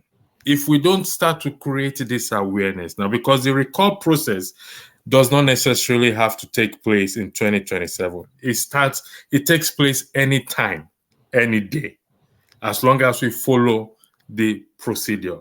So if we start to create that awareness, that education now, even if the people if we don't do anything now, that awareness and education is there, that even when we get to 2027, we will start to vote right again. We voted right. People voted in terms of P2B, the presidential election. They voted right. Things went wrong. We've admitted that. If we put this energy, like what Jago is saying, into creativity, creating something, then by the time we get to 2027, when the election is going to take place, we would have already seen a tilt in the system. Like what forefather said, These people are not eternal beings. For that we cannot overcome. What they use to, you see, they speak one language in the both in the legislative and in the executive. And what is the language? Money. That's one language they speak. They don't speak religion there. They don't speak tribe there. And it is that same language they use to what? To manipulate people to buy votes, to buy their vote and buy their conscience. Money. Now, I said we in diaspora, we sit in a privileged position. Like what Mr. Jago said. In a year, we send 22 billion naira. That's a lot of money. Now, if genuinely, truly, in all sincerity of heart, every Nigerian, we come together based on what Mr. Jagun said, and we say, okay, in diaspora, we are donating $1 each to what? To push this educative awareness back on the ground. Trust me, believe me, with full confidence, I am telling you, we will tilt, we will move the needle. The needle will be moved. I can guarantee you of that. If we all say, okay, we're tired, we want to go home, we want to fix, even if we don't go home, we want to know that we have a country that is functional. Hey, Dr. Damage is not around now. So wherever he is, in about 15 minutes. Wherever he is able to connect and join the broadcast. Why? Because there's a functional electricity where he is, and there's a functional internet. But if he goes to Nigeria now and says he wants to join this broadcast, it's going to struggle functional electricity wise. It's going to function. It's going to struggle data wise. So we need to have at least a working system in place, and this thing is possible. We just see it as, I don't know, we see it as a tax that cannot be achieved. No. But electricity, what about also, I understand where you're coming from. What about also, especially with what they've done with the Obi movement, using Labour Party as a vehicle, since most people still want one Nigeria. APC is not a viable option. PDP, they've let us down. Now Labour, maybe another option in addition to Labour Party, where people can have credible candidates who really want to do something across all levels. The House of Assembly, the governorship, and maybe the presidential. That is also an option we can exploit. There's no option that is taken off the table. As long as we get this nation back on track and functioning, no option is off the table. We exploit every option. We calculate which one is that I believe. Right, sorry, go ahead. No, I beg your pardon. I've understood what's been said, and I would like to hear from Tone actually on this particular narrative that we're speaking, as to the power of the platform. Well, the reality is, the very basic infrastructure for communication is poor in Nigeria. And what am I referring to specifically? I'm referring to the internet. The average person, how many people have access to a smartphone? Not many people. How many people can afford data? Data is very expensive in Nigeria. We all know it. It's quite expensive. So when a man has a little money, he's thinking of how to fill his stomach rather than buy data. Now, if we're saying on the ground, like what, we start proposing something. Well, you aren't here yesterday, electricity. I don't know whether you're listening in. I proposed, and then I and the forefathers was proposing something that we need to have boots on the ground, or how we can assess somebody that's a decision maker, that we can collectively write and question them and ask some certain question and query them, and not querying in not being aggressive, but knowing that, listen, we're a body from diaspora, and this is this is what we're about and all that. Why is this so? Because what we're talking about refinery yesterday, but why is not working? So we need to ask the people in the industry, people that are decision makers, why is this thing not working? So when they get that sort of thing, they say, so we have people like that. So a lot of people are watching us and all that. They will come to this platform and see. So we're kind of like a pressure group, not just a push over pressure group, a very active pressure group, okay, that can actually influence the way they do things. But right, going back, what's the solution? There are a lot of um, there are a lot of Nigerians on Twitter now. Twitter is another place. There's a melting place for people to come and get information, add their information. I think this group, when we need to get make ourselves visible on Twitter, because on Twitter you'll be amazed. That's where the politicians go. They look at Twitter quite well, so we can actually hold some brainstorming section on Twitter and get people as Dr. Damages do and all that. Like we said earlier, we don't know what his vision is. He runs the platform, it belongs to him. But this is, I'm sure he's listening in the background. Maybe it's something that he needs to think about and see if he can integrate into not just being on YouTube, perhaps on Twitter. You can bring people over on Twitter and interrogate them and brainstorm and offer advices and let them know that there are very strong voices from the US, from the UK, across Europe, across the Americas that are interested, are Nigerians that are interested in effective change, So that's the only way, except we're ready to go back home and be on the ground ourselves. Okay, go ahead. Electricity gone. Yeah. Thank you, Jagun. I mean, Tone, I beg your pardon. You highlighted issue of electricity and the data, which it's a very big problem. I think I mentioned that earlier. But one thing I would say is that one does not disturb or stop the other. Okay. Getting some pressure group, and it does not disturb. For example, the all eyes on the judiciary does not disturb the recall process. Writing to somebody who is there does not disturb the recall process.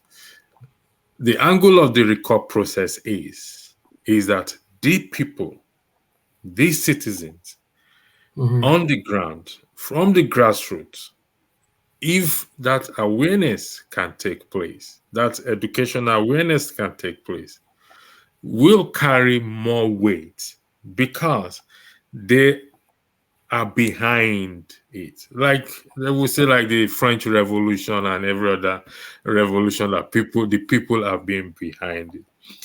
We can write. I can meet for fathers. Okay, let's pick on who we think is a little bit sane in any industrial. We can write. But can I ask a question? What's the position with the bill?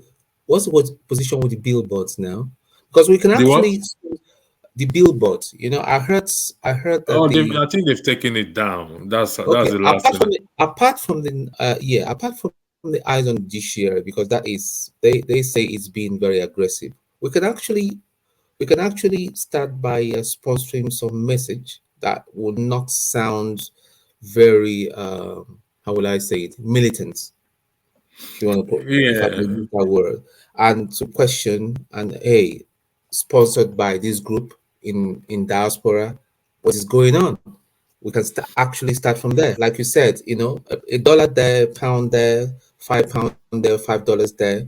It could do it could go a long way in sponsoring because that was what happened during the time of Peter Obi. $1 there, a pence there, $1 there. If you were on the ground Honestly speaking, like I said, you know what really gave me this determination? What gave me the determination, Mr. Jaguar and everyone, is because I saw what happened. I was on the ground. And beside being on the ground, I was an unofficial INEC person there, coordinating issues on there. But what gave me the greatest motivation is when I saw an elderly woman who is, she's not less than 80. So let me just put it approximately 80 in the polling section, asking me, my son, show me Papa, Mama, and Peking picture. Then my heart broke that indeed people want a change if the message can be pushed. Yes, over the years we've been bastardized by these people without a shadow of that. And it's not going to be easy to start to re-educate and reorient people's mind. It's like some of us when we left Nigeria, it took us years for us to what, to start to get to understand that, my guy, we are not in the same environment. Things have changed. Where we are is different. Where we are is matter of law and order. You have to do things according to the law. You have to. So it's all down to what? Orientation. The voting went as far as midnight because people were determined that we are not going to leave until we cast our vote. The generator was brought for the INEC official to cast. I went to the INEC office to say, okay, you know what? I mean, I covered it on Dr. Damage's show, so it wasn't something hidden that we can't go back and find.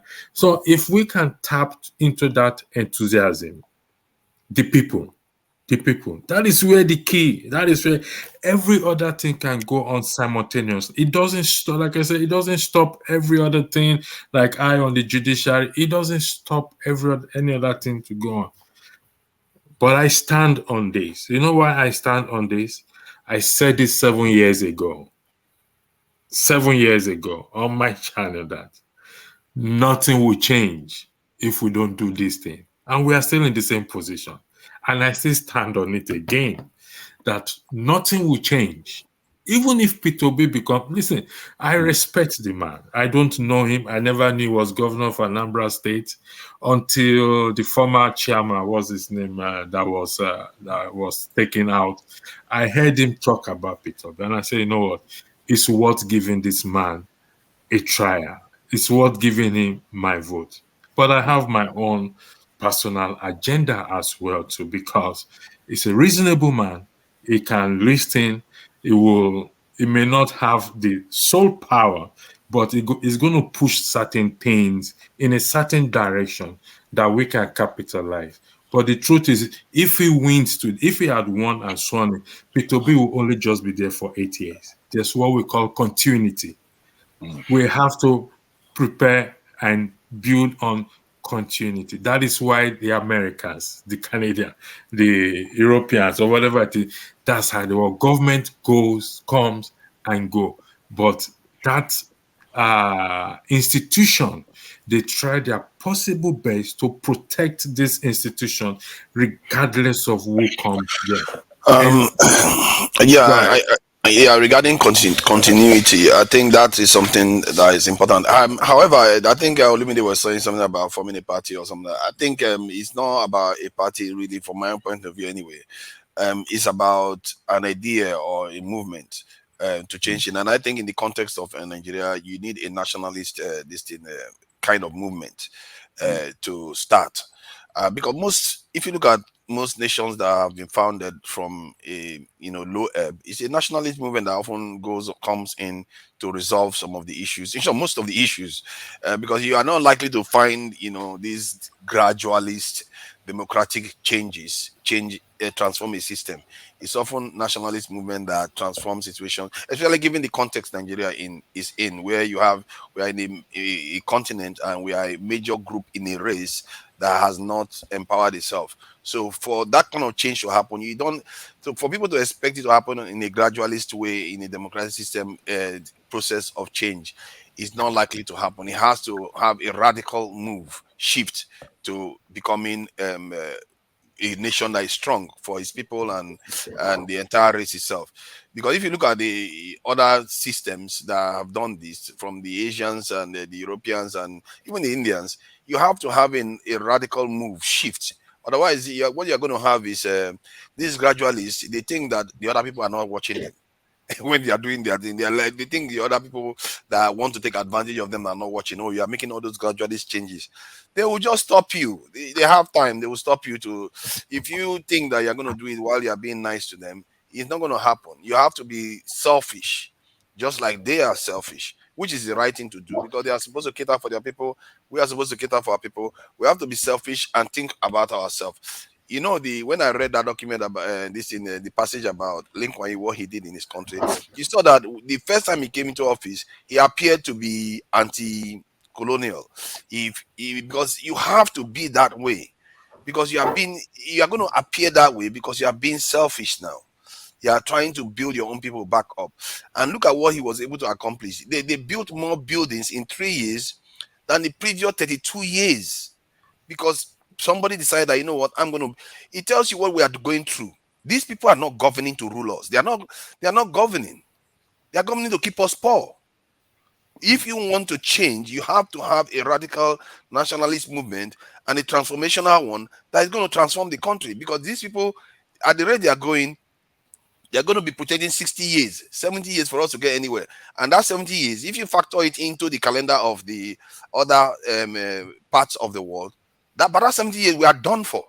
We are completely done for. That is recipe for our extinction and our doom, our continued servitude.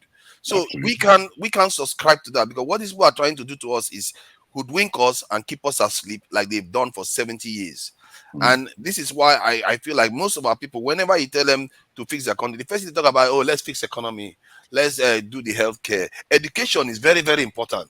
It's like, then, you know, when I first started encountering these sort of conversations, they tend to say that a lot. And what I realize is that it's a way of saying, let's not really do anything. Let's make it easy on ourselves. Let's say we are educating this stuff, educating the children so that they will do it better tomorrow.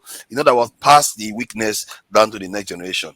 No nationalist ever does that. No people ever does that. When Stalin came to power, he had a massive challenge in his hand to change his country. Technically, they almost lost the war to Germany. But he knew that, given that the West had an empire, they basically had an empire. The Soviet Union didn't have that. They had surrounding nations around them, but the others have global empires. So to compete with them, they have to be very radical. By the time he was done, his nation was a superpower, but they paid a heavy price for what he did. He was very, very radical and very, very fast and quick shift to keep it making his country strong, because he knew, given that their population is relatively small compared to the size of Russia, that they were always going to be vulnerable to others wanting to, seize all those lands and take advantage, defeat them, and all the rest of it. So he had to be radical and transform his country. And the same thing Mao Zedong did too. Mao Zedong didn't go to Soviet Union and say, oh, let's do trade deals. And when we do our trade deals, let's do more trade deals and education and share information and what it was, synergy and all that nonsense. No, he went there, give me your nuclear technology and ballistic missile technology. I'm not playing. And that's what he went there to do.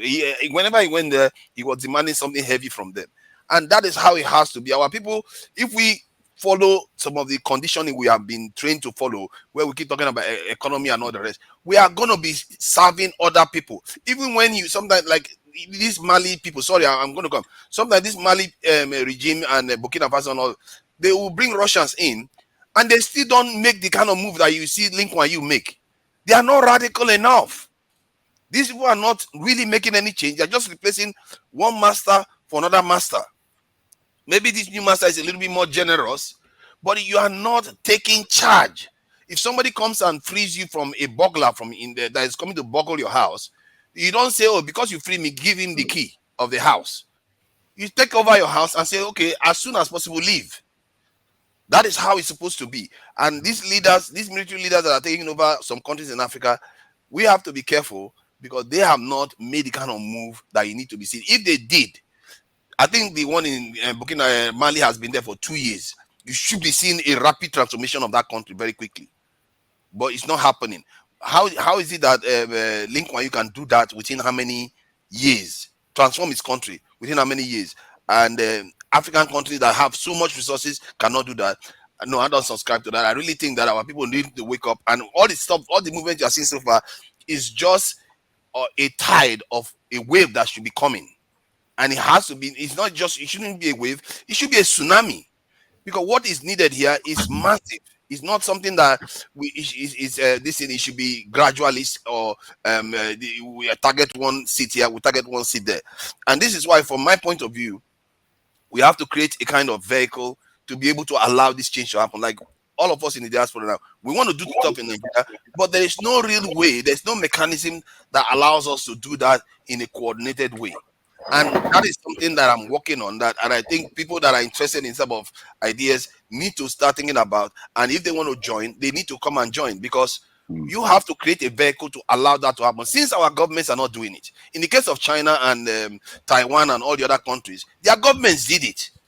But our governments are not doing it. We have to start, we in the diaspora have to find a way to put this mechanism together to make the change on the ground in Nigeria, because it is possible. I know it's possible. You can see that already from examples that these all eyes on judiciary, you see how they are responding. The moment you start trying to make change, you see how quickly they will start responding, because they know the people are in support of those type of changes. Sorry, Leslie, go ahead. I just got a little bit fed up, and sometimes when we are talking about these things, we don't seem to realize how serious the topic is. Let me very serious. Let me ask you. I think I lost. I can't pick my thought together, but I remember the last time we had this conversation. You said you are putting up something. You don't know the timeline. And now you're saying that if people can come on board on this idea, so are you saying that at this particular time you have you've arrived at that you have a clearer timeline on it, and as such people should come on board? Could you clarify your position? We talked about it before. We have a timeline. The timeline is not the issue. The actual mechanism, the structure that you need to build, we need the expertise to do that. That is what I'm talking about. Okay. Can I just quickly jam in? I beg your pardon, panel. I appreciate where the conversation is going. There are 6 of us right now, 4 of us actually right now who are ready to speak. What I believe Forefather is directed to, and I'm very much for this, is can we, the 4 of us here who may have varied opinions on various issues, can fundamentally, what do the 4 of us agree on? Because these are platforms. And if we can have a platform where there is at least a solid base of an agreement to say that this is our objective, this is our beliefs, these are our ethics and rules. If we can agree on that, then there's a platform to build on. If we can't, then we're all disparate individuals speaking into the wind. So let's Jagun. By definition, Jagun means somebody will fight war. If I am correct. So Yoruba. Huh? Are you Yoruba? I grew up in Lagos, so I understand Yoruba. Okay. Yeah. So you've said something. It actually means those who fight for the true things. Yeah, Jagun. There's Jagun, then there's Jaguda. I know Jaguda is stout. They've left the platform of Jagun. Jagun is the Jagun is a platform where there is justice. And the Jagudas are the tout, the other aspect. Yes, but the question now is, the $1 million question is, or issue is, what do we agree on? Absolutely. So we have to agree on something. If we can't agree on anything, truly, we're just running in circles.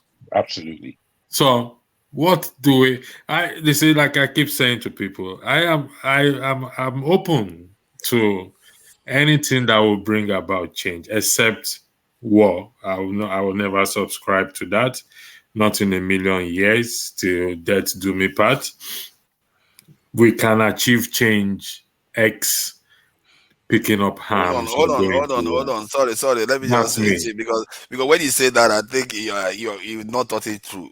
What if they are coming to invade us and Listen, when you're I going to be say like, let's talk it through. listen, you know what I'm talking about. I'm I talking know that's about. why you have to be careful when you say certain things because not everybody knows how to Listen, separate facts I'm like that. only expressing my. I said I am not. I didn't say everybody is. So if we have a consensus that it is war we want to go, then I am gonna. I reserve the right to excuse myself from it. I don't have to be part of it.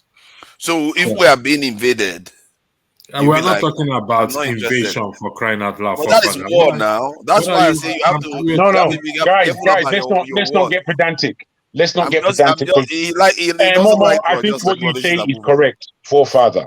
However, you see, the reality is, whether we like it or not, we're involved in a war.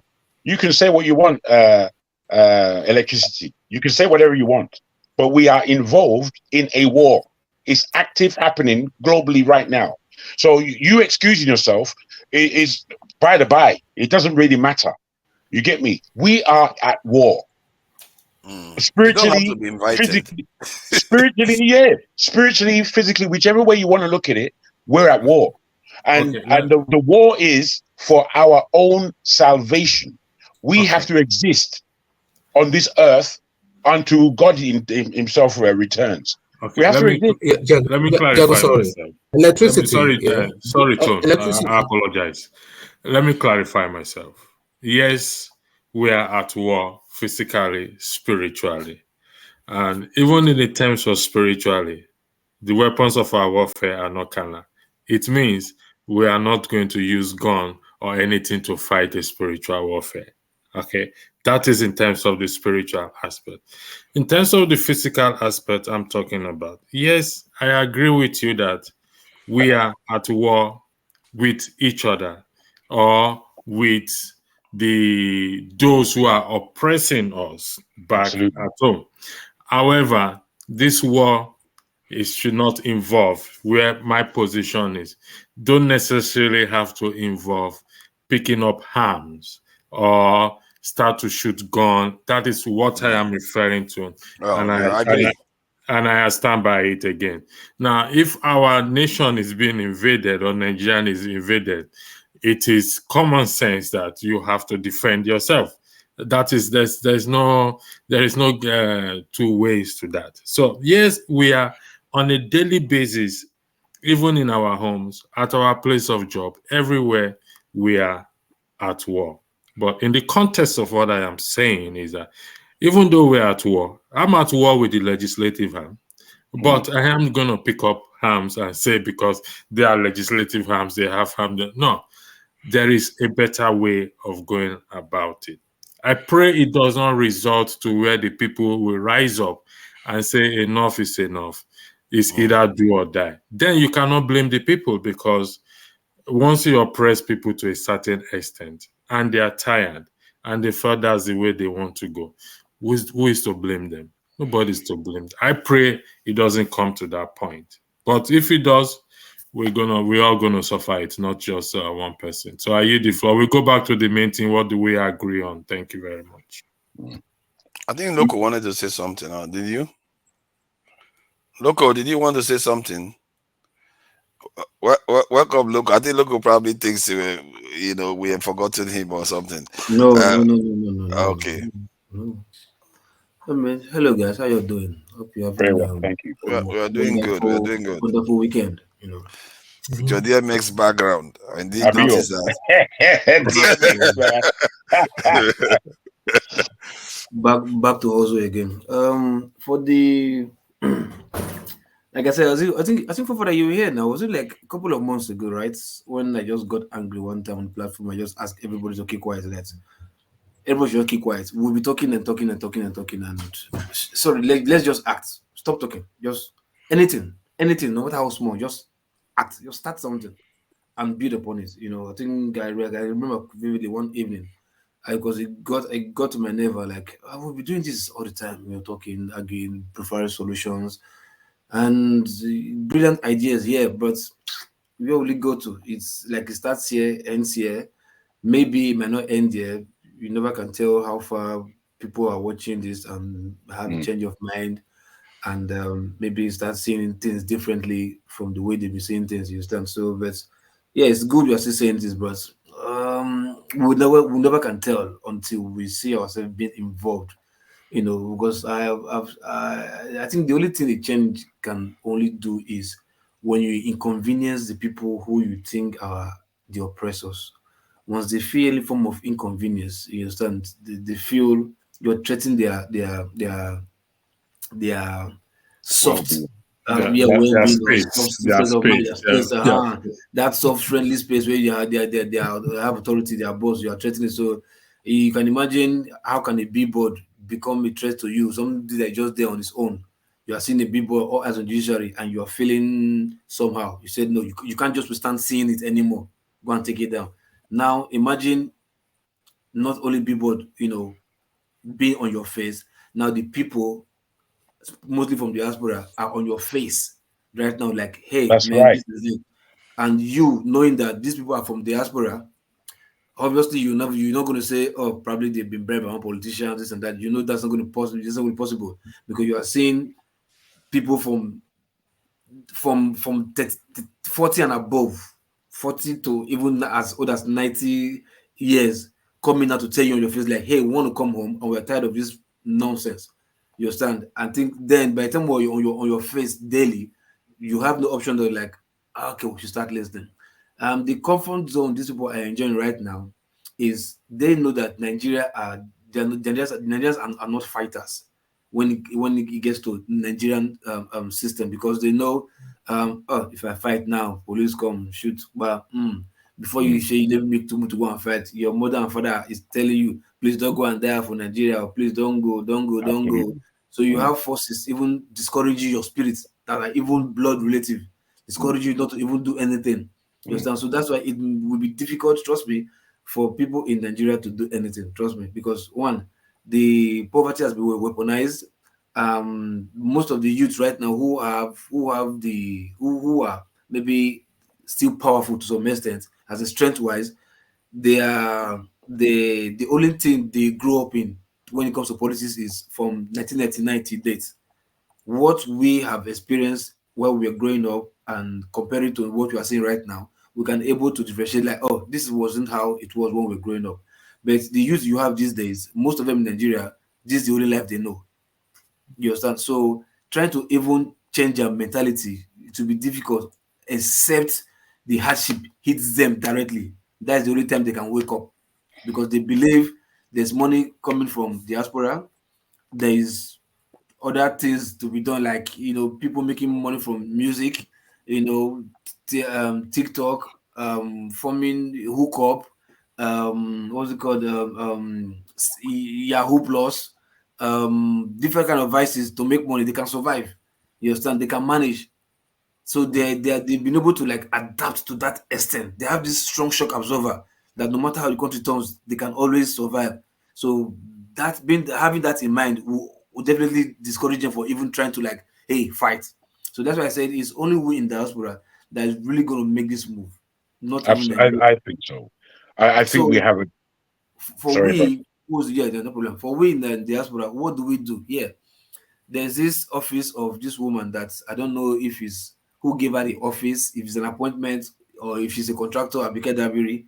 I don't understand. Like she's just been there in and out, not going anywhere, and yet things are not even working for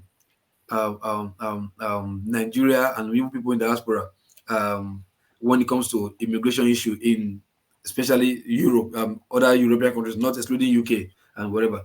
So whenever she comes on board, I don't see Nigerians even try to even hold her responsible, as in talk to her in the way she needs to be talked to. She needs to be spoken to. Like, hey man, this is serious business. You understand? You don't treat people in diaspora the way your government treats its citizens in Nigeria. You get my point? So By the time we see people like that, and we see maybe places like Dubai Embassy, you understand, employing Indians. So I'm sorry, Nigerian Embassy in Dubai employing 100% Indians to be dishing out Nigerian passport in Dubai. No single Nigerian is working there. Maybe highest, maybe the gate man. So things like that, Nigerians should be like, come on, man, what the hell is this? This is an insult to our face to face. You understand? Even here in the UK, when we see people, maybe Africans not be treated well, you understand? We can, it's like we like inconvenience the African commissions. Yeah, inconvenience them, because that will send a strong message back home, like, hey, the people, your citizens in the diaspora, they're not really happy. So the only way you can get across to them is by inconveniencing those, or which is their workers or their staff, which is their diplomats here in diaspora. Inconvenience them, because that's the only way they can get the message, like, hey, Nigerians out here inconvenience our diplomats over then overseas, and that would give them a bad signal to, like, hey, at least you do not make the government of diaspora to, the government where diasporas are residing, to call the Nigerian government to order, hey, like, your citizens is causing issue here, although they are causing issue to your diplomats here in our country, you have to do something. So, like I said, that's the only, if you don't inconvenience these people, there's nothing. See, these people, like they've sold their soul, they've sold their hearts. Like they don't think, they don't even look at you to, like. And if you remove them from that comfort zone, maybe in their office, take them to this platform. Trust me, they will give you the best idea that you need to hear. These guys are not illiterate; they are educated. They will give you the best idea that you want to hear. That is, don't take Nigeria forward. But implementing is the issue.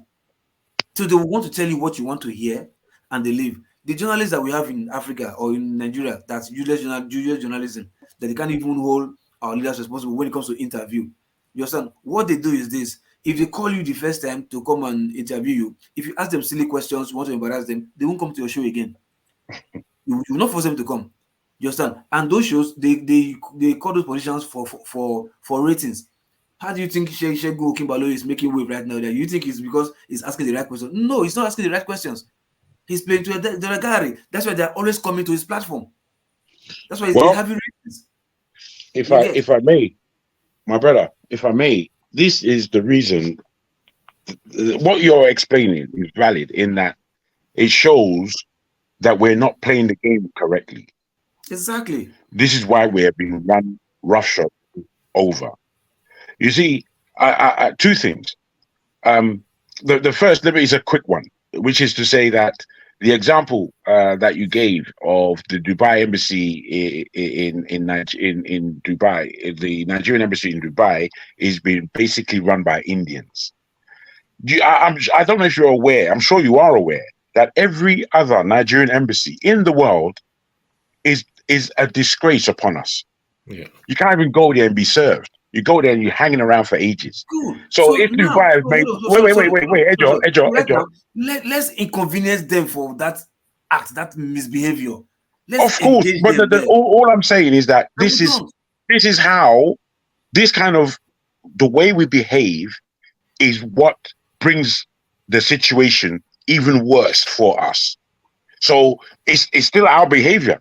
It's a Nigerian embassy that we're going to. So that's our behavior that has forced a situation in our Dubai embassy that they want everything nice and clean. They don't want Nigerians in the embassy there. Let's put Indians there that would work and do the thing correctly. This is what's happening. So all of that is down to psyche. Our psyche is wrong. The way we think is wrong. But because that's how we think, to get criticized about it is too much for our spirit and heart. Me, I'm a critic. I'm looking at things very well and being able to see what's wrong with this scenario. What I'm saying to you guys and everybody on this platform about our agreement on this platform, I fall back on. Once we have reached a level of agreement that this platform is worthy of a structure, then we go to work. Me, I'm a media man. I'm an entrepreneur. I've owned a lot of different businesses. I've done a lot of traveling. If we wanted to, in the UK at least, and other parts of it, I can set up camera work, interviewing right across the whole of the UK. based on our agenda, based on what our people are feeling, based on how we can make contributions as a collective. I can do that. And I will do it for the platform. I'm not going to do it for nothing. I'm a busy man generally. You understand? And I have my own issues as every other individual here. But if you guys say that, boy, this is the way forward and we can agree upon it, bruh, I'm on it. I'm working. I'm working for the good cause. So that's me. That's me. See, I think Imagine wants to say something. Jago asked this question over an hour ago. And all I've been hearing, we've just been going round and round and round and round. Nobody has come out with even the list. Just be brave. Just come out with the list. Absolutely, the least. Okay, let me say this. Let me wait. mine on it. Oh, sorry. Inconvenience diplomats here. Inconvenience them. Sorry. Go ahead. Inconvenience the diplomats here because the diplomats here are part of no the matter how. government. Yeah. No, but that's not. That's just a blanket statement. No, not fighting them, so to speak. Mm-hmm. See, bro, look. How do you inconvenience them? Do you want to go and picket them in Nigeria? Or you want to get people to picket them? Have you seen? No, hold on. Have you seen people in the Middle East, like maybe Arabs? I don't think I've seen Indian. But most people in the Middle East, have you seen them if they're demonstrating here in the UK? As something regard their country, not it has nothing to do with UK. If Pakistans or people, especially Pakistans or people from the Middle East, you understand? I don't know. I don't know. Saudi Arabia is not included. Dubai is not included. Maybe Iran or Pakistan or Kuwait or wherever. Oman, yeah. Have you seen them demonstrating? For a situation that has to do with their country here in the UK? They do listen to them. Because whatever they're demonstrating was are you saying that we start something here? Hold on first. Like we have maybe it's a Nigerian course on us. Like once even we here in the UK, that's maybe that 1 hour, that's money per hour that we don't want to lose, that we think we've been making for how many years, and yet the UK is still taking it from us via different means. Like we don't want our money will make. We don't want to inconvenience ourselves. Like, you live here now. Start. You know how much I've been making per hour if I was doing this other thing, or if I was going to work. How will I just leave work and just go there and start this and that? But definitely it's for the greater good and it's for the best. But most of us here in the UK don't want to. Can't even. Maybe they can afford to, but they don't want to sacrifice that time to like. Oh, let's go down and do something. I beg to disagree. I think that's a blanket statement because go to Nigeria embassy 7 p.m. Every Monday. Like the IPOB people, gentlemen, Fafada is not here. Let him finish now. Let Tom finish now. Okay, Tom, go ahead. I don't know where Fafada is. I'm here. Okay. What I'm saying is, let us start doing something. Even if we have to take a paid advert on a double page paid advert, it's not going to be beyond us. We pay for it and put them under pressure, like you suggested, with some stuff boldly. It might be on a Sunday paper, because I know even the average man reads paper.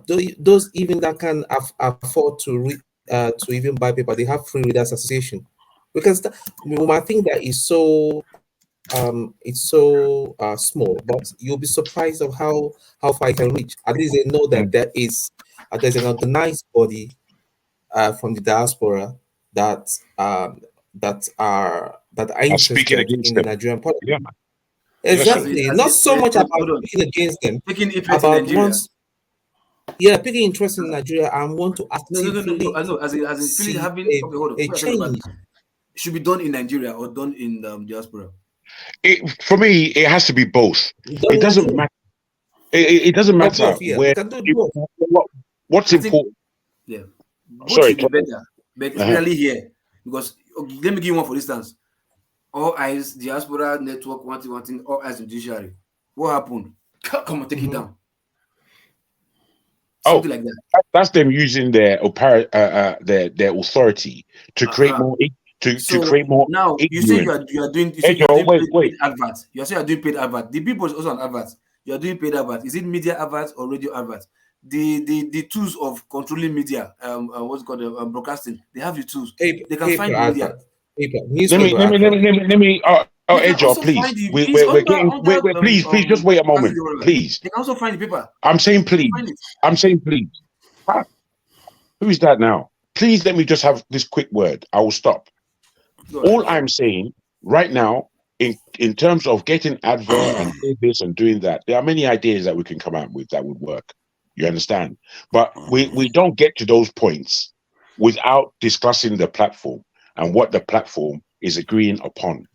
We have to have a platform that makes sense to us, not just for talking purposes, but for the purpose of making change. Now, what you're saying as to an advert here or an advert there, we have Dr. Damages there now.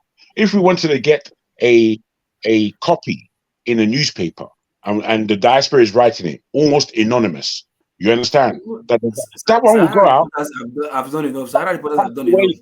Yes, that's a powerful way to reach the people. You understand? I mean, once I think we've got an agreement on this platform, then we can start setting boots on the ground in Nigeria. And then there's communication between us in the diaspora and boots on the ground in Nigeria. Once we can perform that, then we can perform real magic. Because these people, they won't know where we're coming from. They won't have an understanding. May I give my submission in respect to Jagun, sir? Because like we're going around in circles. So I'll give my own submission, and I will keep quiet. I won't talk again. First and foremost, Jagun, I sent you my number.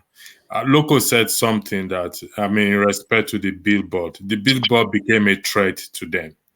And whichever way we look at it as freedom of speech, infringing freedom of speech, also attempt to intimidate the judiciary. So it's here and there. But in terms of what I bring on the table, if that is what we're going to agree on at the end of the day, in that the section 68, 69, 110 is backed by the Constitution.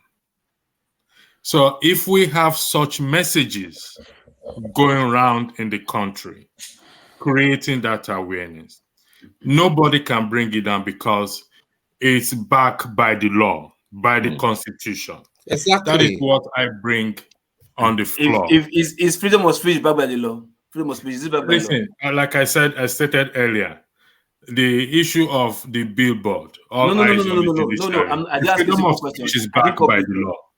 It's backed by the law, but they perceive it as also a form of intimidation. Like I said, it's here and there. I'm not saying it is right or wrong. Don't get me wrong. I'm not saying that. So there's a gray area there, because if the judiciary feel intimidated, then it will be perceived as. I'm not talking about the billboard. I'm even talking about media. Anyway, I'm not going to flog you. I've done my own submission, so the rest is for everybody. So, Mr. Jago, I left my phone number there on the private chat. I rest my case. Thank you.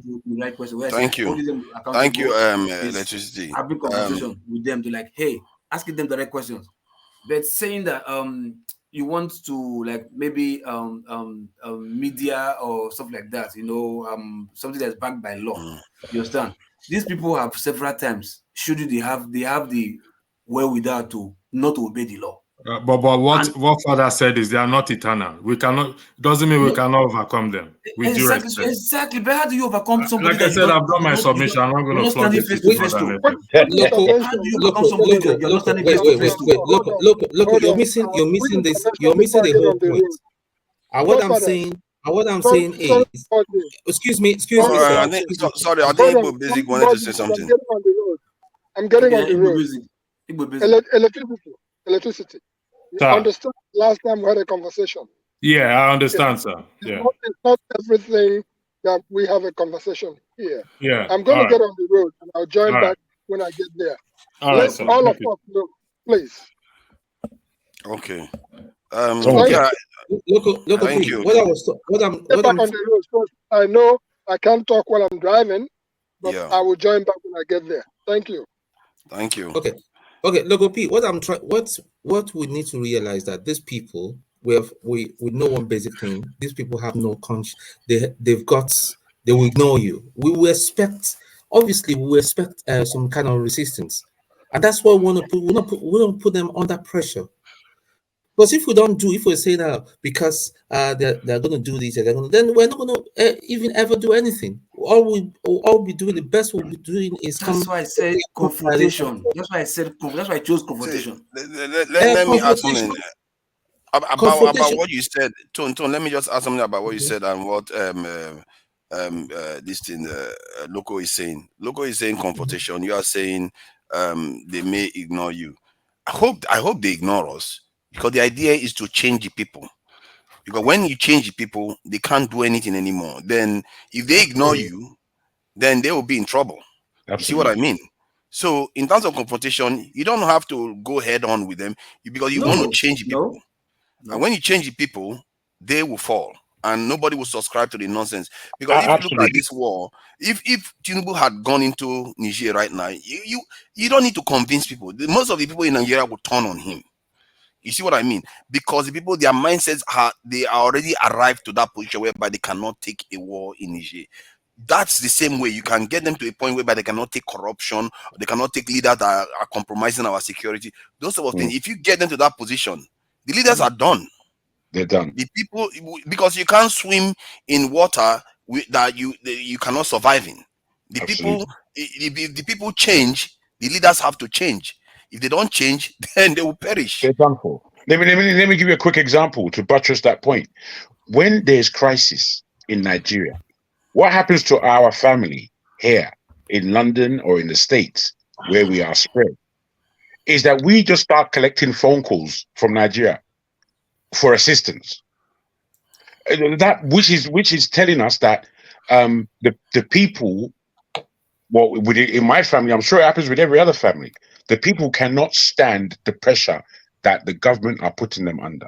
So they want relief. They ask for money. They ask for this. They ask for that. That's what takes place every time. However, if it now was turned on its head, where the people actually have the power to make their own changes, direct their own course, make sure that their well-being is always satisfied.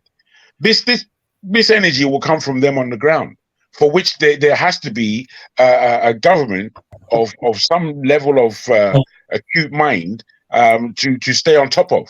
It will be very, very difficult. The downing of education and the general poverty is what makes Nigeria easy for any rogue politician. I submit.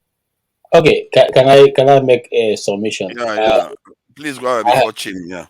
I've listened to you guys. Sorry, I had to switch off earlier on because I had a serious headache, so I need to lie down. But Yeah, sorry to hear that. You know, you are one I'm of okay. the. I'm okay. I just Nigeria matter will give you. We don't want to get you the headache.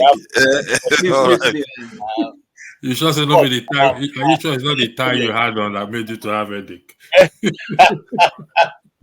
Electricity. I like your idea, and I like the idea you're canvassing. And reading through the comments, I want to pick up a commentary made by Chioma here, and that's the support for Obi is one of those that the diaspora have done so far, and there's nothing much more than anybody in diaspora can do.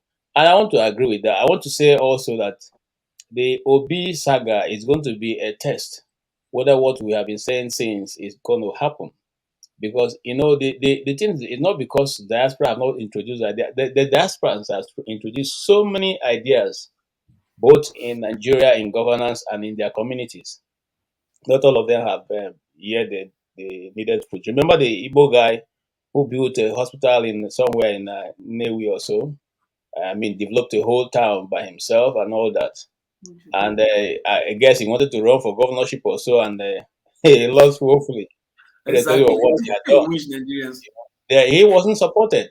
So, and then my friend Dr. Chidi, who Which came Nigerians? from Canada to contest for governorship, with a brilliant idea, a brilliant young man, an architect and all that. He didn't go anywhere, not because the people don't know he had what it takes, but because Gani, Gani Fahimi, the same thing. yeah, the system just messes them up. Make sure that we don't get to do anything. It's still the same old horses that will pick up the realms of governance and continue to perpetuate evil on the people.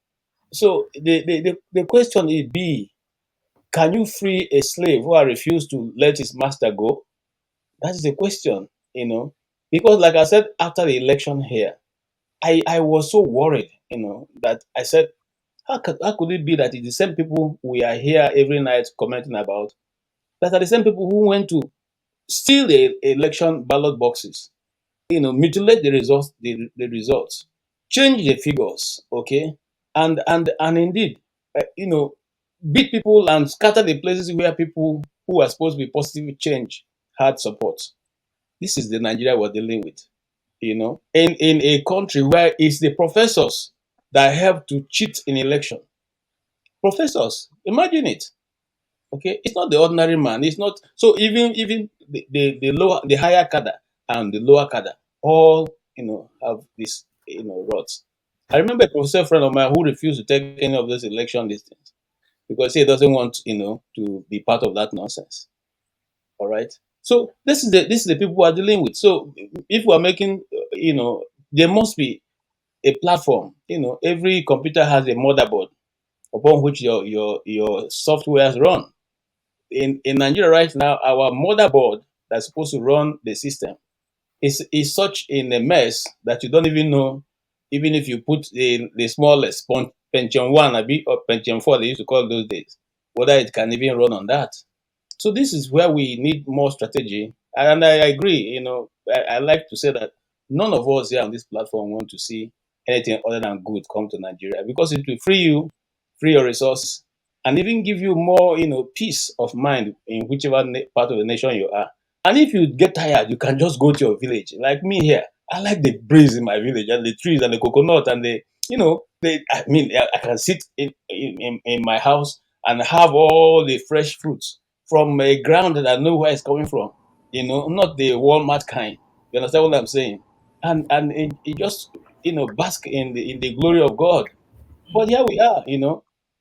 So this is something we need to consider. I support the idea. Let's look for an entity or a person or a group that can bear it. But like I said, the litmus test is the Obi saga. Let's see whether the people will follow it to the end, or at the end we'll just throw up our hand, just like some people are throwing right now. I was surprised that deemed patient, the good Lord Jonathan, was at the villa to praise Mrs. Tinubu and asking Nigerians to support the government. Our country must move forward.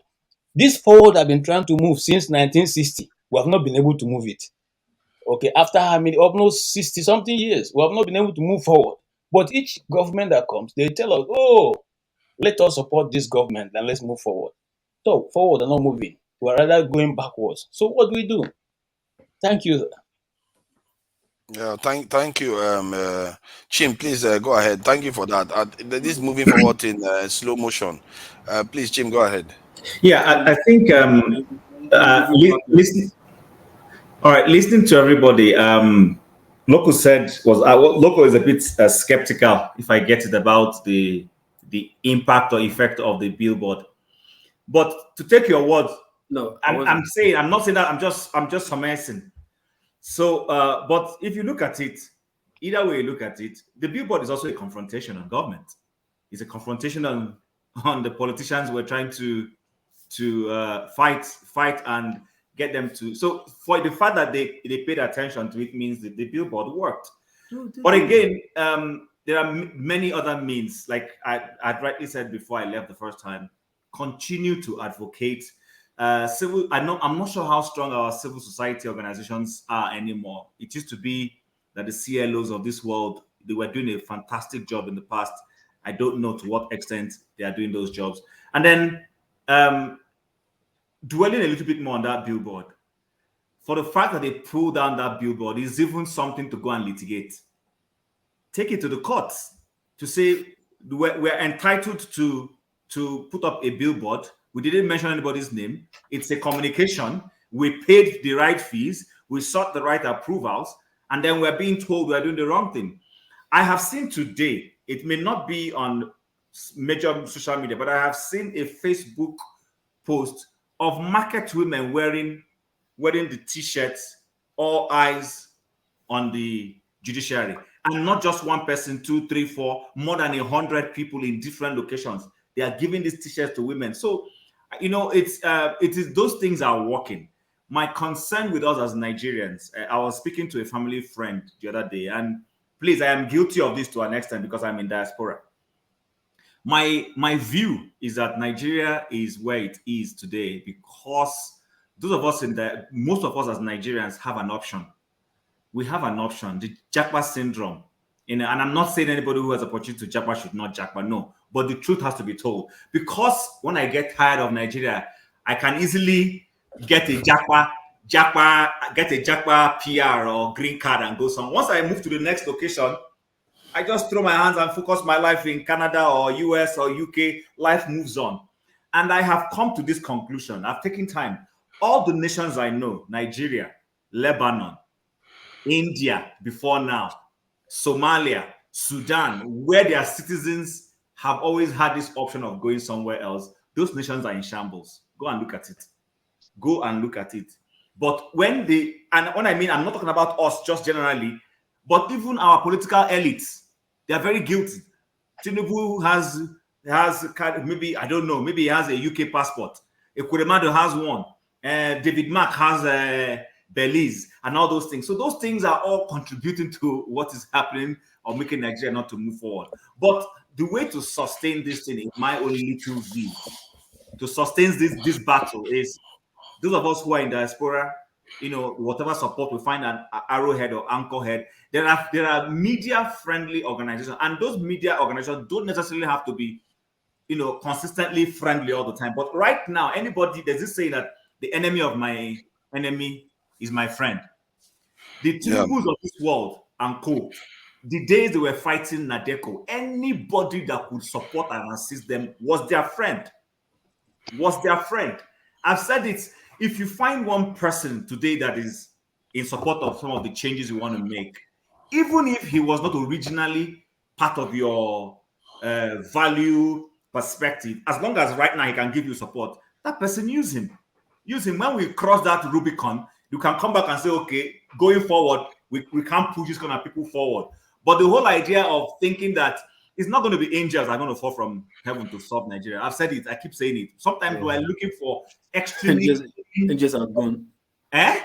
Angels are gone. Angels are gone. Extremely clean people. You're not going to find them. What you need is people who will buy into your objectives right now. That say, okay, yes, I agree with you. This journey, we need to go about it this way. All of a sudden, the people people have forgotten that Tinubu was fighting Abacha because he has appointed Abacha apostles into his government. The guy who helped Abacha launder money is the Minister of Defense under the same Tinubu that said Abacha was a bad guy. So you see, these guys, they know how to align and realign. The only problem I have is that those of us who claim to be good people, in quotes, when we're fighting our causes and we see people who seem to be on our side, pull them close, use them to accomplish the goal, and then by the time you've gotten to that Rubicon, I'm an idealist.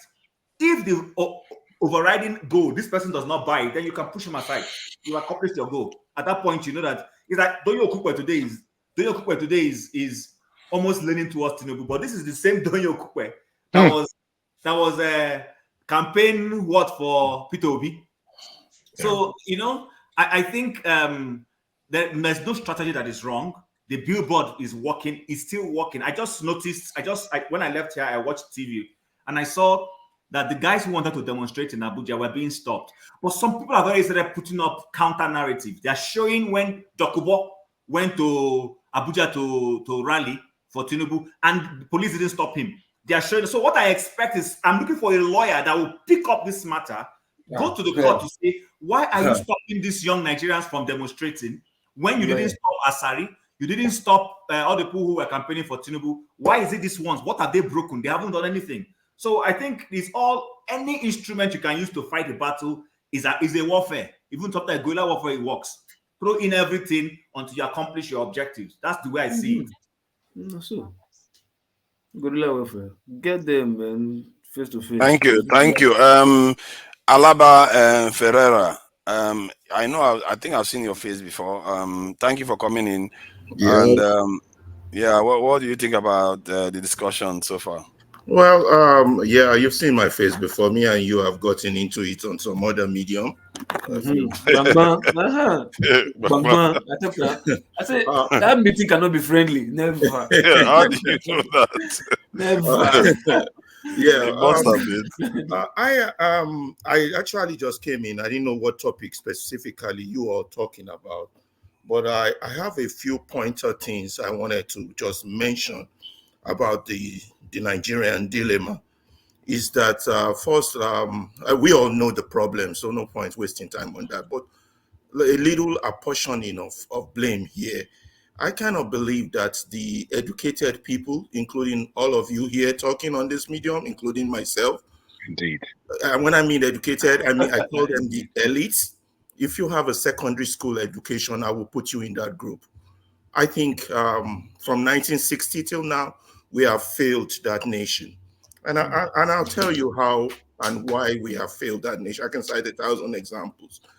I think either we have been miseducated, or we got the wrong form of education, or we just don't have a clear understanding of what we should be doing as individuals that belong to a geographical space called Nigeria. Whatever the case, education in a long way has failed us. The educated people has failed us. The elite has failed us. The political class has failed us in the sense that, let me go quick, one good example. Take law, for example. We have the best lawyers, good lawyers, people good. Thank God, people like Dele Faro to me is one of them, who I'm glad I went to school with, and so many good lawyers. But you got to ask yourself, in a country that has brilliant lawyers, how in the world do they have a constitution that says a swearing in can proceed? A court case can proceed after a swearing in. It's like asking a criminal to serve the jail sentence first before the trial. And we have lawyers, and nobody caught this in the Constitution. Nobody objected. Nobody made a move since their so-called 1999 to make an amendment to this. You see how education fails us. I mean, that's law 101. I didn't do law, but these are the first thing they teach you in law. You understand? You don't put the cat before the horse. That's just one example of how fucked up Nigeria is. That's just one. And then you can go to other professions too. Doctors, the things that go on. I don't know much about the medical field. Then the press, my goodness, the press, they are a bunch of jokers. A bunch of jokers. Jesus Christ. The questions they ask, they just echo Vuvuzela. What's that South African trumpet? They just echo what politicians say. They don't counter. They don't even fight for freedom of the press. So I can go on and on. There's so many examples. If you look at these things, this is what got us where we are. And I have a few people I rely on for my political philosophy. One is Fela Kuti. Second is Stephen Biko. When I left high school, Igbobi College, back in the days, there was a book I picked up, The Testimony of Stephen Biko. No, I think I read it. I think I read it after I finished Lasso. Anyways, The Testimony of Stephen Biko. Biko. Stephen Biko, yeah. I never went, I don't like reading, I gotta be honest with you. I like watching movies and all that.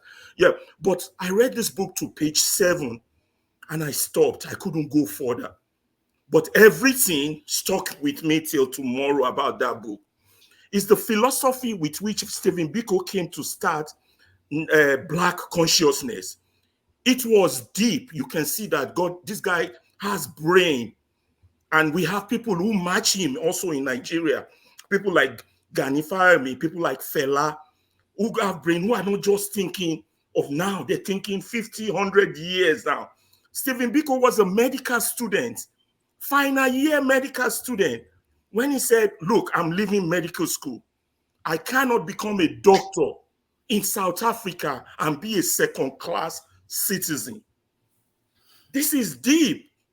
So he said it will be useless. That means he could think further down the line.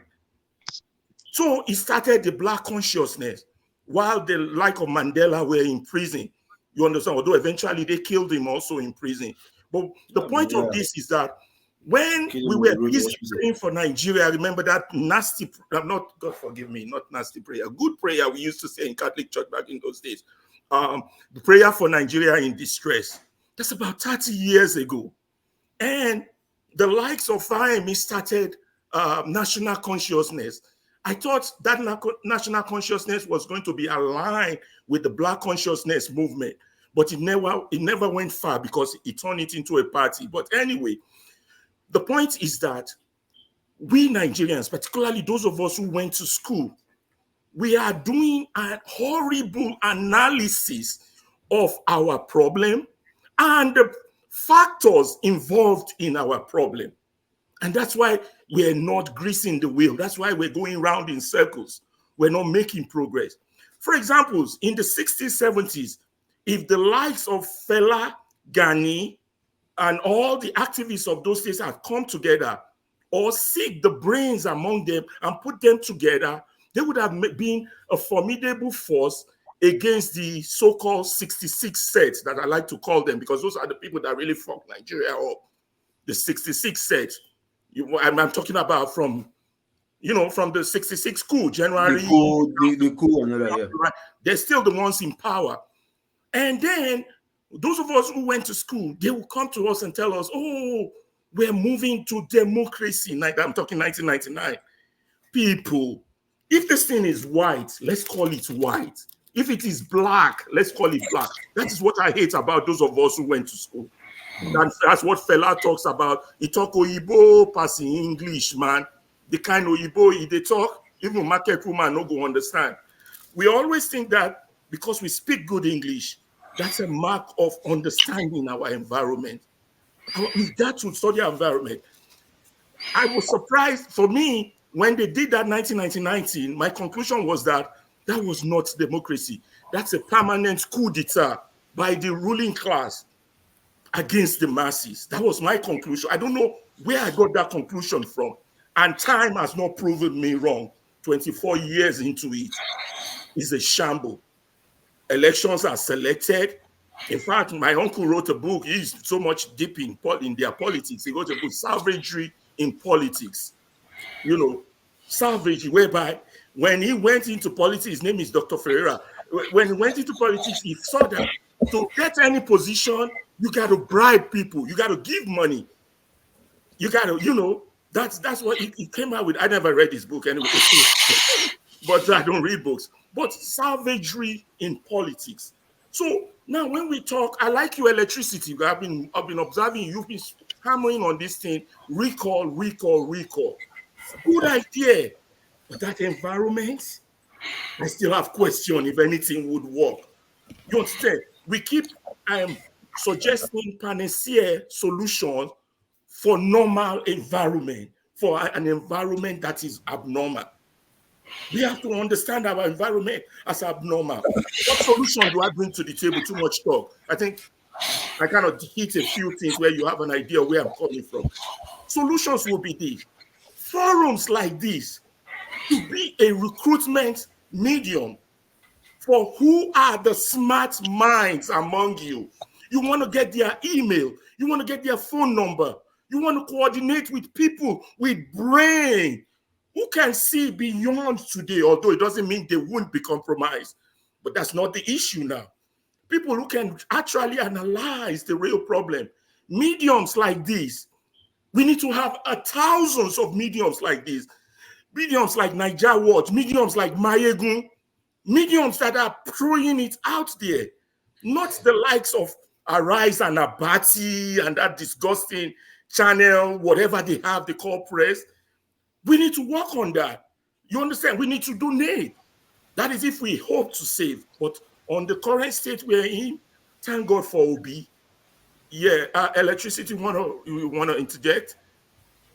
Yes. Don't let me. No, you go ahead so that I don't lose your train of I'm thought. almost reaching my Go point ahead, so that go ahead. others can No, talk. no, But I want what to say I something. get I want to to say now, something. that we've been misdiagnosing the issue, we've been underrating the issue, we've been approaching the issues in the wrong direction. Thank God for technology with this election. If not, none of us would even have mouth because they would have written their numbers and submitted it and everybody would have moved on.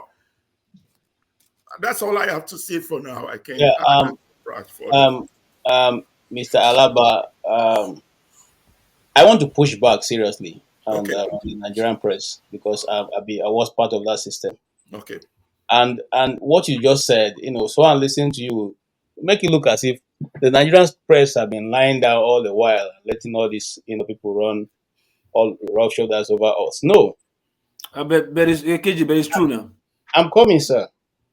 Majority of what you see today that have played out is as a result of those who gave their blood and their lives in the press, irrespective of not being paid properly, irrespective of the fact that their families are not even feeding properly, irrespective of the fact that some of them have died in the process and nobody ever asked after them.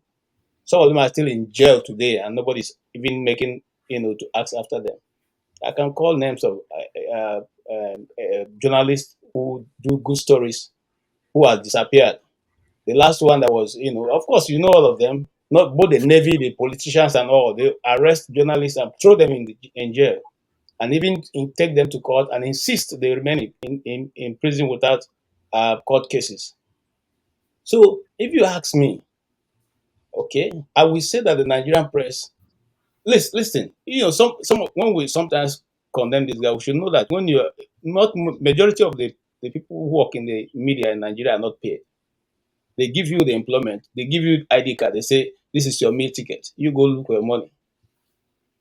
Even those ones that are condemning in AIT, and I don't know about Arise, but AIT, I know that most of them, some of them are not paid.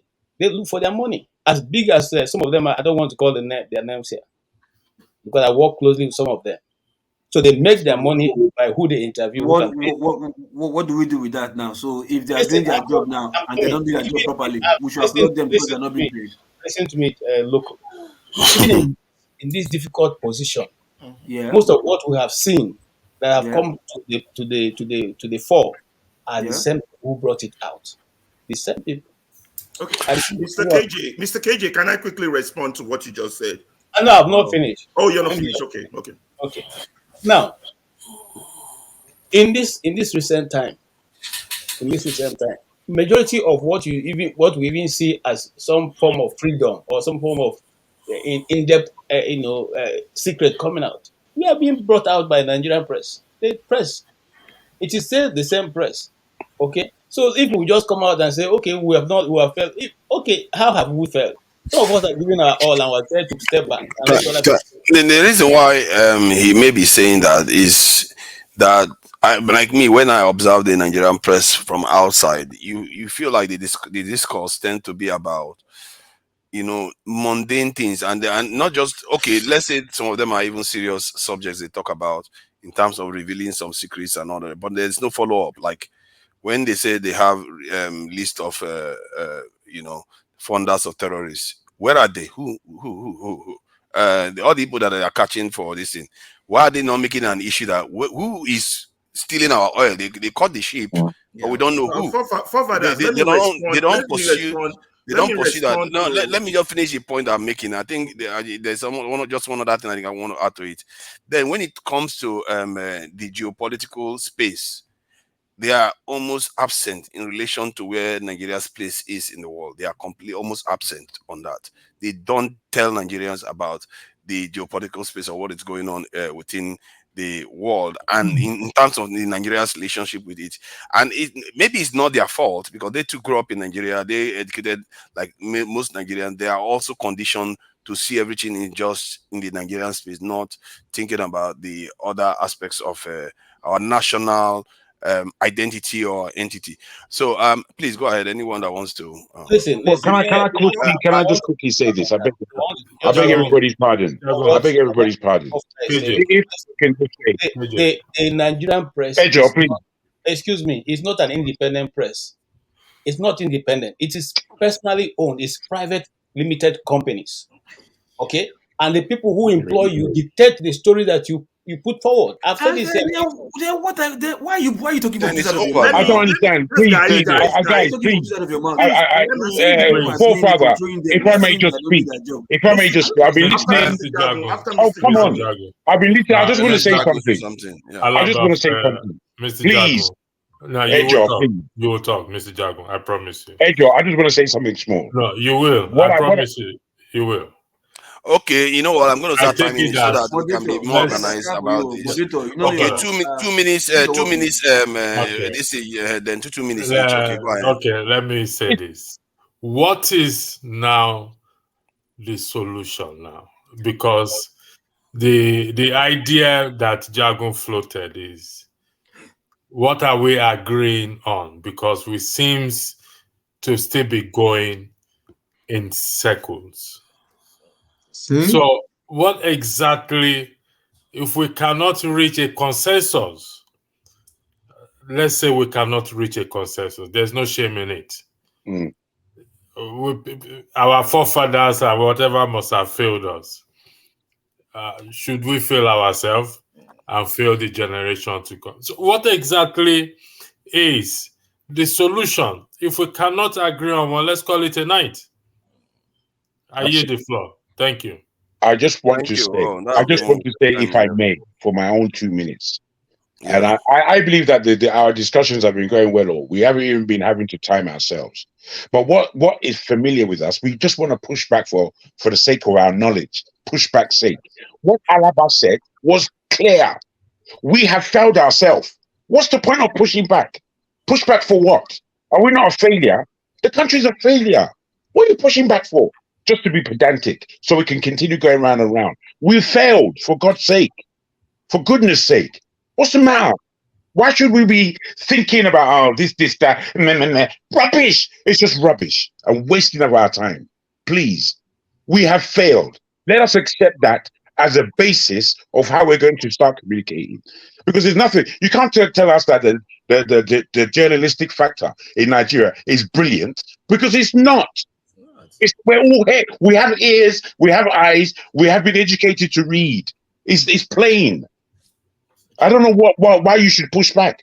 That whole thing was just a waste of everyone's time. I must put it to you. Who wants to respond? Okay, next? I want to respond quickly. You're right. I would like to talk after Alaba has said finishes. I'm not spoken now. Okay, is it Tone? Is it Tone that is saying he hasn't spoken? I've not spoken. When I wanted to talk earlier, hold on, you just came in. Hold on. Let me okay, let's let Tone say something. Let's let Tone say something. Tone hasn't said anything. Before Tone, can Alaba finish? Then Tone can take off from there. Okay. No, Alaba is the one that will respond. Alaba and I thought he was going clockwise. I think you're giving it to forefathers. Because otherwise, this in Tone hasn't said anything. I think KJ has said something. Go ahead, Tone. Dragon and Alexis have said something. Okay, please. Loco, you want to talk? No, sorry, Tone. Loco, yeah, you want, because this is a kind of interjection. Loco, you want to say something about this too? Okay. When you say like 2 minutes, I thought you wanted to be doing as in one after the other, going in circles like that, like either clockwise or clockwise, not speaking randomly. I think Yeah, I get what you mean. I think I just wanted the people that wanted to interject because there were quite a few of them, so I would just time them so they don't argue amongst themselves. Okay, make it up So, like say I be bad person. At least I still be no problem. this platform. You don't be let bad person now. I think let Alaba respond. Okay. Now, no, I think it's Tone's turn. Alaba, Tone, wait. let Alaba speak. Let him just speak, and then they will go to Tone. Tone will say something about Alaba again. Let the flow flow. Hold on. Don't worry. Tone, look, hold on. Tone will say something about Alaba, then Alaba will have to respond. Chim will say something about Alaba, Alaba will have to respond. Let the 2 minutes go first, then Alaba will respond to all of them. Okay? Please, Tone. Basically, we don't have a free press in Nigeria. You've got the DSS that the government uses. They will pick you up when you say things. Dele Giwa has been killed for how many years now? It's about over 35 years now. He's been murdered. And the killer is alive. The killer is alive. No journalist has been bold enough to ask IBB right in his face, "Sir, do you know anything about this gentleman's death?" Why? Because they're afraid. Everybody's afraid of their life. Exactly. So what are we talking about? That's it. I'm done. Thank you. See, that didn't even take 30 seconds. Who next? One of the KJ, hold on. It's not your turn. Stop jumping queue. I want to all this, that. I wish Diago was still around. Where's my decision? KJ, may you wait now. See, KJ, I understand where you are coming from. Don't worry. People are going to come and defend you. All these people that are just badmouthing you, they are going to live to see that you have a point on your side. Chief, please go ahead. Okay. 2 minutes. Okay, so I think Alaba does have a point, but at the same time, I know what Cage is saying. I was going to say that while I wasn't in the press media per se, the news media, but I worked for telecom companies, and some of these media houses, we used them when I was back home in Nigeria. The truth is, I can count Arise is owned by Nduko Obiagbona. He's a politically involved person. AIT is owned by the late Dokwasi. He's a politically involved person. TVC is owned by the president, the current president. He's a politically involved person. And I can go on and on. Channels is Momodu. Oh, Channels is owned by John Momo. He's also a politically involved person as much as he wants to pretend about it. Even Silverbird. All of them. So now back to what KJ said. These guys, there are a few of their people who may want to do some nice jobs. Yeah, exactly. But they are twisted. The young man who was exposing Tinubu, the guy that is in what's his name? David Hundein. David Hundein was an employee of Channels before he left. So, but because he understood that Channels was pegging him, that's why he was able to go out and start fighting solo. And right now, he's making a lot of waves. Now, but the point, we now have to come back to the issue. The issue is anybody you find, like I said earlier, that would help in moving the agenda, you use them. You use them, be pragmatic. First of all, identify what your objectives are, what you want to accomplish. If you find any platform that enables you to accomplish it, you work with it. When it becomes difficult for you to use it, you change your tactics. If it means doing the social media we're using word of mouth, using people on the streets, use them and accomplish your objectives. So, Jack, I agree with you, Nigeria has failed, but we're not going to give up. I love what you said. We admit that we have failed. It's over. Thank you. All right. Time's up. Jesus Time's up. Time's up. We can I was wondering what was going on. You see, KJ, you see that somebody came to your defense because I to an extent I understand where KJ was coming from, because it's hard to see people on the ground that are actually doing good work, and then people are saying that they are not performing. So they may not have succeeded, but even during the time when we were getting colonized, some people fought back, but they failed. We have to also acknowledge that they failed, they didn't succeed, but it doesn't mean that they didn't put in some fight. You see what I mean? So I think it's Alaba to respond to everybody then. Okay, KJ, I think we all doing a disservice by just hanging on the press.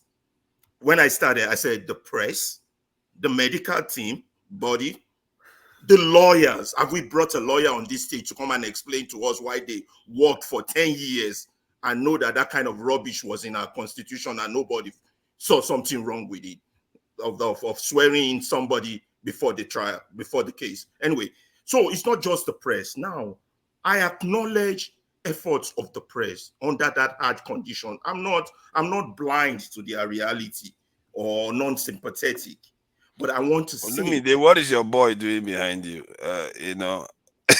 Is he shadowing you? I want to say that even during the military era, our press was more courageous than what we have now. I remember that's what led to the death of Dele Giwa. Even as bad as NTA was, I still remember Frank Olizie. He would go from town to town in Nigeria, see towns, villages I've never heard of. He will go bring us their cultural heritage, what they are doing, their life. Then you begin to be a part of something of that country. You understand? These are not things that your employer is going to restrict you to do. Bring Nigeria to Nigerians. That's the job of the press. Bring the law to Nigerians. That's the job of lawyers. This constitutional crisis. Alaba, hold on. I think Olumide and family are distracting from viewers. Olumide and family, can you sort yourselves out? You are distracting viewers from the discussion. Okay, go ahead. Yeah, I'm going to lose my thoughts. Exactly. So even where was I? Even NTA was doing something back in the days, so they could do more. I acknowledge the secrets they're bringing out, but the best way to solve a problem is to be sure you have a problem. If this thing is white, I repeat, we have to call it white. We can't keep calling it gray. We have to have a scale. This is success, this is failure, this is you've tried, this is average for all profession. Anyway, that being said, Electricity said solutions. We should be, as we talk about problem and issue, we should be more focused on solutions to issues. Even during the military, Gani keep taking the military boys to court because he believes in the court system. He believes in the power of the law. I mean, he gave Babangida and Abacha, he gave them hell. How many cases have the press taken up? How many cases have the medical body taken up on behalf of Nigerians? None. Let's acknowledge failure and stop pushing back. We can't move forward if we keep pushing back. This is it. It's not that we don't understand what's going on. We don't understand. We know it's hard. It was hard. It was hard for Biko. But we have to appreciate where we are. You know what Stephen Biko did? He made a friend with a white moderate, a racist moderate. And that was who brought his story out. Because he said, there's still something this guy can give to us in this struggle. This is what we need to be doing. That's why I say use what you have. Keep using what you have. Don't say, keep using what you have. I want to see a lawyer take up this matter of the billboard. That's my 2 minutes now. And go to the court. Yeah. That's true, actually. Loco has got 2 minutes remaining, Chim. For the press thing, trust me. At least if just like I said, Nigeria is bad, that doesn't really mean 10% of Nigerians are not good people. You understand? So if you say the press, you understand, there are people out there who go to the feed, you understand, who bring out stories from the streets, right? There are who do interviews, cover stories, and this and that. The press we are talking about is the one that engages with you on the TV, that you listen to on the TV, that talks to the politicians that affect your life directly and don't do the right thing. You understand? Those journalists are the ones we're talking about, not the one on the street going to cover stories or cover accident stories or cover robbery stories. No, not those ones we're talking about. The one on the TV that is twisting the narrative, that is not helping the people to hold their politicians accountable. That is the one we're talking about. You understand? The one that writes headlines and write something that's different in the editorial. You understand? Those are kind of politicians I'm talking about. The ones that you see, like you see politicians, they go and meet them and get money from them and help them not to as a help not to ask them some embarrassing questions, some account holding questions, or rather some uncountable questions. Those are the ones we're talking about, and those are the ones that have far more audience. The ones you see on the TV and the ones you see on the radio, they are the ones who have far audience. Any other journalists apart from that, they are doing their job.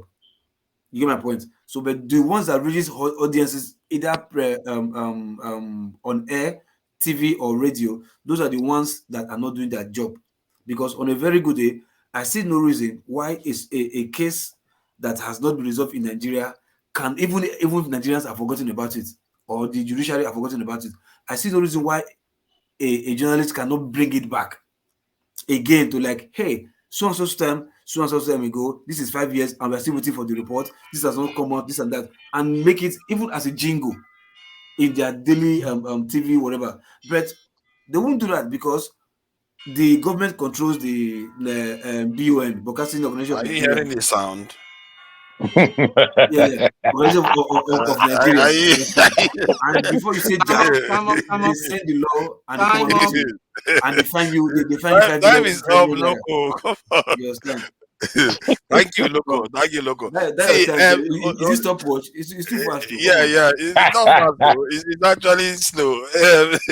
Only be there. Your family arrangement is distracting. You know, you need to keep control of your background. Can I quickly weigh in light of KJ? All right, go ahead. So KJ, what I was going to say is that Alaba has a point, but and KJ also has a point. But the truth of the matter is that the system is broken. You understand? What KJ is saying is right. You know, there are some of these journalists. It's a reflection of our society as a whole. It's not just journalism. It is not right for somebody to work for a month, 2 months, and not get paid his money. They will do things that they should not do. Today, you are policemen on the checkpoint collecting bribe. They should not be collecting bribe. The system is broken. That is what KJ is trying to say. But it's the system as a whole. It's broken. Here in this society, once you start to owe your workers money and they report to the Ministry of Labor, they will take action against the employer. You know, you can't be doing that and expect workers to how does he want to survive? How does he want to pay his bills? Then it will start to cut corners. And what Alaba is saying too, see, I think the lawyers, they know that that constitution is bad, but they just feel that even the lawyers are kind of indirectly they are accomplices to this bad constitution. If I may put it, if it's permitted for me to say that, they don't care whether the constitution is bad or right, as long as they can always go to court and argue their case and make their money. And they make money whether it is bad or good. But it is the people that is suffering it. You know, the people that is suffering because they will make their money whether it's bad or good. They don't care. I mean, like he was saying, during Friday time, you can always go to court and argue, and we all know the kind of role Fahimi played in making sure that they follow the law. But like you said, it was very terrible that we accepted. They kind of would wink to everybody. Don't worry, just take this document. When you guys get to the assembly, you can always. They've amended till date. Nothing has happened. On a funny note, I want to tell you guys this. This is very, very funny. Just 2 minutes. I'll just tell you. When I was in undergraduate school in the university, 1 minute. 1 minute, yes. There was this professor of mine, Professor Nwachukwu. One day he was just teaching us microbiology, and then one day he said NEPA took his light, and he took NEPA to court. Do you know what our reaction in class was? We all burst out laughing. You took NEPA to court. First of all, none of us expected. We thought he was crazy.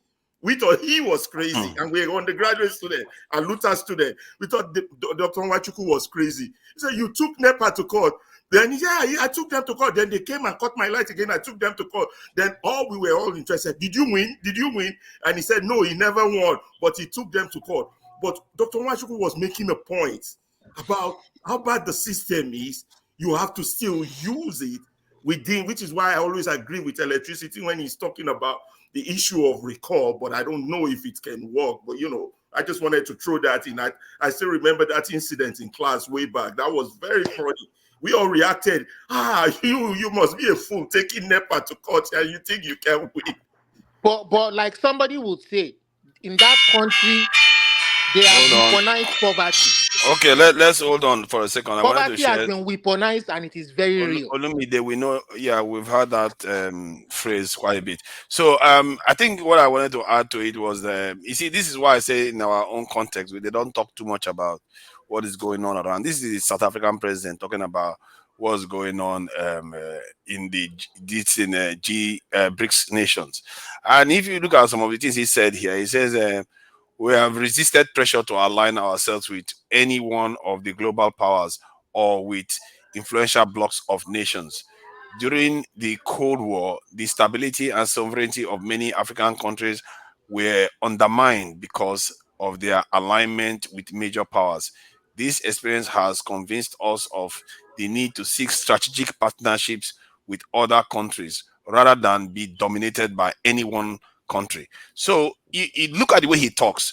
You don't see Nigerian leaders talk like this. The only time Buhari came close to saying something like it was sometime, I think last year, just before around November, December. He said something about some people want to destroy this country. That some people outside the country, foreign interests, they want to destroy the country. And he said it almost in passing, and he never went back to it again. That is our Nigerian context. Very That well is why. said. How can the people know? They are not conditioned to understand the world. They are conditioned to be asleep. Let them not know. As a matter of fact, most Nigerians, when they hear of Europeans or Arabic and all those people, they see them as desirable people. The people you want to be like, you want to kind of almost like we are inferior to them. A northerner came here to admit to me that their beauty standard is basically an Arab woman. How can you, as a people, be like that? You are not, because our leaders have already given way to this type of narrative. They are not, and this is why the press, how can the press know how to question things when their whole context seems to be in a bubble where they don't see the need? Maybe they don't even have their eyes to see. I didn't. Let's face it, I have been in the UK for how many decades now? And my eyes opened to some of all this in just about 4 years ago. How can they know? Exactly. Well said. It's not easy. We need a way to be able to communicate these things more, more effectively, so that people actually get to understand what is going on. Because once they start understanding this stuff, you'll be surprised. And I think it's already beginning to happen. The change is going to be happening faster and faster. I looked up on here to find out, how they're like, if you want to do mass media campaigns now. Because they used to do mass media campaigns about family planning and all kinds of those were quite effective.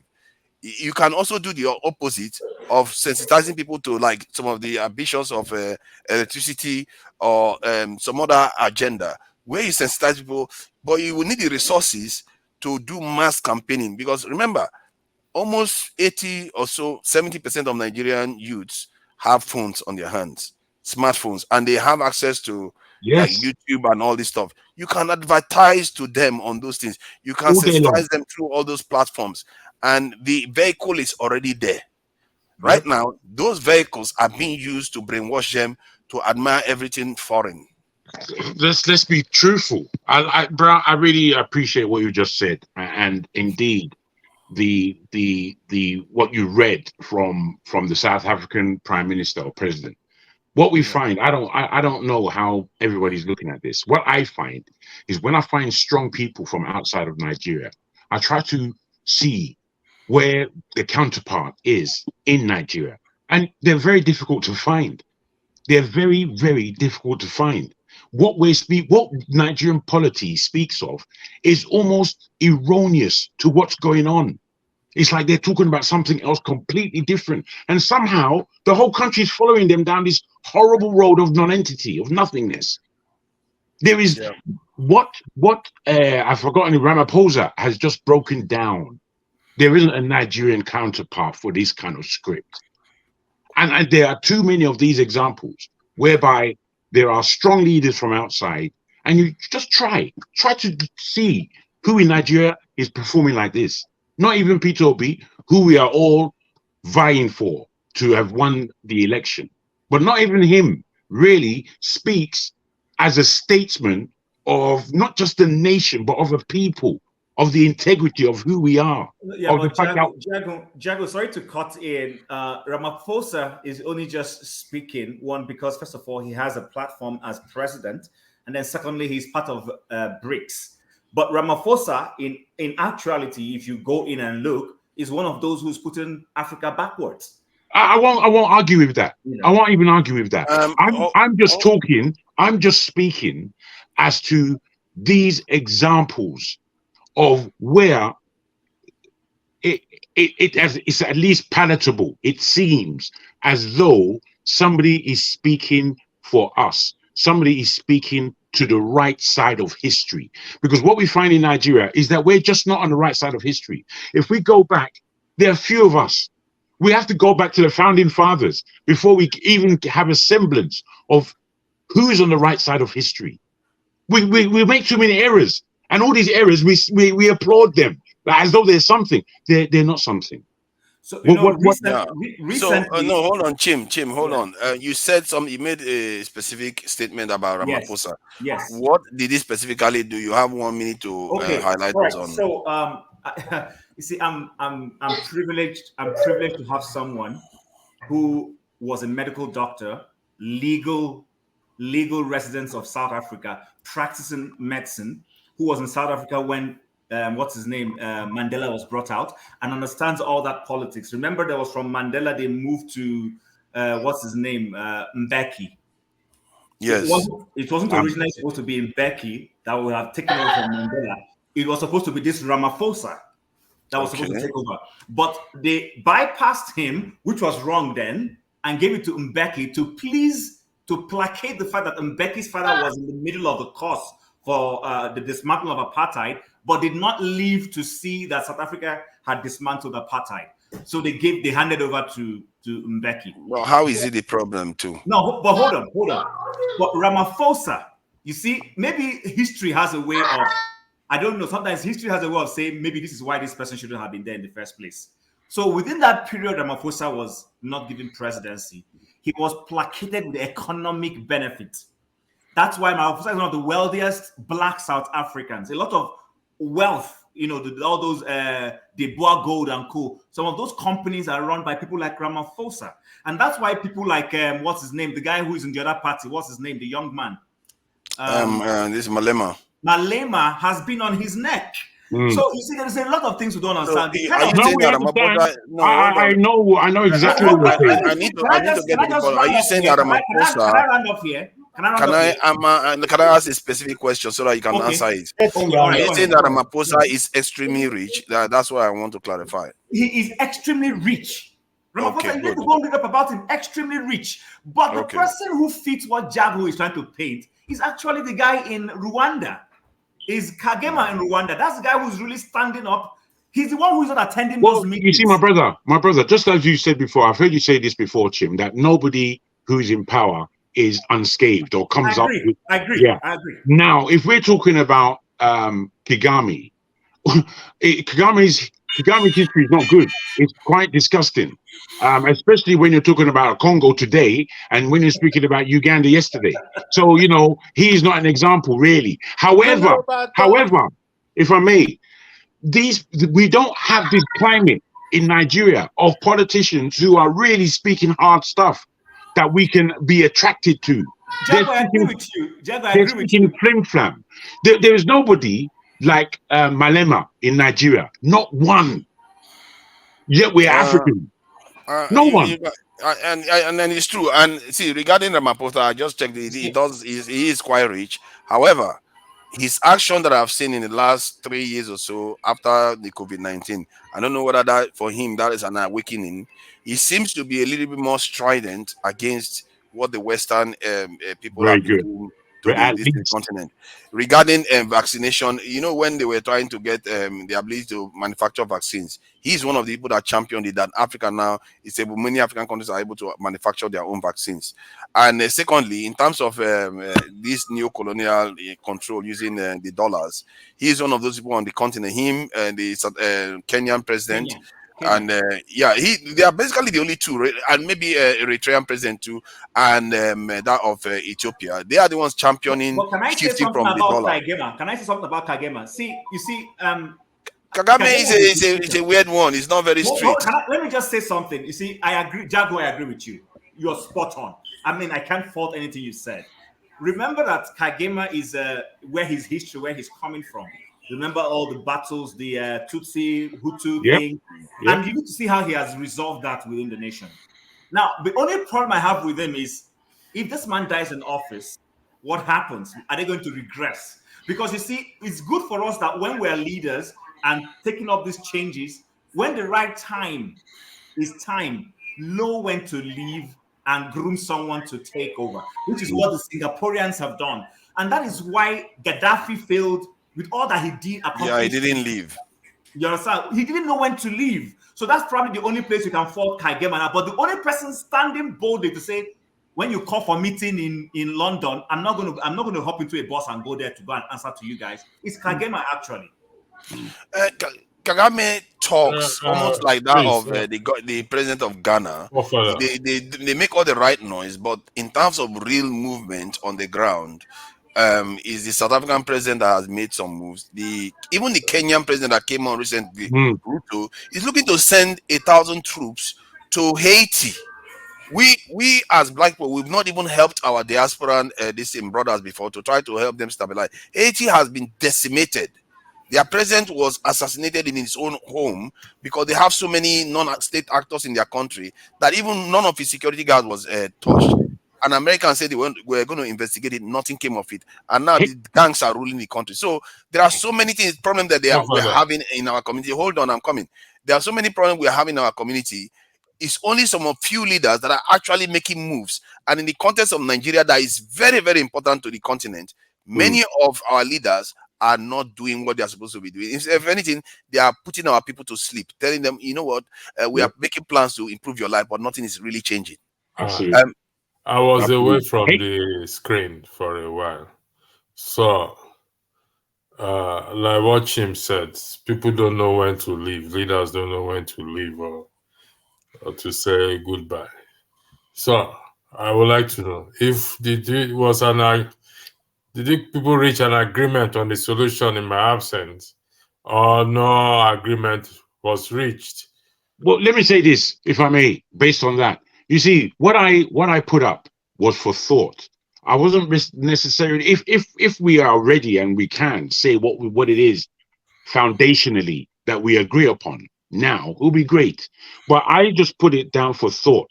You know, if we have a couple of meetings down the road, we come and have a panel that begins to suggest thoughts as to ideals. Jaguar, I think I would disagree with you on that because I haven't landed for you to disagree. I'm saying to you that I brought this thing up today just in listening to the way we were speaking. And we were speaking all these things, taking all these things as important when there may not be. And I'm thinking, you know, what's important is what we are saying to ourselves here and now. Do we appreciate what we're saying to ourselves here and now?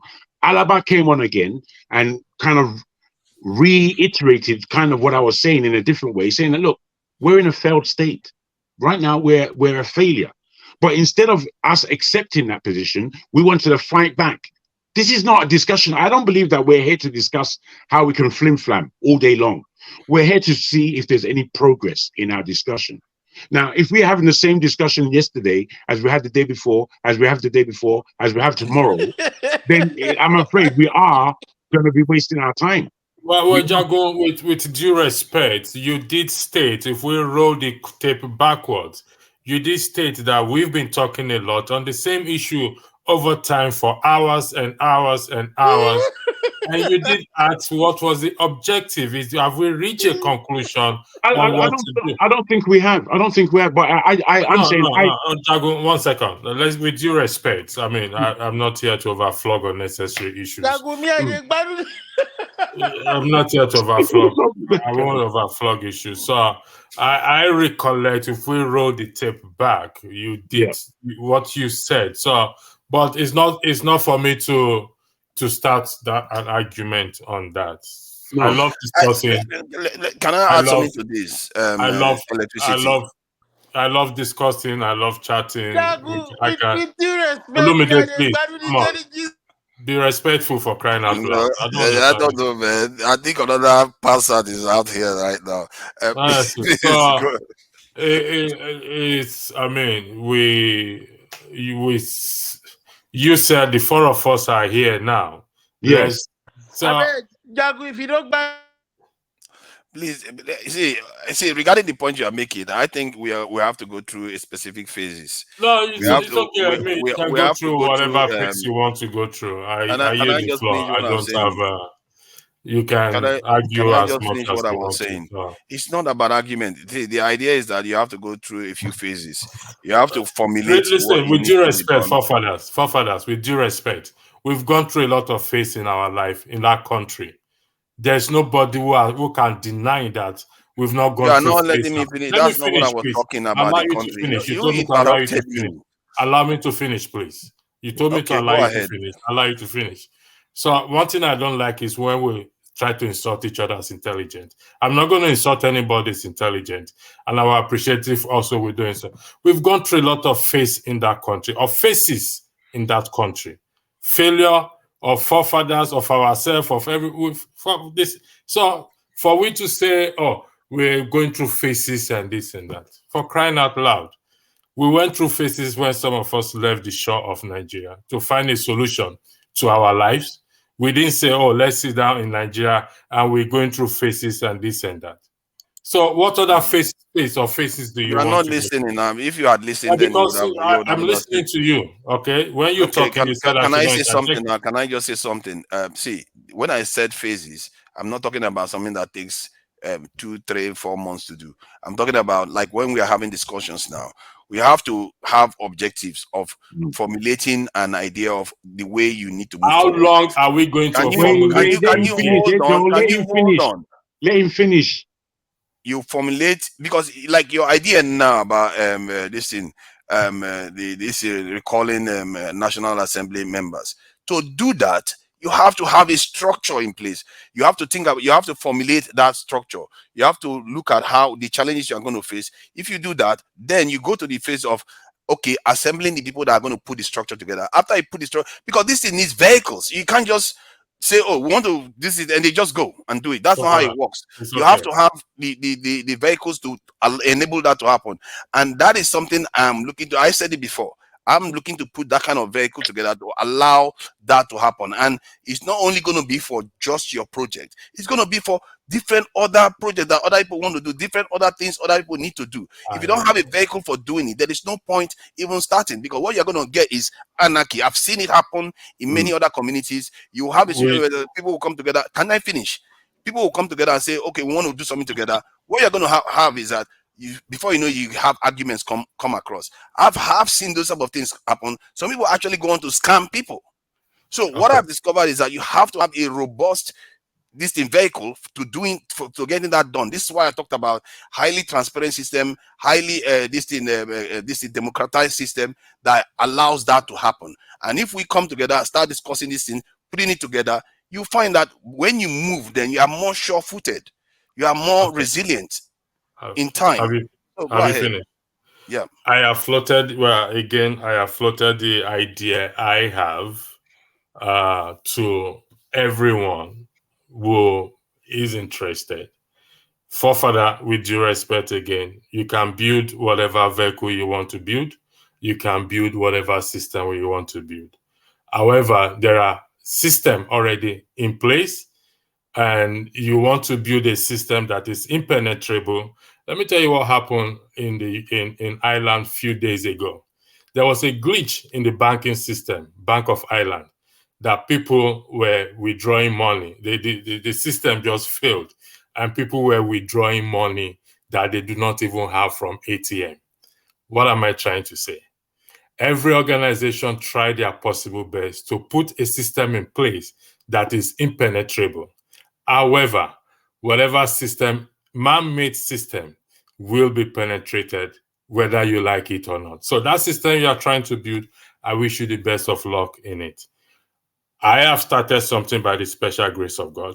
I have few people on board, and I don't know what happened. I guess he ended the.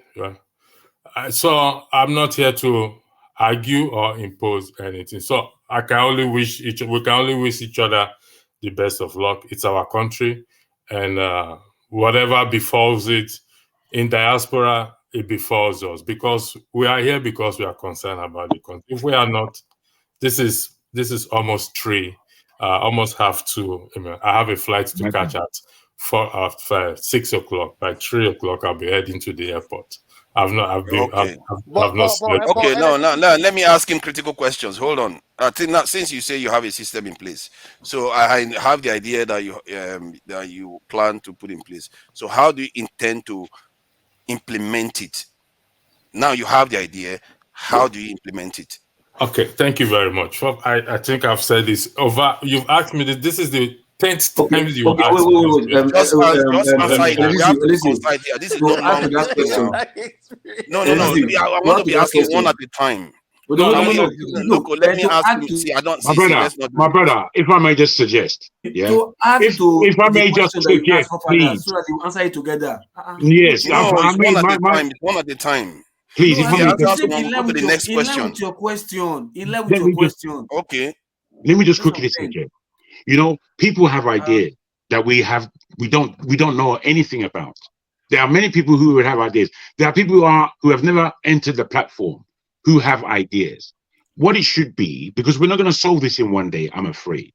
What we're talking about is massive issues of a country that we love. Yeah.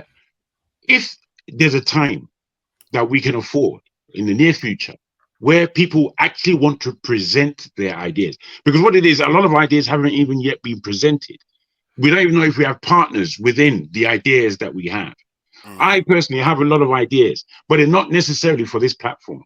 What I'm seeing in this platform is that there is power in this platform. I would like to know that this power is being somehow harnessed. So if anybody has ideas, let them put it to the table at a given precise time, and we'll share and deliberate over these ideas. And then again, at a certain time, we'll now begin to structure them. We can't be having these flim-flam discussions. We really do have to understand that we are educated people. For all of our faults, we should be using our education in the best way possible. Okay, thank you. So, Elise, the question I wanted to say. I want to say that whatever. Hold on. We need people on ground. Hold on, Olumide. They can't sorrow. I agree on that. See, Elise, what I wanted to ask you, right? The process that you're talking about, does INEC play a major role in that recalling process? That was what I wanted to ask you, that guy. Yes. Hold on. Let me finish. If you want to do the recall process, if you want to put somebody there, there's a process you do, involve INEC, right? And there's a collation officer in that location, or is that are you answering the question now or asking? Senatorial district, you understand? Is that the whatever? So if you want to call a politician back, let's use a senator for instance now, right? He has to be involved the whole people in that senatorial district, which is either the people that voted to put him there, the total number of people that voted to put him there. It has to be that same number to take him out, or if it's the total registered voters, not the people that voted to put him there. Because sometimes you might have the people that voted in his election time might be, say, 10,000, right? But the number of people that registered voters in his constituency might be 20,000, so to speak. So that the number of registered voters in the constituency is more than the people who voted during that election day, something like that. So if INEC is going to be involved and they want to record that process, which results or which population, or rather total numbers, would INEC be using? Is it the total number of voted people in his own election time that they are going to see? It's the total number of, or the total number of registered voters in this constituency. Is those who are registered, not necessarily those who vote for him. Okay. Those who are registered in that Loco, constituency. you are causing a lot of problems now. You are What just problem is it causing for crying out? The man is I asking the question. So this is not a problem. asked him a specific question. You wouldn't allow that question to be answered. You just ask him a micro question. It's the same question. You need to allow the main question to be answered. Somebody has to moderate it. You can't just interrupt the question with your own question. That is not, if it goes well over the question that I'm asking. I'm asking a straight question and allow him to answer, please. He said Electricity. it's just the same thing. He said it's the same thing just now. He told you. Okay, See, Loco, you are really being frustrating right now. The way you are behaving, I don't like it. Because what you are doing is not nice. Because you can be quite disruptive.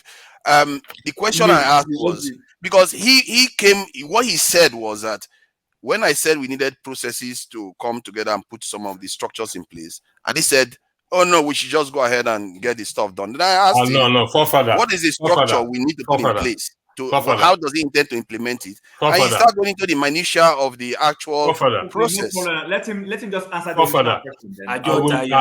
Listen, I don't mind explaining over and over, because when you are selling an idea and you want to bring people on board, one has to be patient and sell that idea. But what I will not stand from you, Forefather in particular, is because we've discussed this issue over time, and you are suggesting as if you are ignorant of what I have said over time. With due respect. Let's just assume that if you guys don't know, because I don't know. If you've explained it to me, then either I'm a very terrible student or you didn't explain it very well to me. And now I want the viewers to hear it. I'll go for the first one, because maybe I'm a terrible student, but the point is that the viewers don't know. Do anybody know how he intends to implement this? If you know, explain it, please. You know what you're trying to do? I'm trying to flesh out explain it, please. Thank God that my scribe, Mazi scribe. Yeah. I'm here to counter Forefather with the greatest of respect. Thank God that if you want to play devil's advocate, just say you're playing devil's advocate. But I'm not playing devil's advocate. Forefather, wait now. You can't just. You are the moderator. You can't dominate. Being disruptive now. You're a moderator. You can't dominate. I'm asking a specific question. Okay, let me answer your question. Okay. And scribe, what you just did just now is not very, very nice. Okay, sorry, I apologize. But the heat of the I came in. Okay, go ahead. You are a moderator, Forefather. You ask a question. So let me answer your question. In answering my question, I can make references to people. Okay? Scribe is a regular person on this show, and it's a regular person I've heard me over time giving explanation where you are present.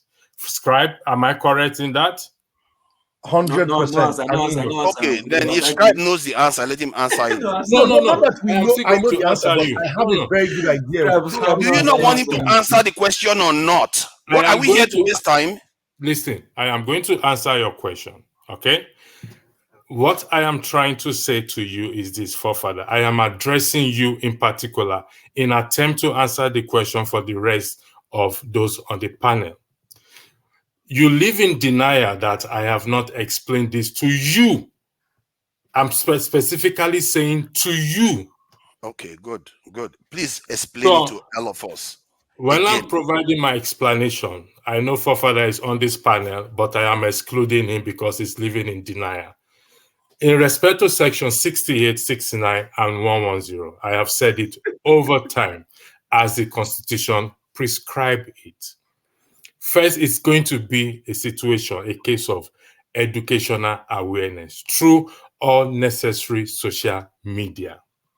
Just the way they did the All Eyes on Judiciary, where it was all on social media, on the ground.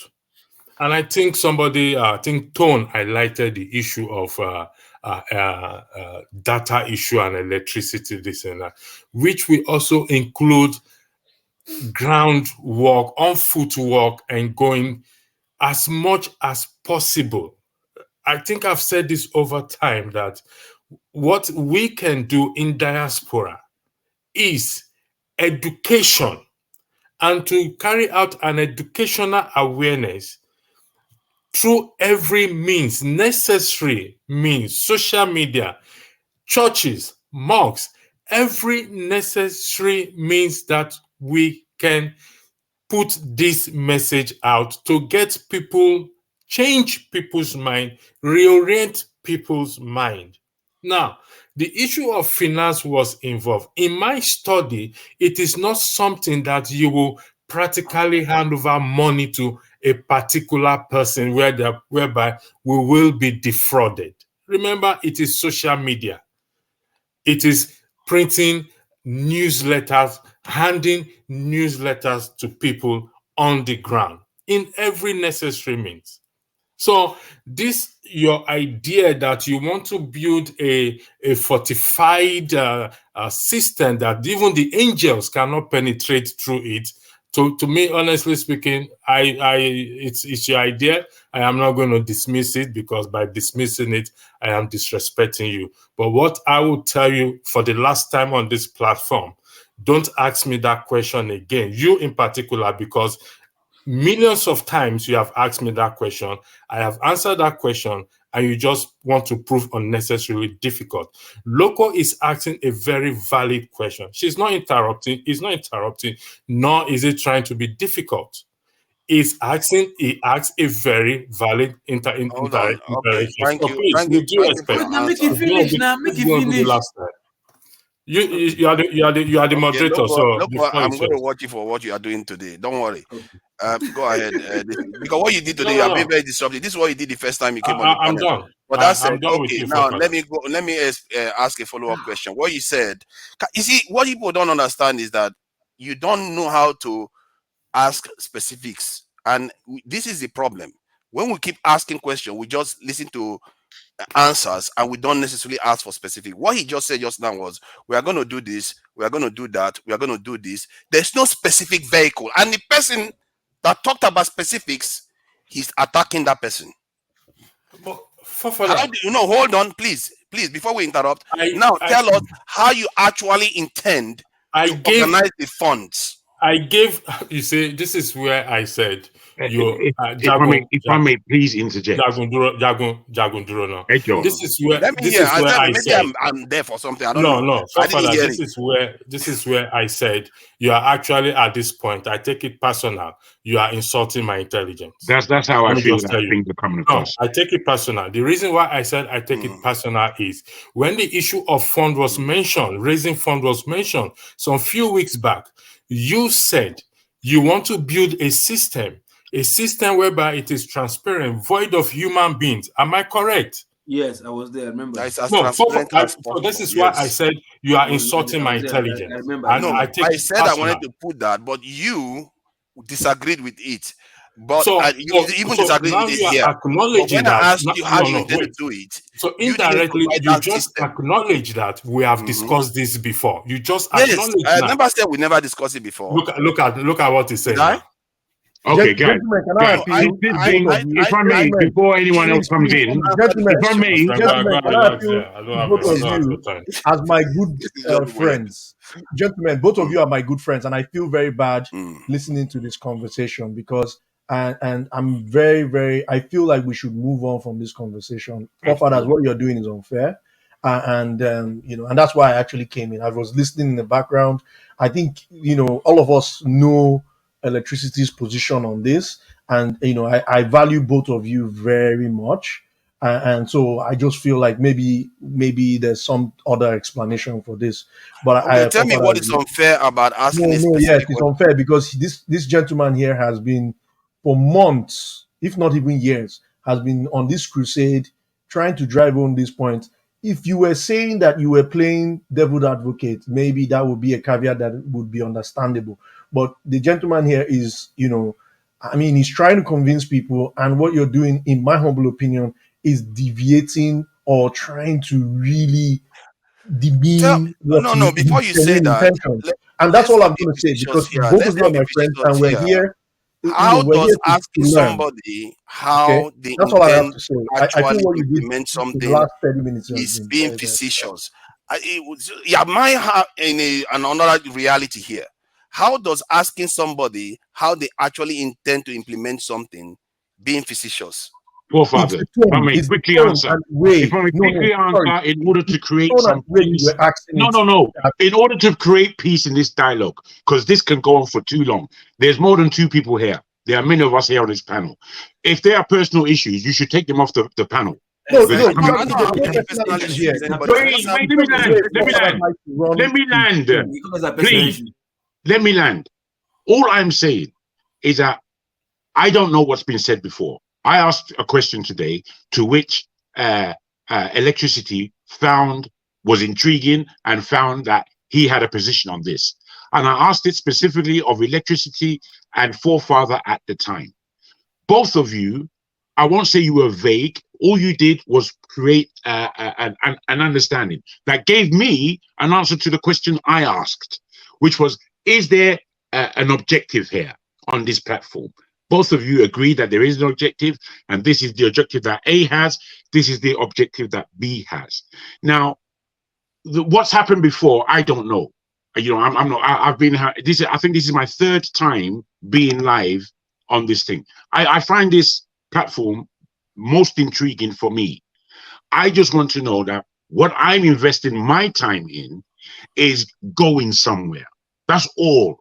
So what we have to understand is that we're Nigerians and we love to debate and argue upon any issue, you know. But I want to be serious. I don't want to sword fence. I don't want to flim flam. I want to be serious. So if people are trying to be serious along with us, then let's gather seriousness. But all this flim flamming, that's all it is Nigerianness, the kind of Nigerianness that we're trying to get away from. You know, I don't like it. I don't appreciate it. Jagun, thank you very much. Let me just explain myself. Jagun, you are a neutral person. Let me put it out. You are a neutral person here. Forefather is a moderator on this platform. And a good one, I think. A very good one. And over time, being a moderator, and over time, we've had this discussion. Including, I want to hear me now. I understand your side. Let me just finish. He has asked these questions. So, when the question came from you, did I hesitate to answer that question? The answer is no. I answered the question because you want to know. I mean, I've never seen your face before, and that is my job to listen. But you say, I stand in the position to say he knows what he's doing. That's all I'm going to say. I'm not going to say much further than that. And I wish all of us the best. Electricity. I would just say that even if he asks you a couple of times, you did not answer my question. No. Loco, don't interfere, please. I beg you. See it as an opportunity to just not just talk to him, but to other people. Okay. Who may buy into it. You understand? I understand what you are saying. If you ask me that question, Olumide, I will answer you. But take it from me. I am also a moderator here. Take it from me. I'm being specific now in relation to forefathers. I'm not being impatient. I am being specific. My appeal to you is that electricity. My appeal to you is to maybe just let this just slide. I will let it slide. Like I said, it is our country. Yeah, please. I don't think.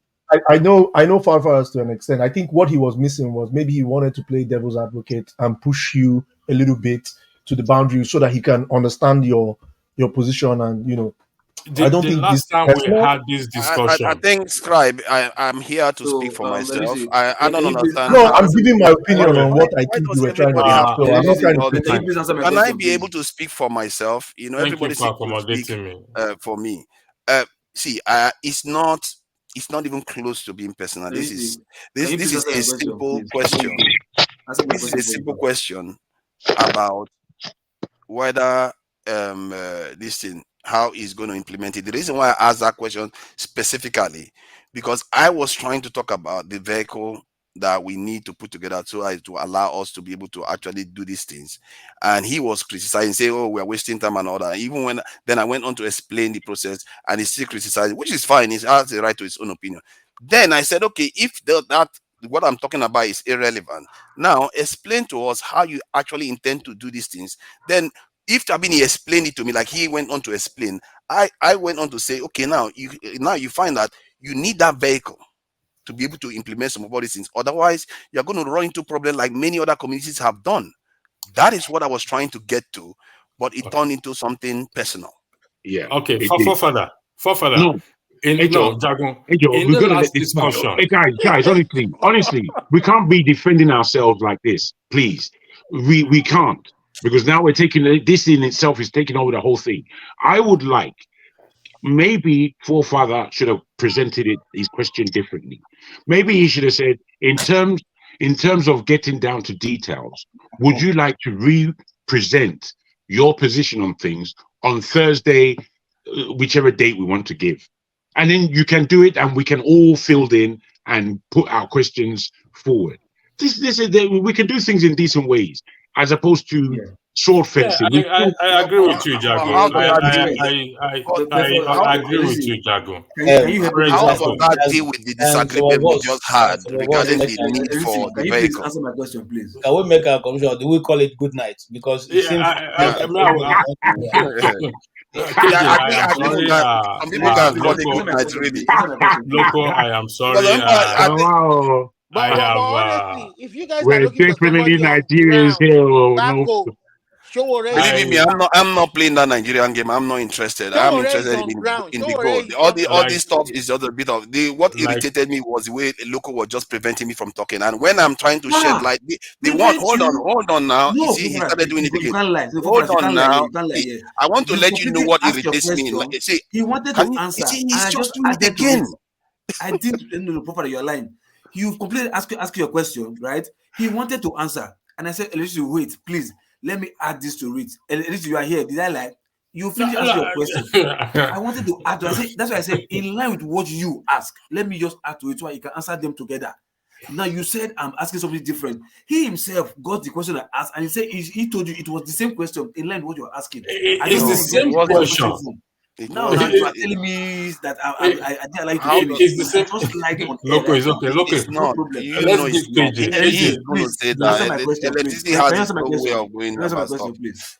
See, you see now you've done it again. One of the things that frustrates me whenever I'm having conversation. let me say what I need to say. I don't know why it's so hard for people to listen, but it's okay. The only thing that frustrates me when I'm on the panel is when I'm trying to have my own idea come true, or some other person's idea come true. Some other person is blocking it and being obstructive. What that does is it stunts conversations, like it has done now for how many minutes. If he had just allowed me to ask the question, what will happen is that electricity will explain it. I would have said, okay, but this mechanism, you need this mechanism, you need this mechanism. If he was being objective, he's going to say, yes, I need this mechanism to do this. And then we'll move forward. Let me explain. That is how things work. I don't think you should. I think we should leave it. Answer my question. Okay, Answer my question, let me explain. Okay, for the purpose of my explanation is for the purpose of the betterment of Nigeria and not the betterment of KJ. KJ, please give us a smile. Thank you.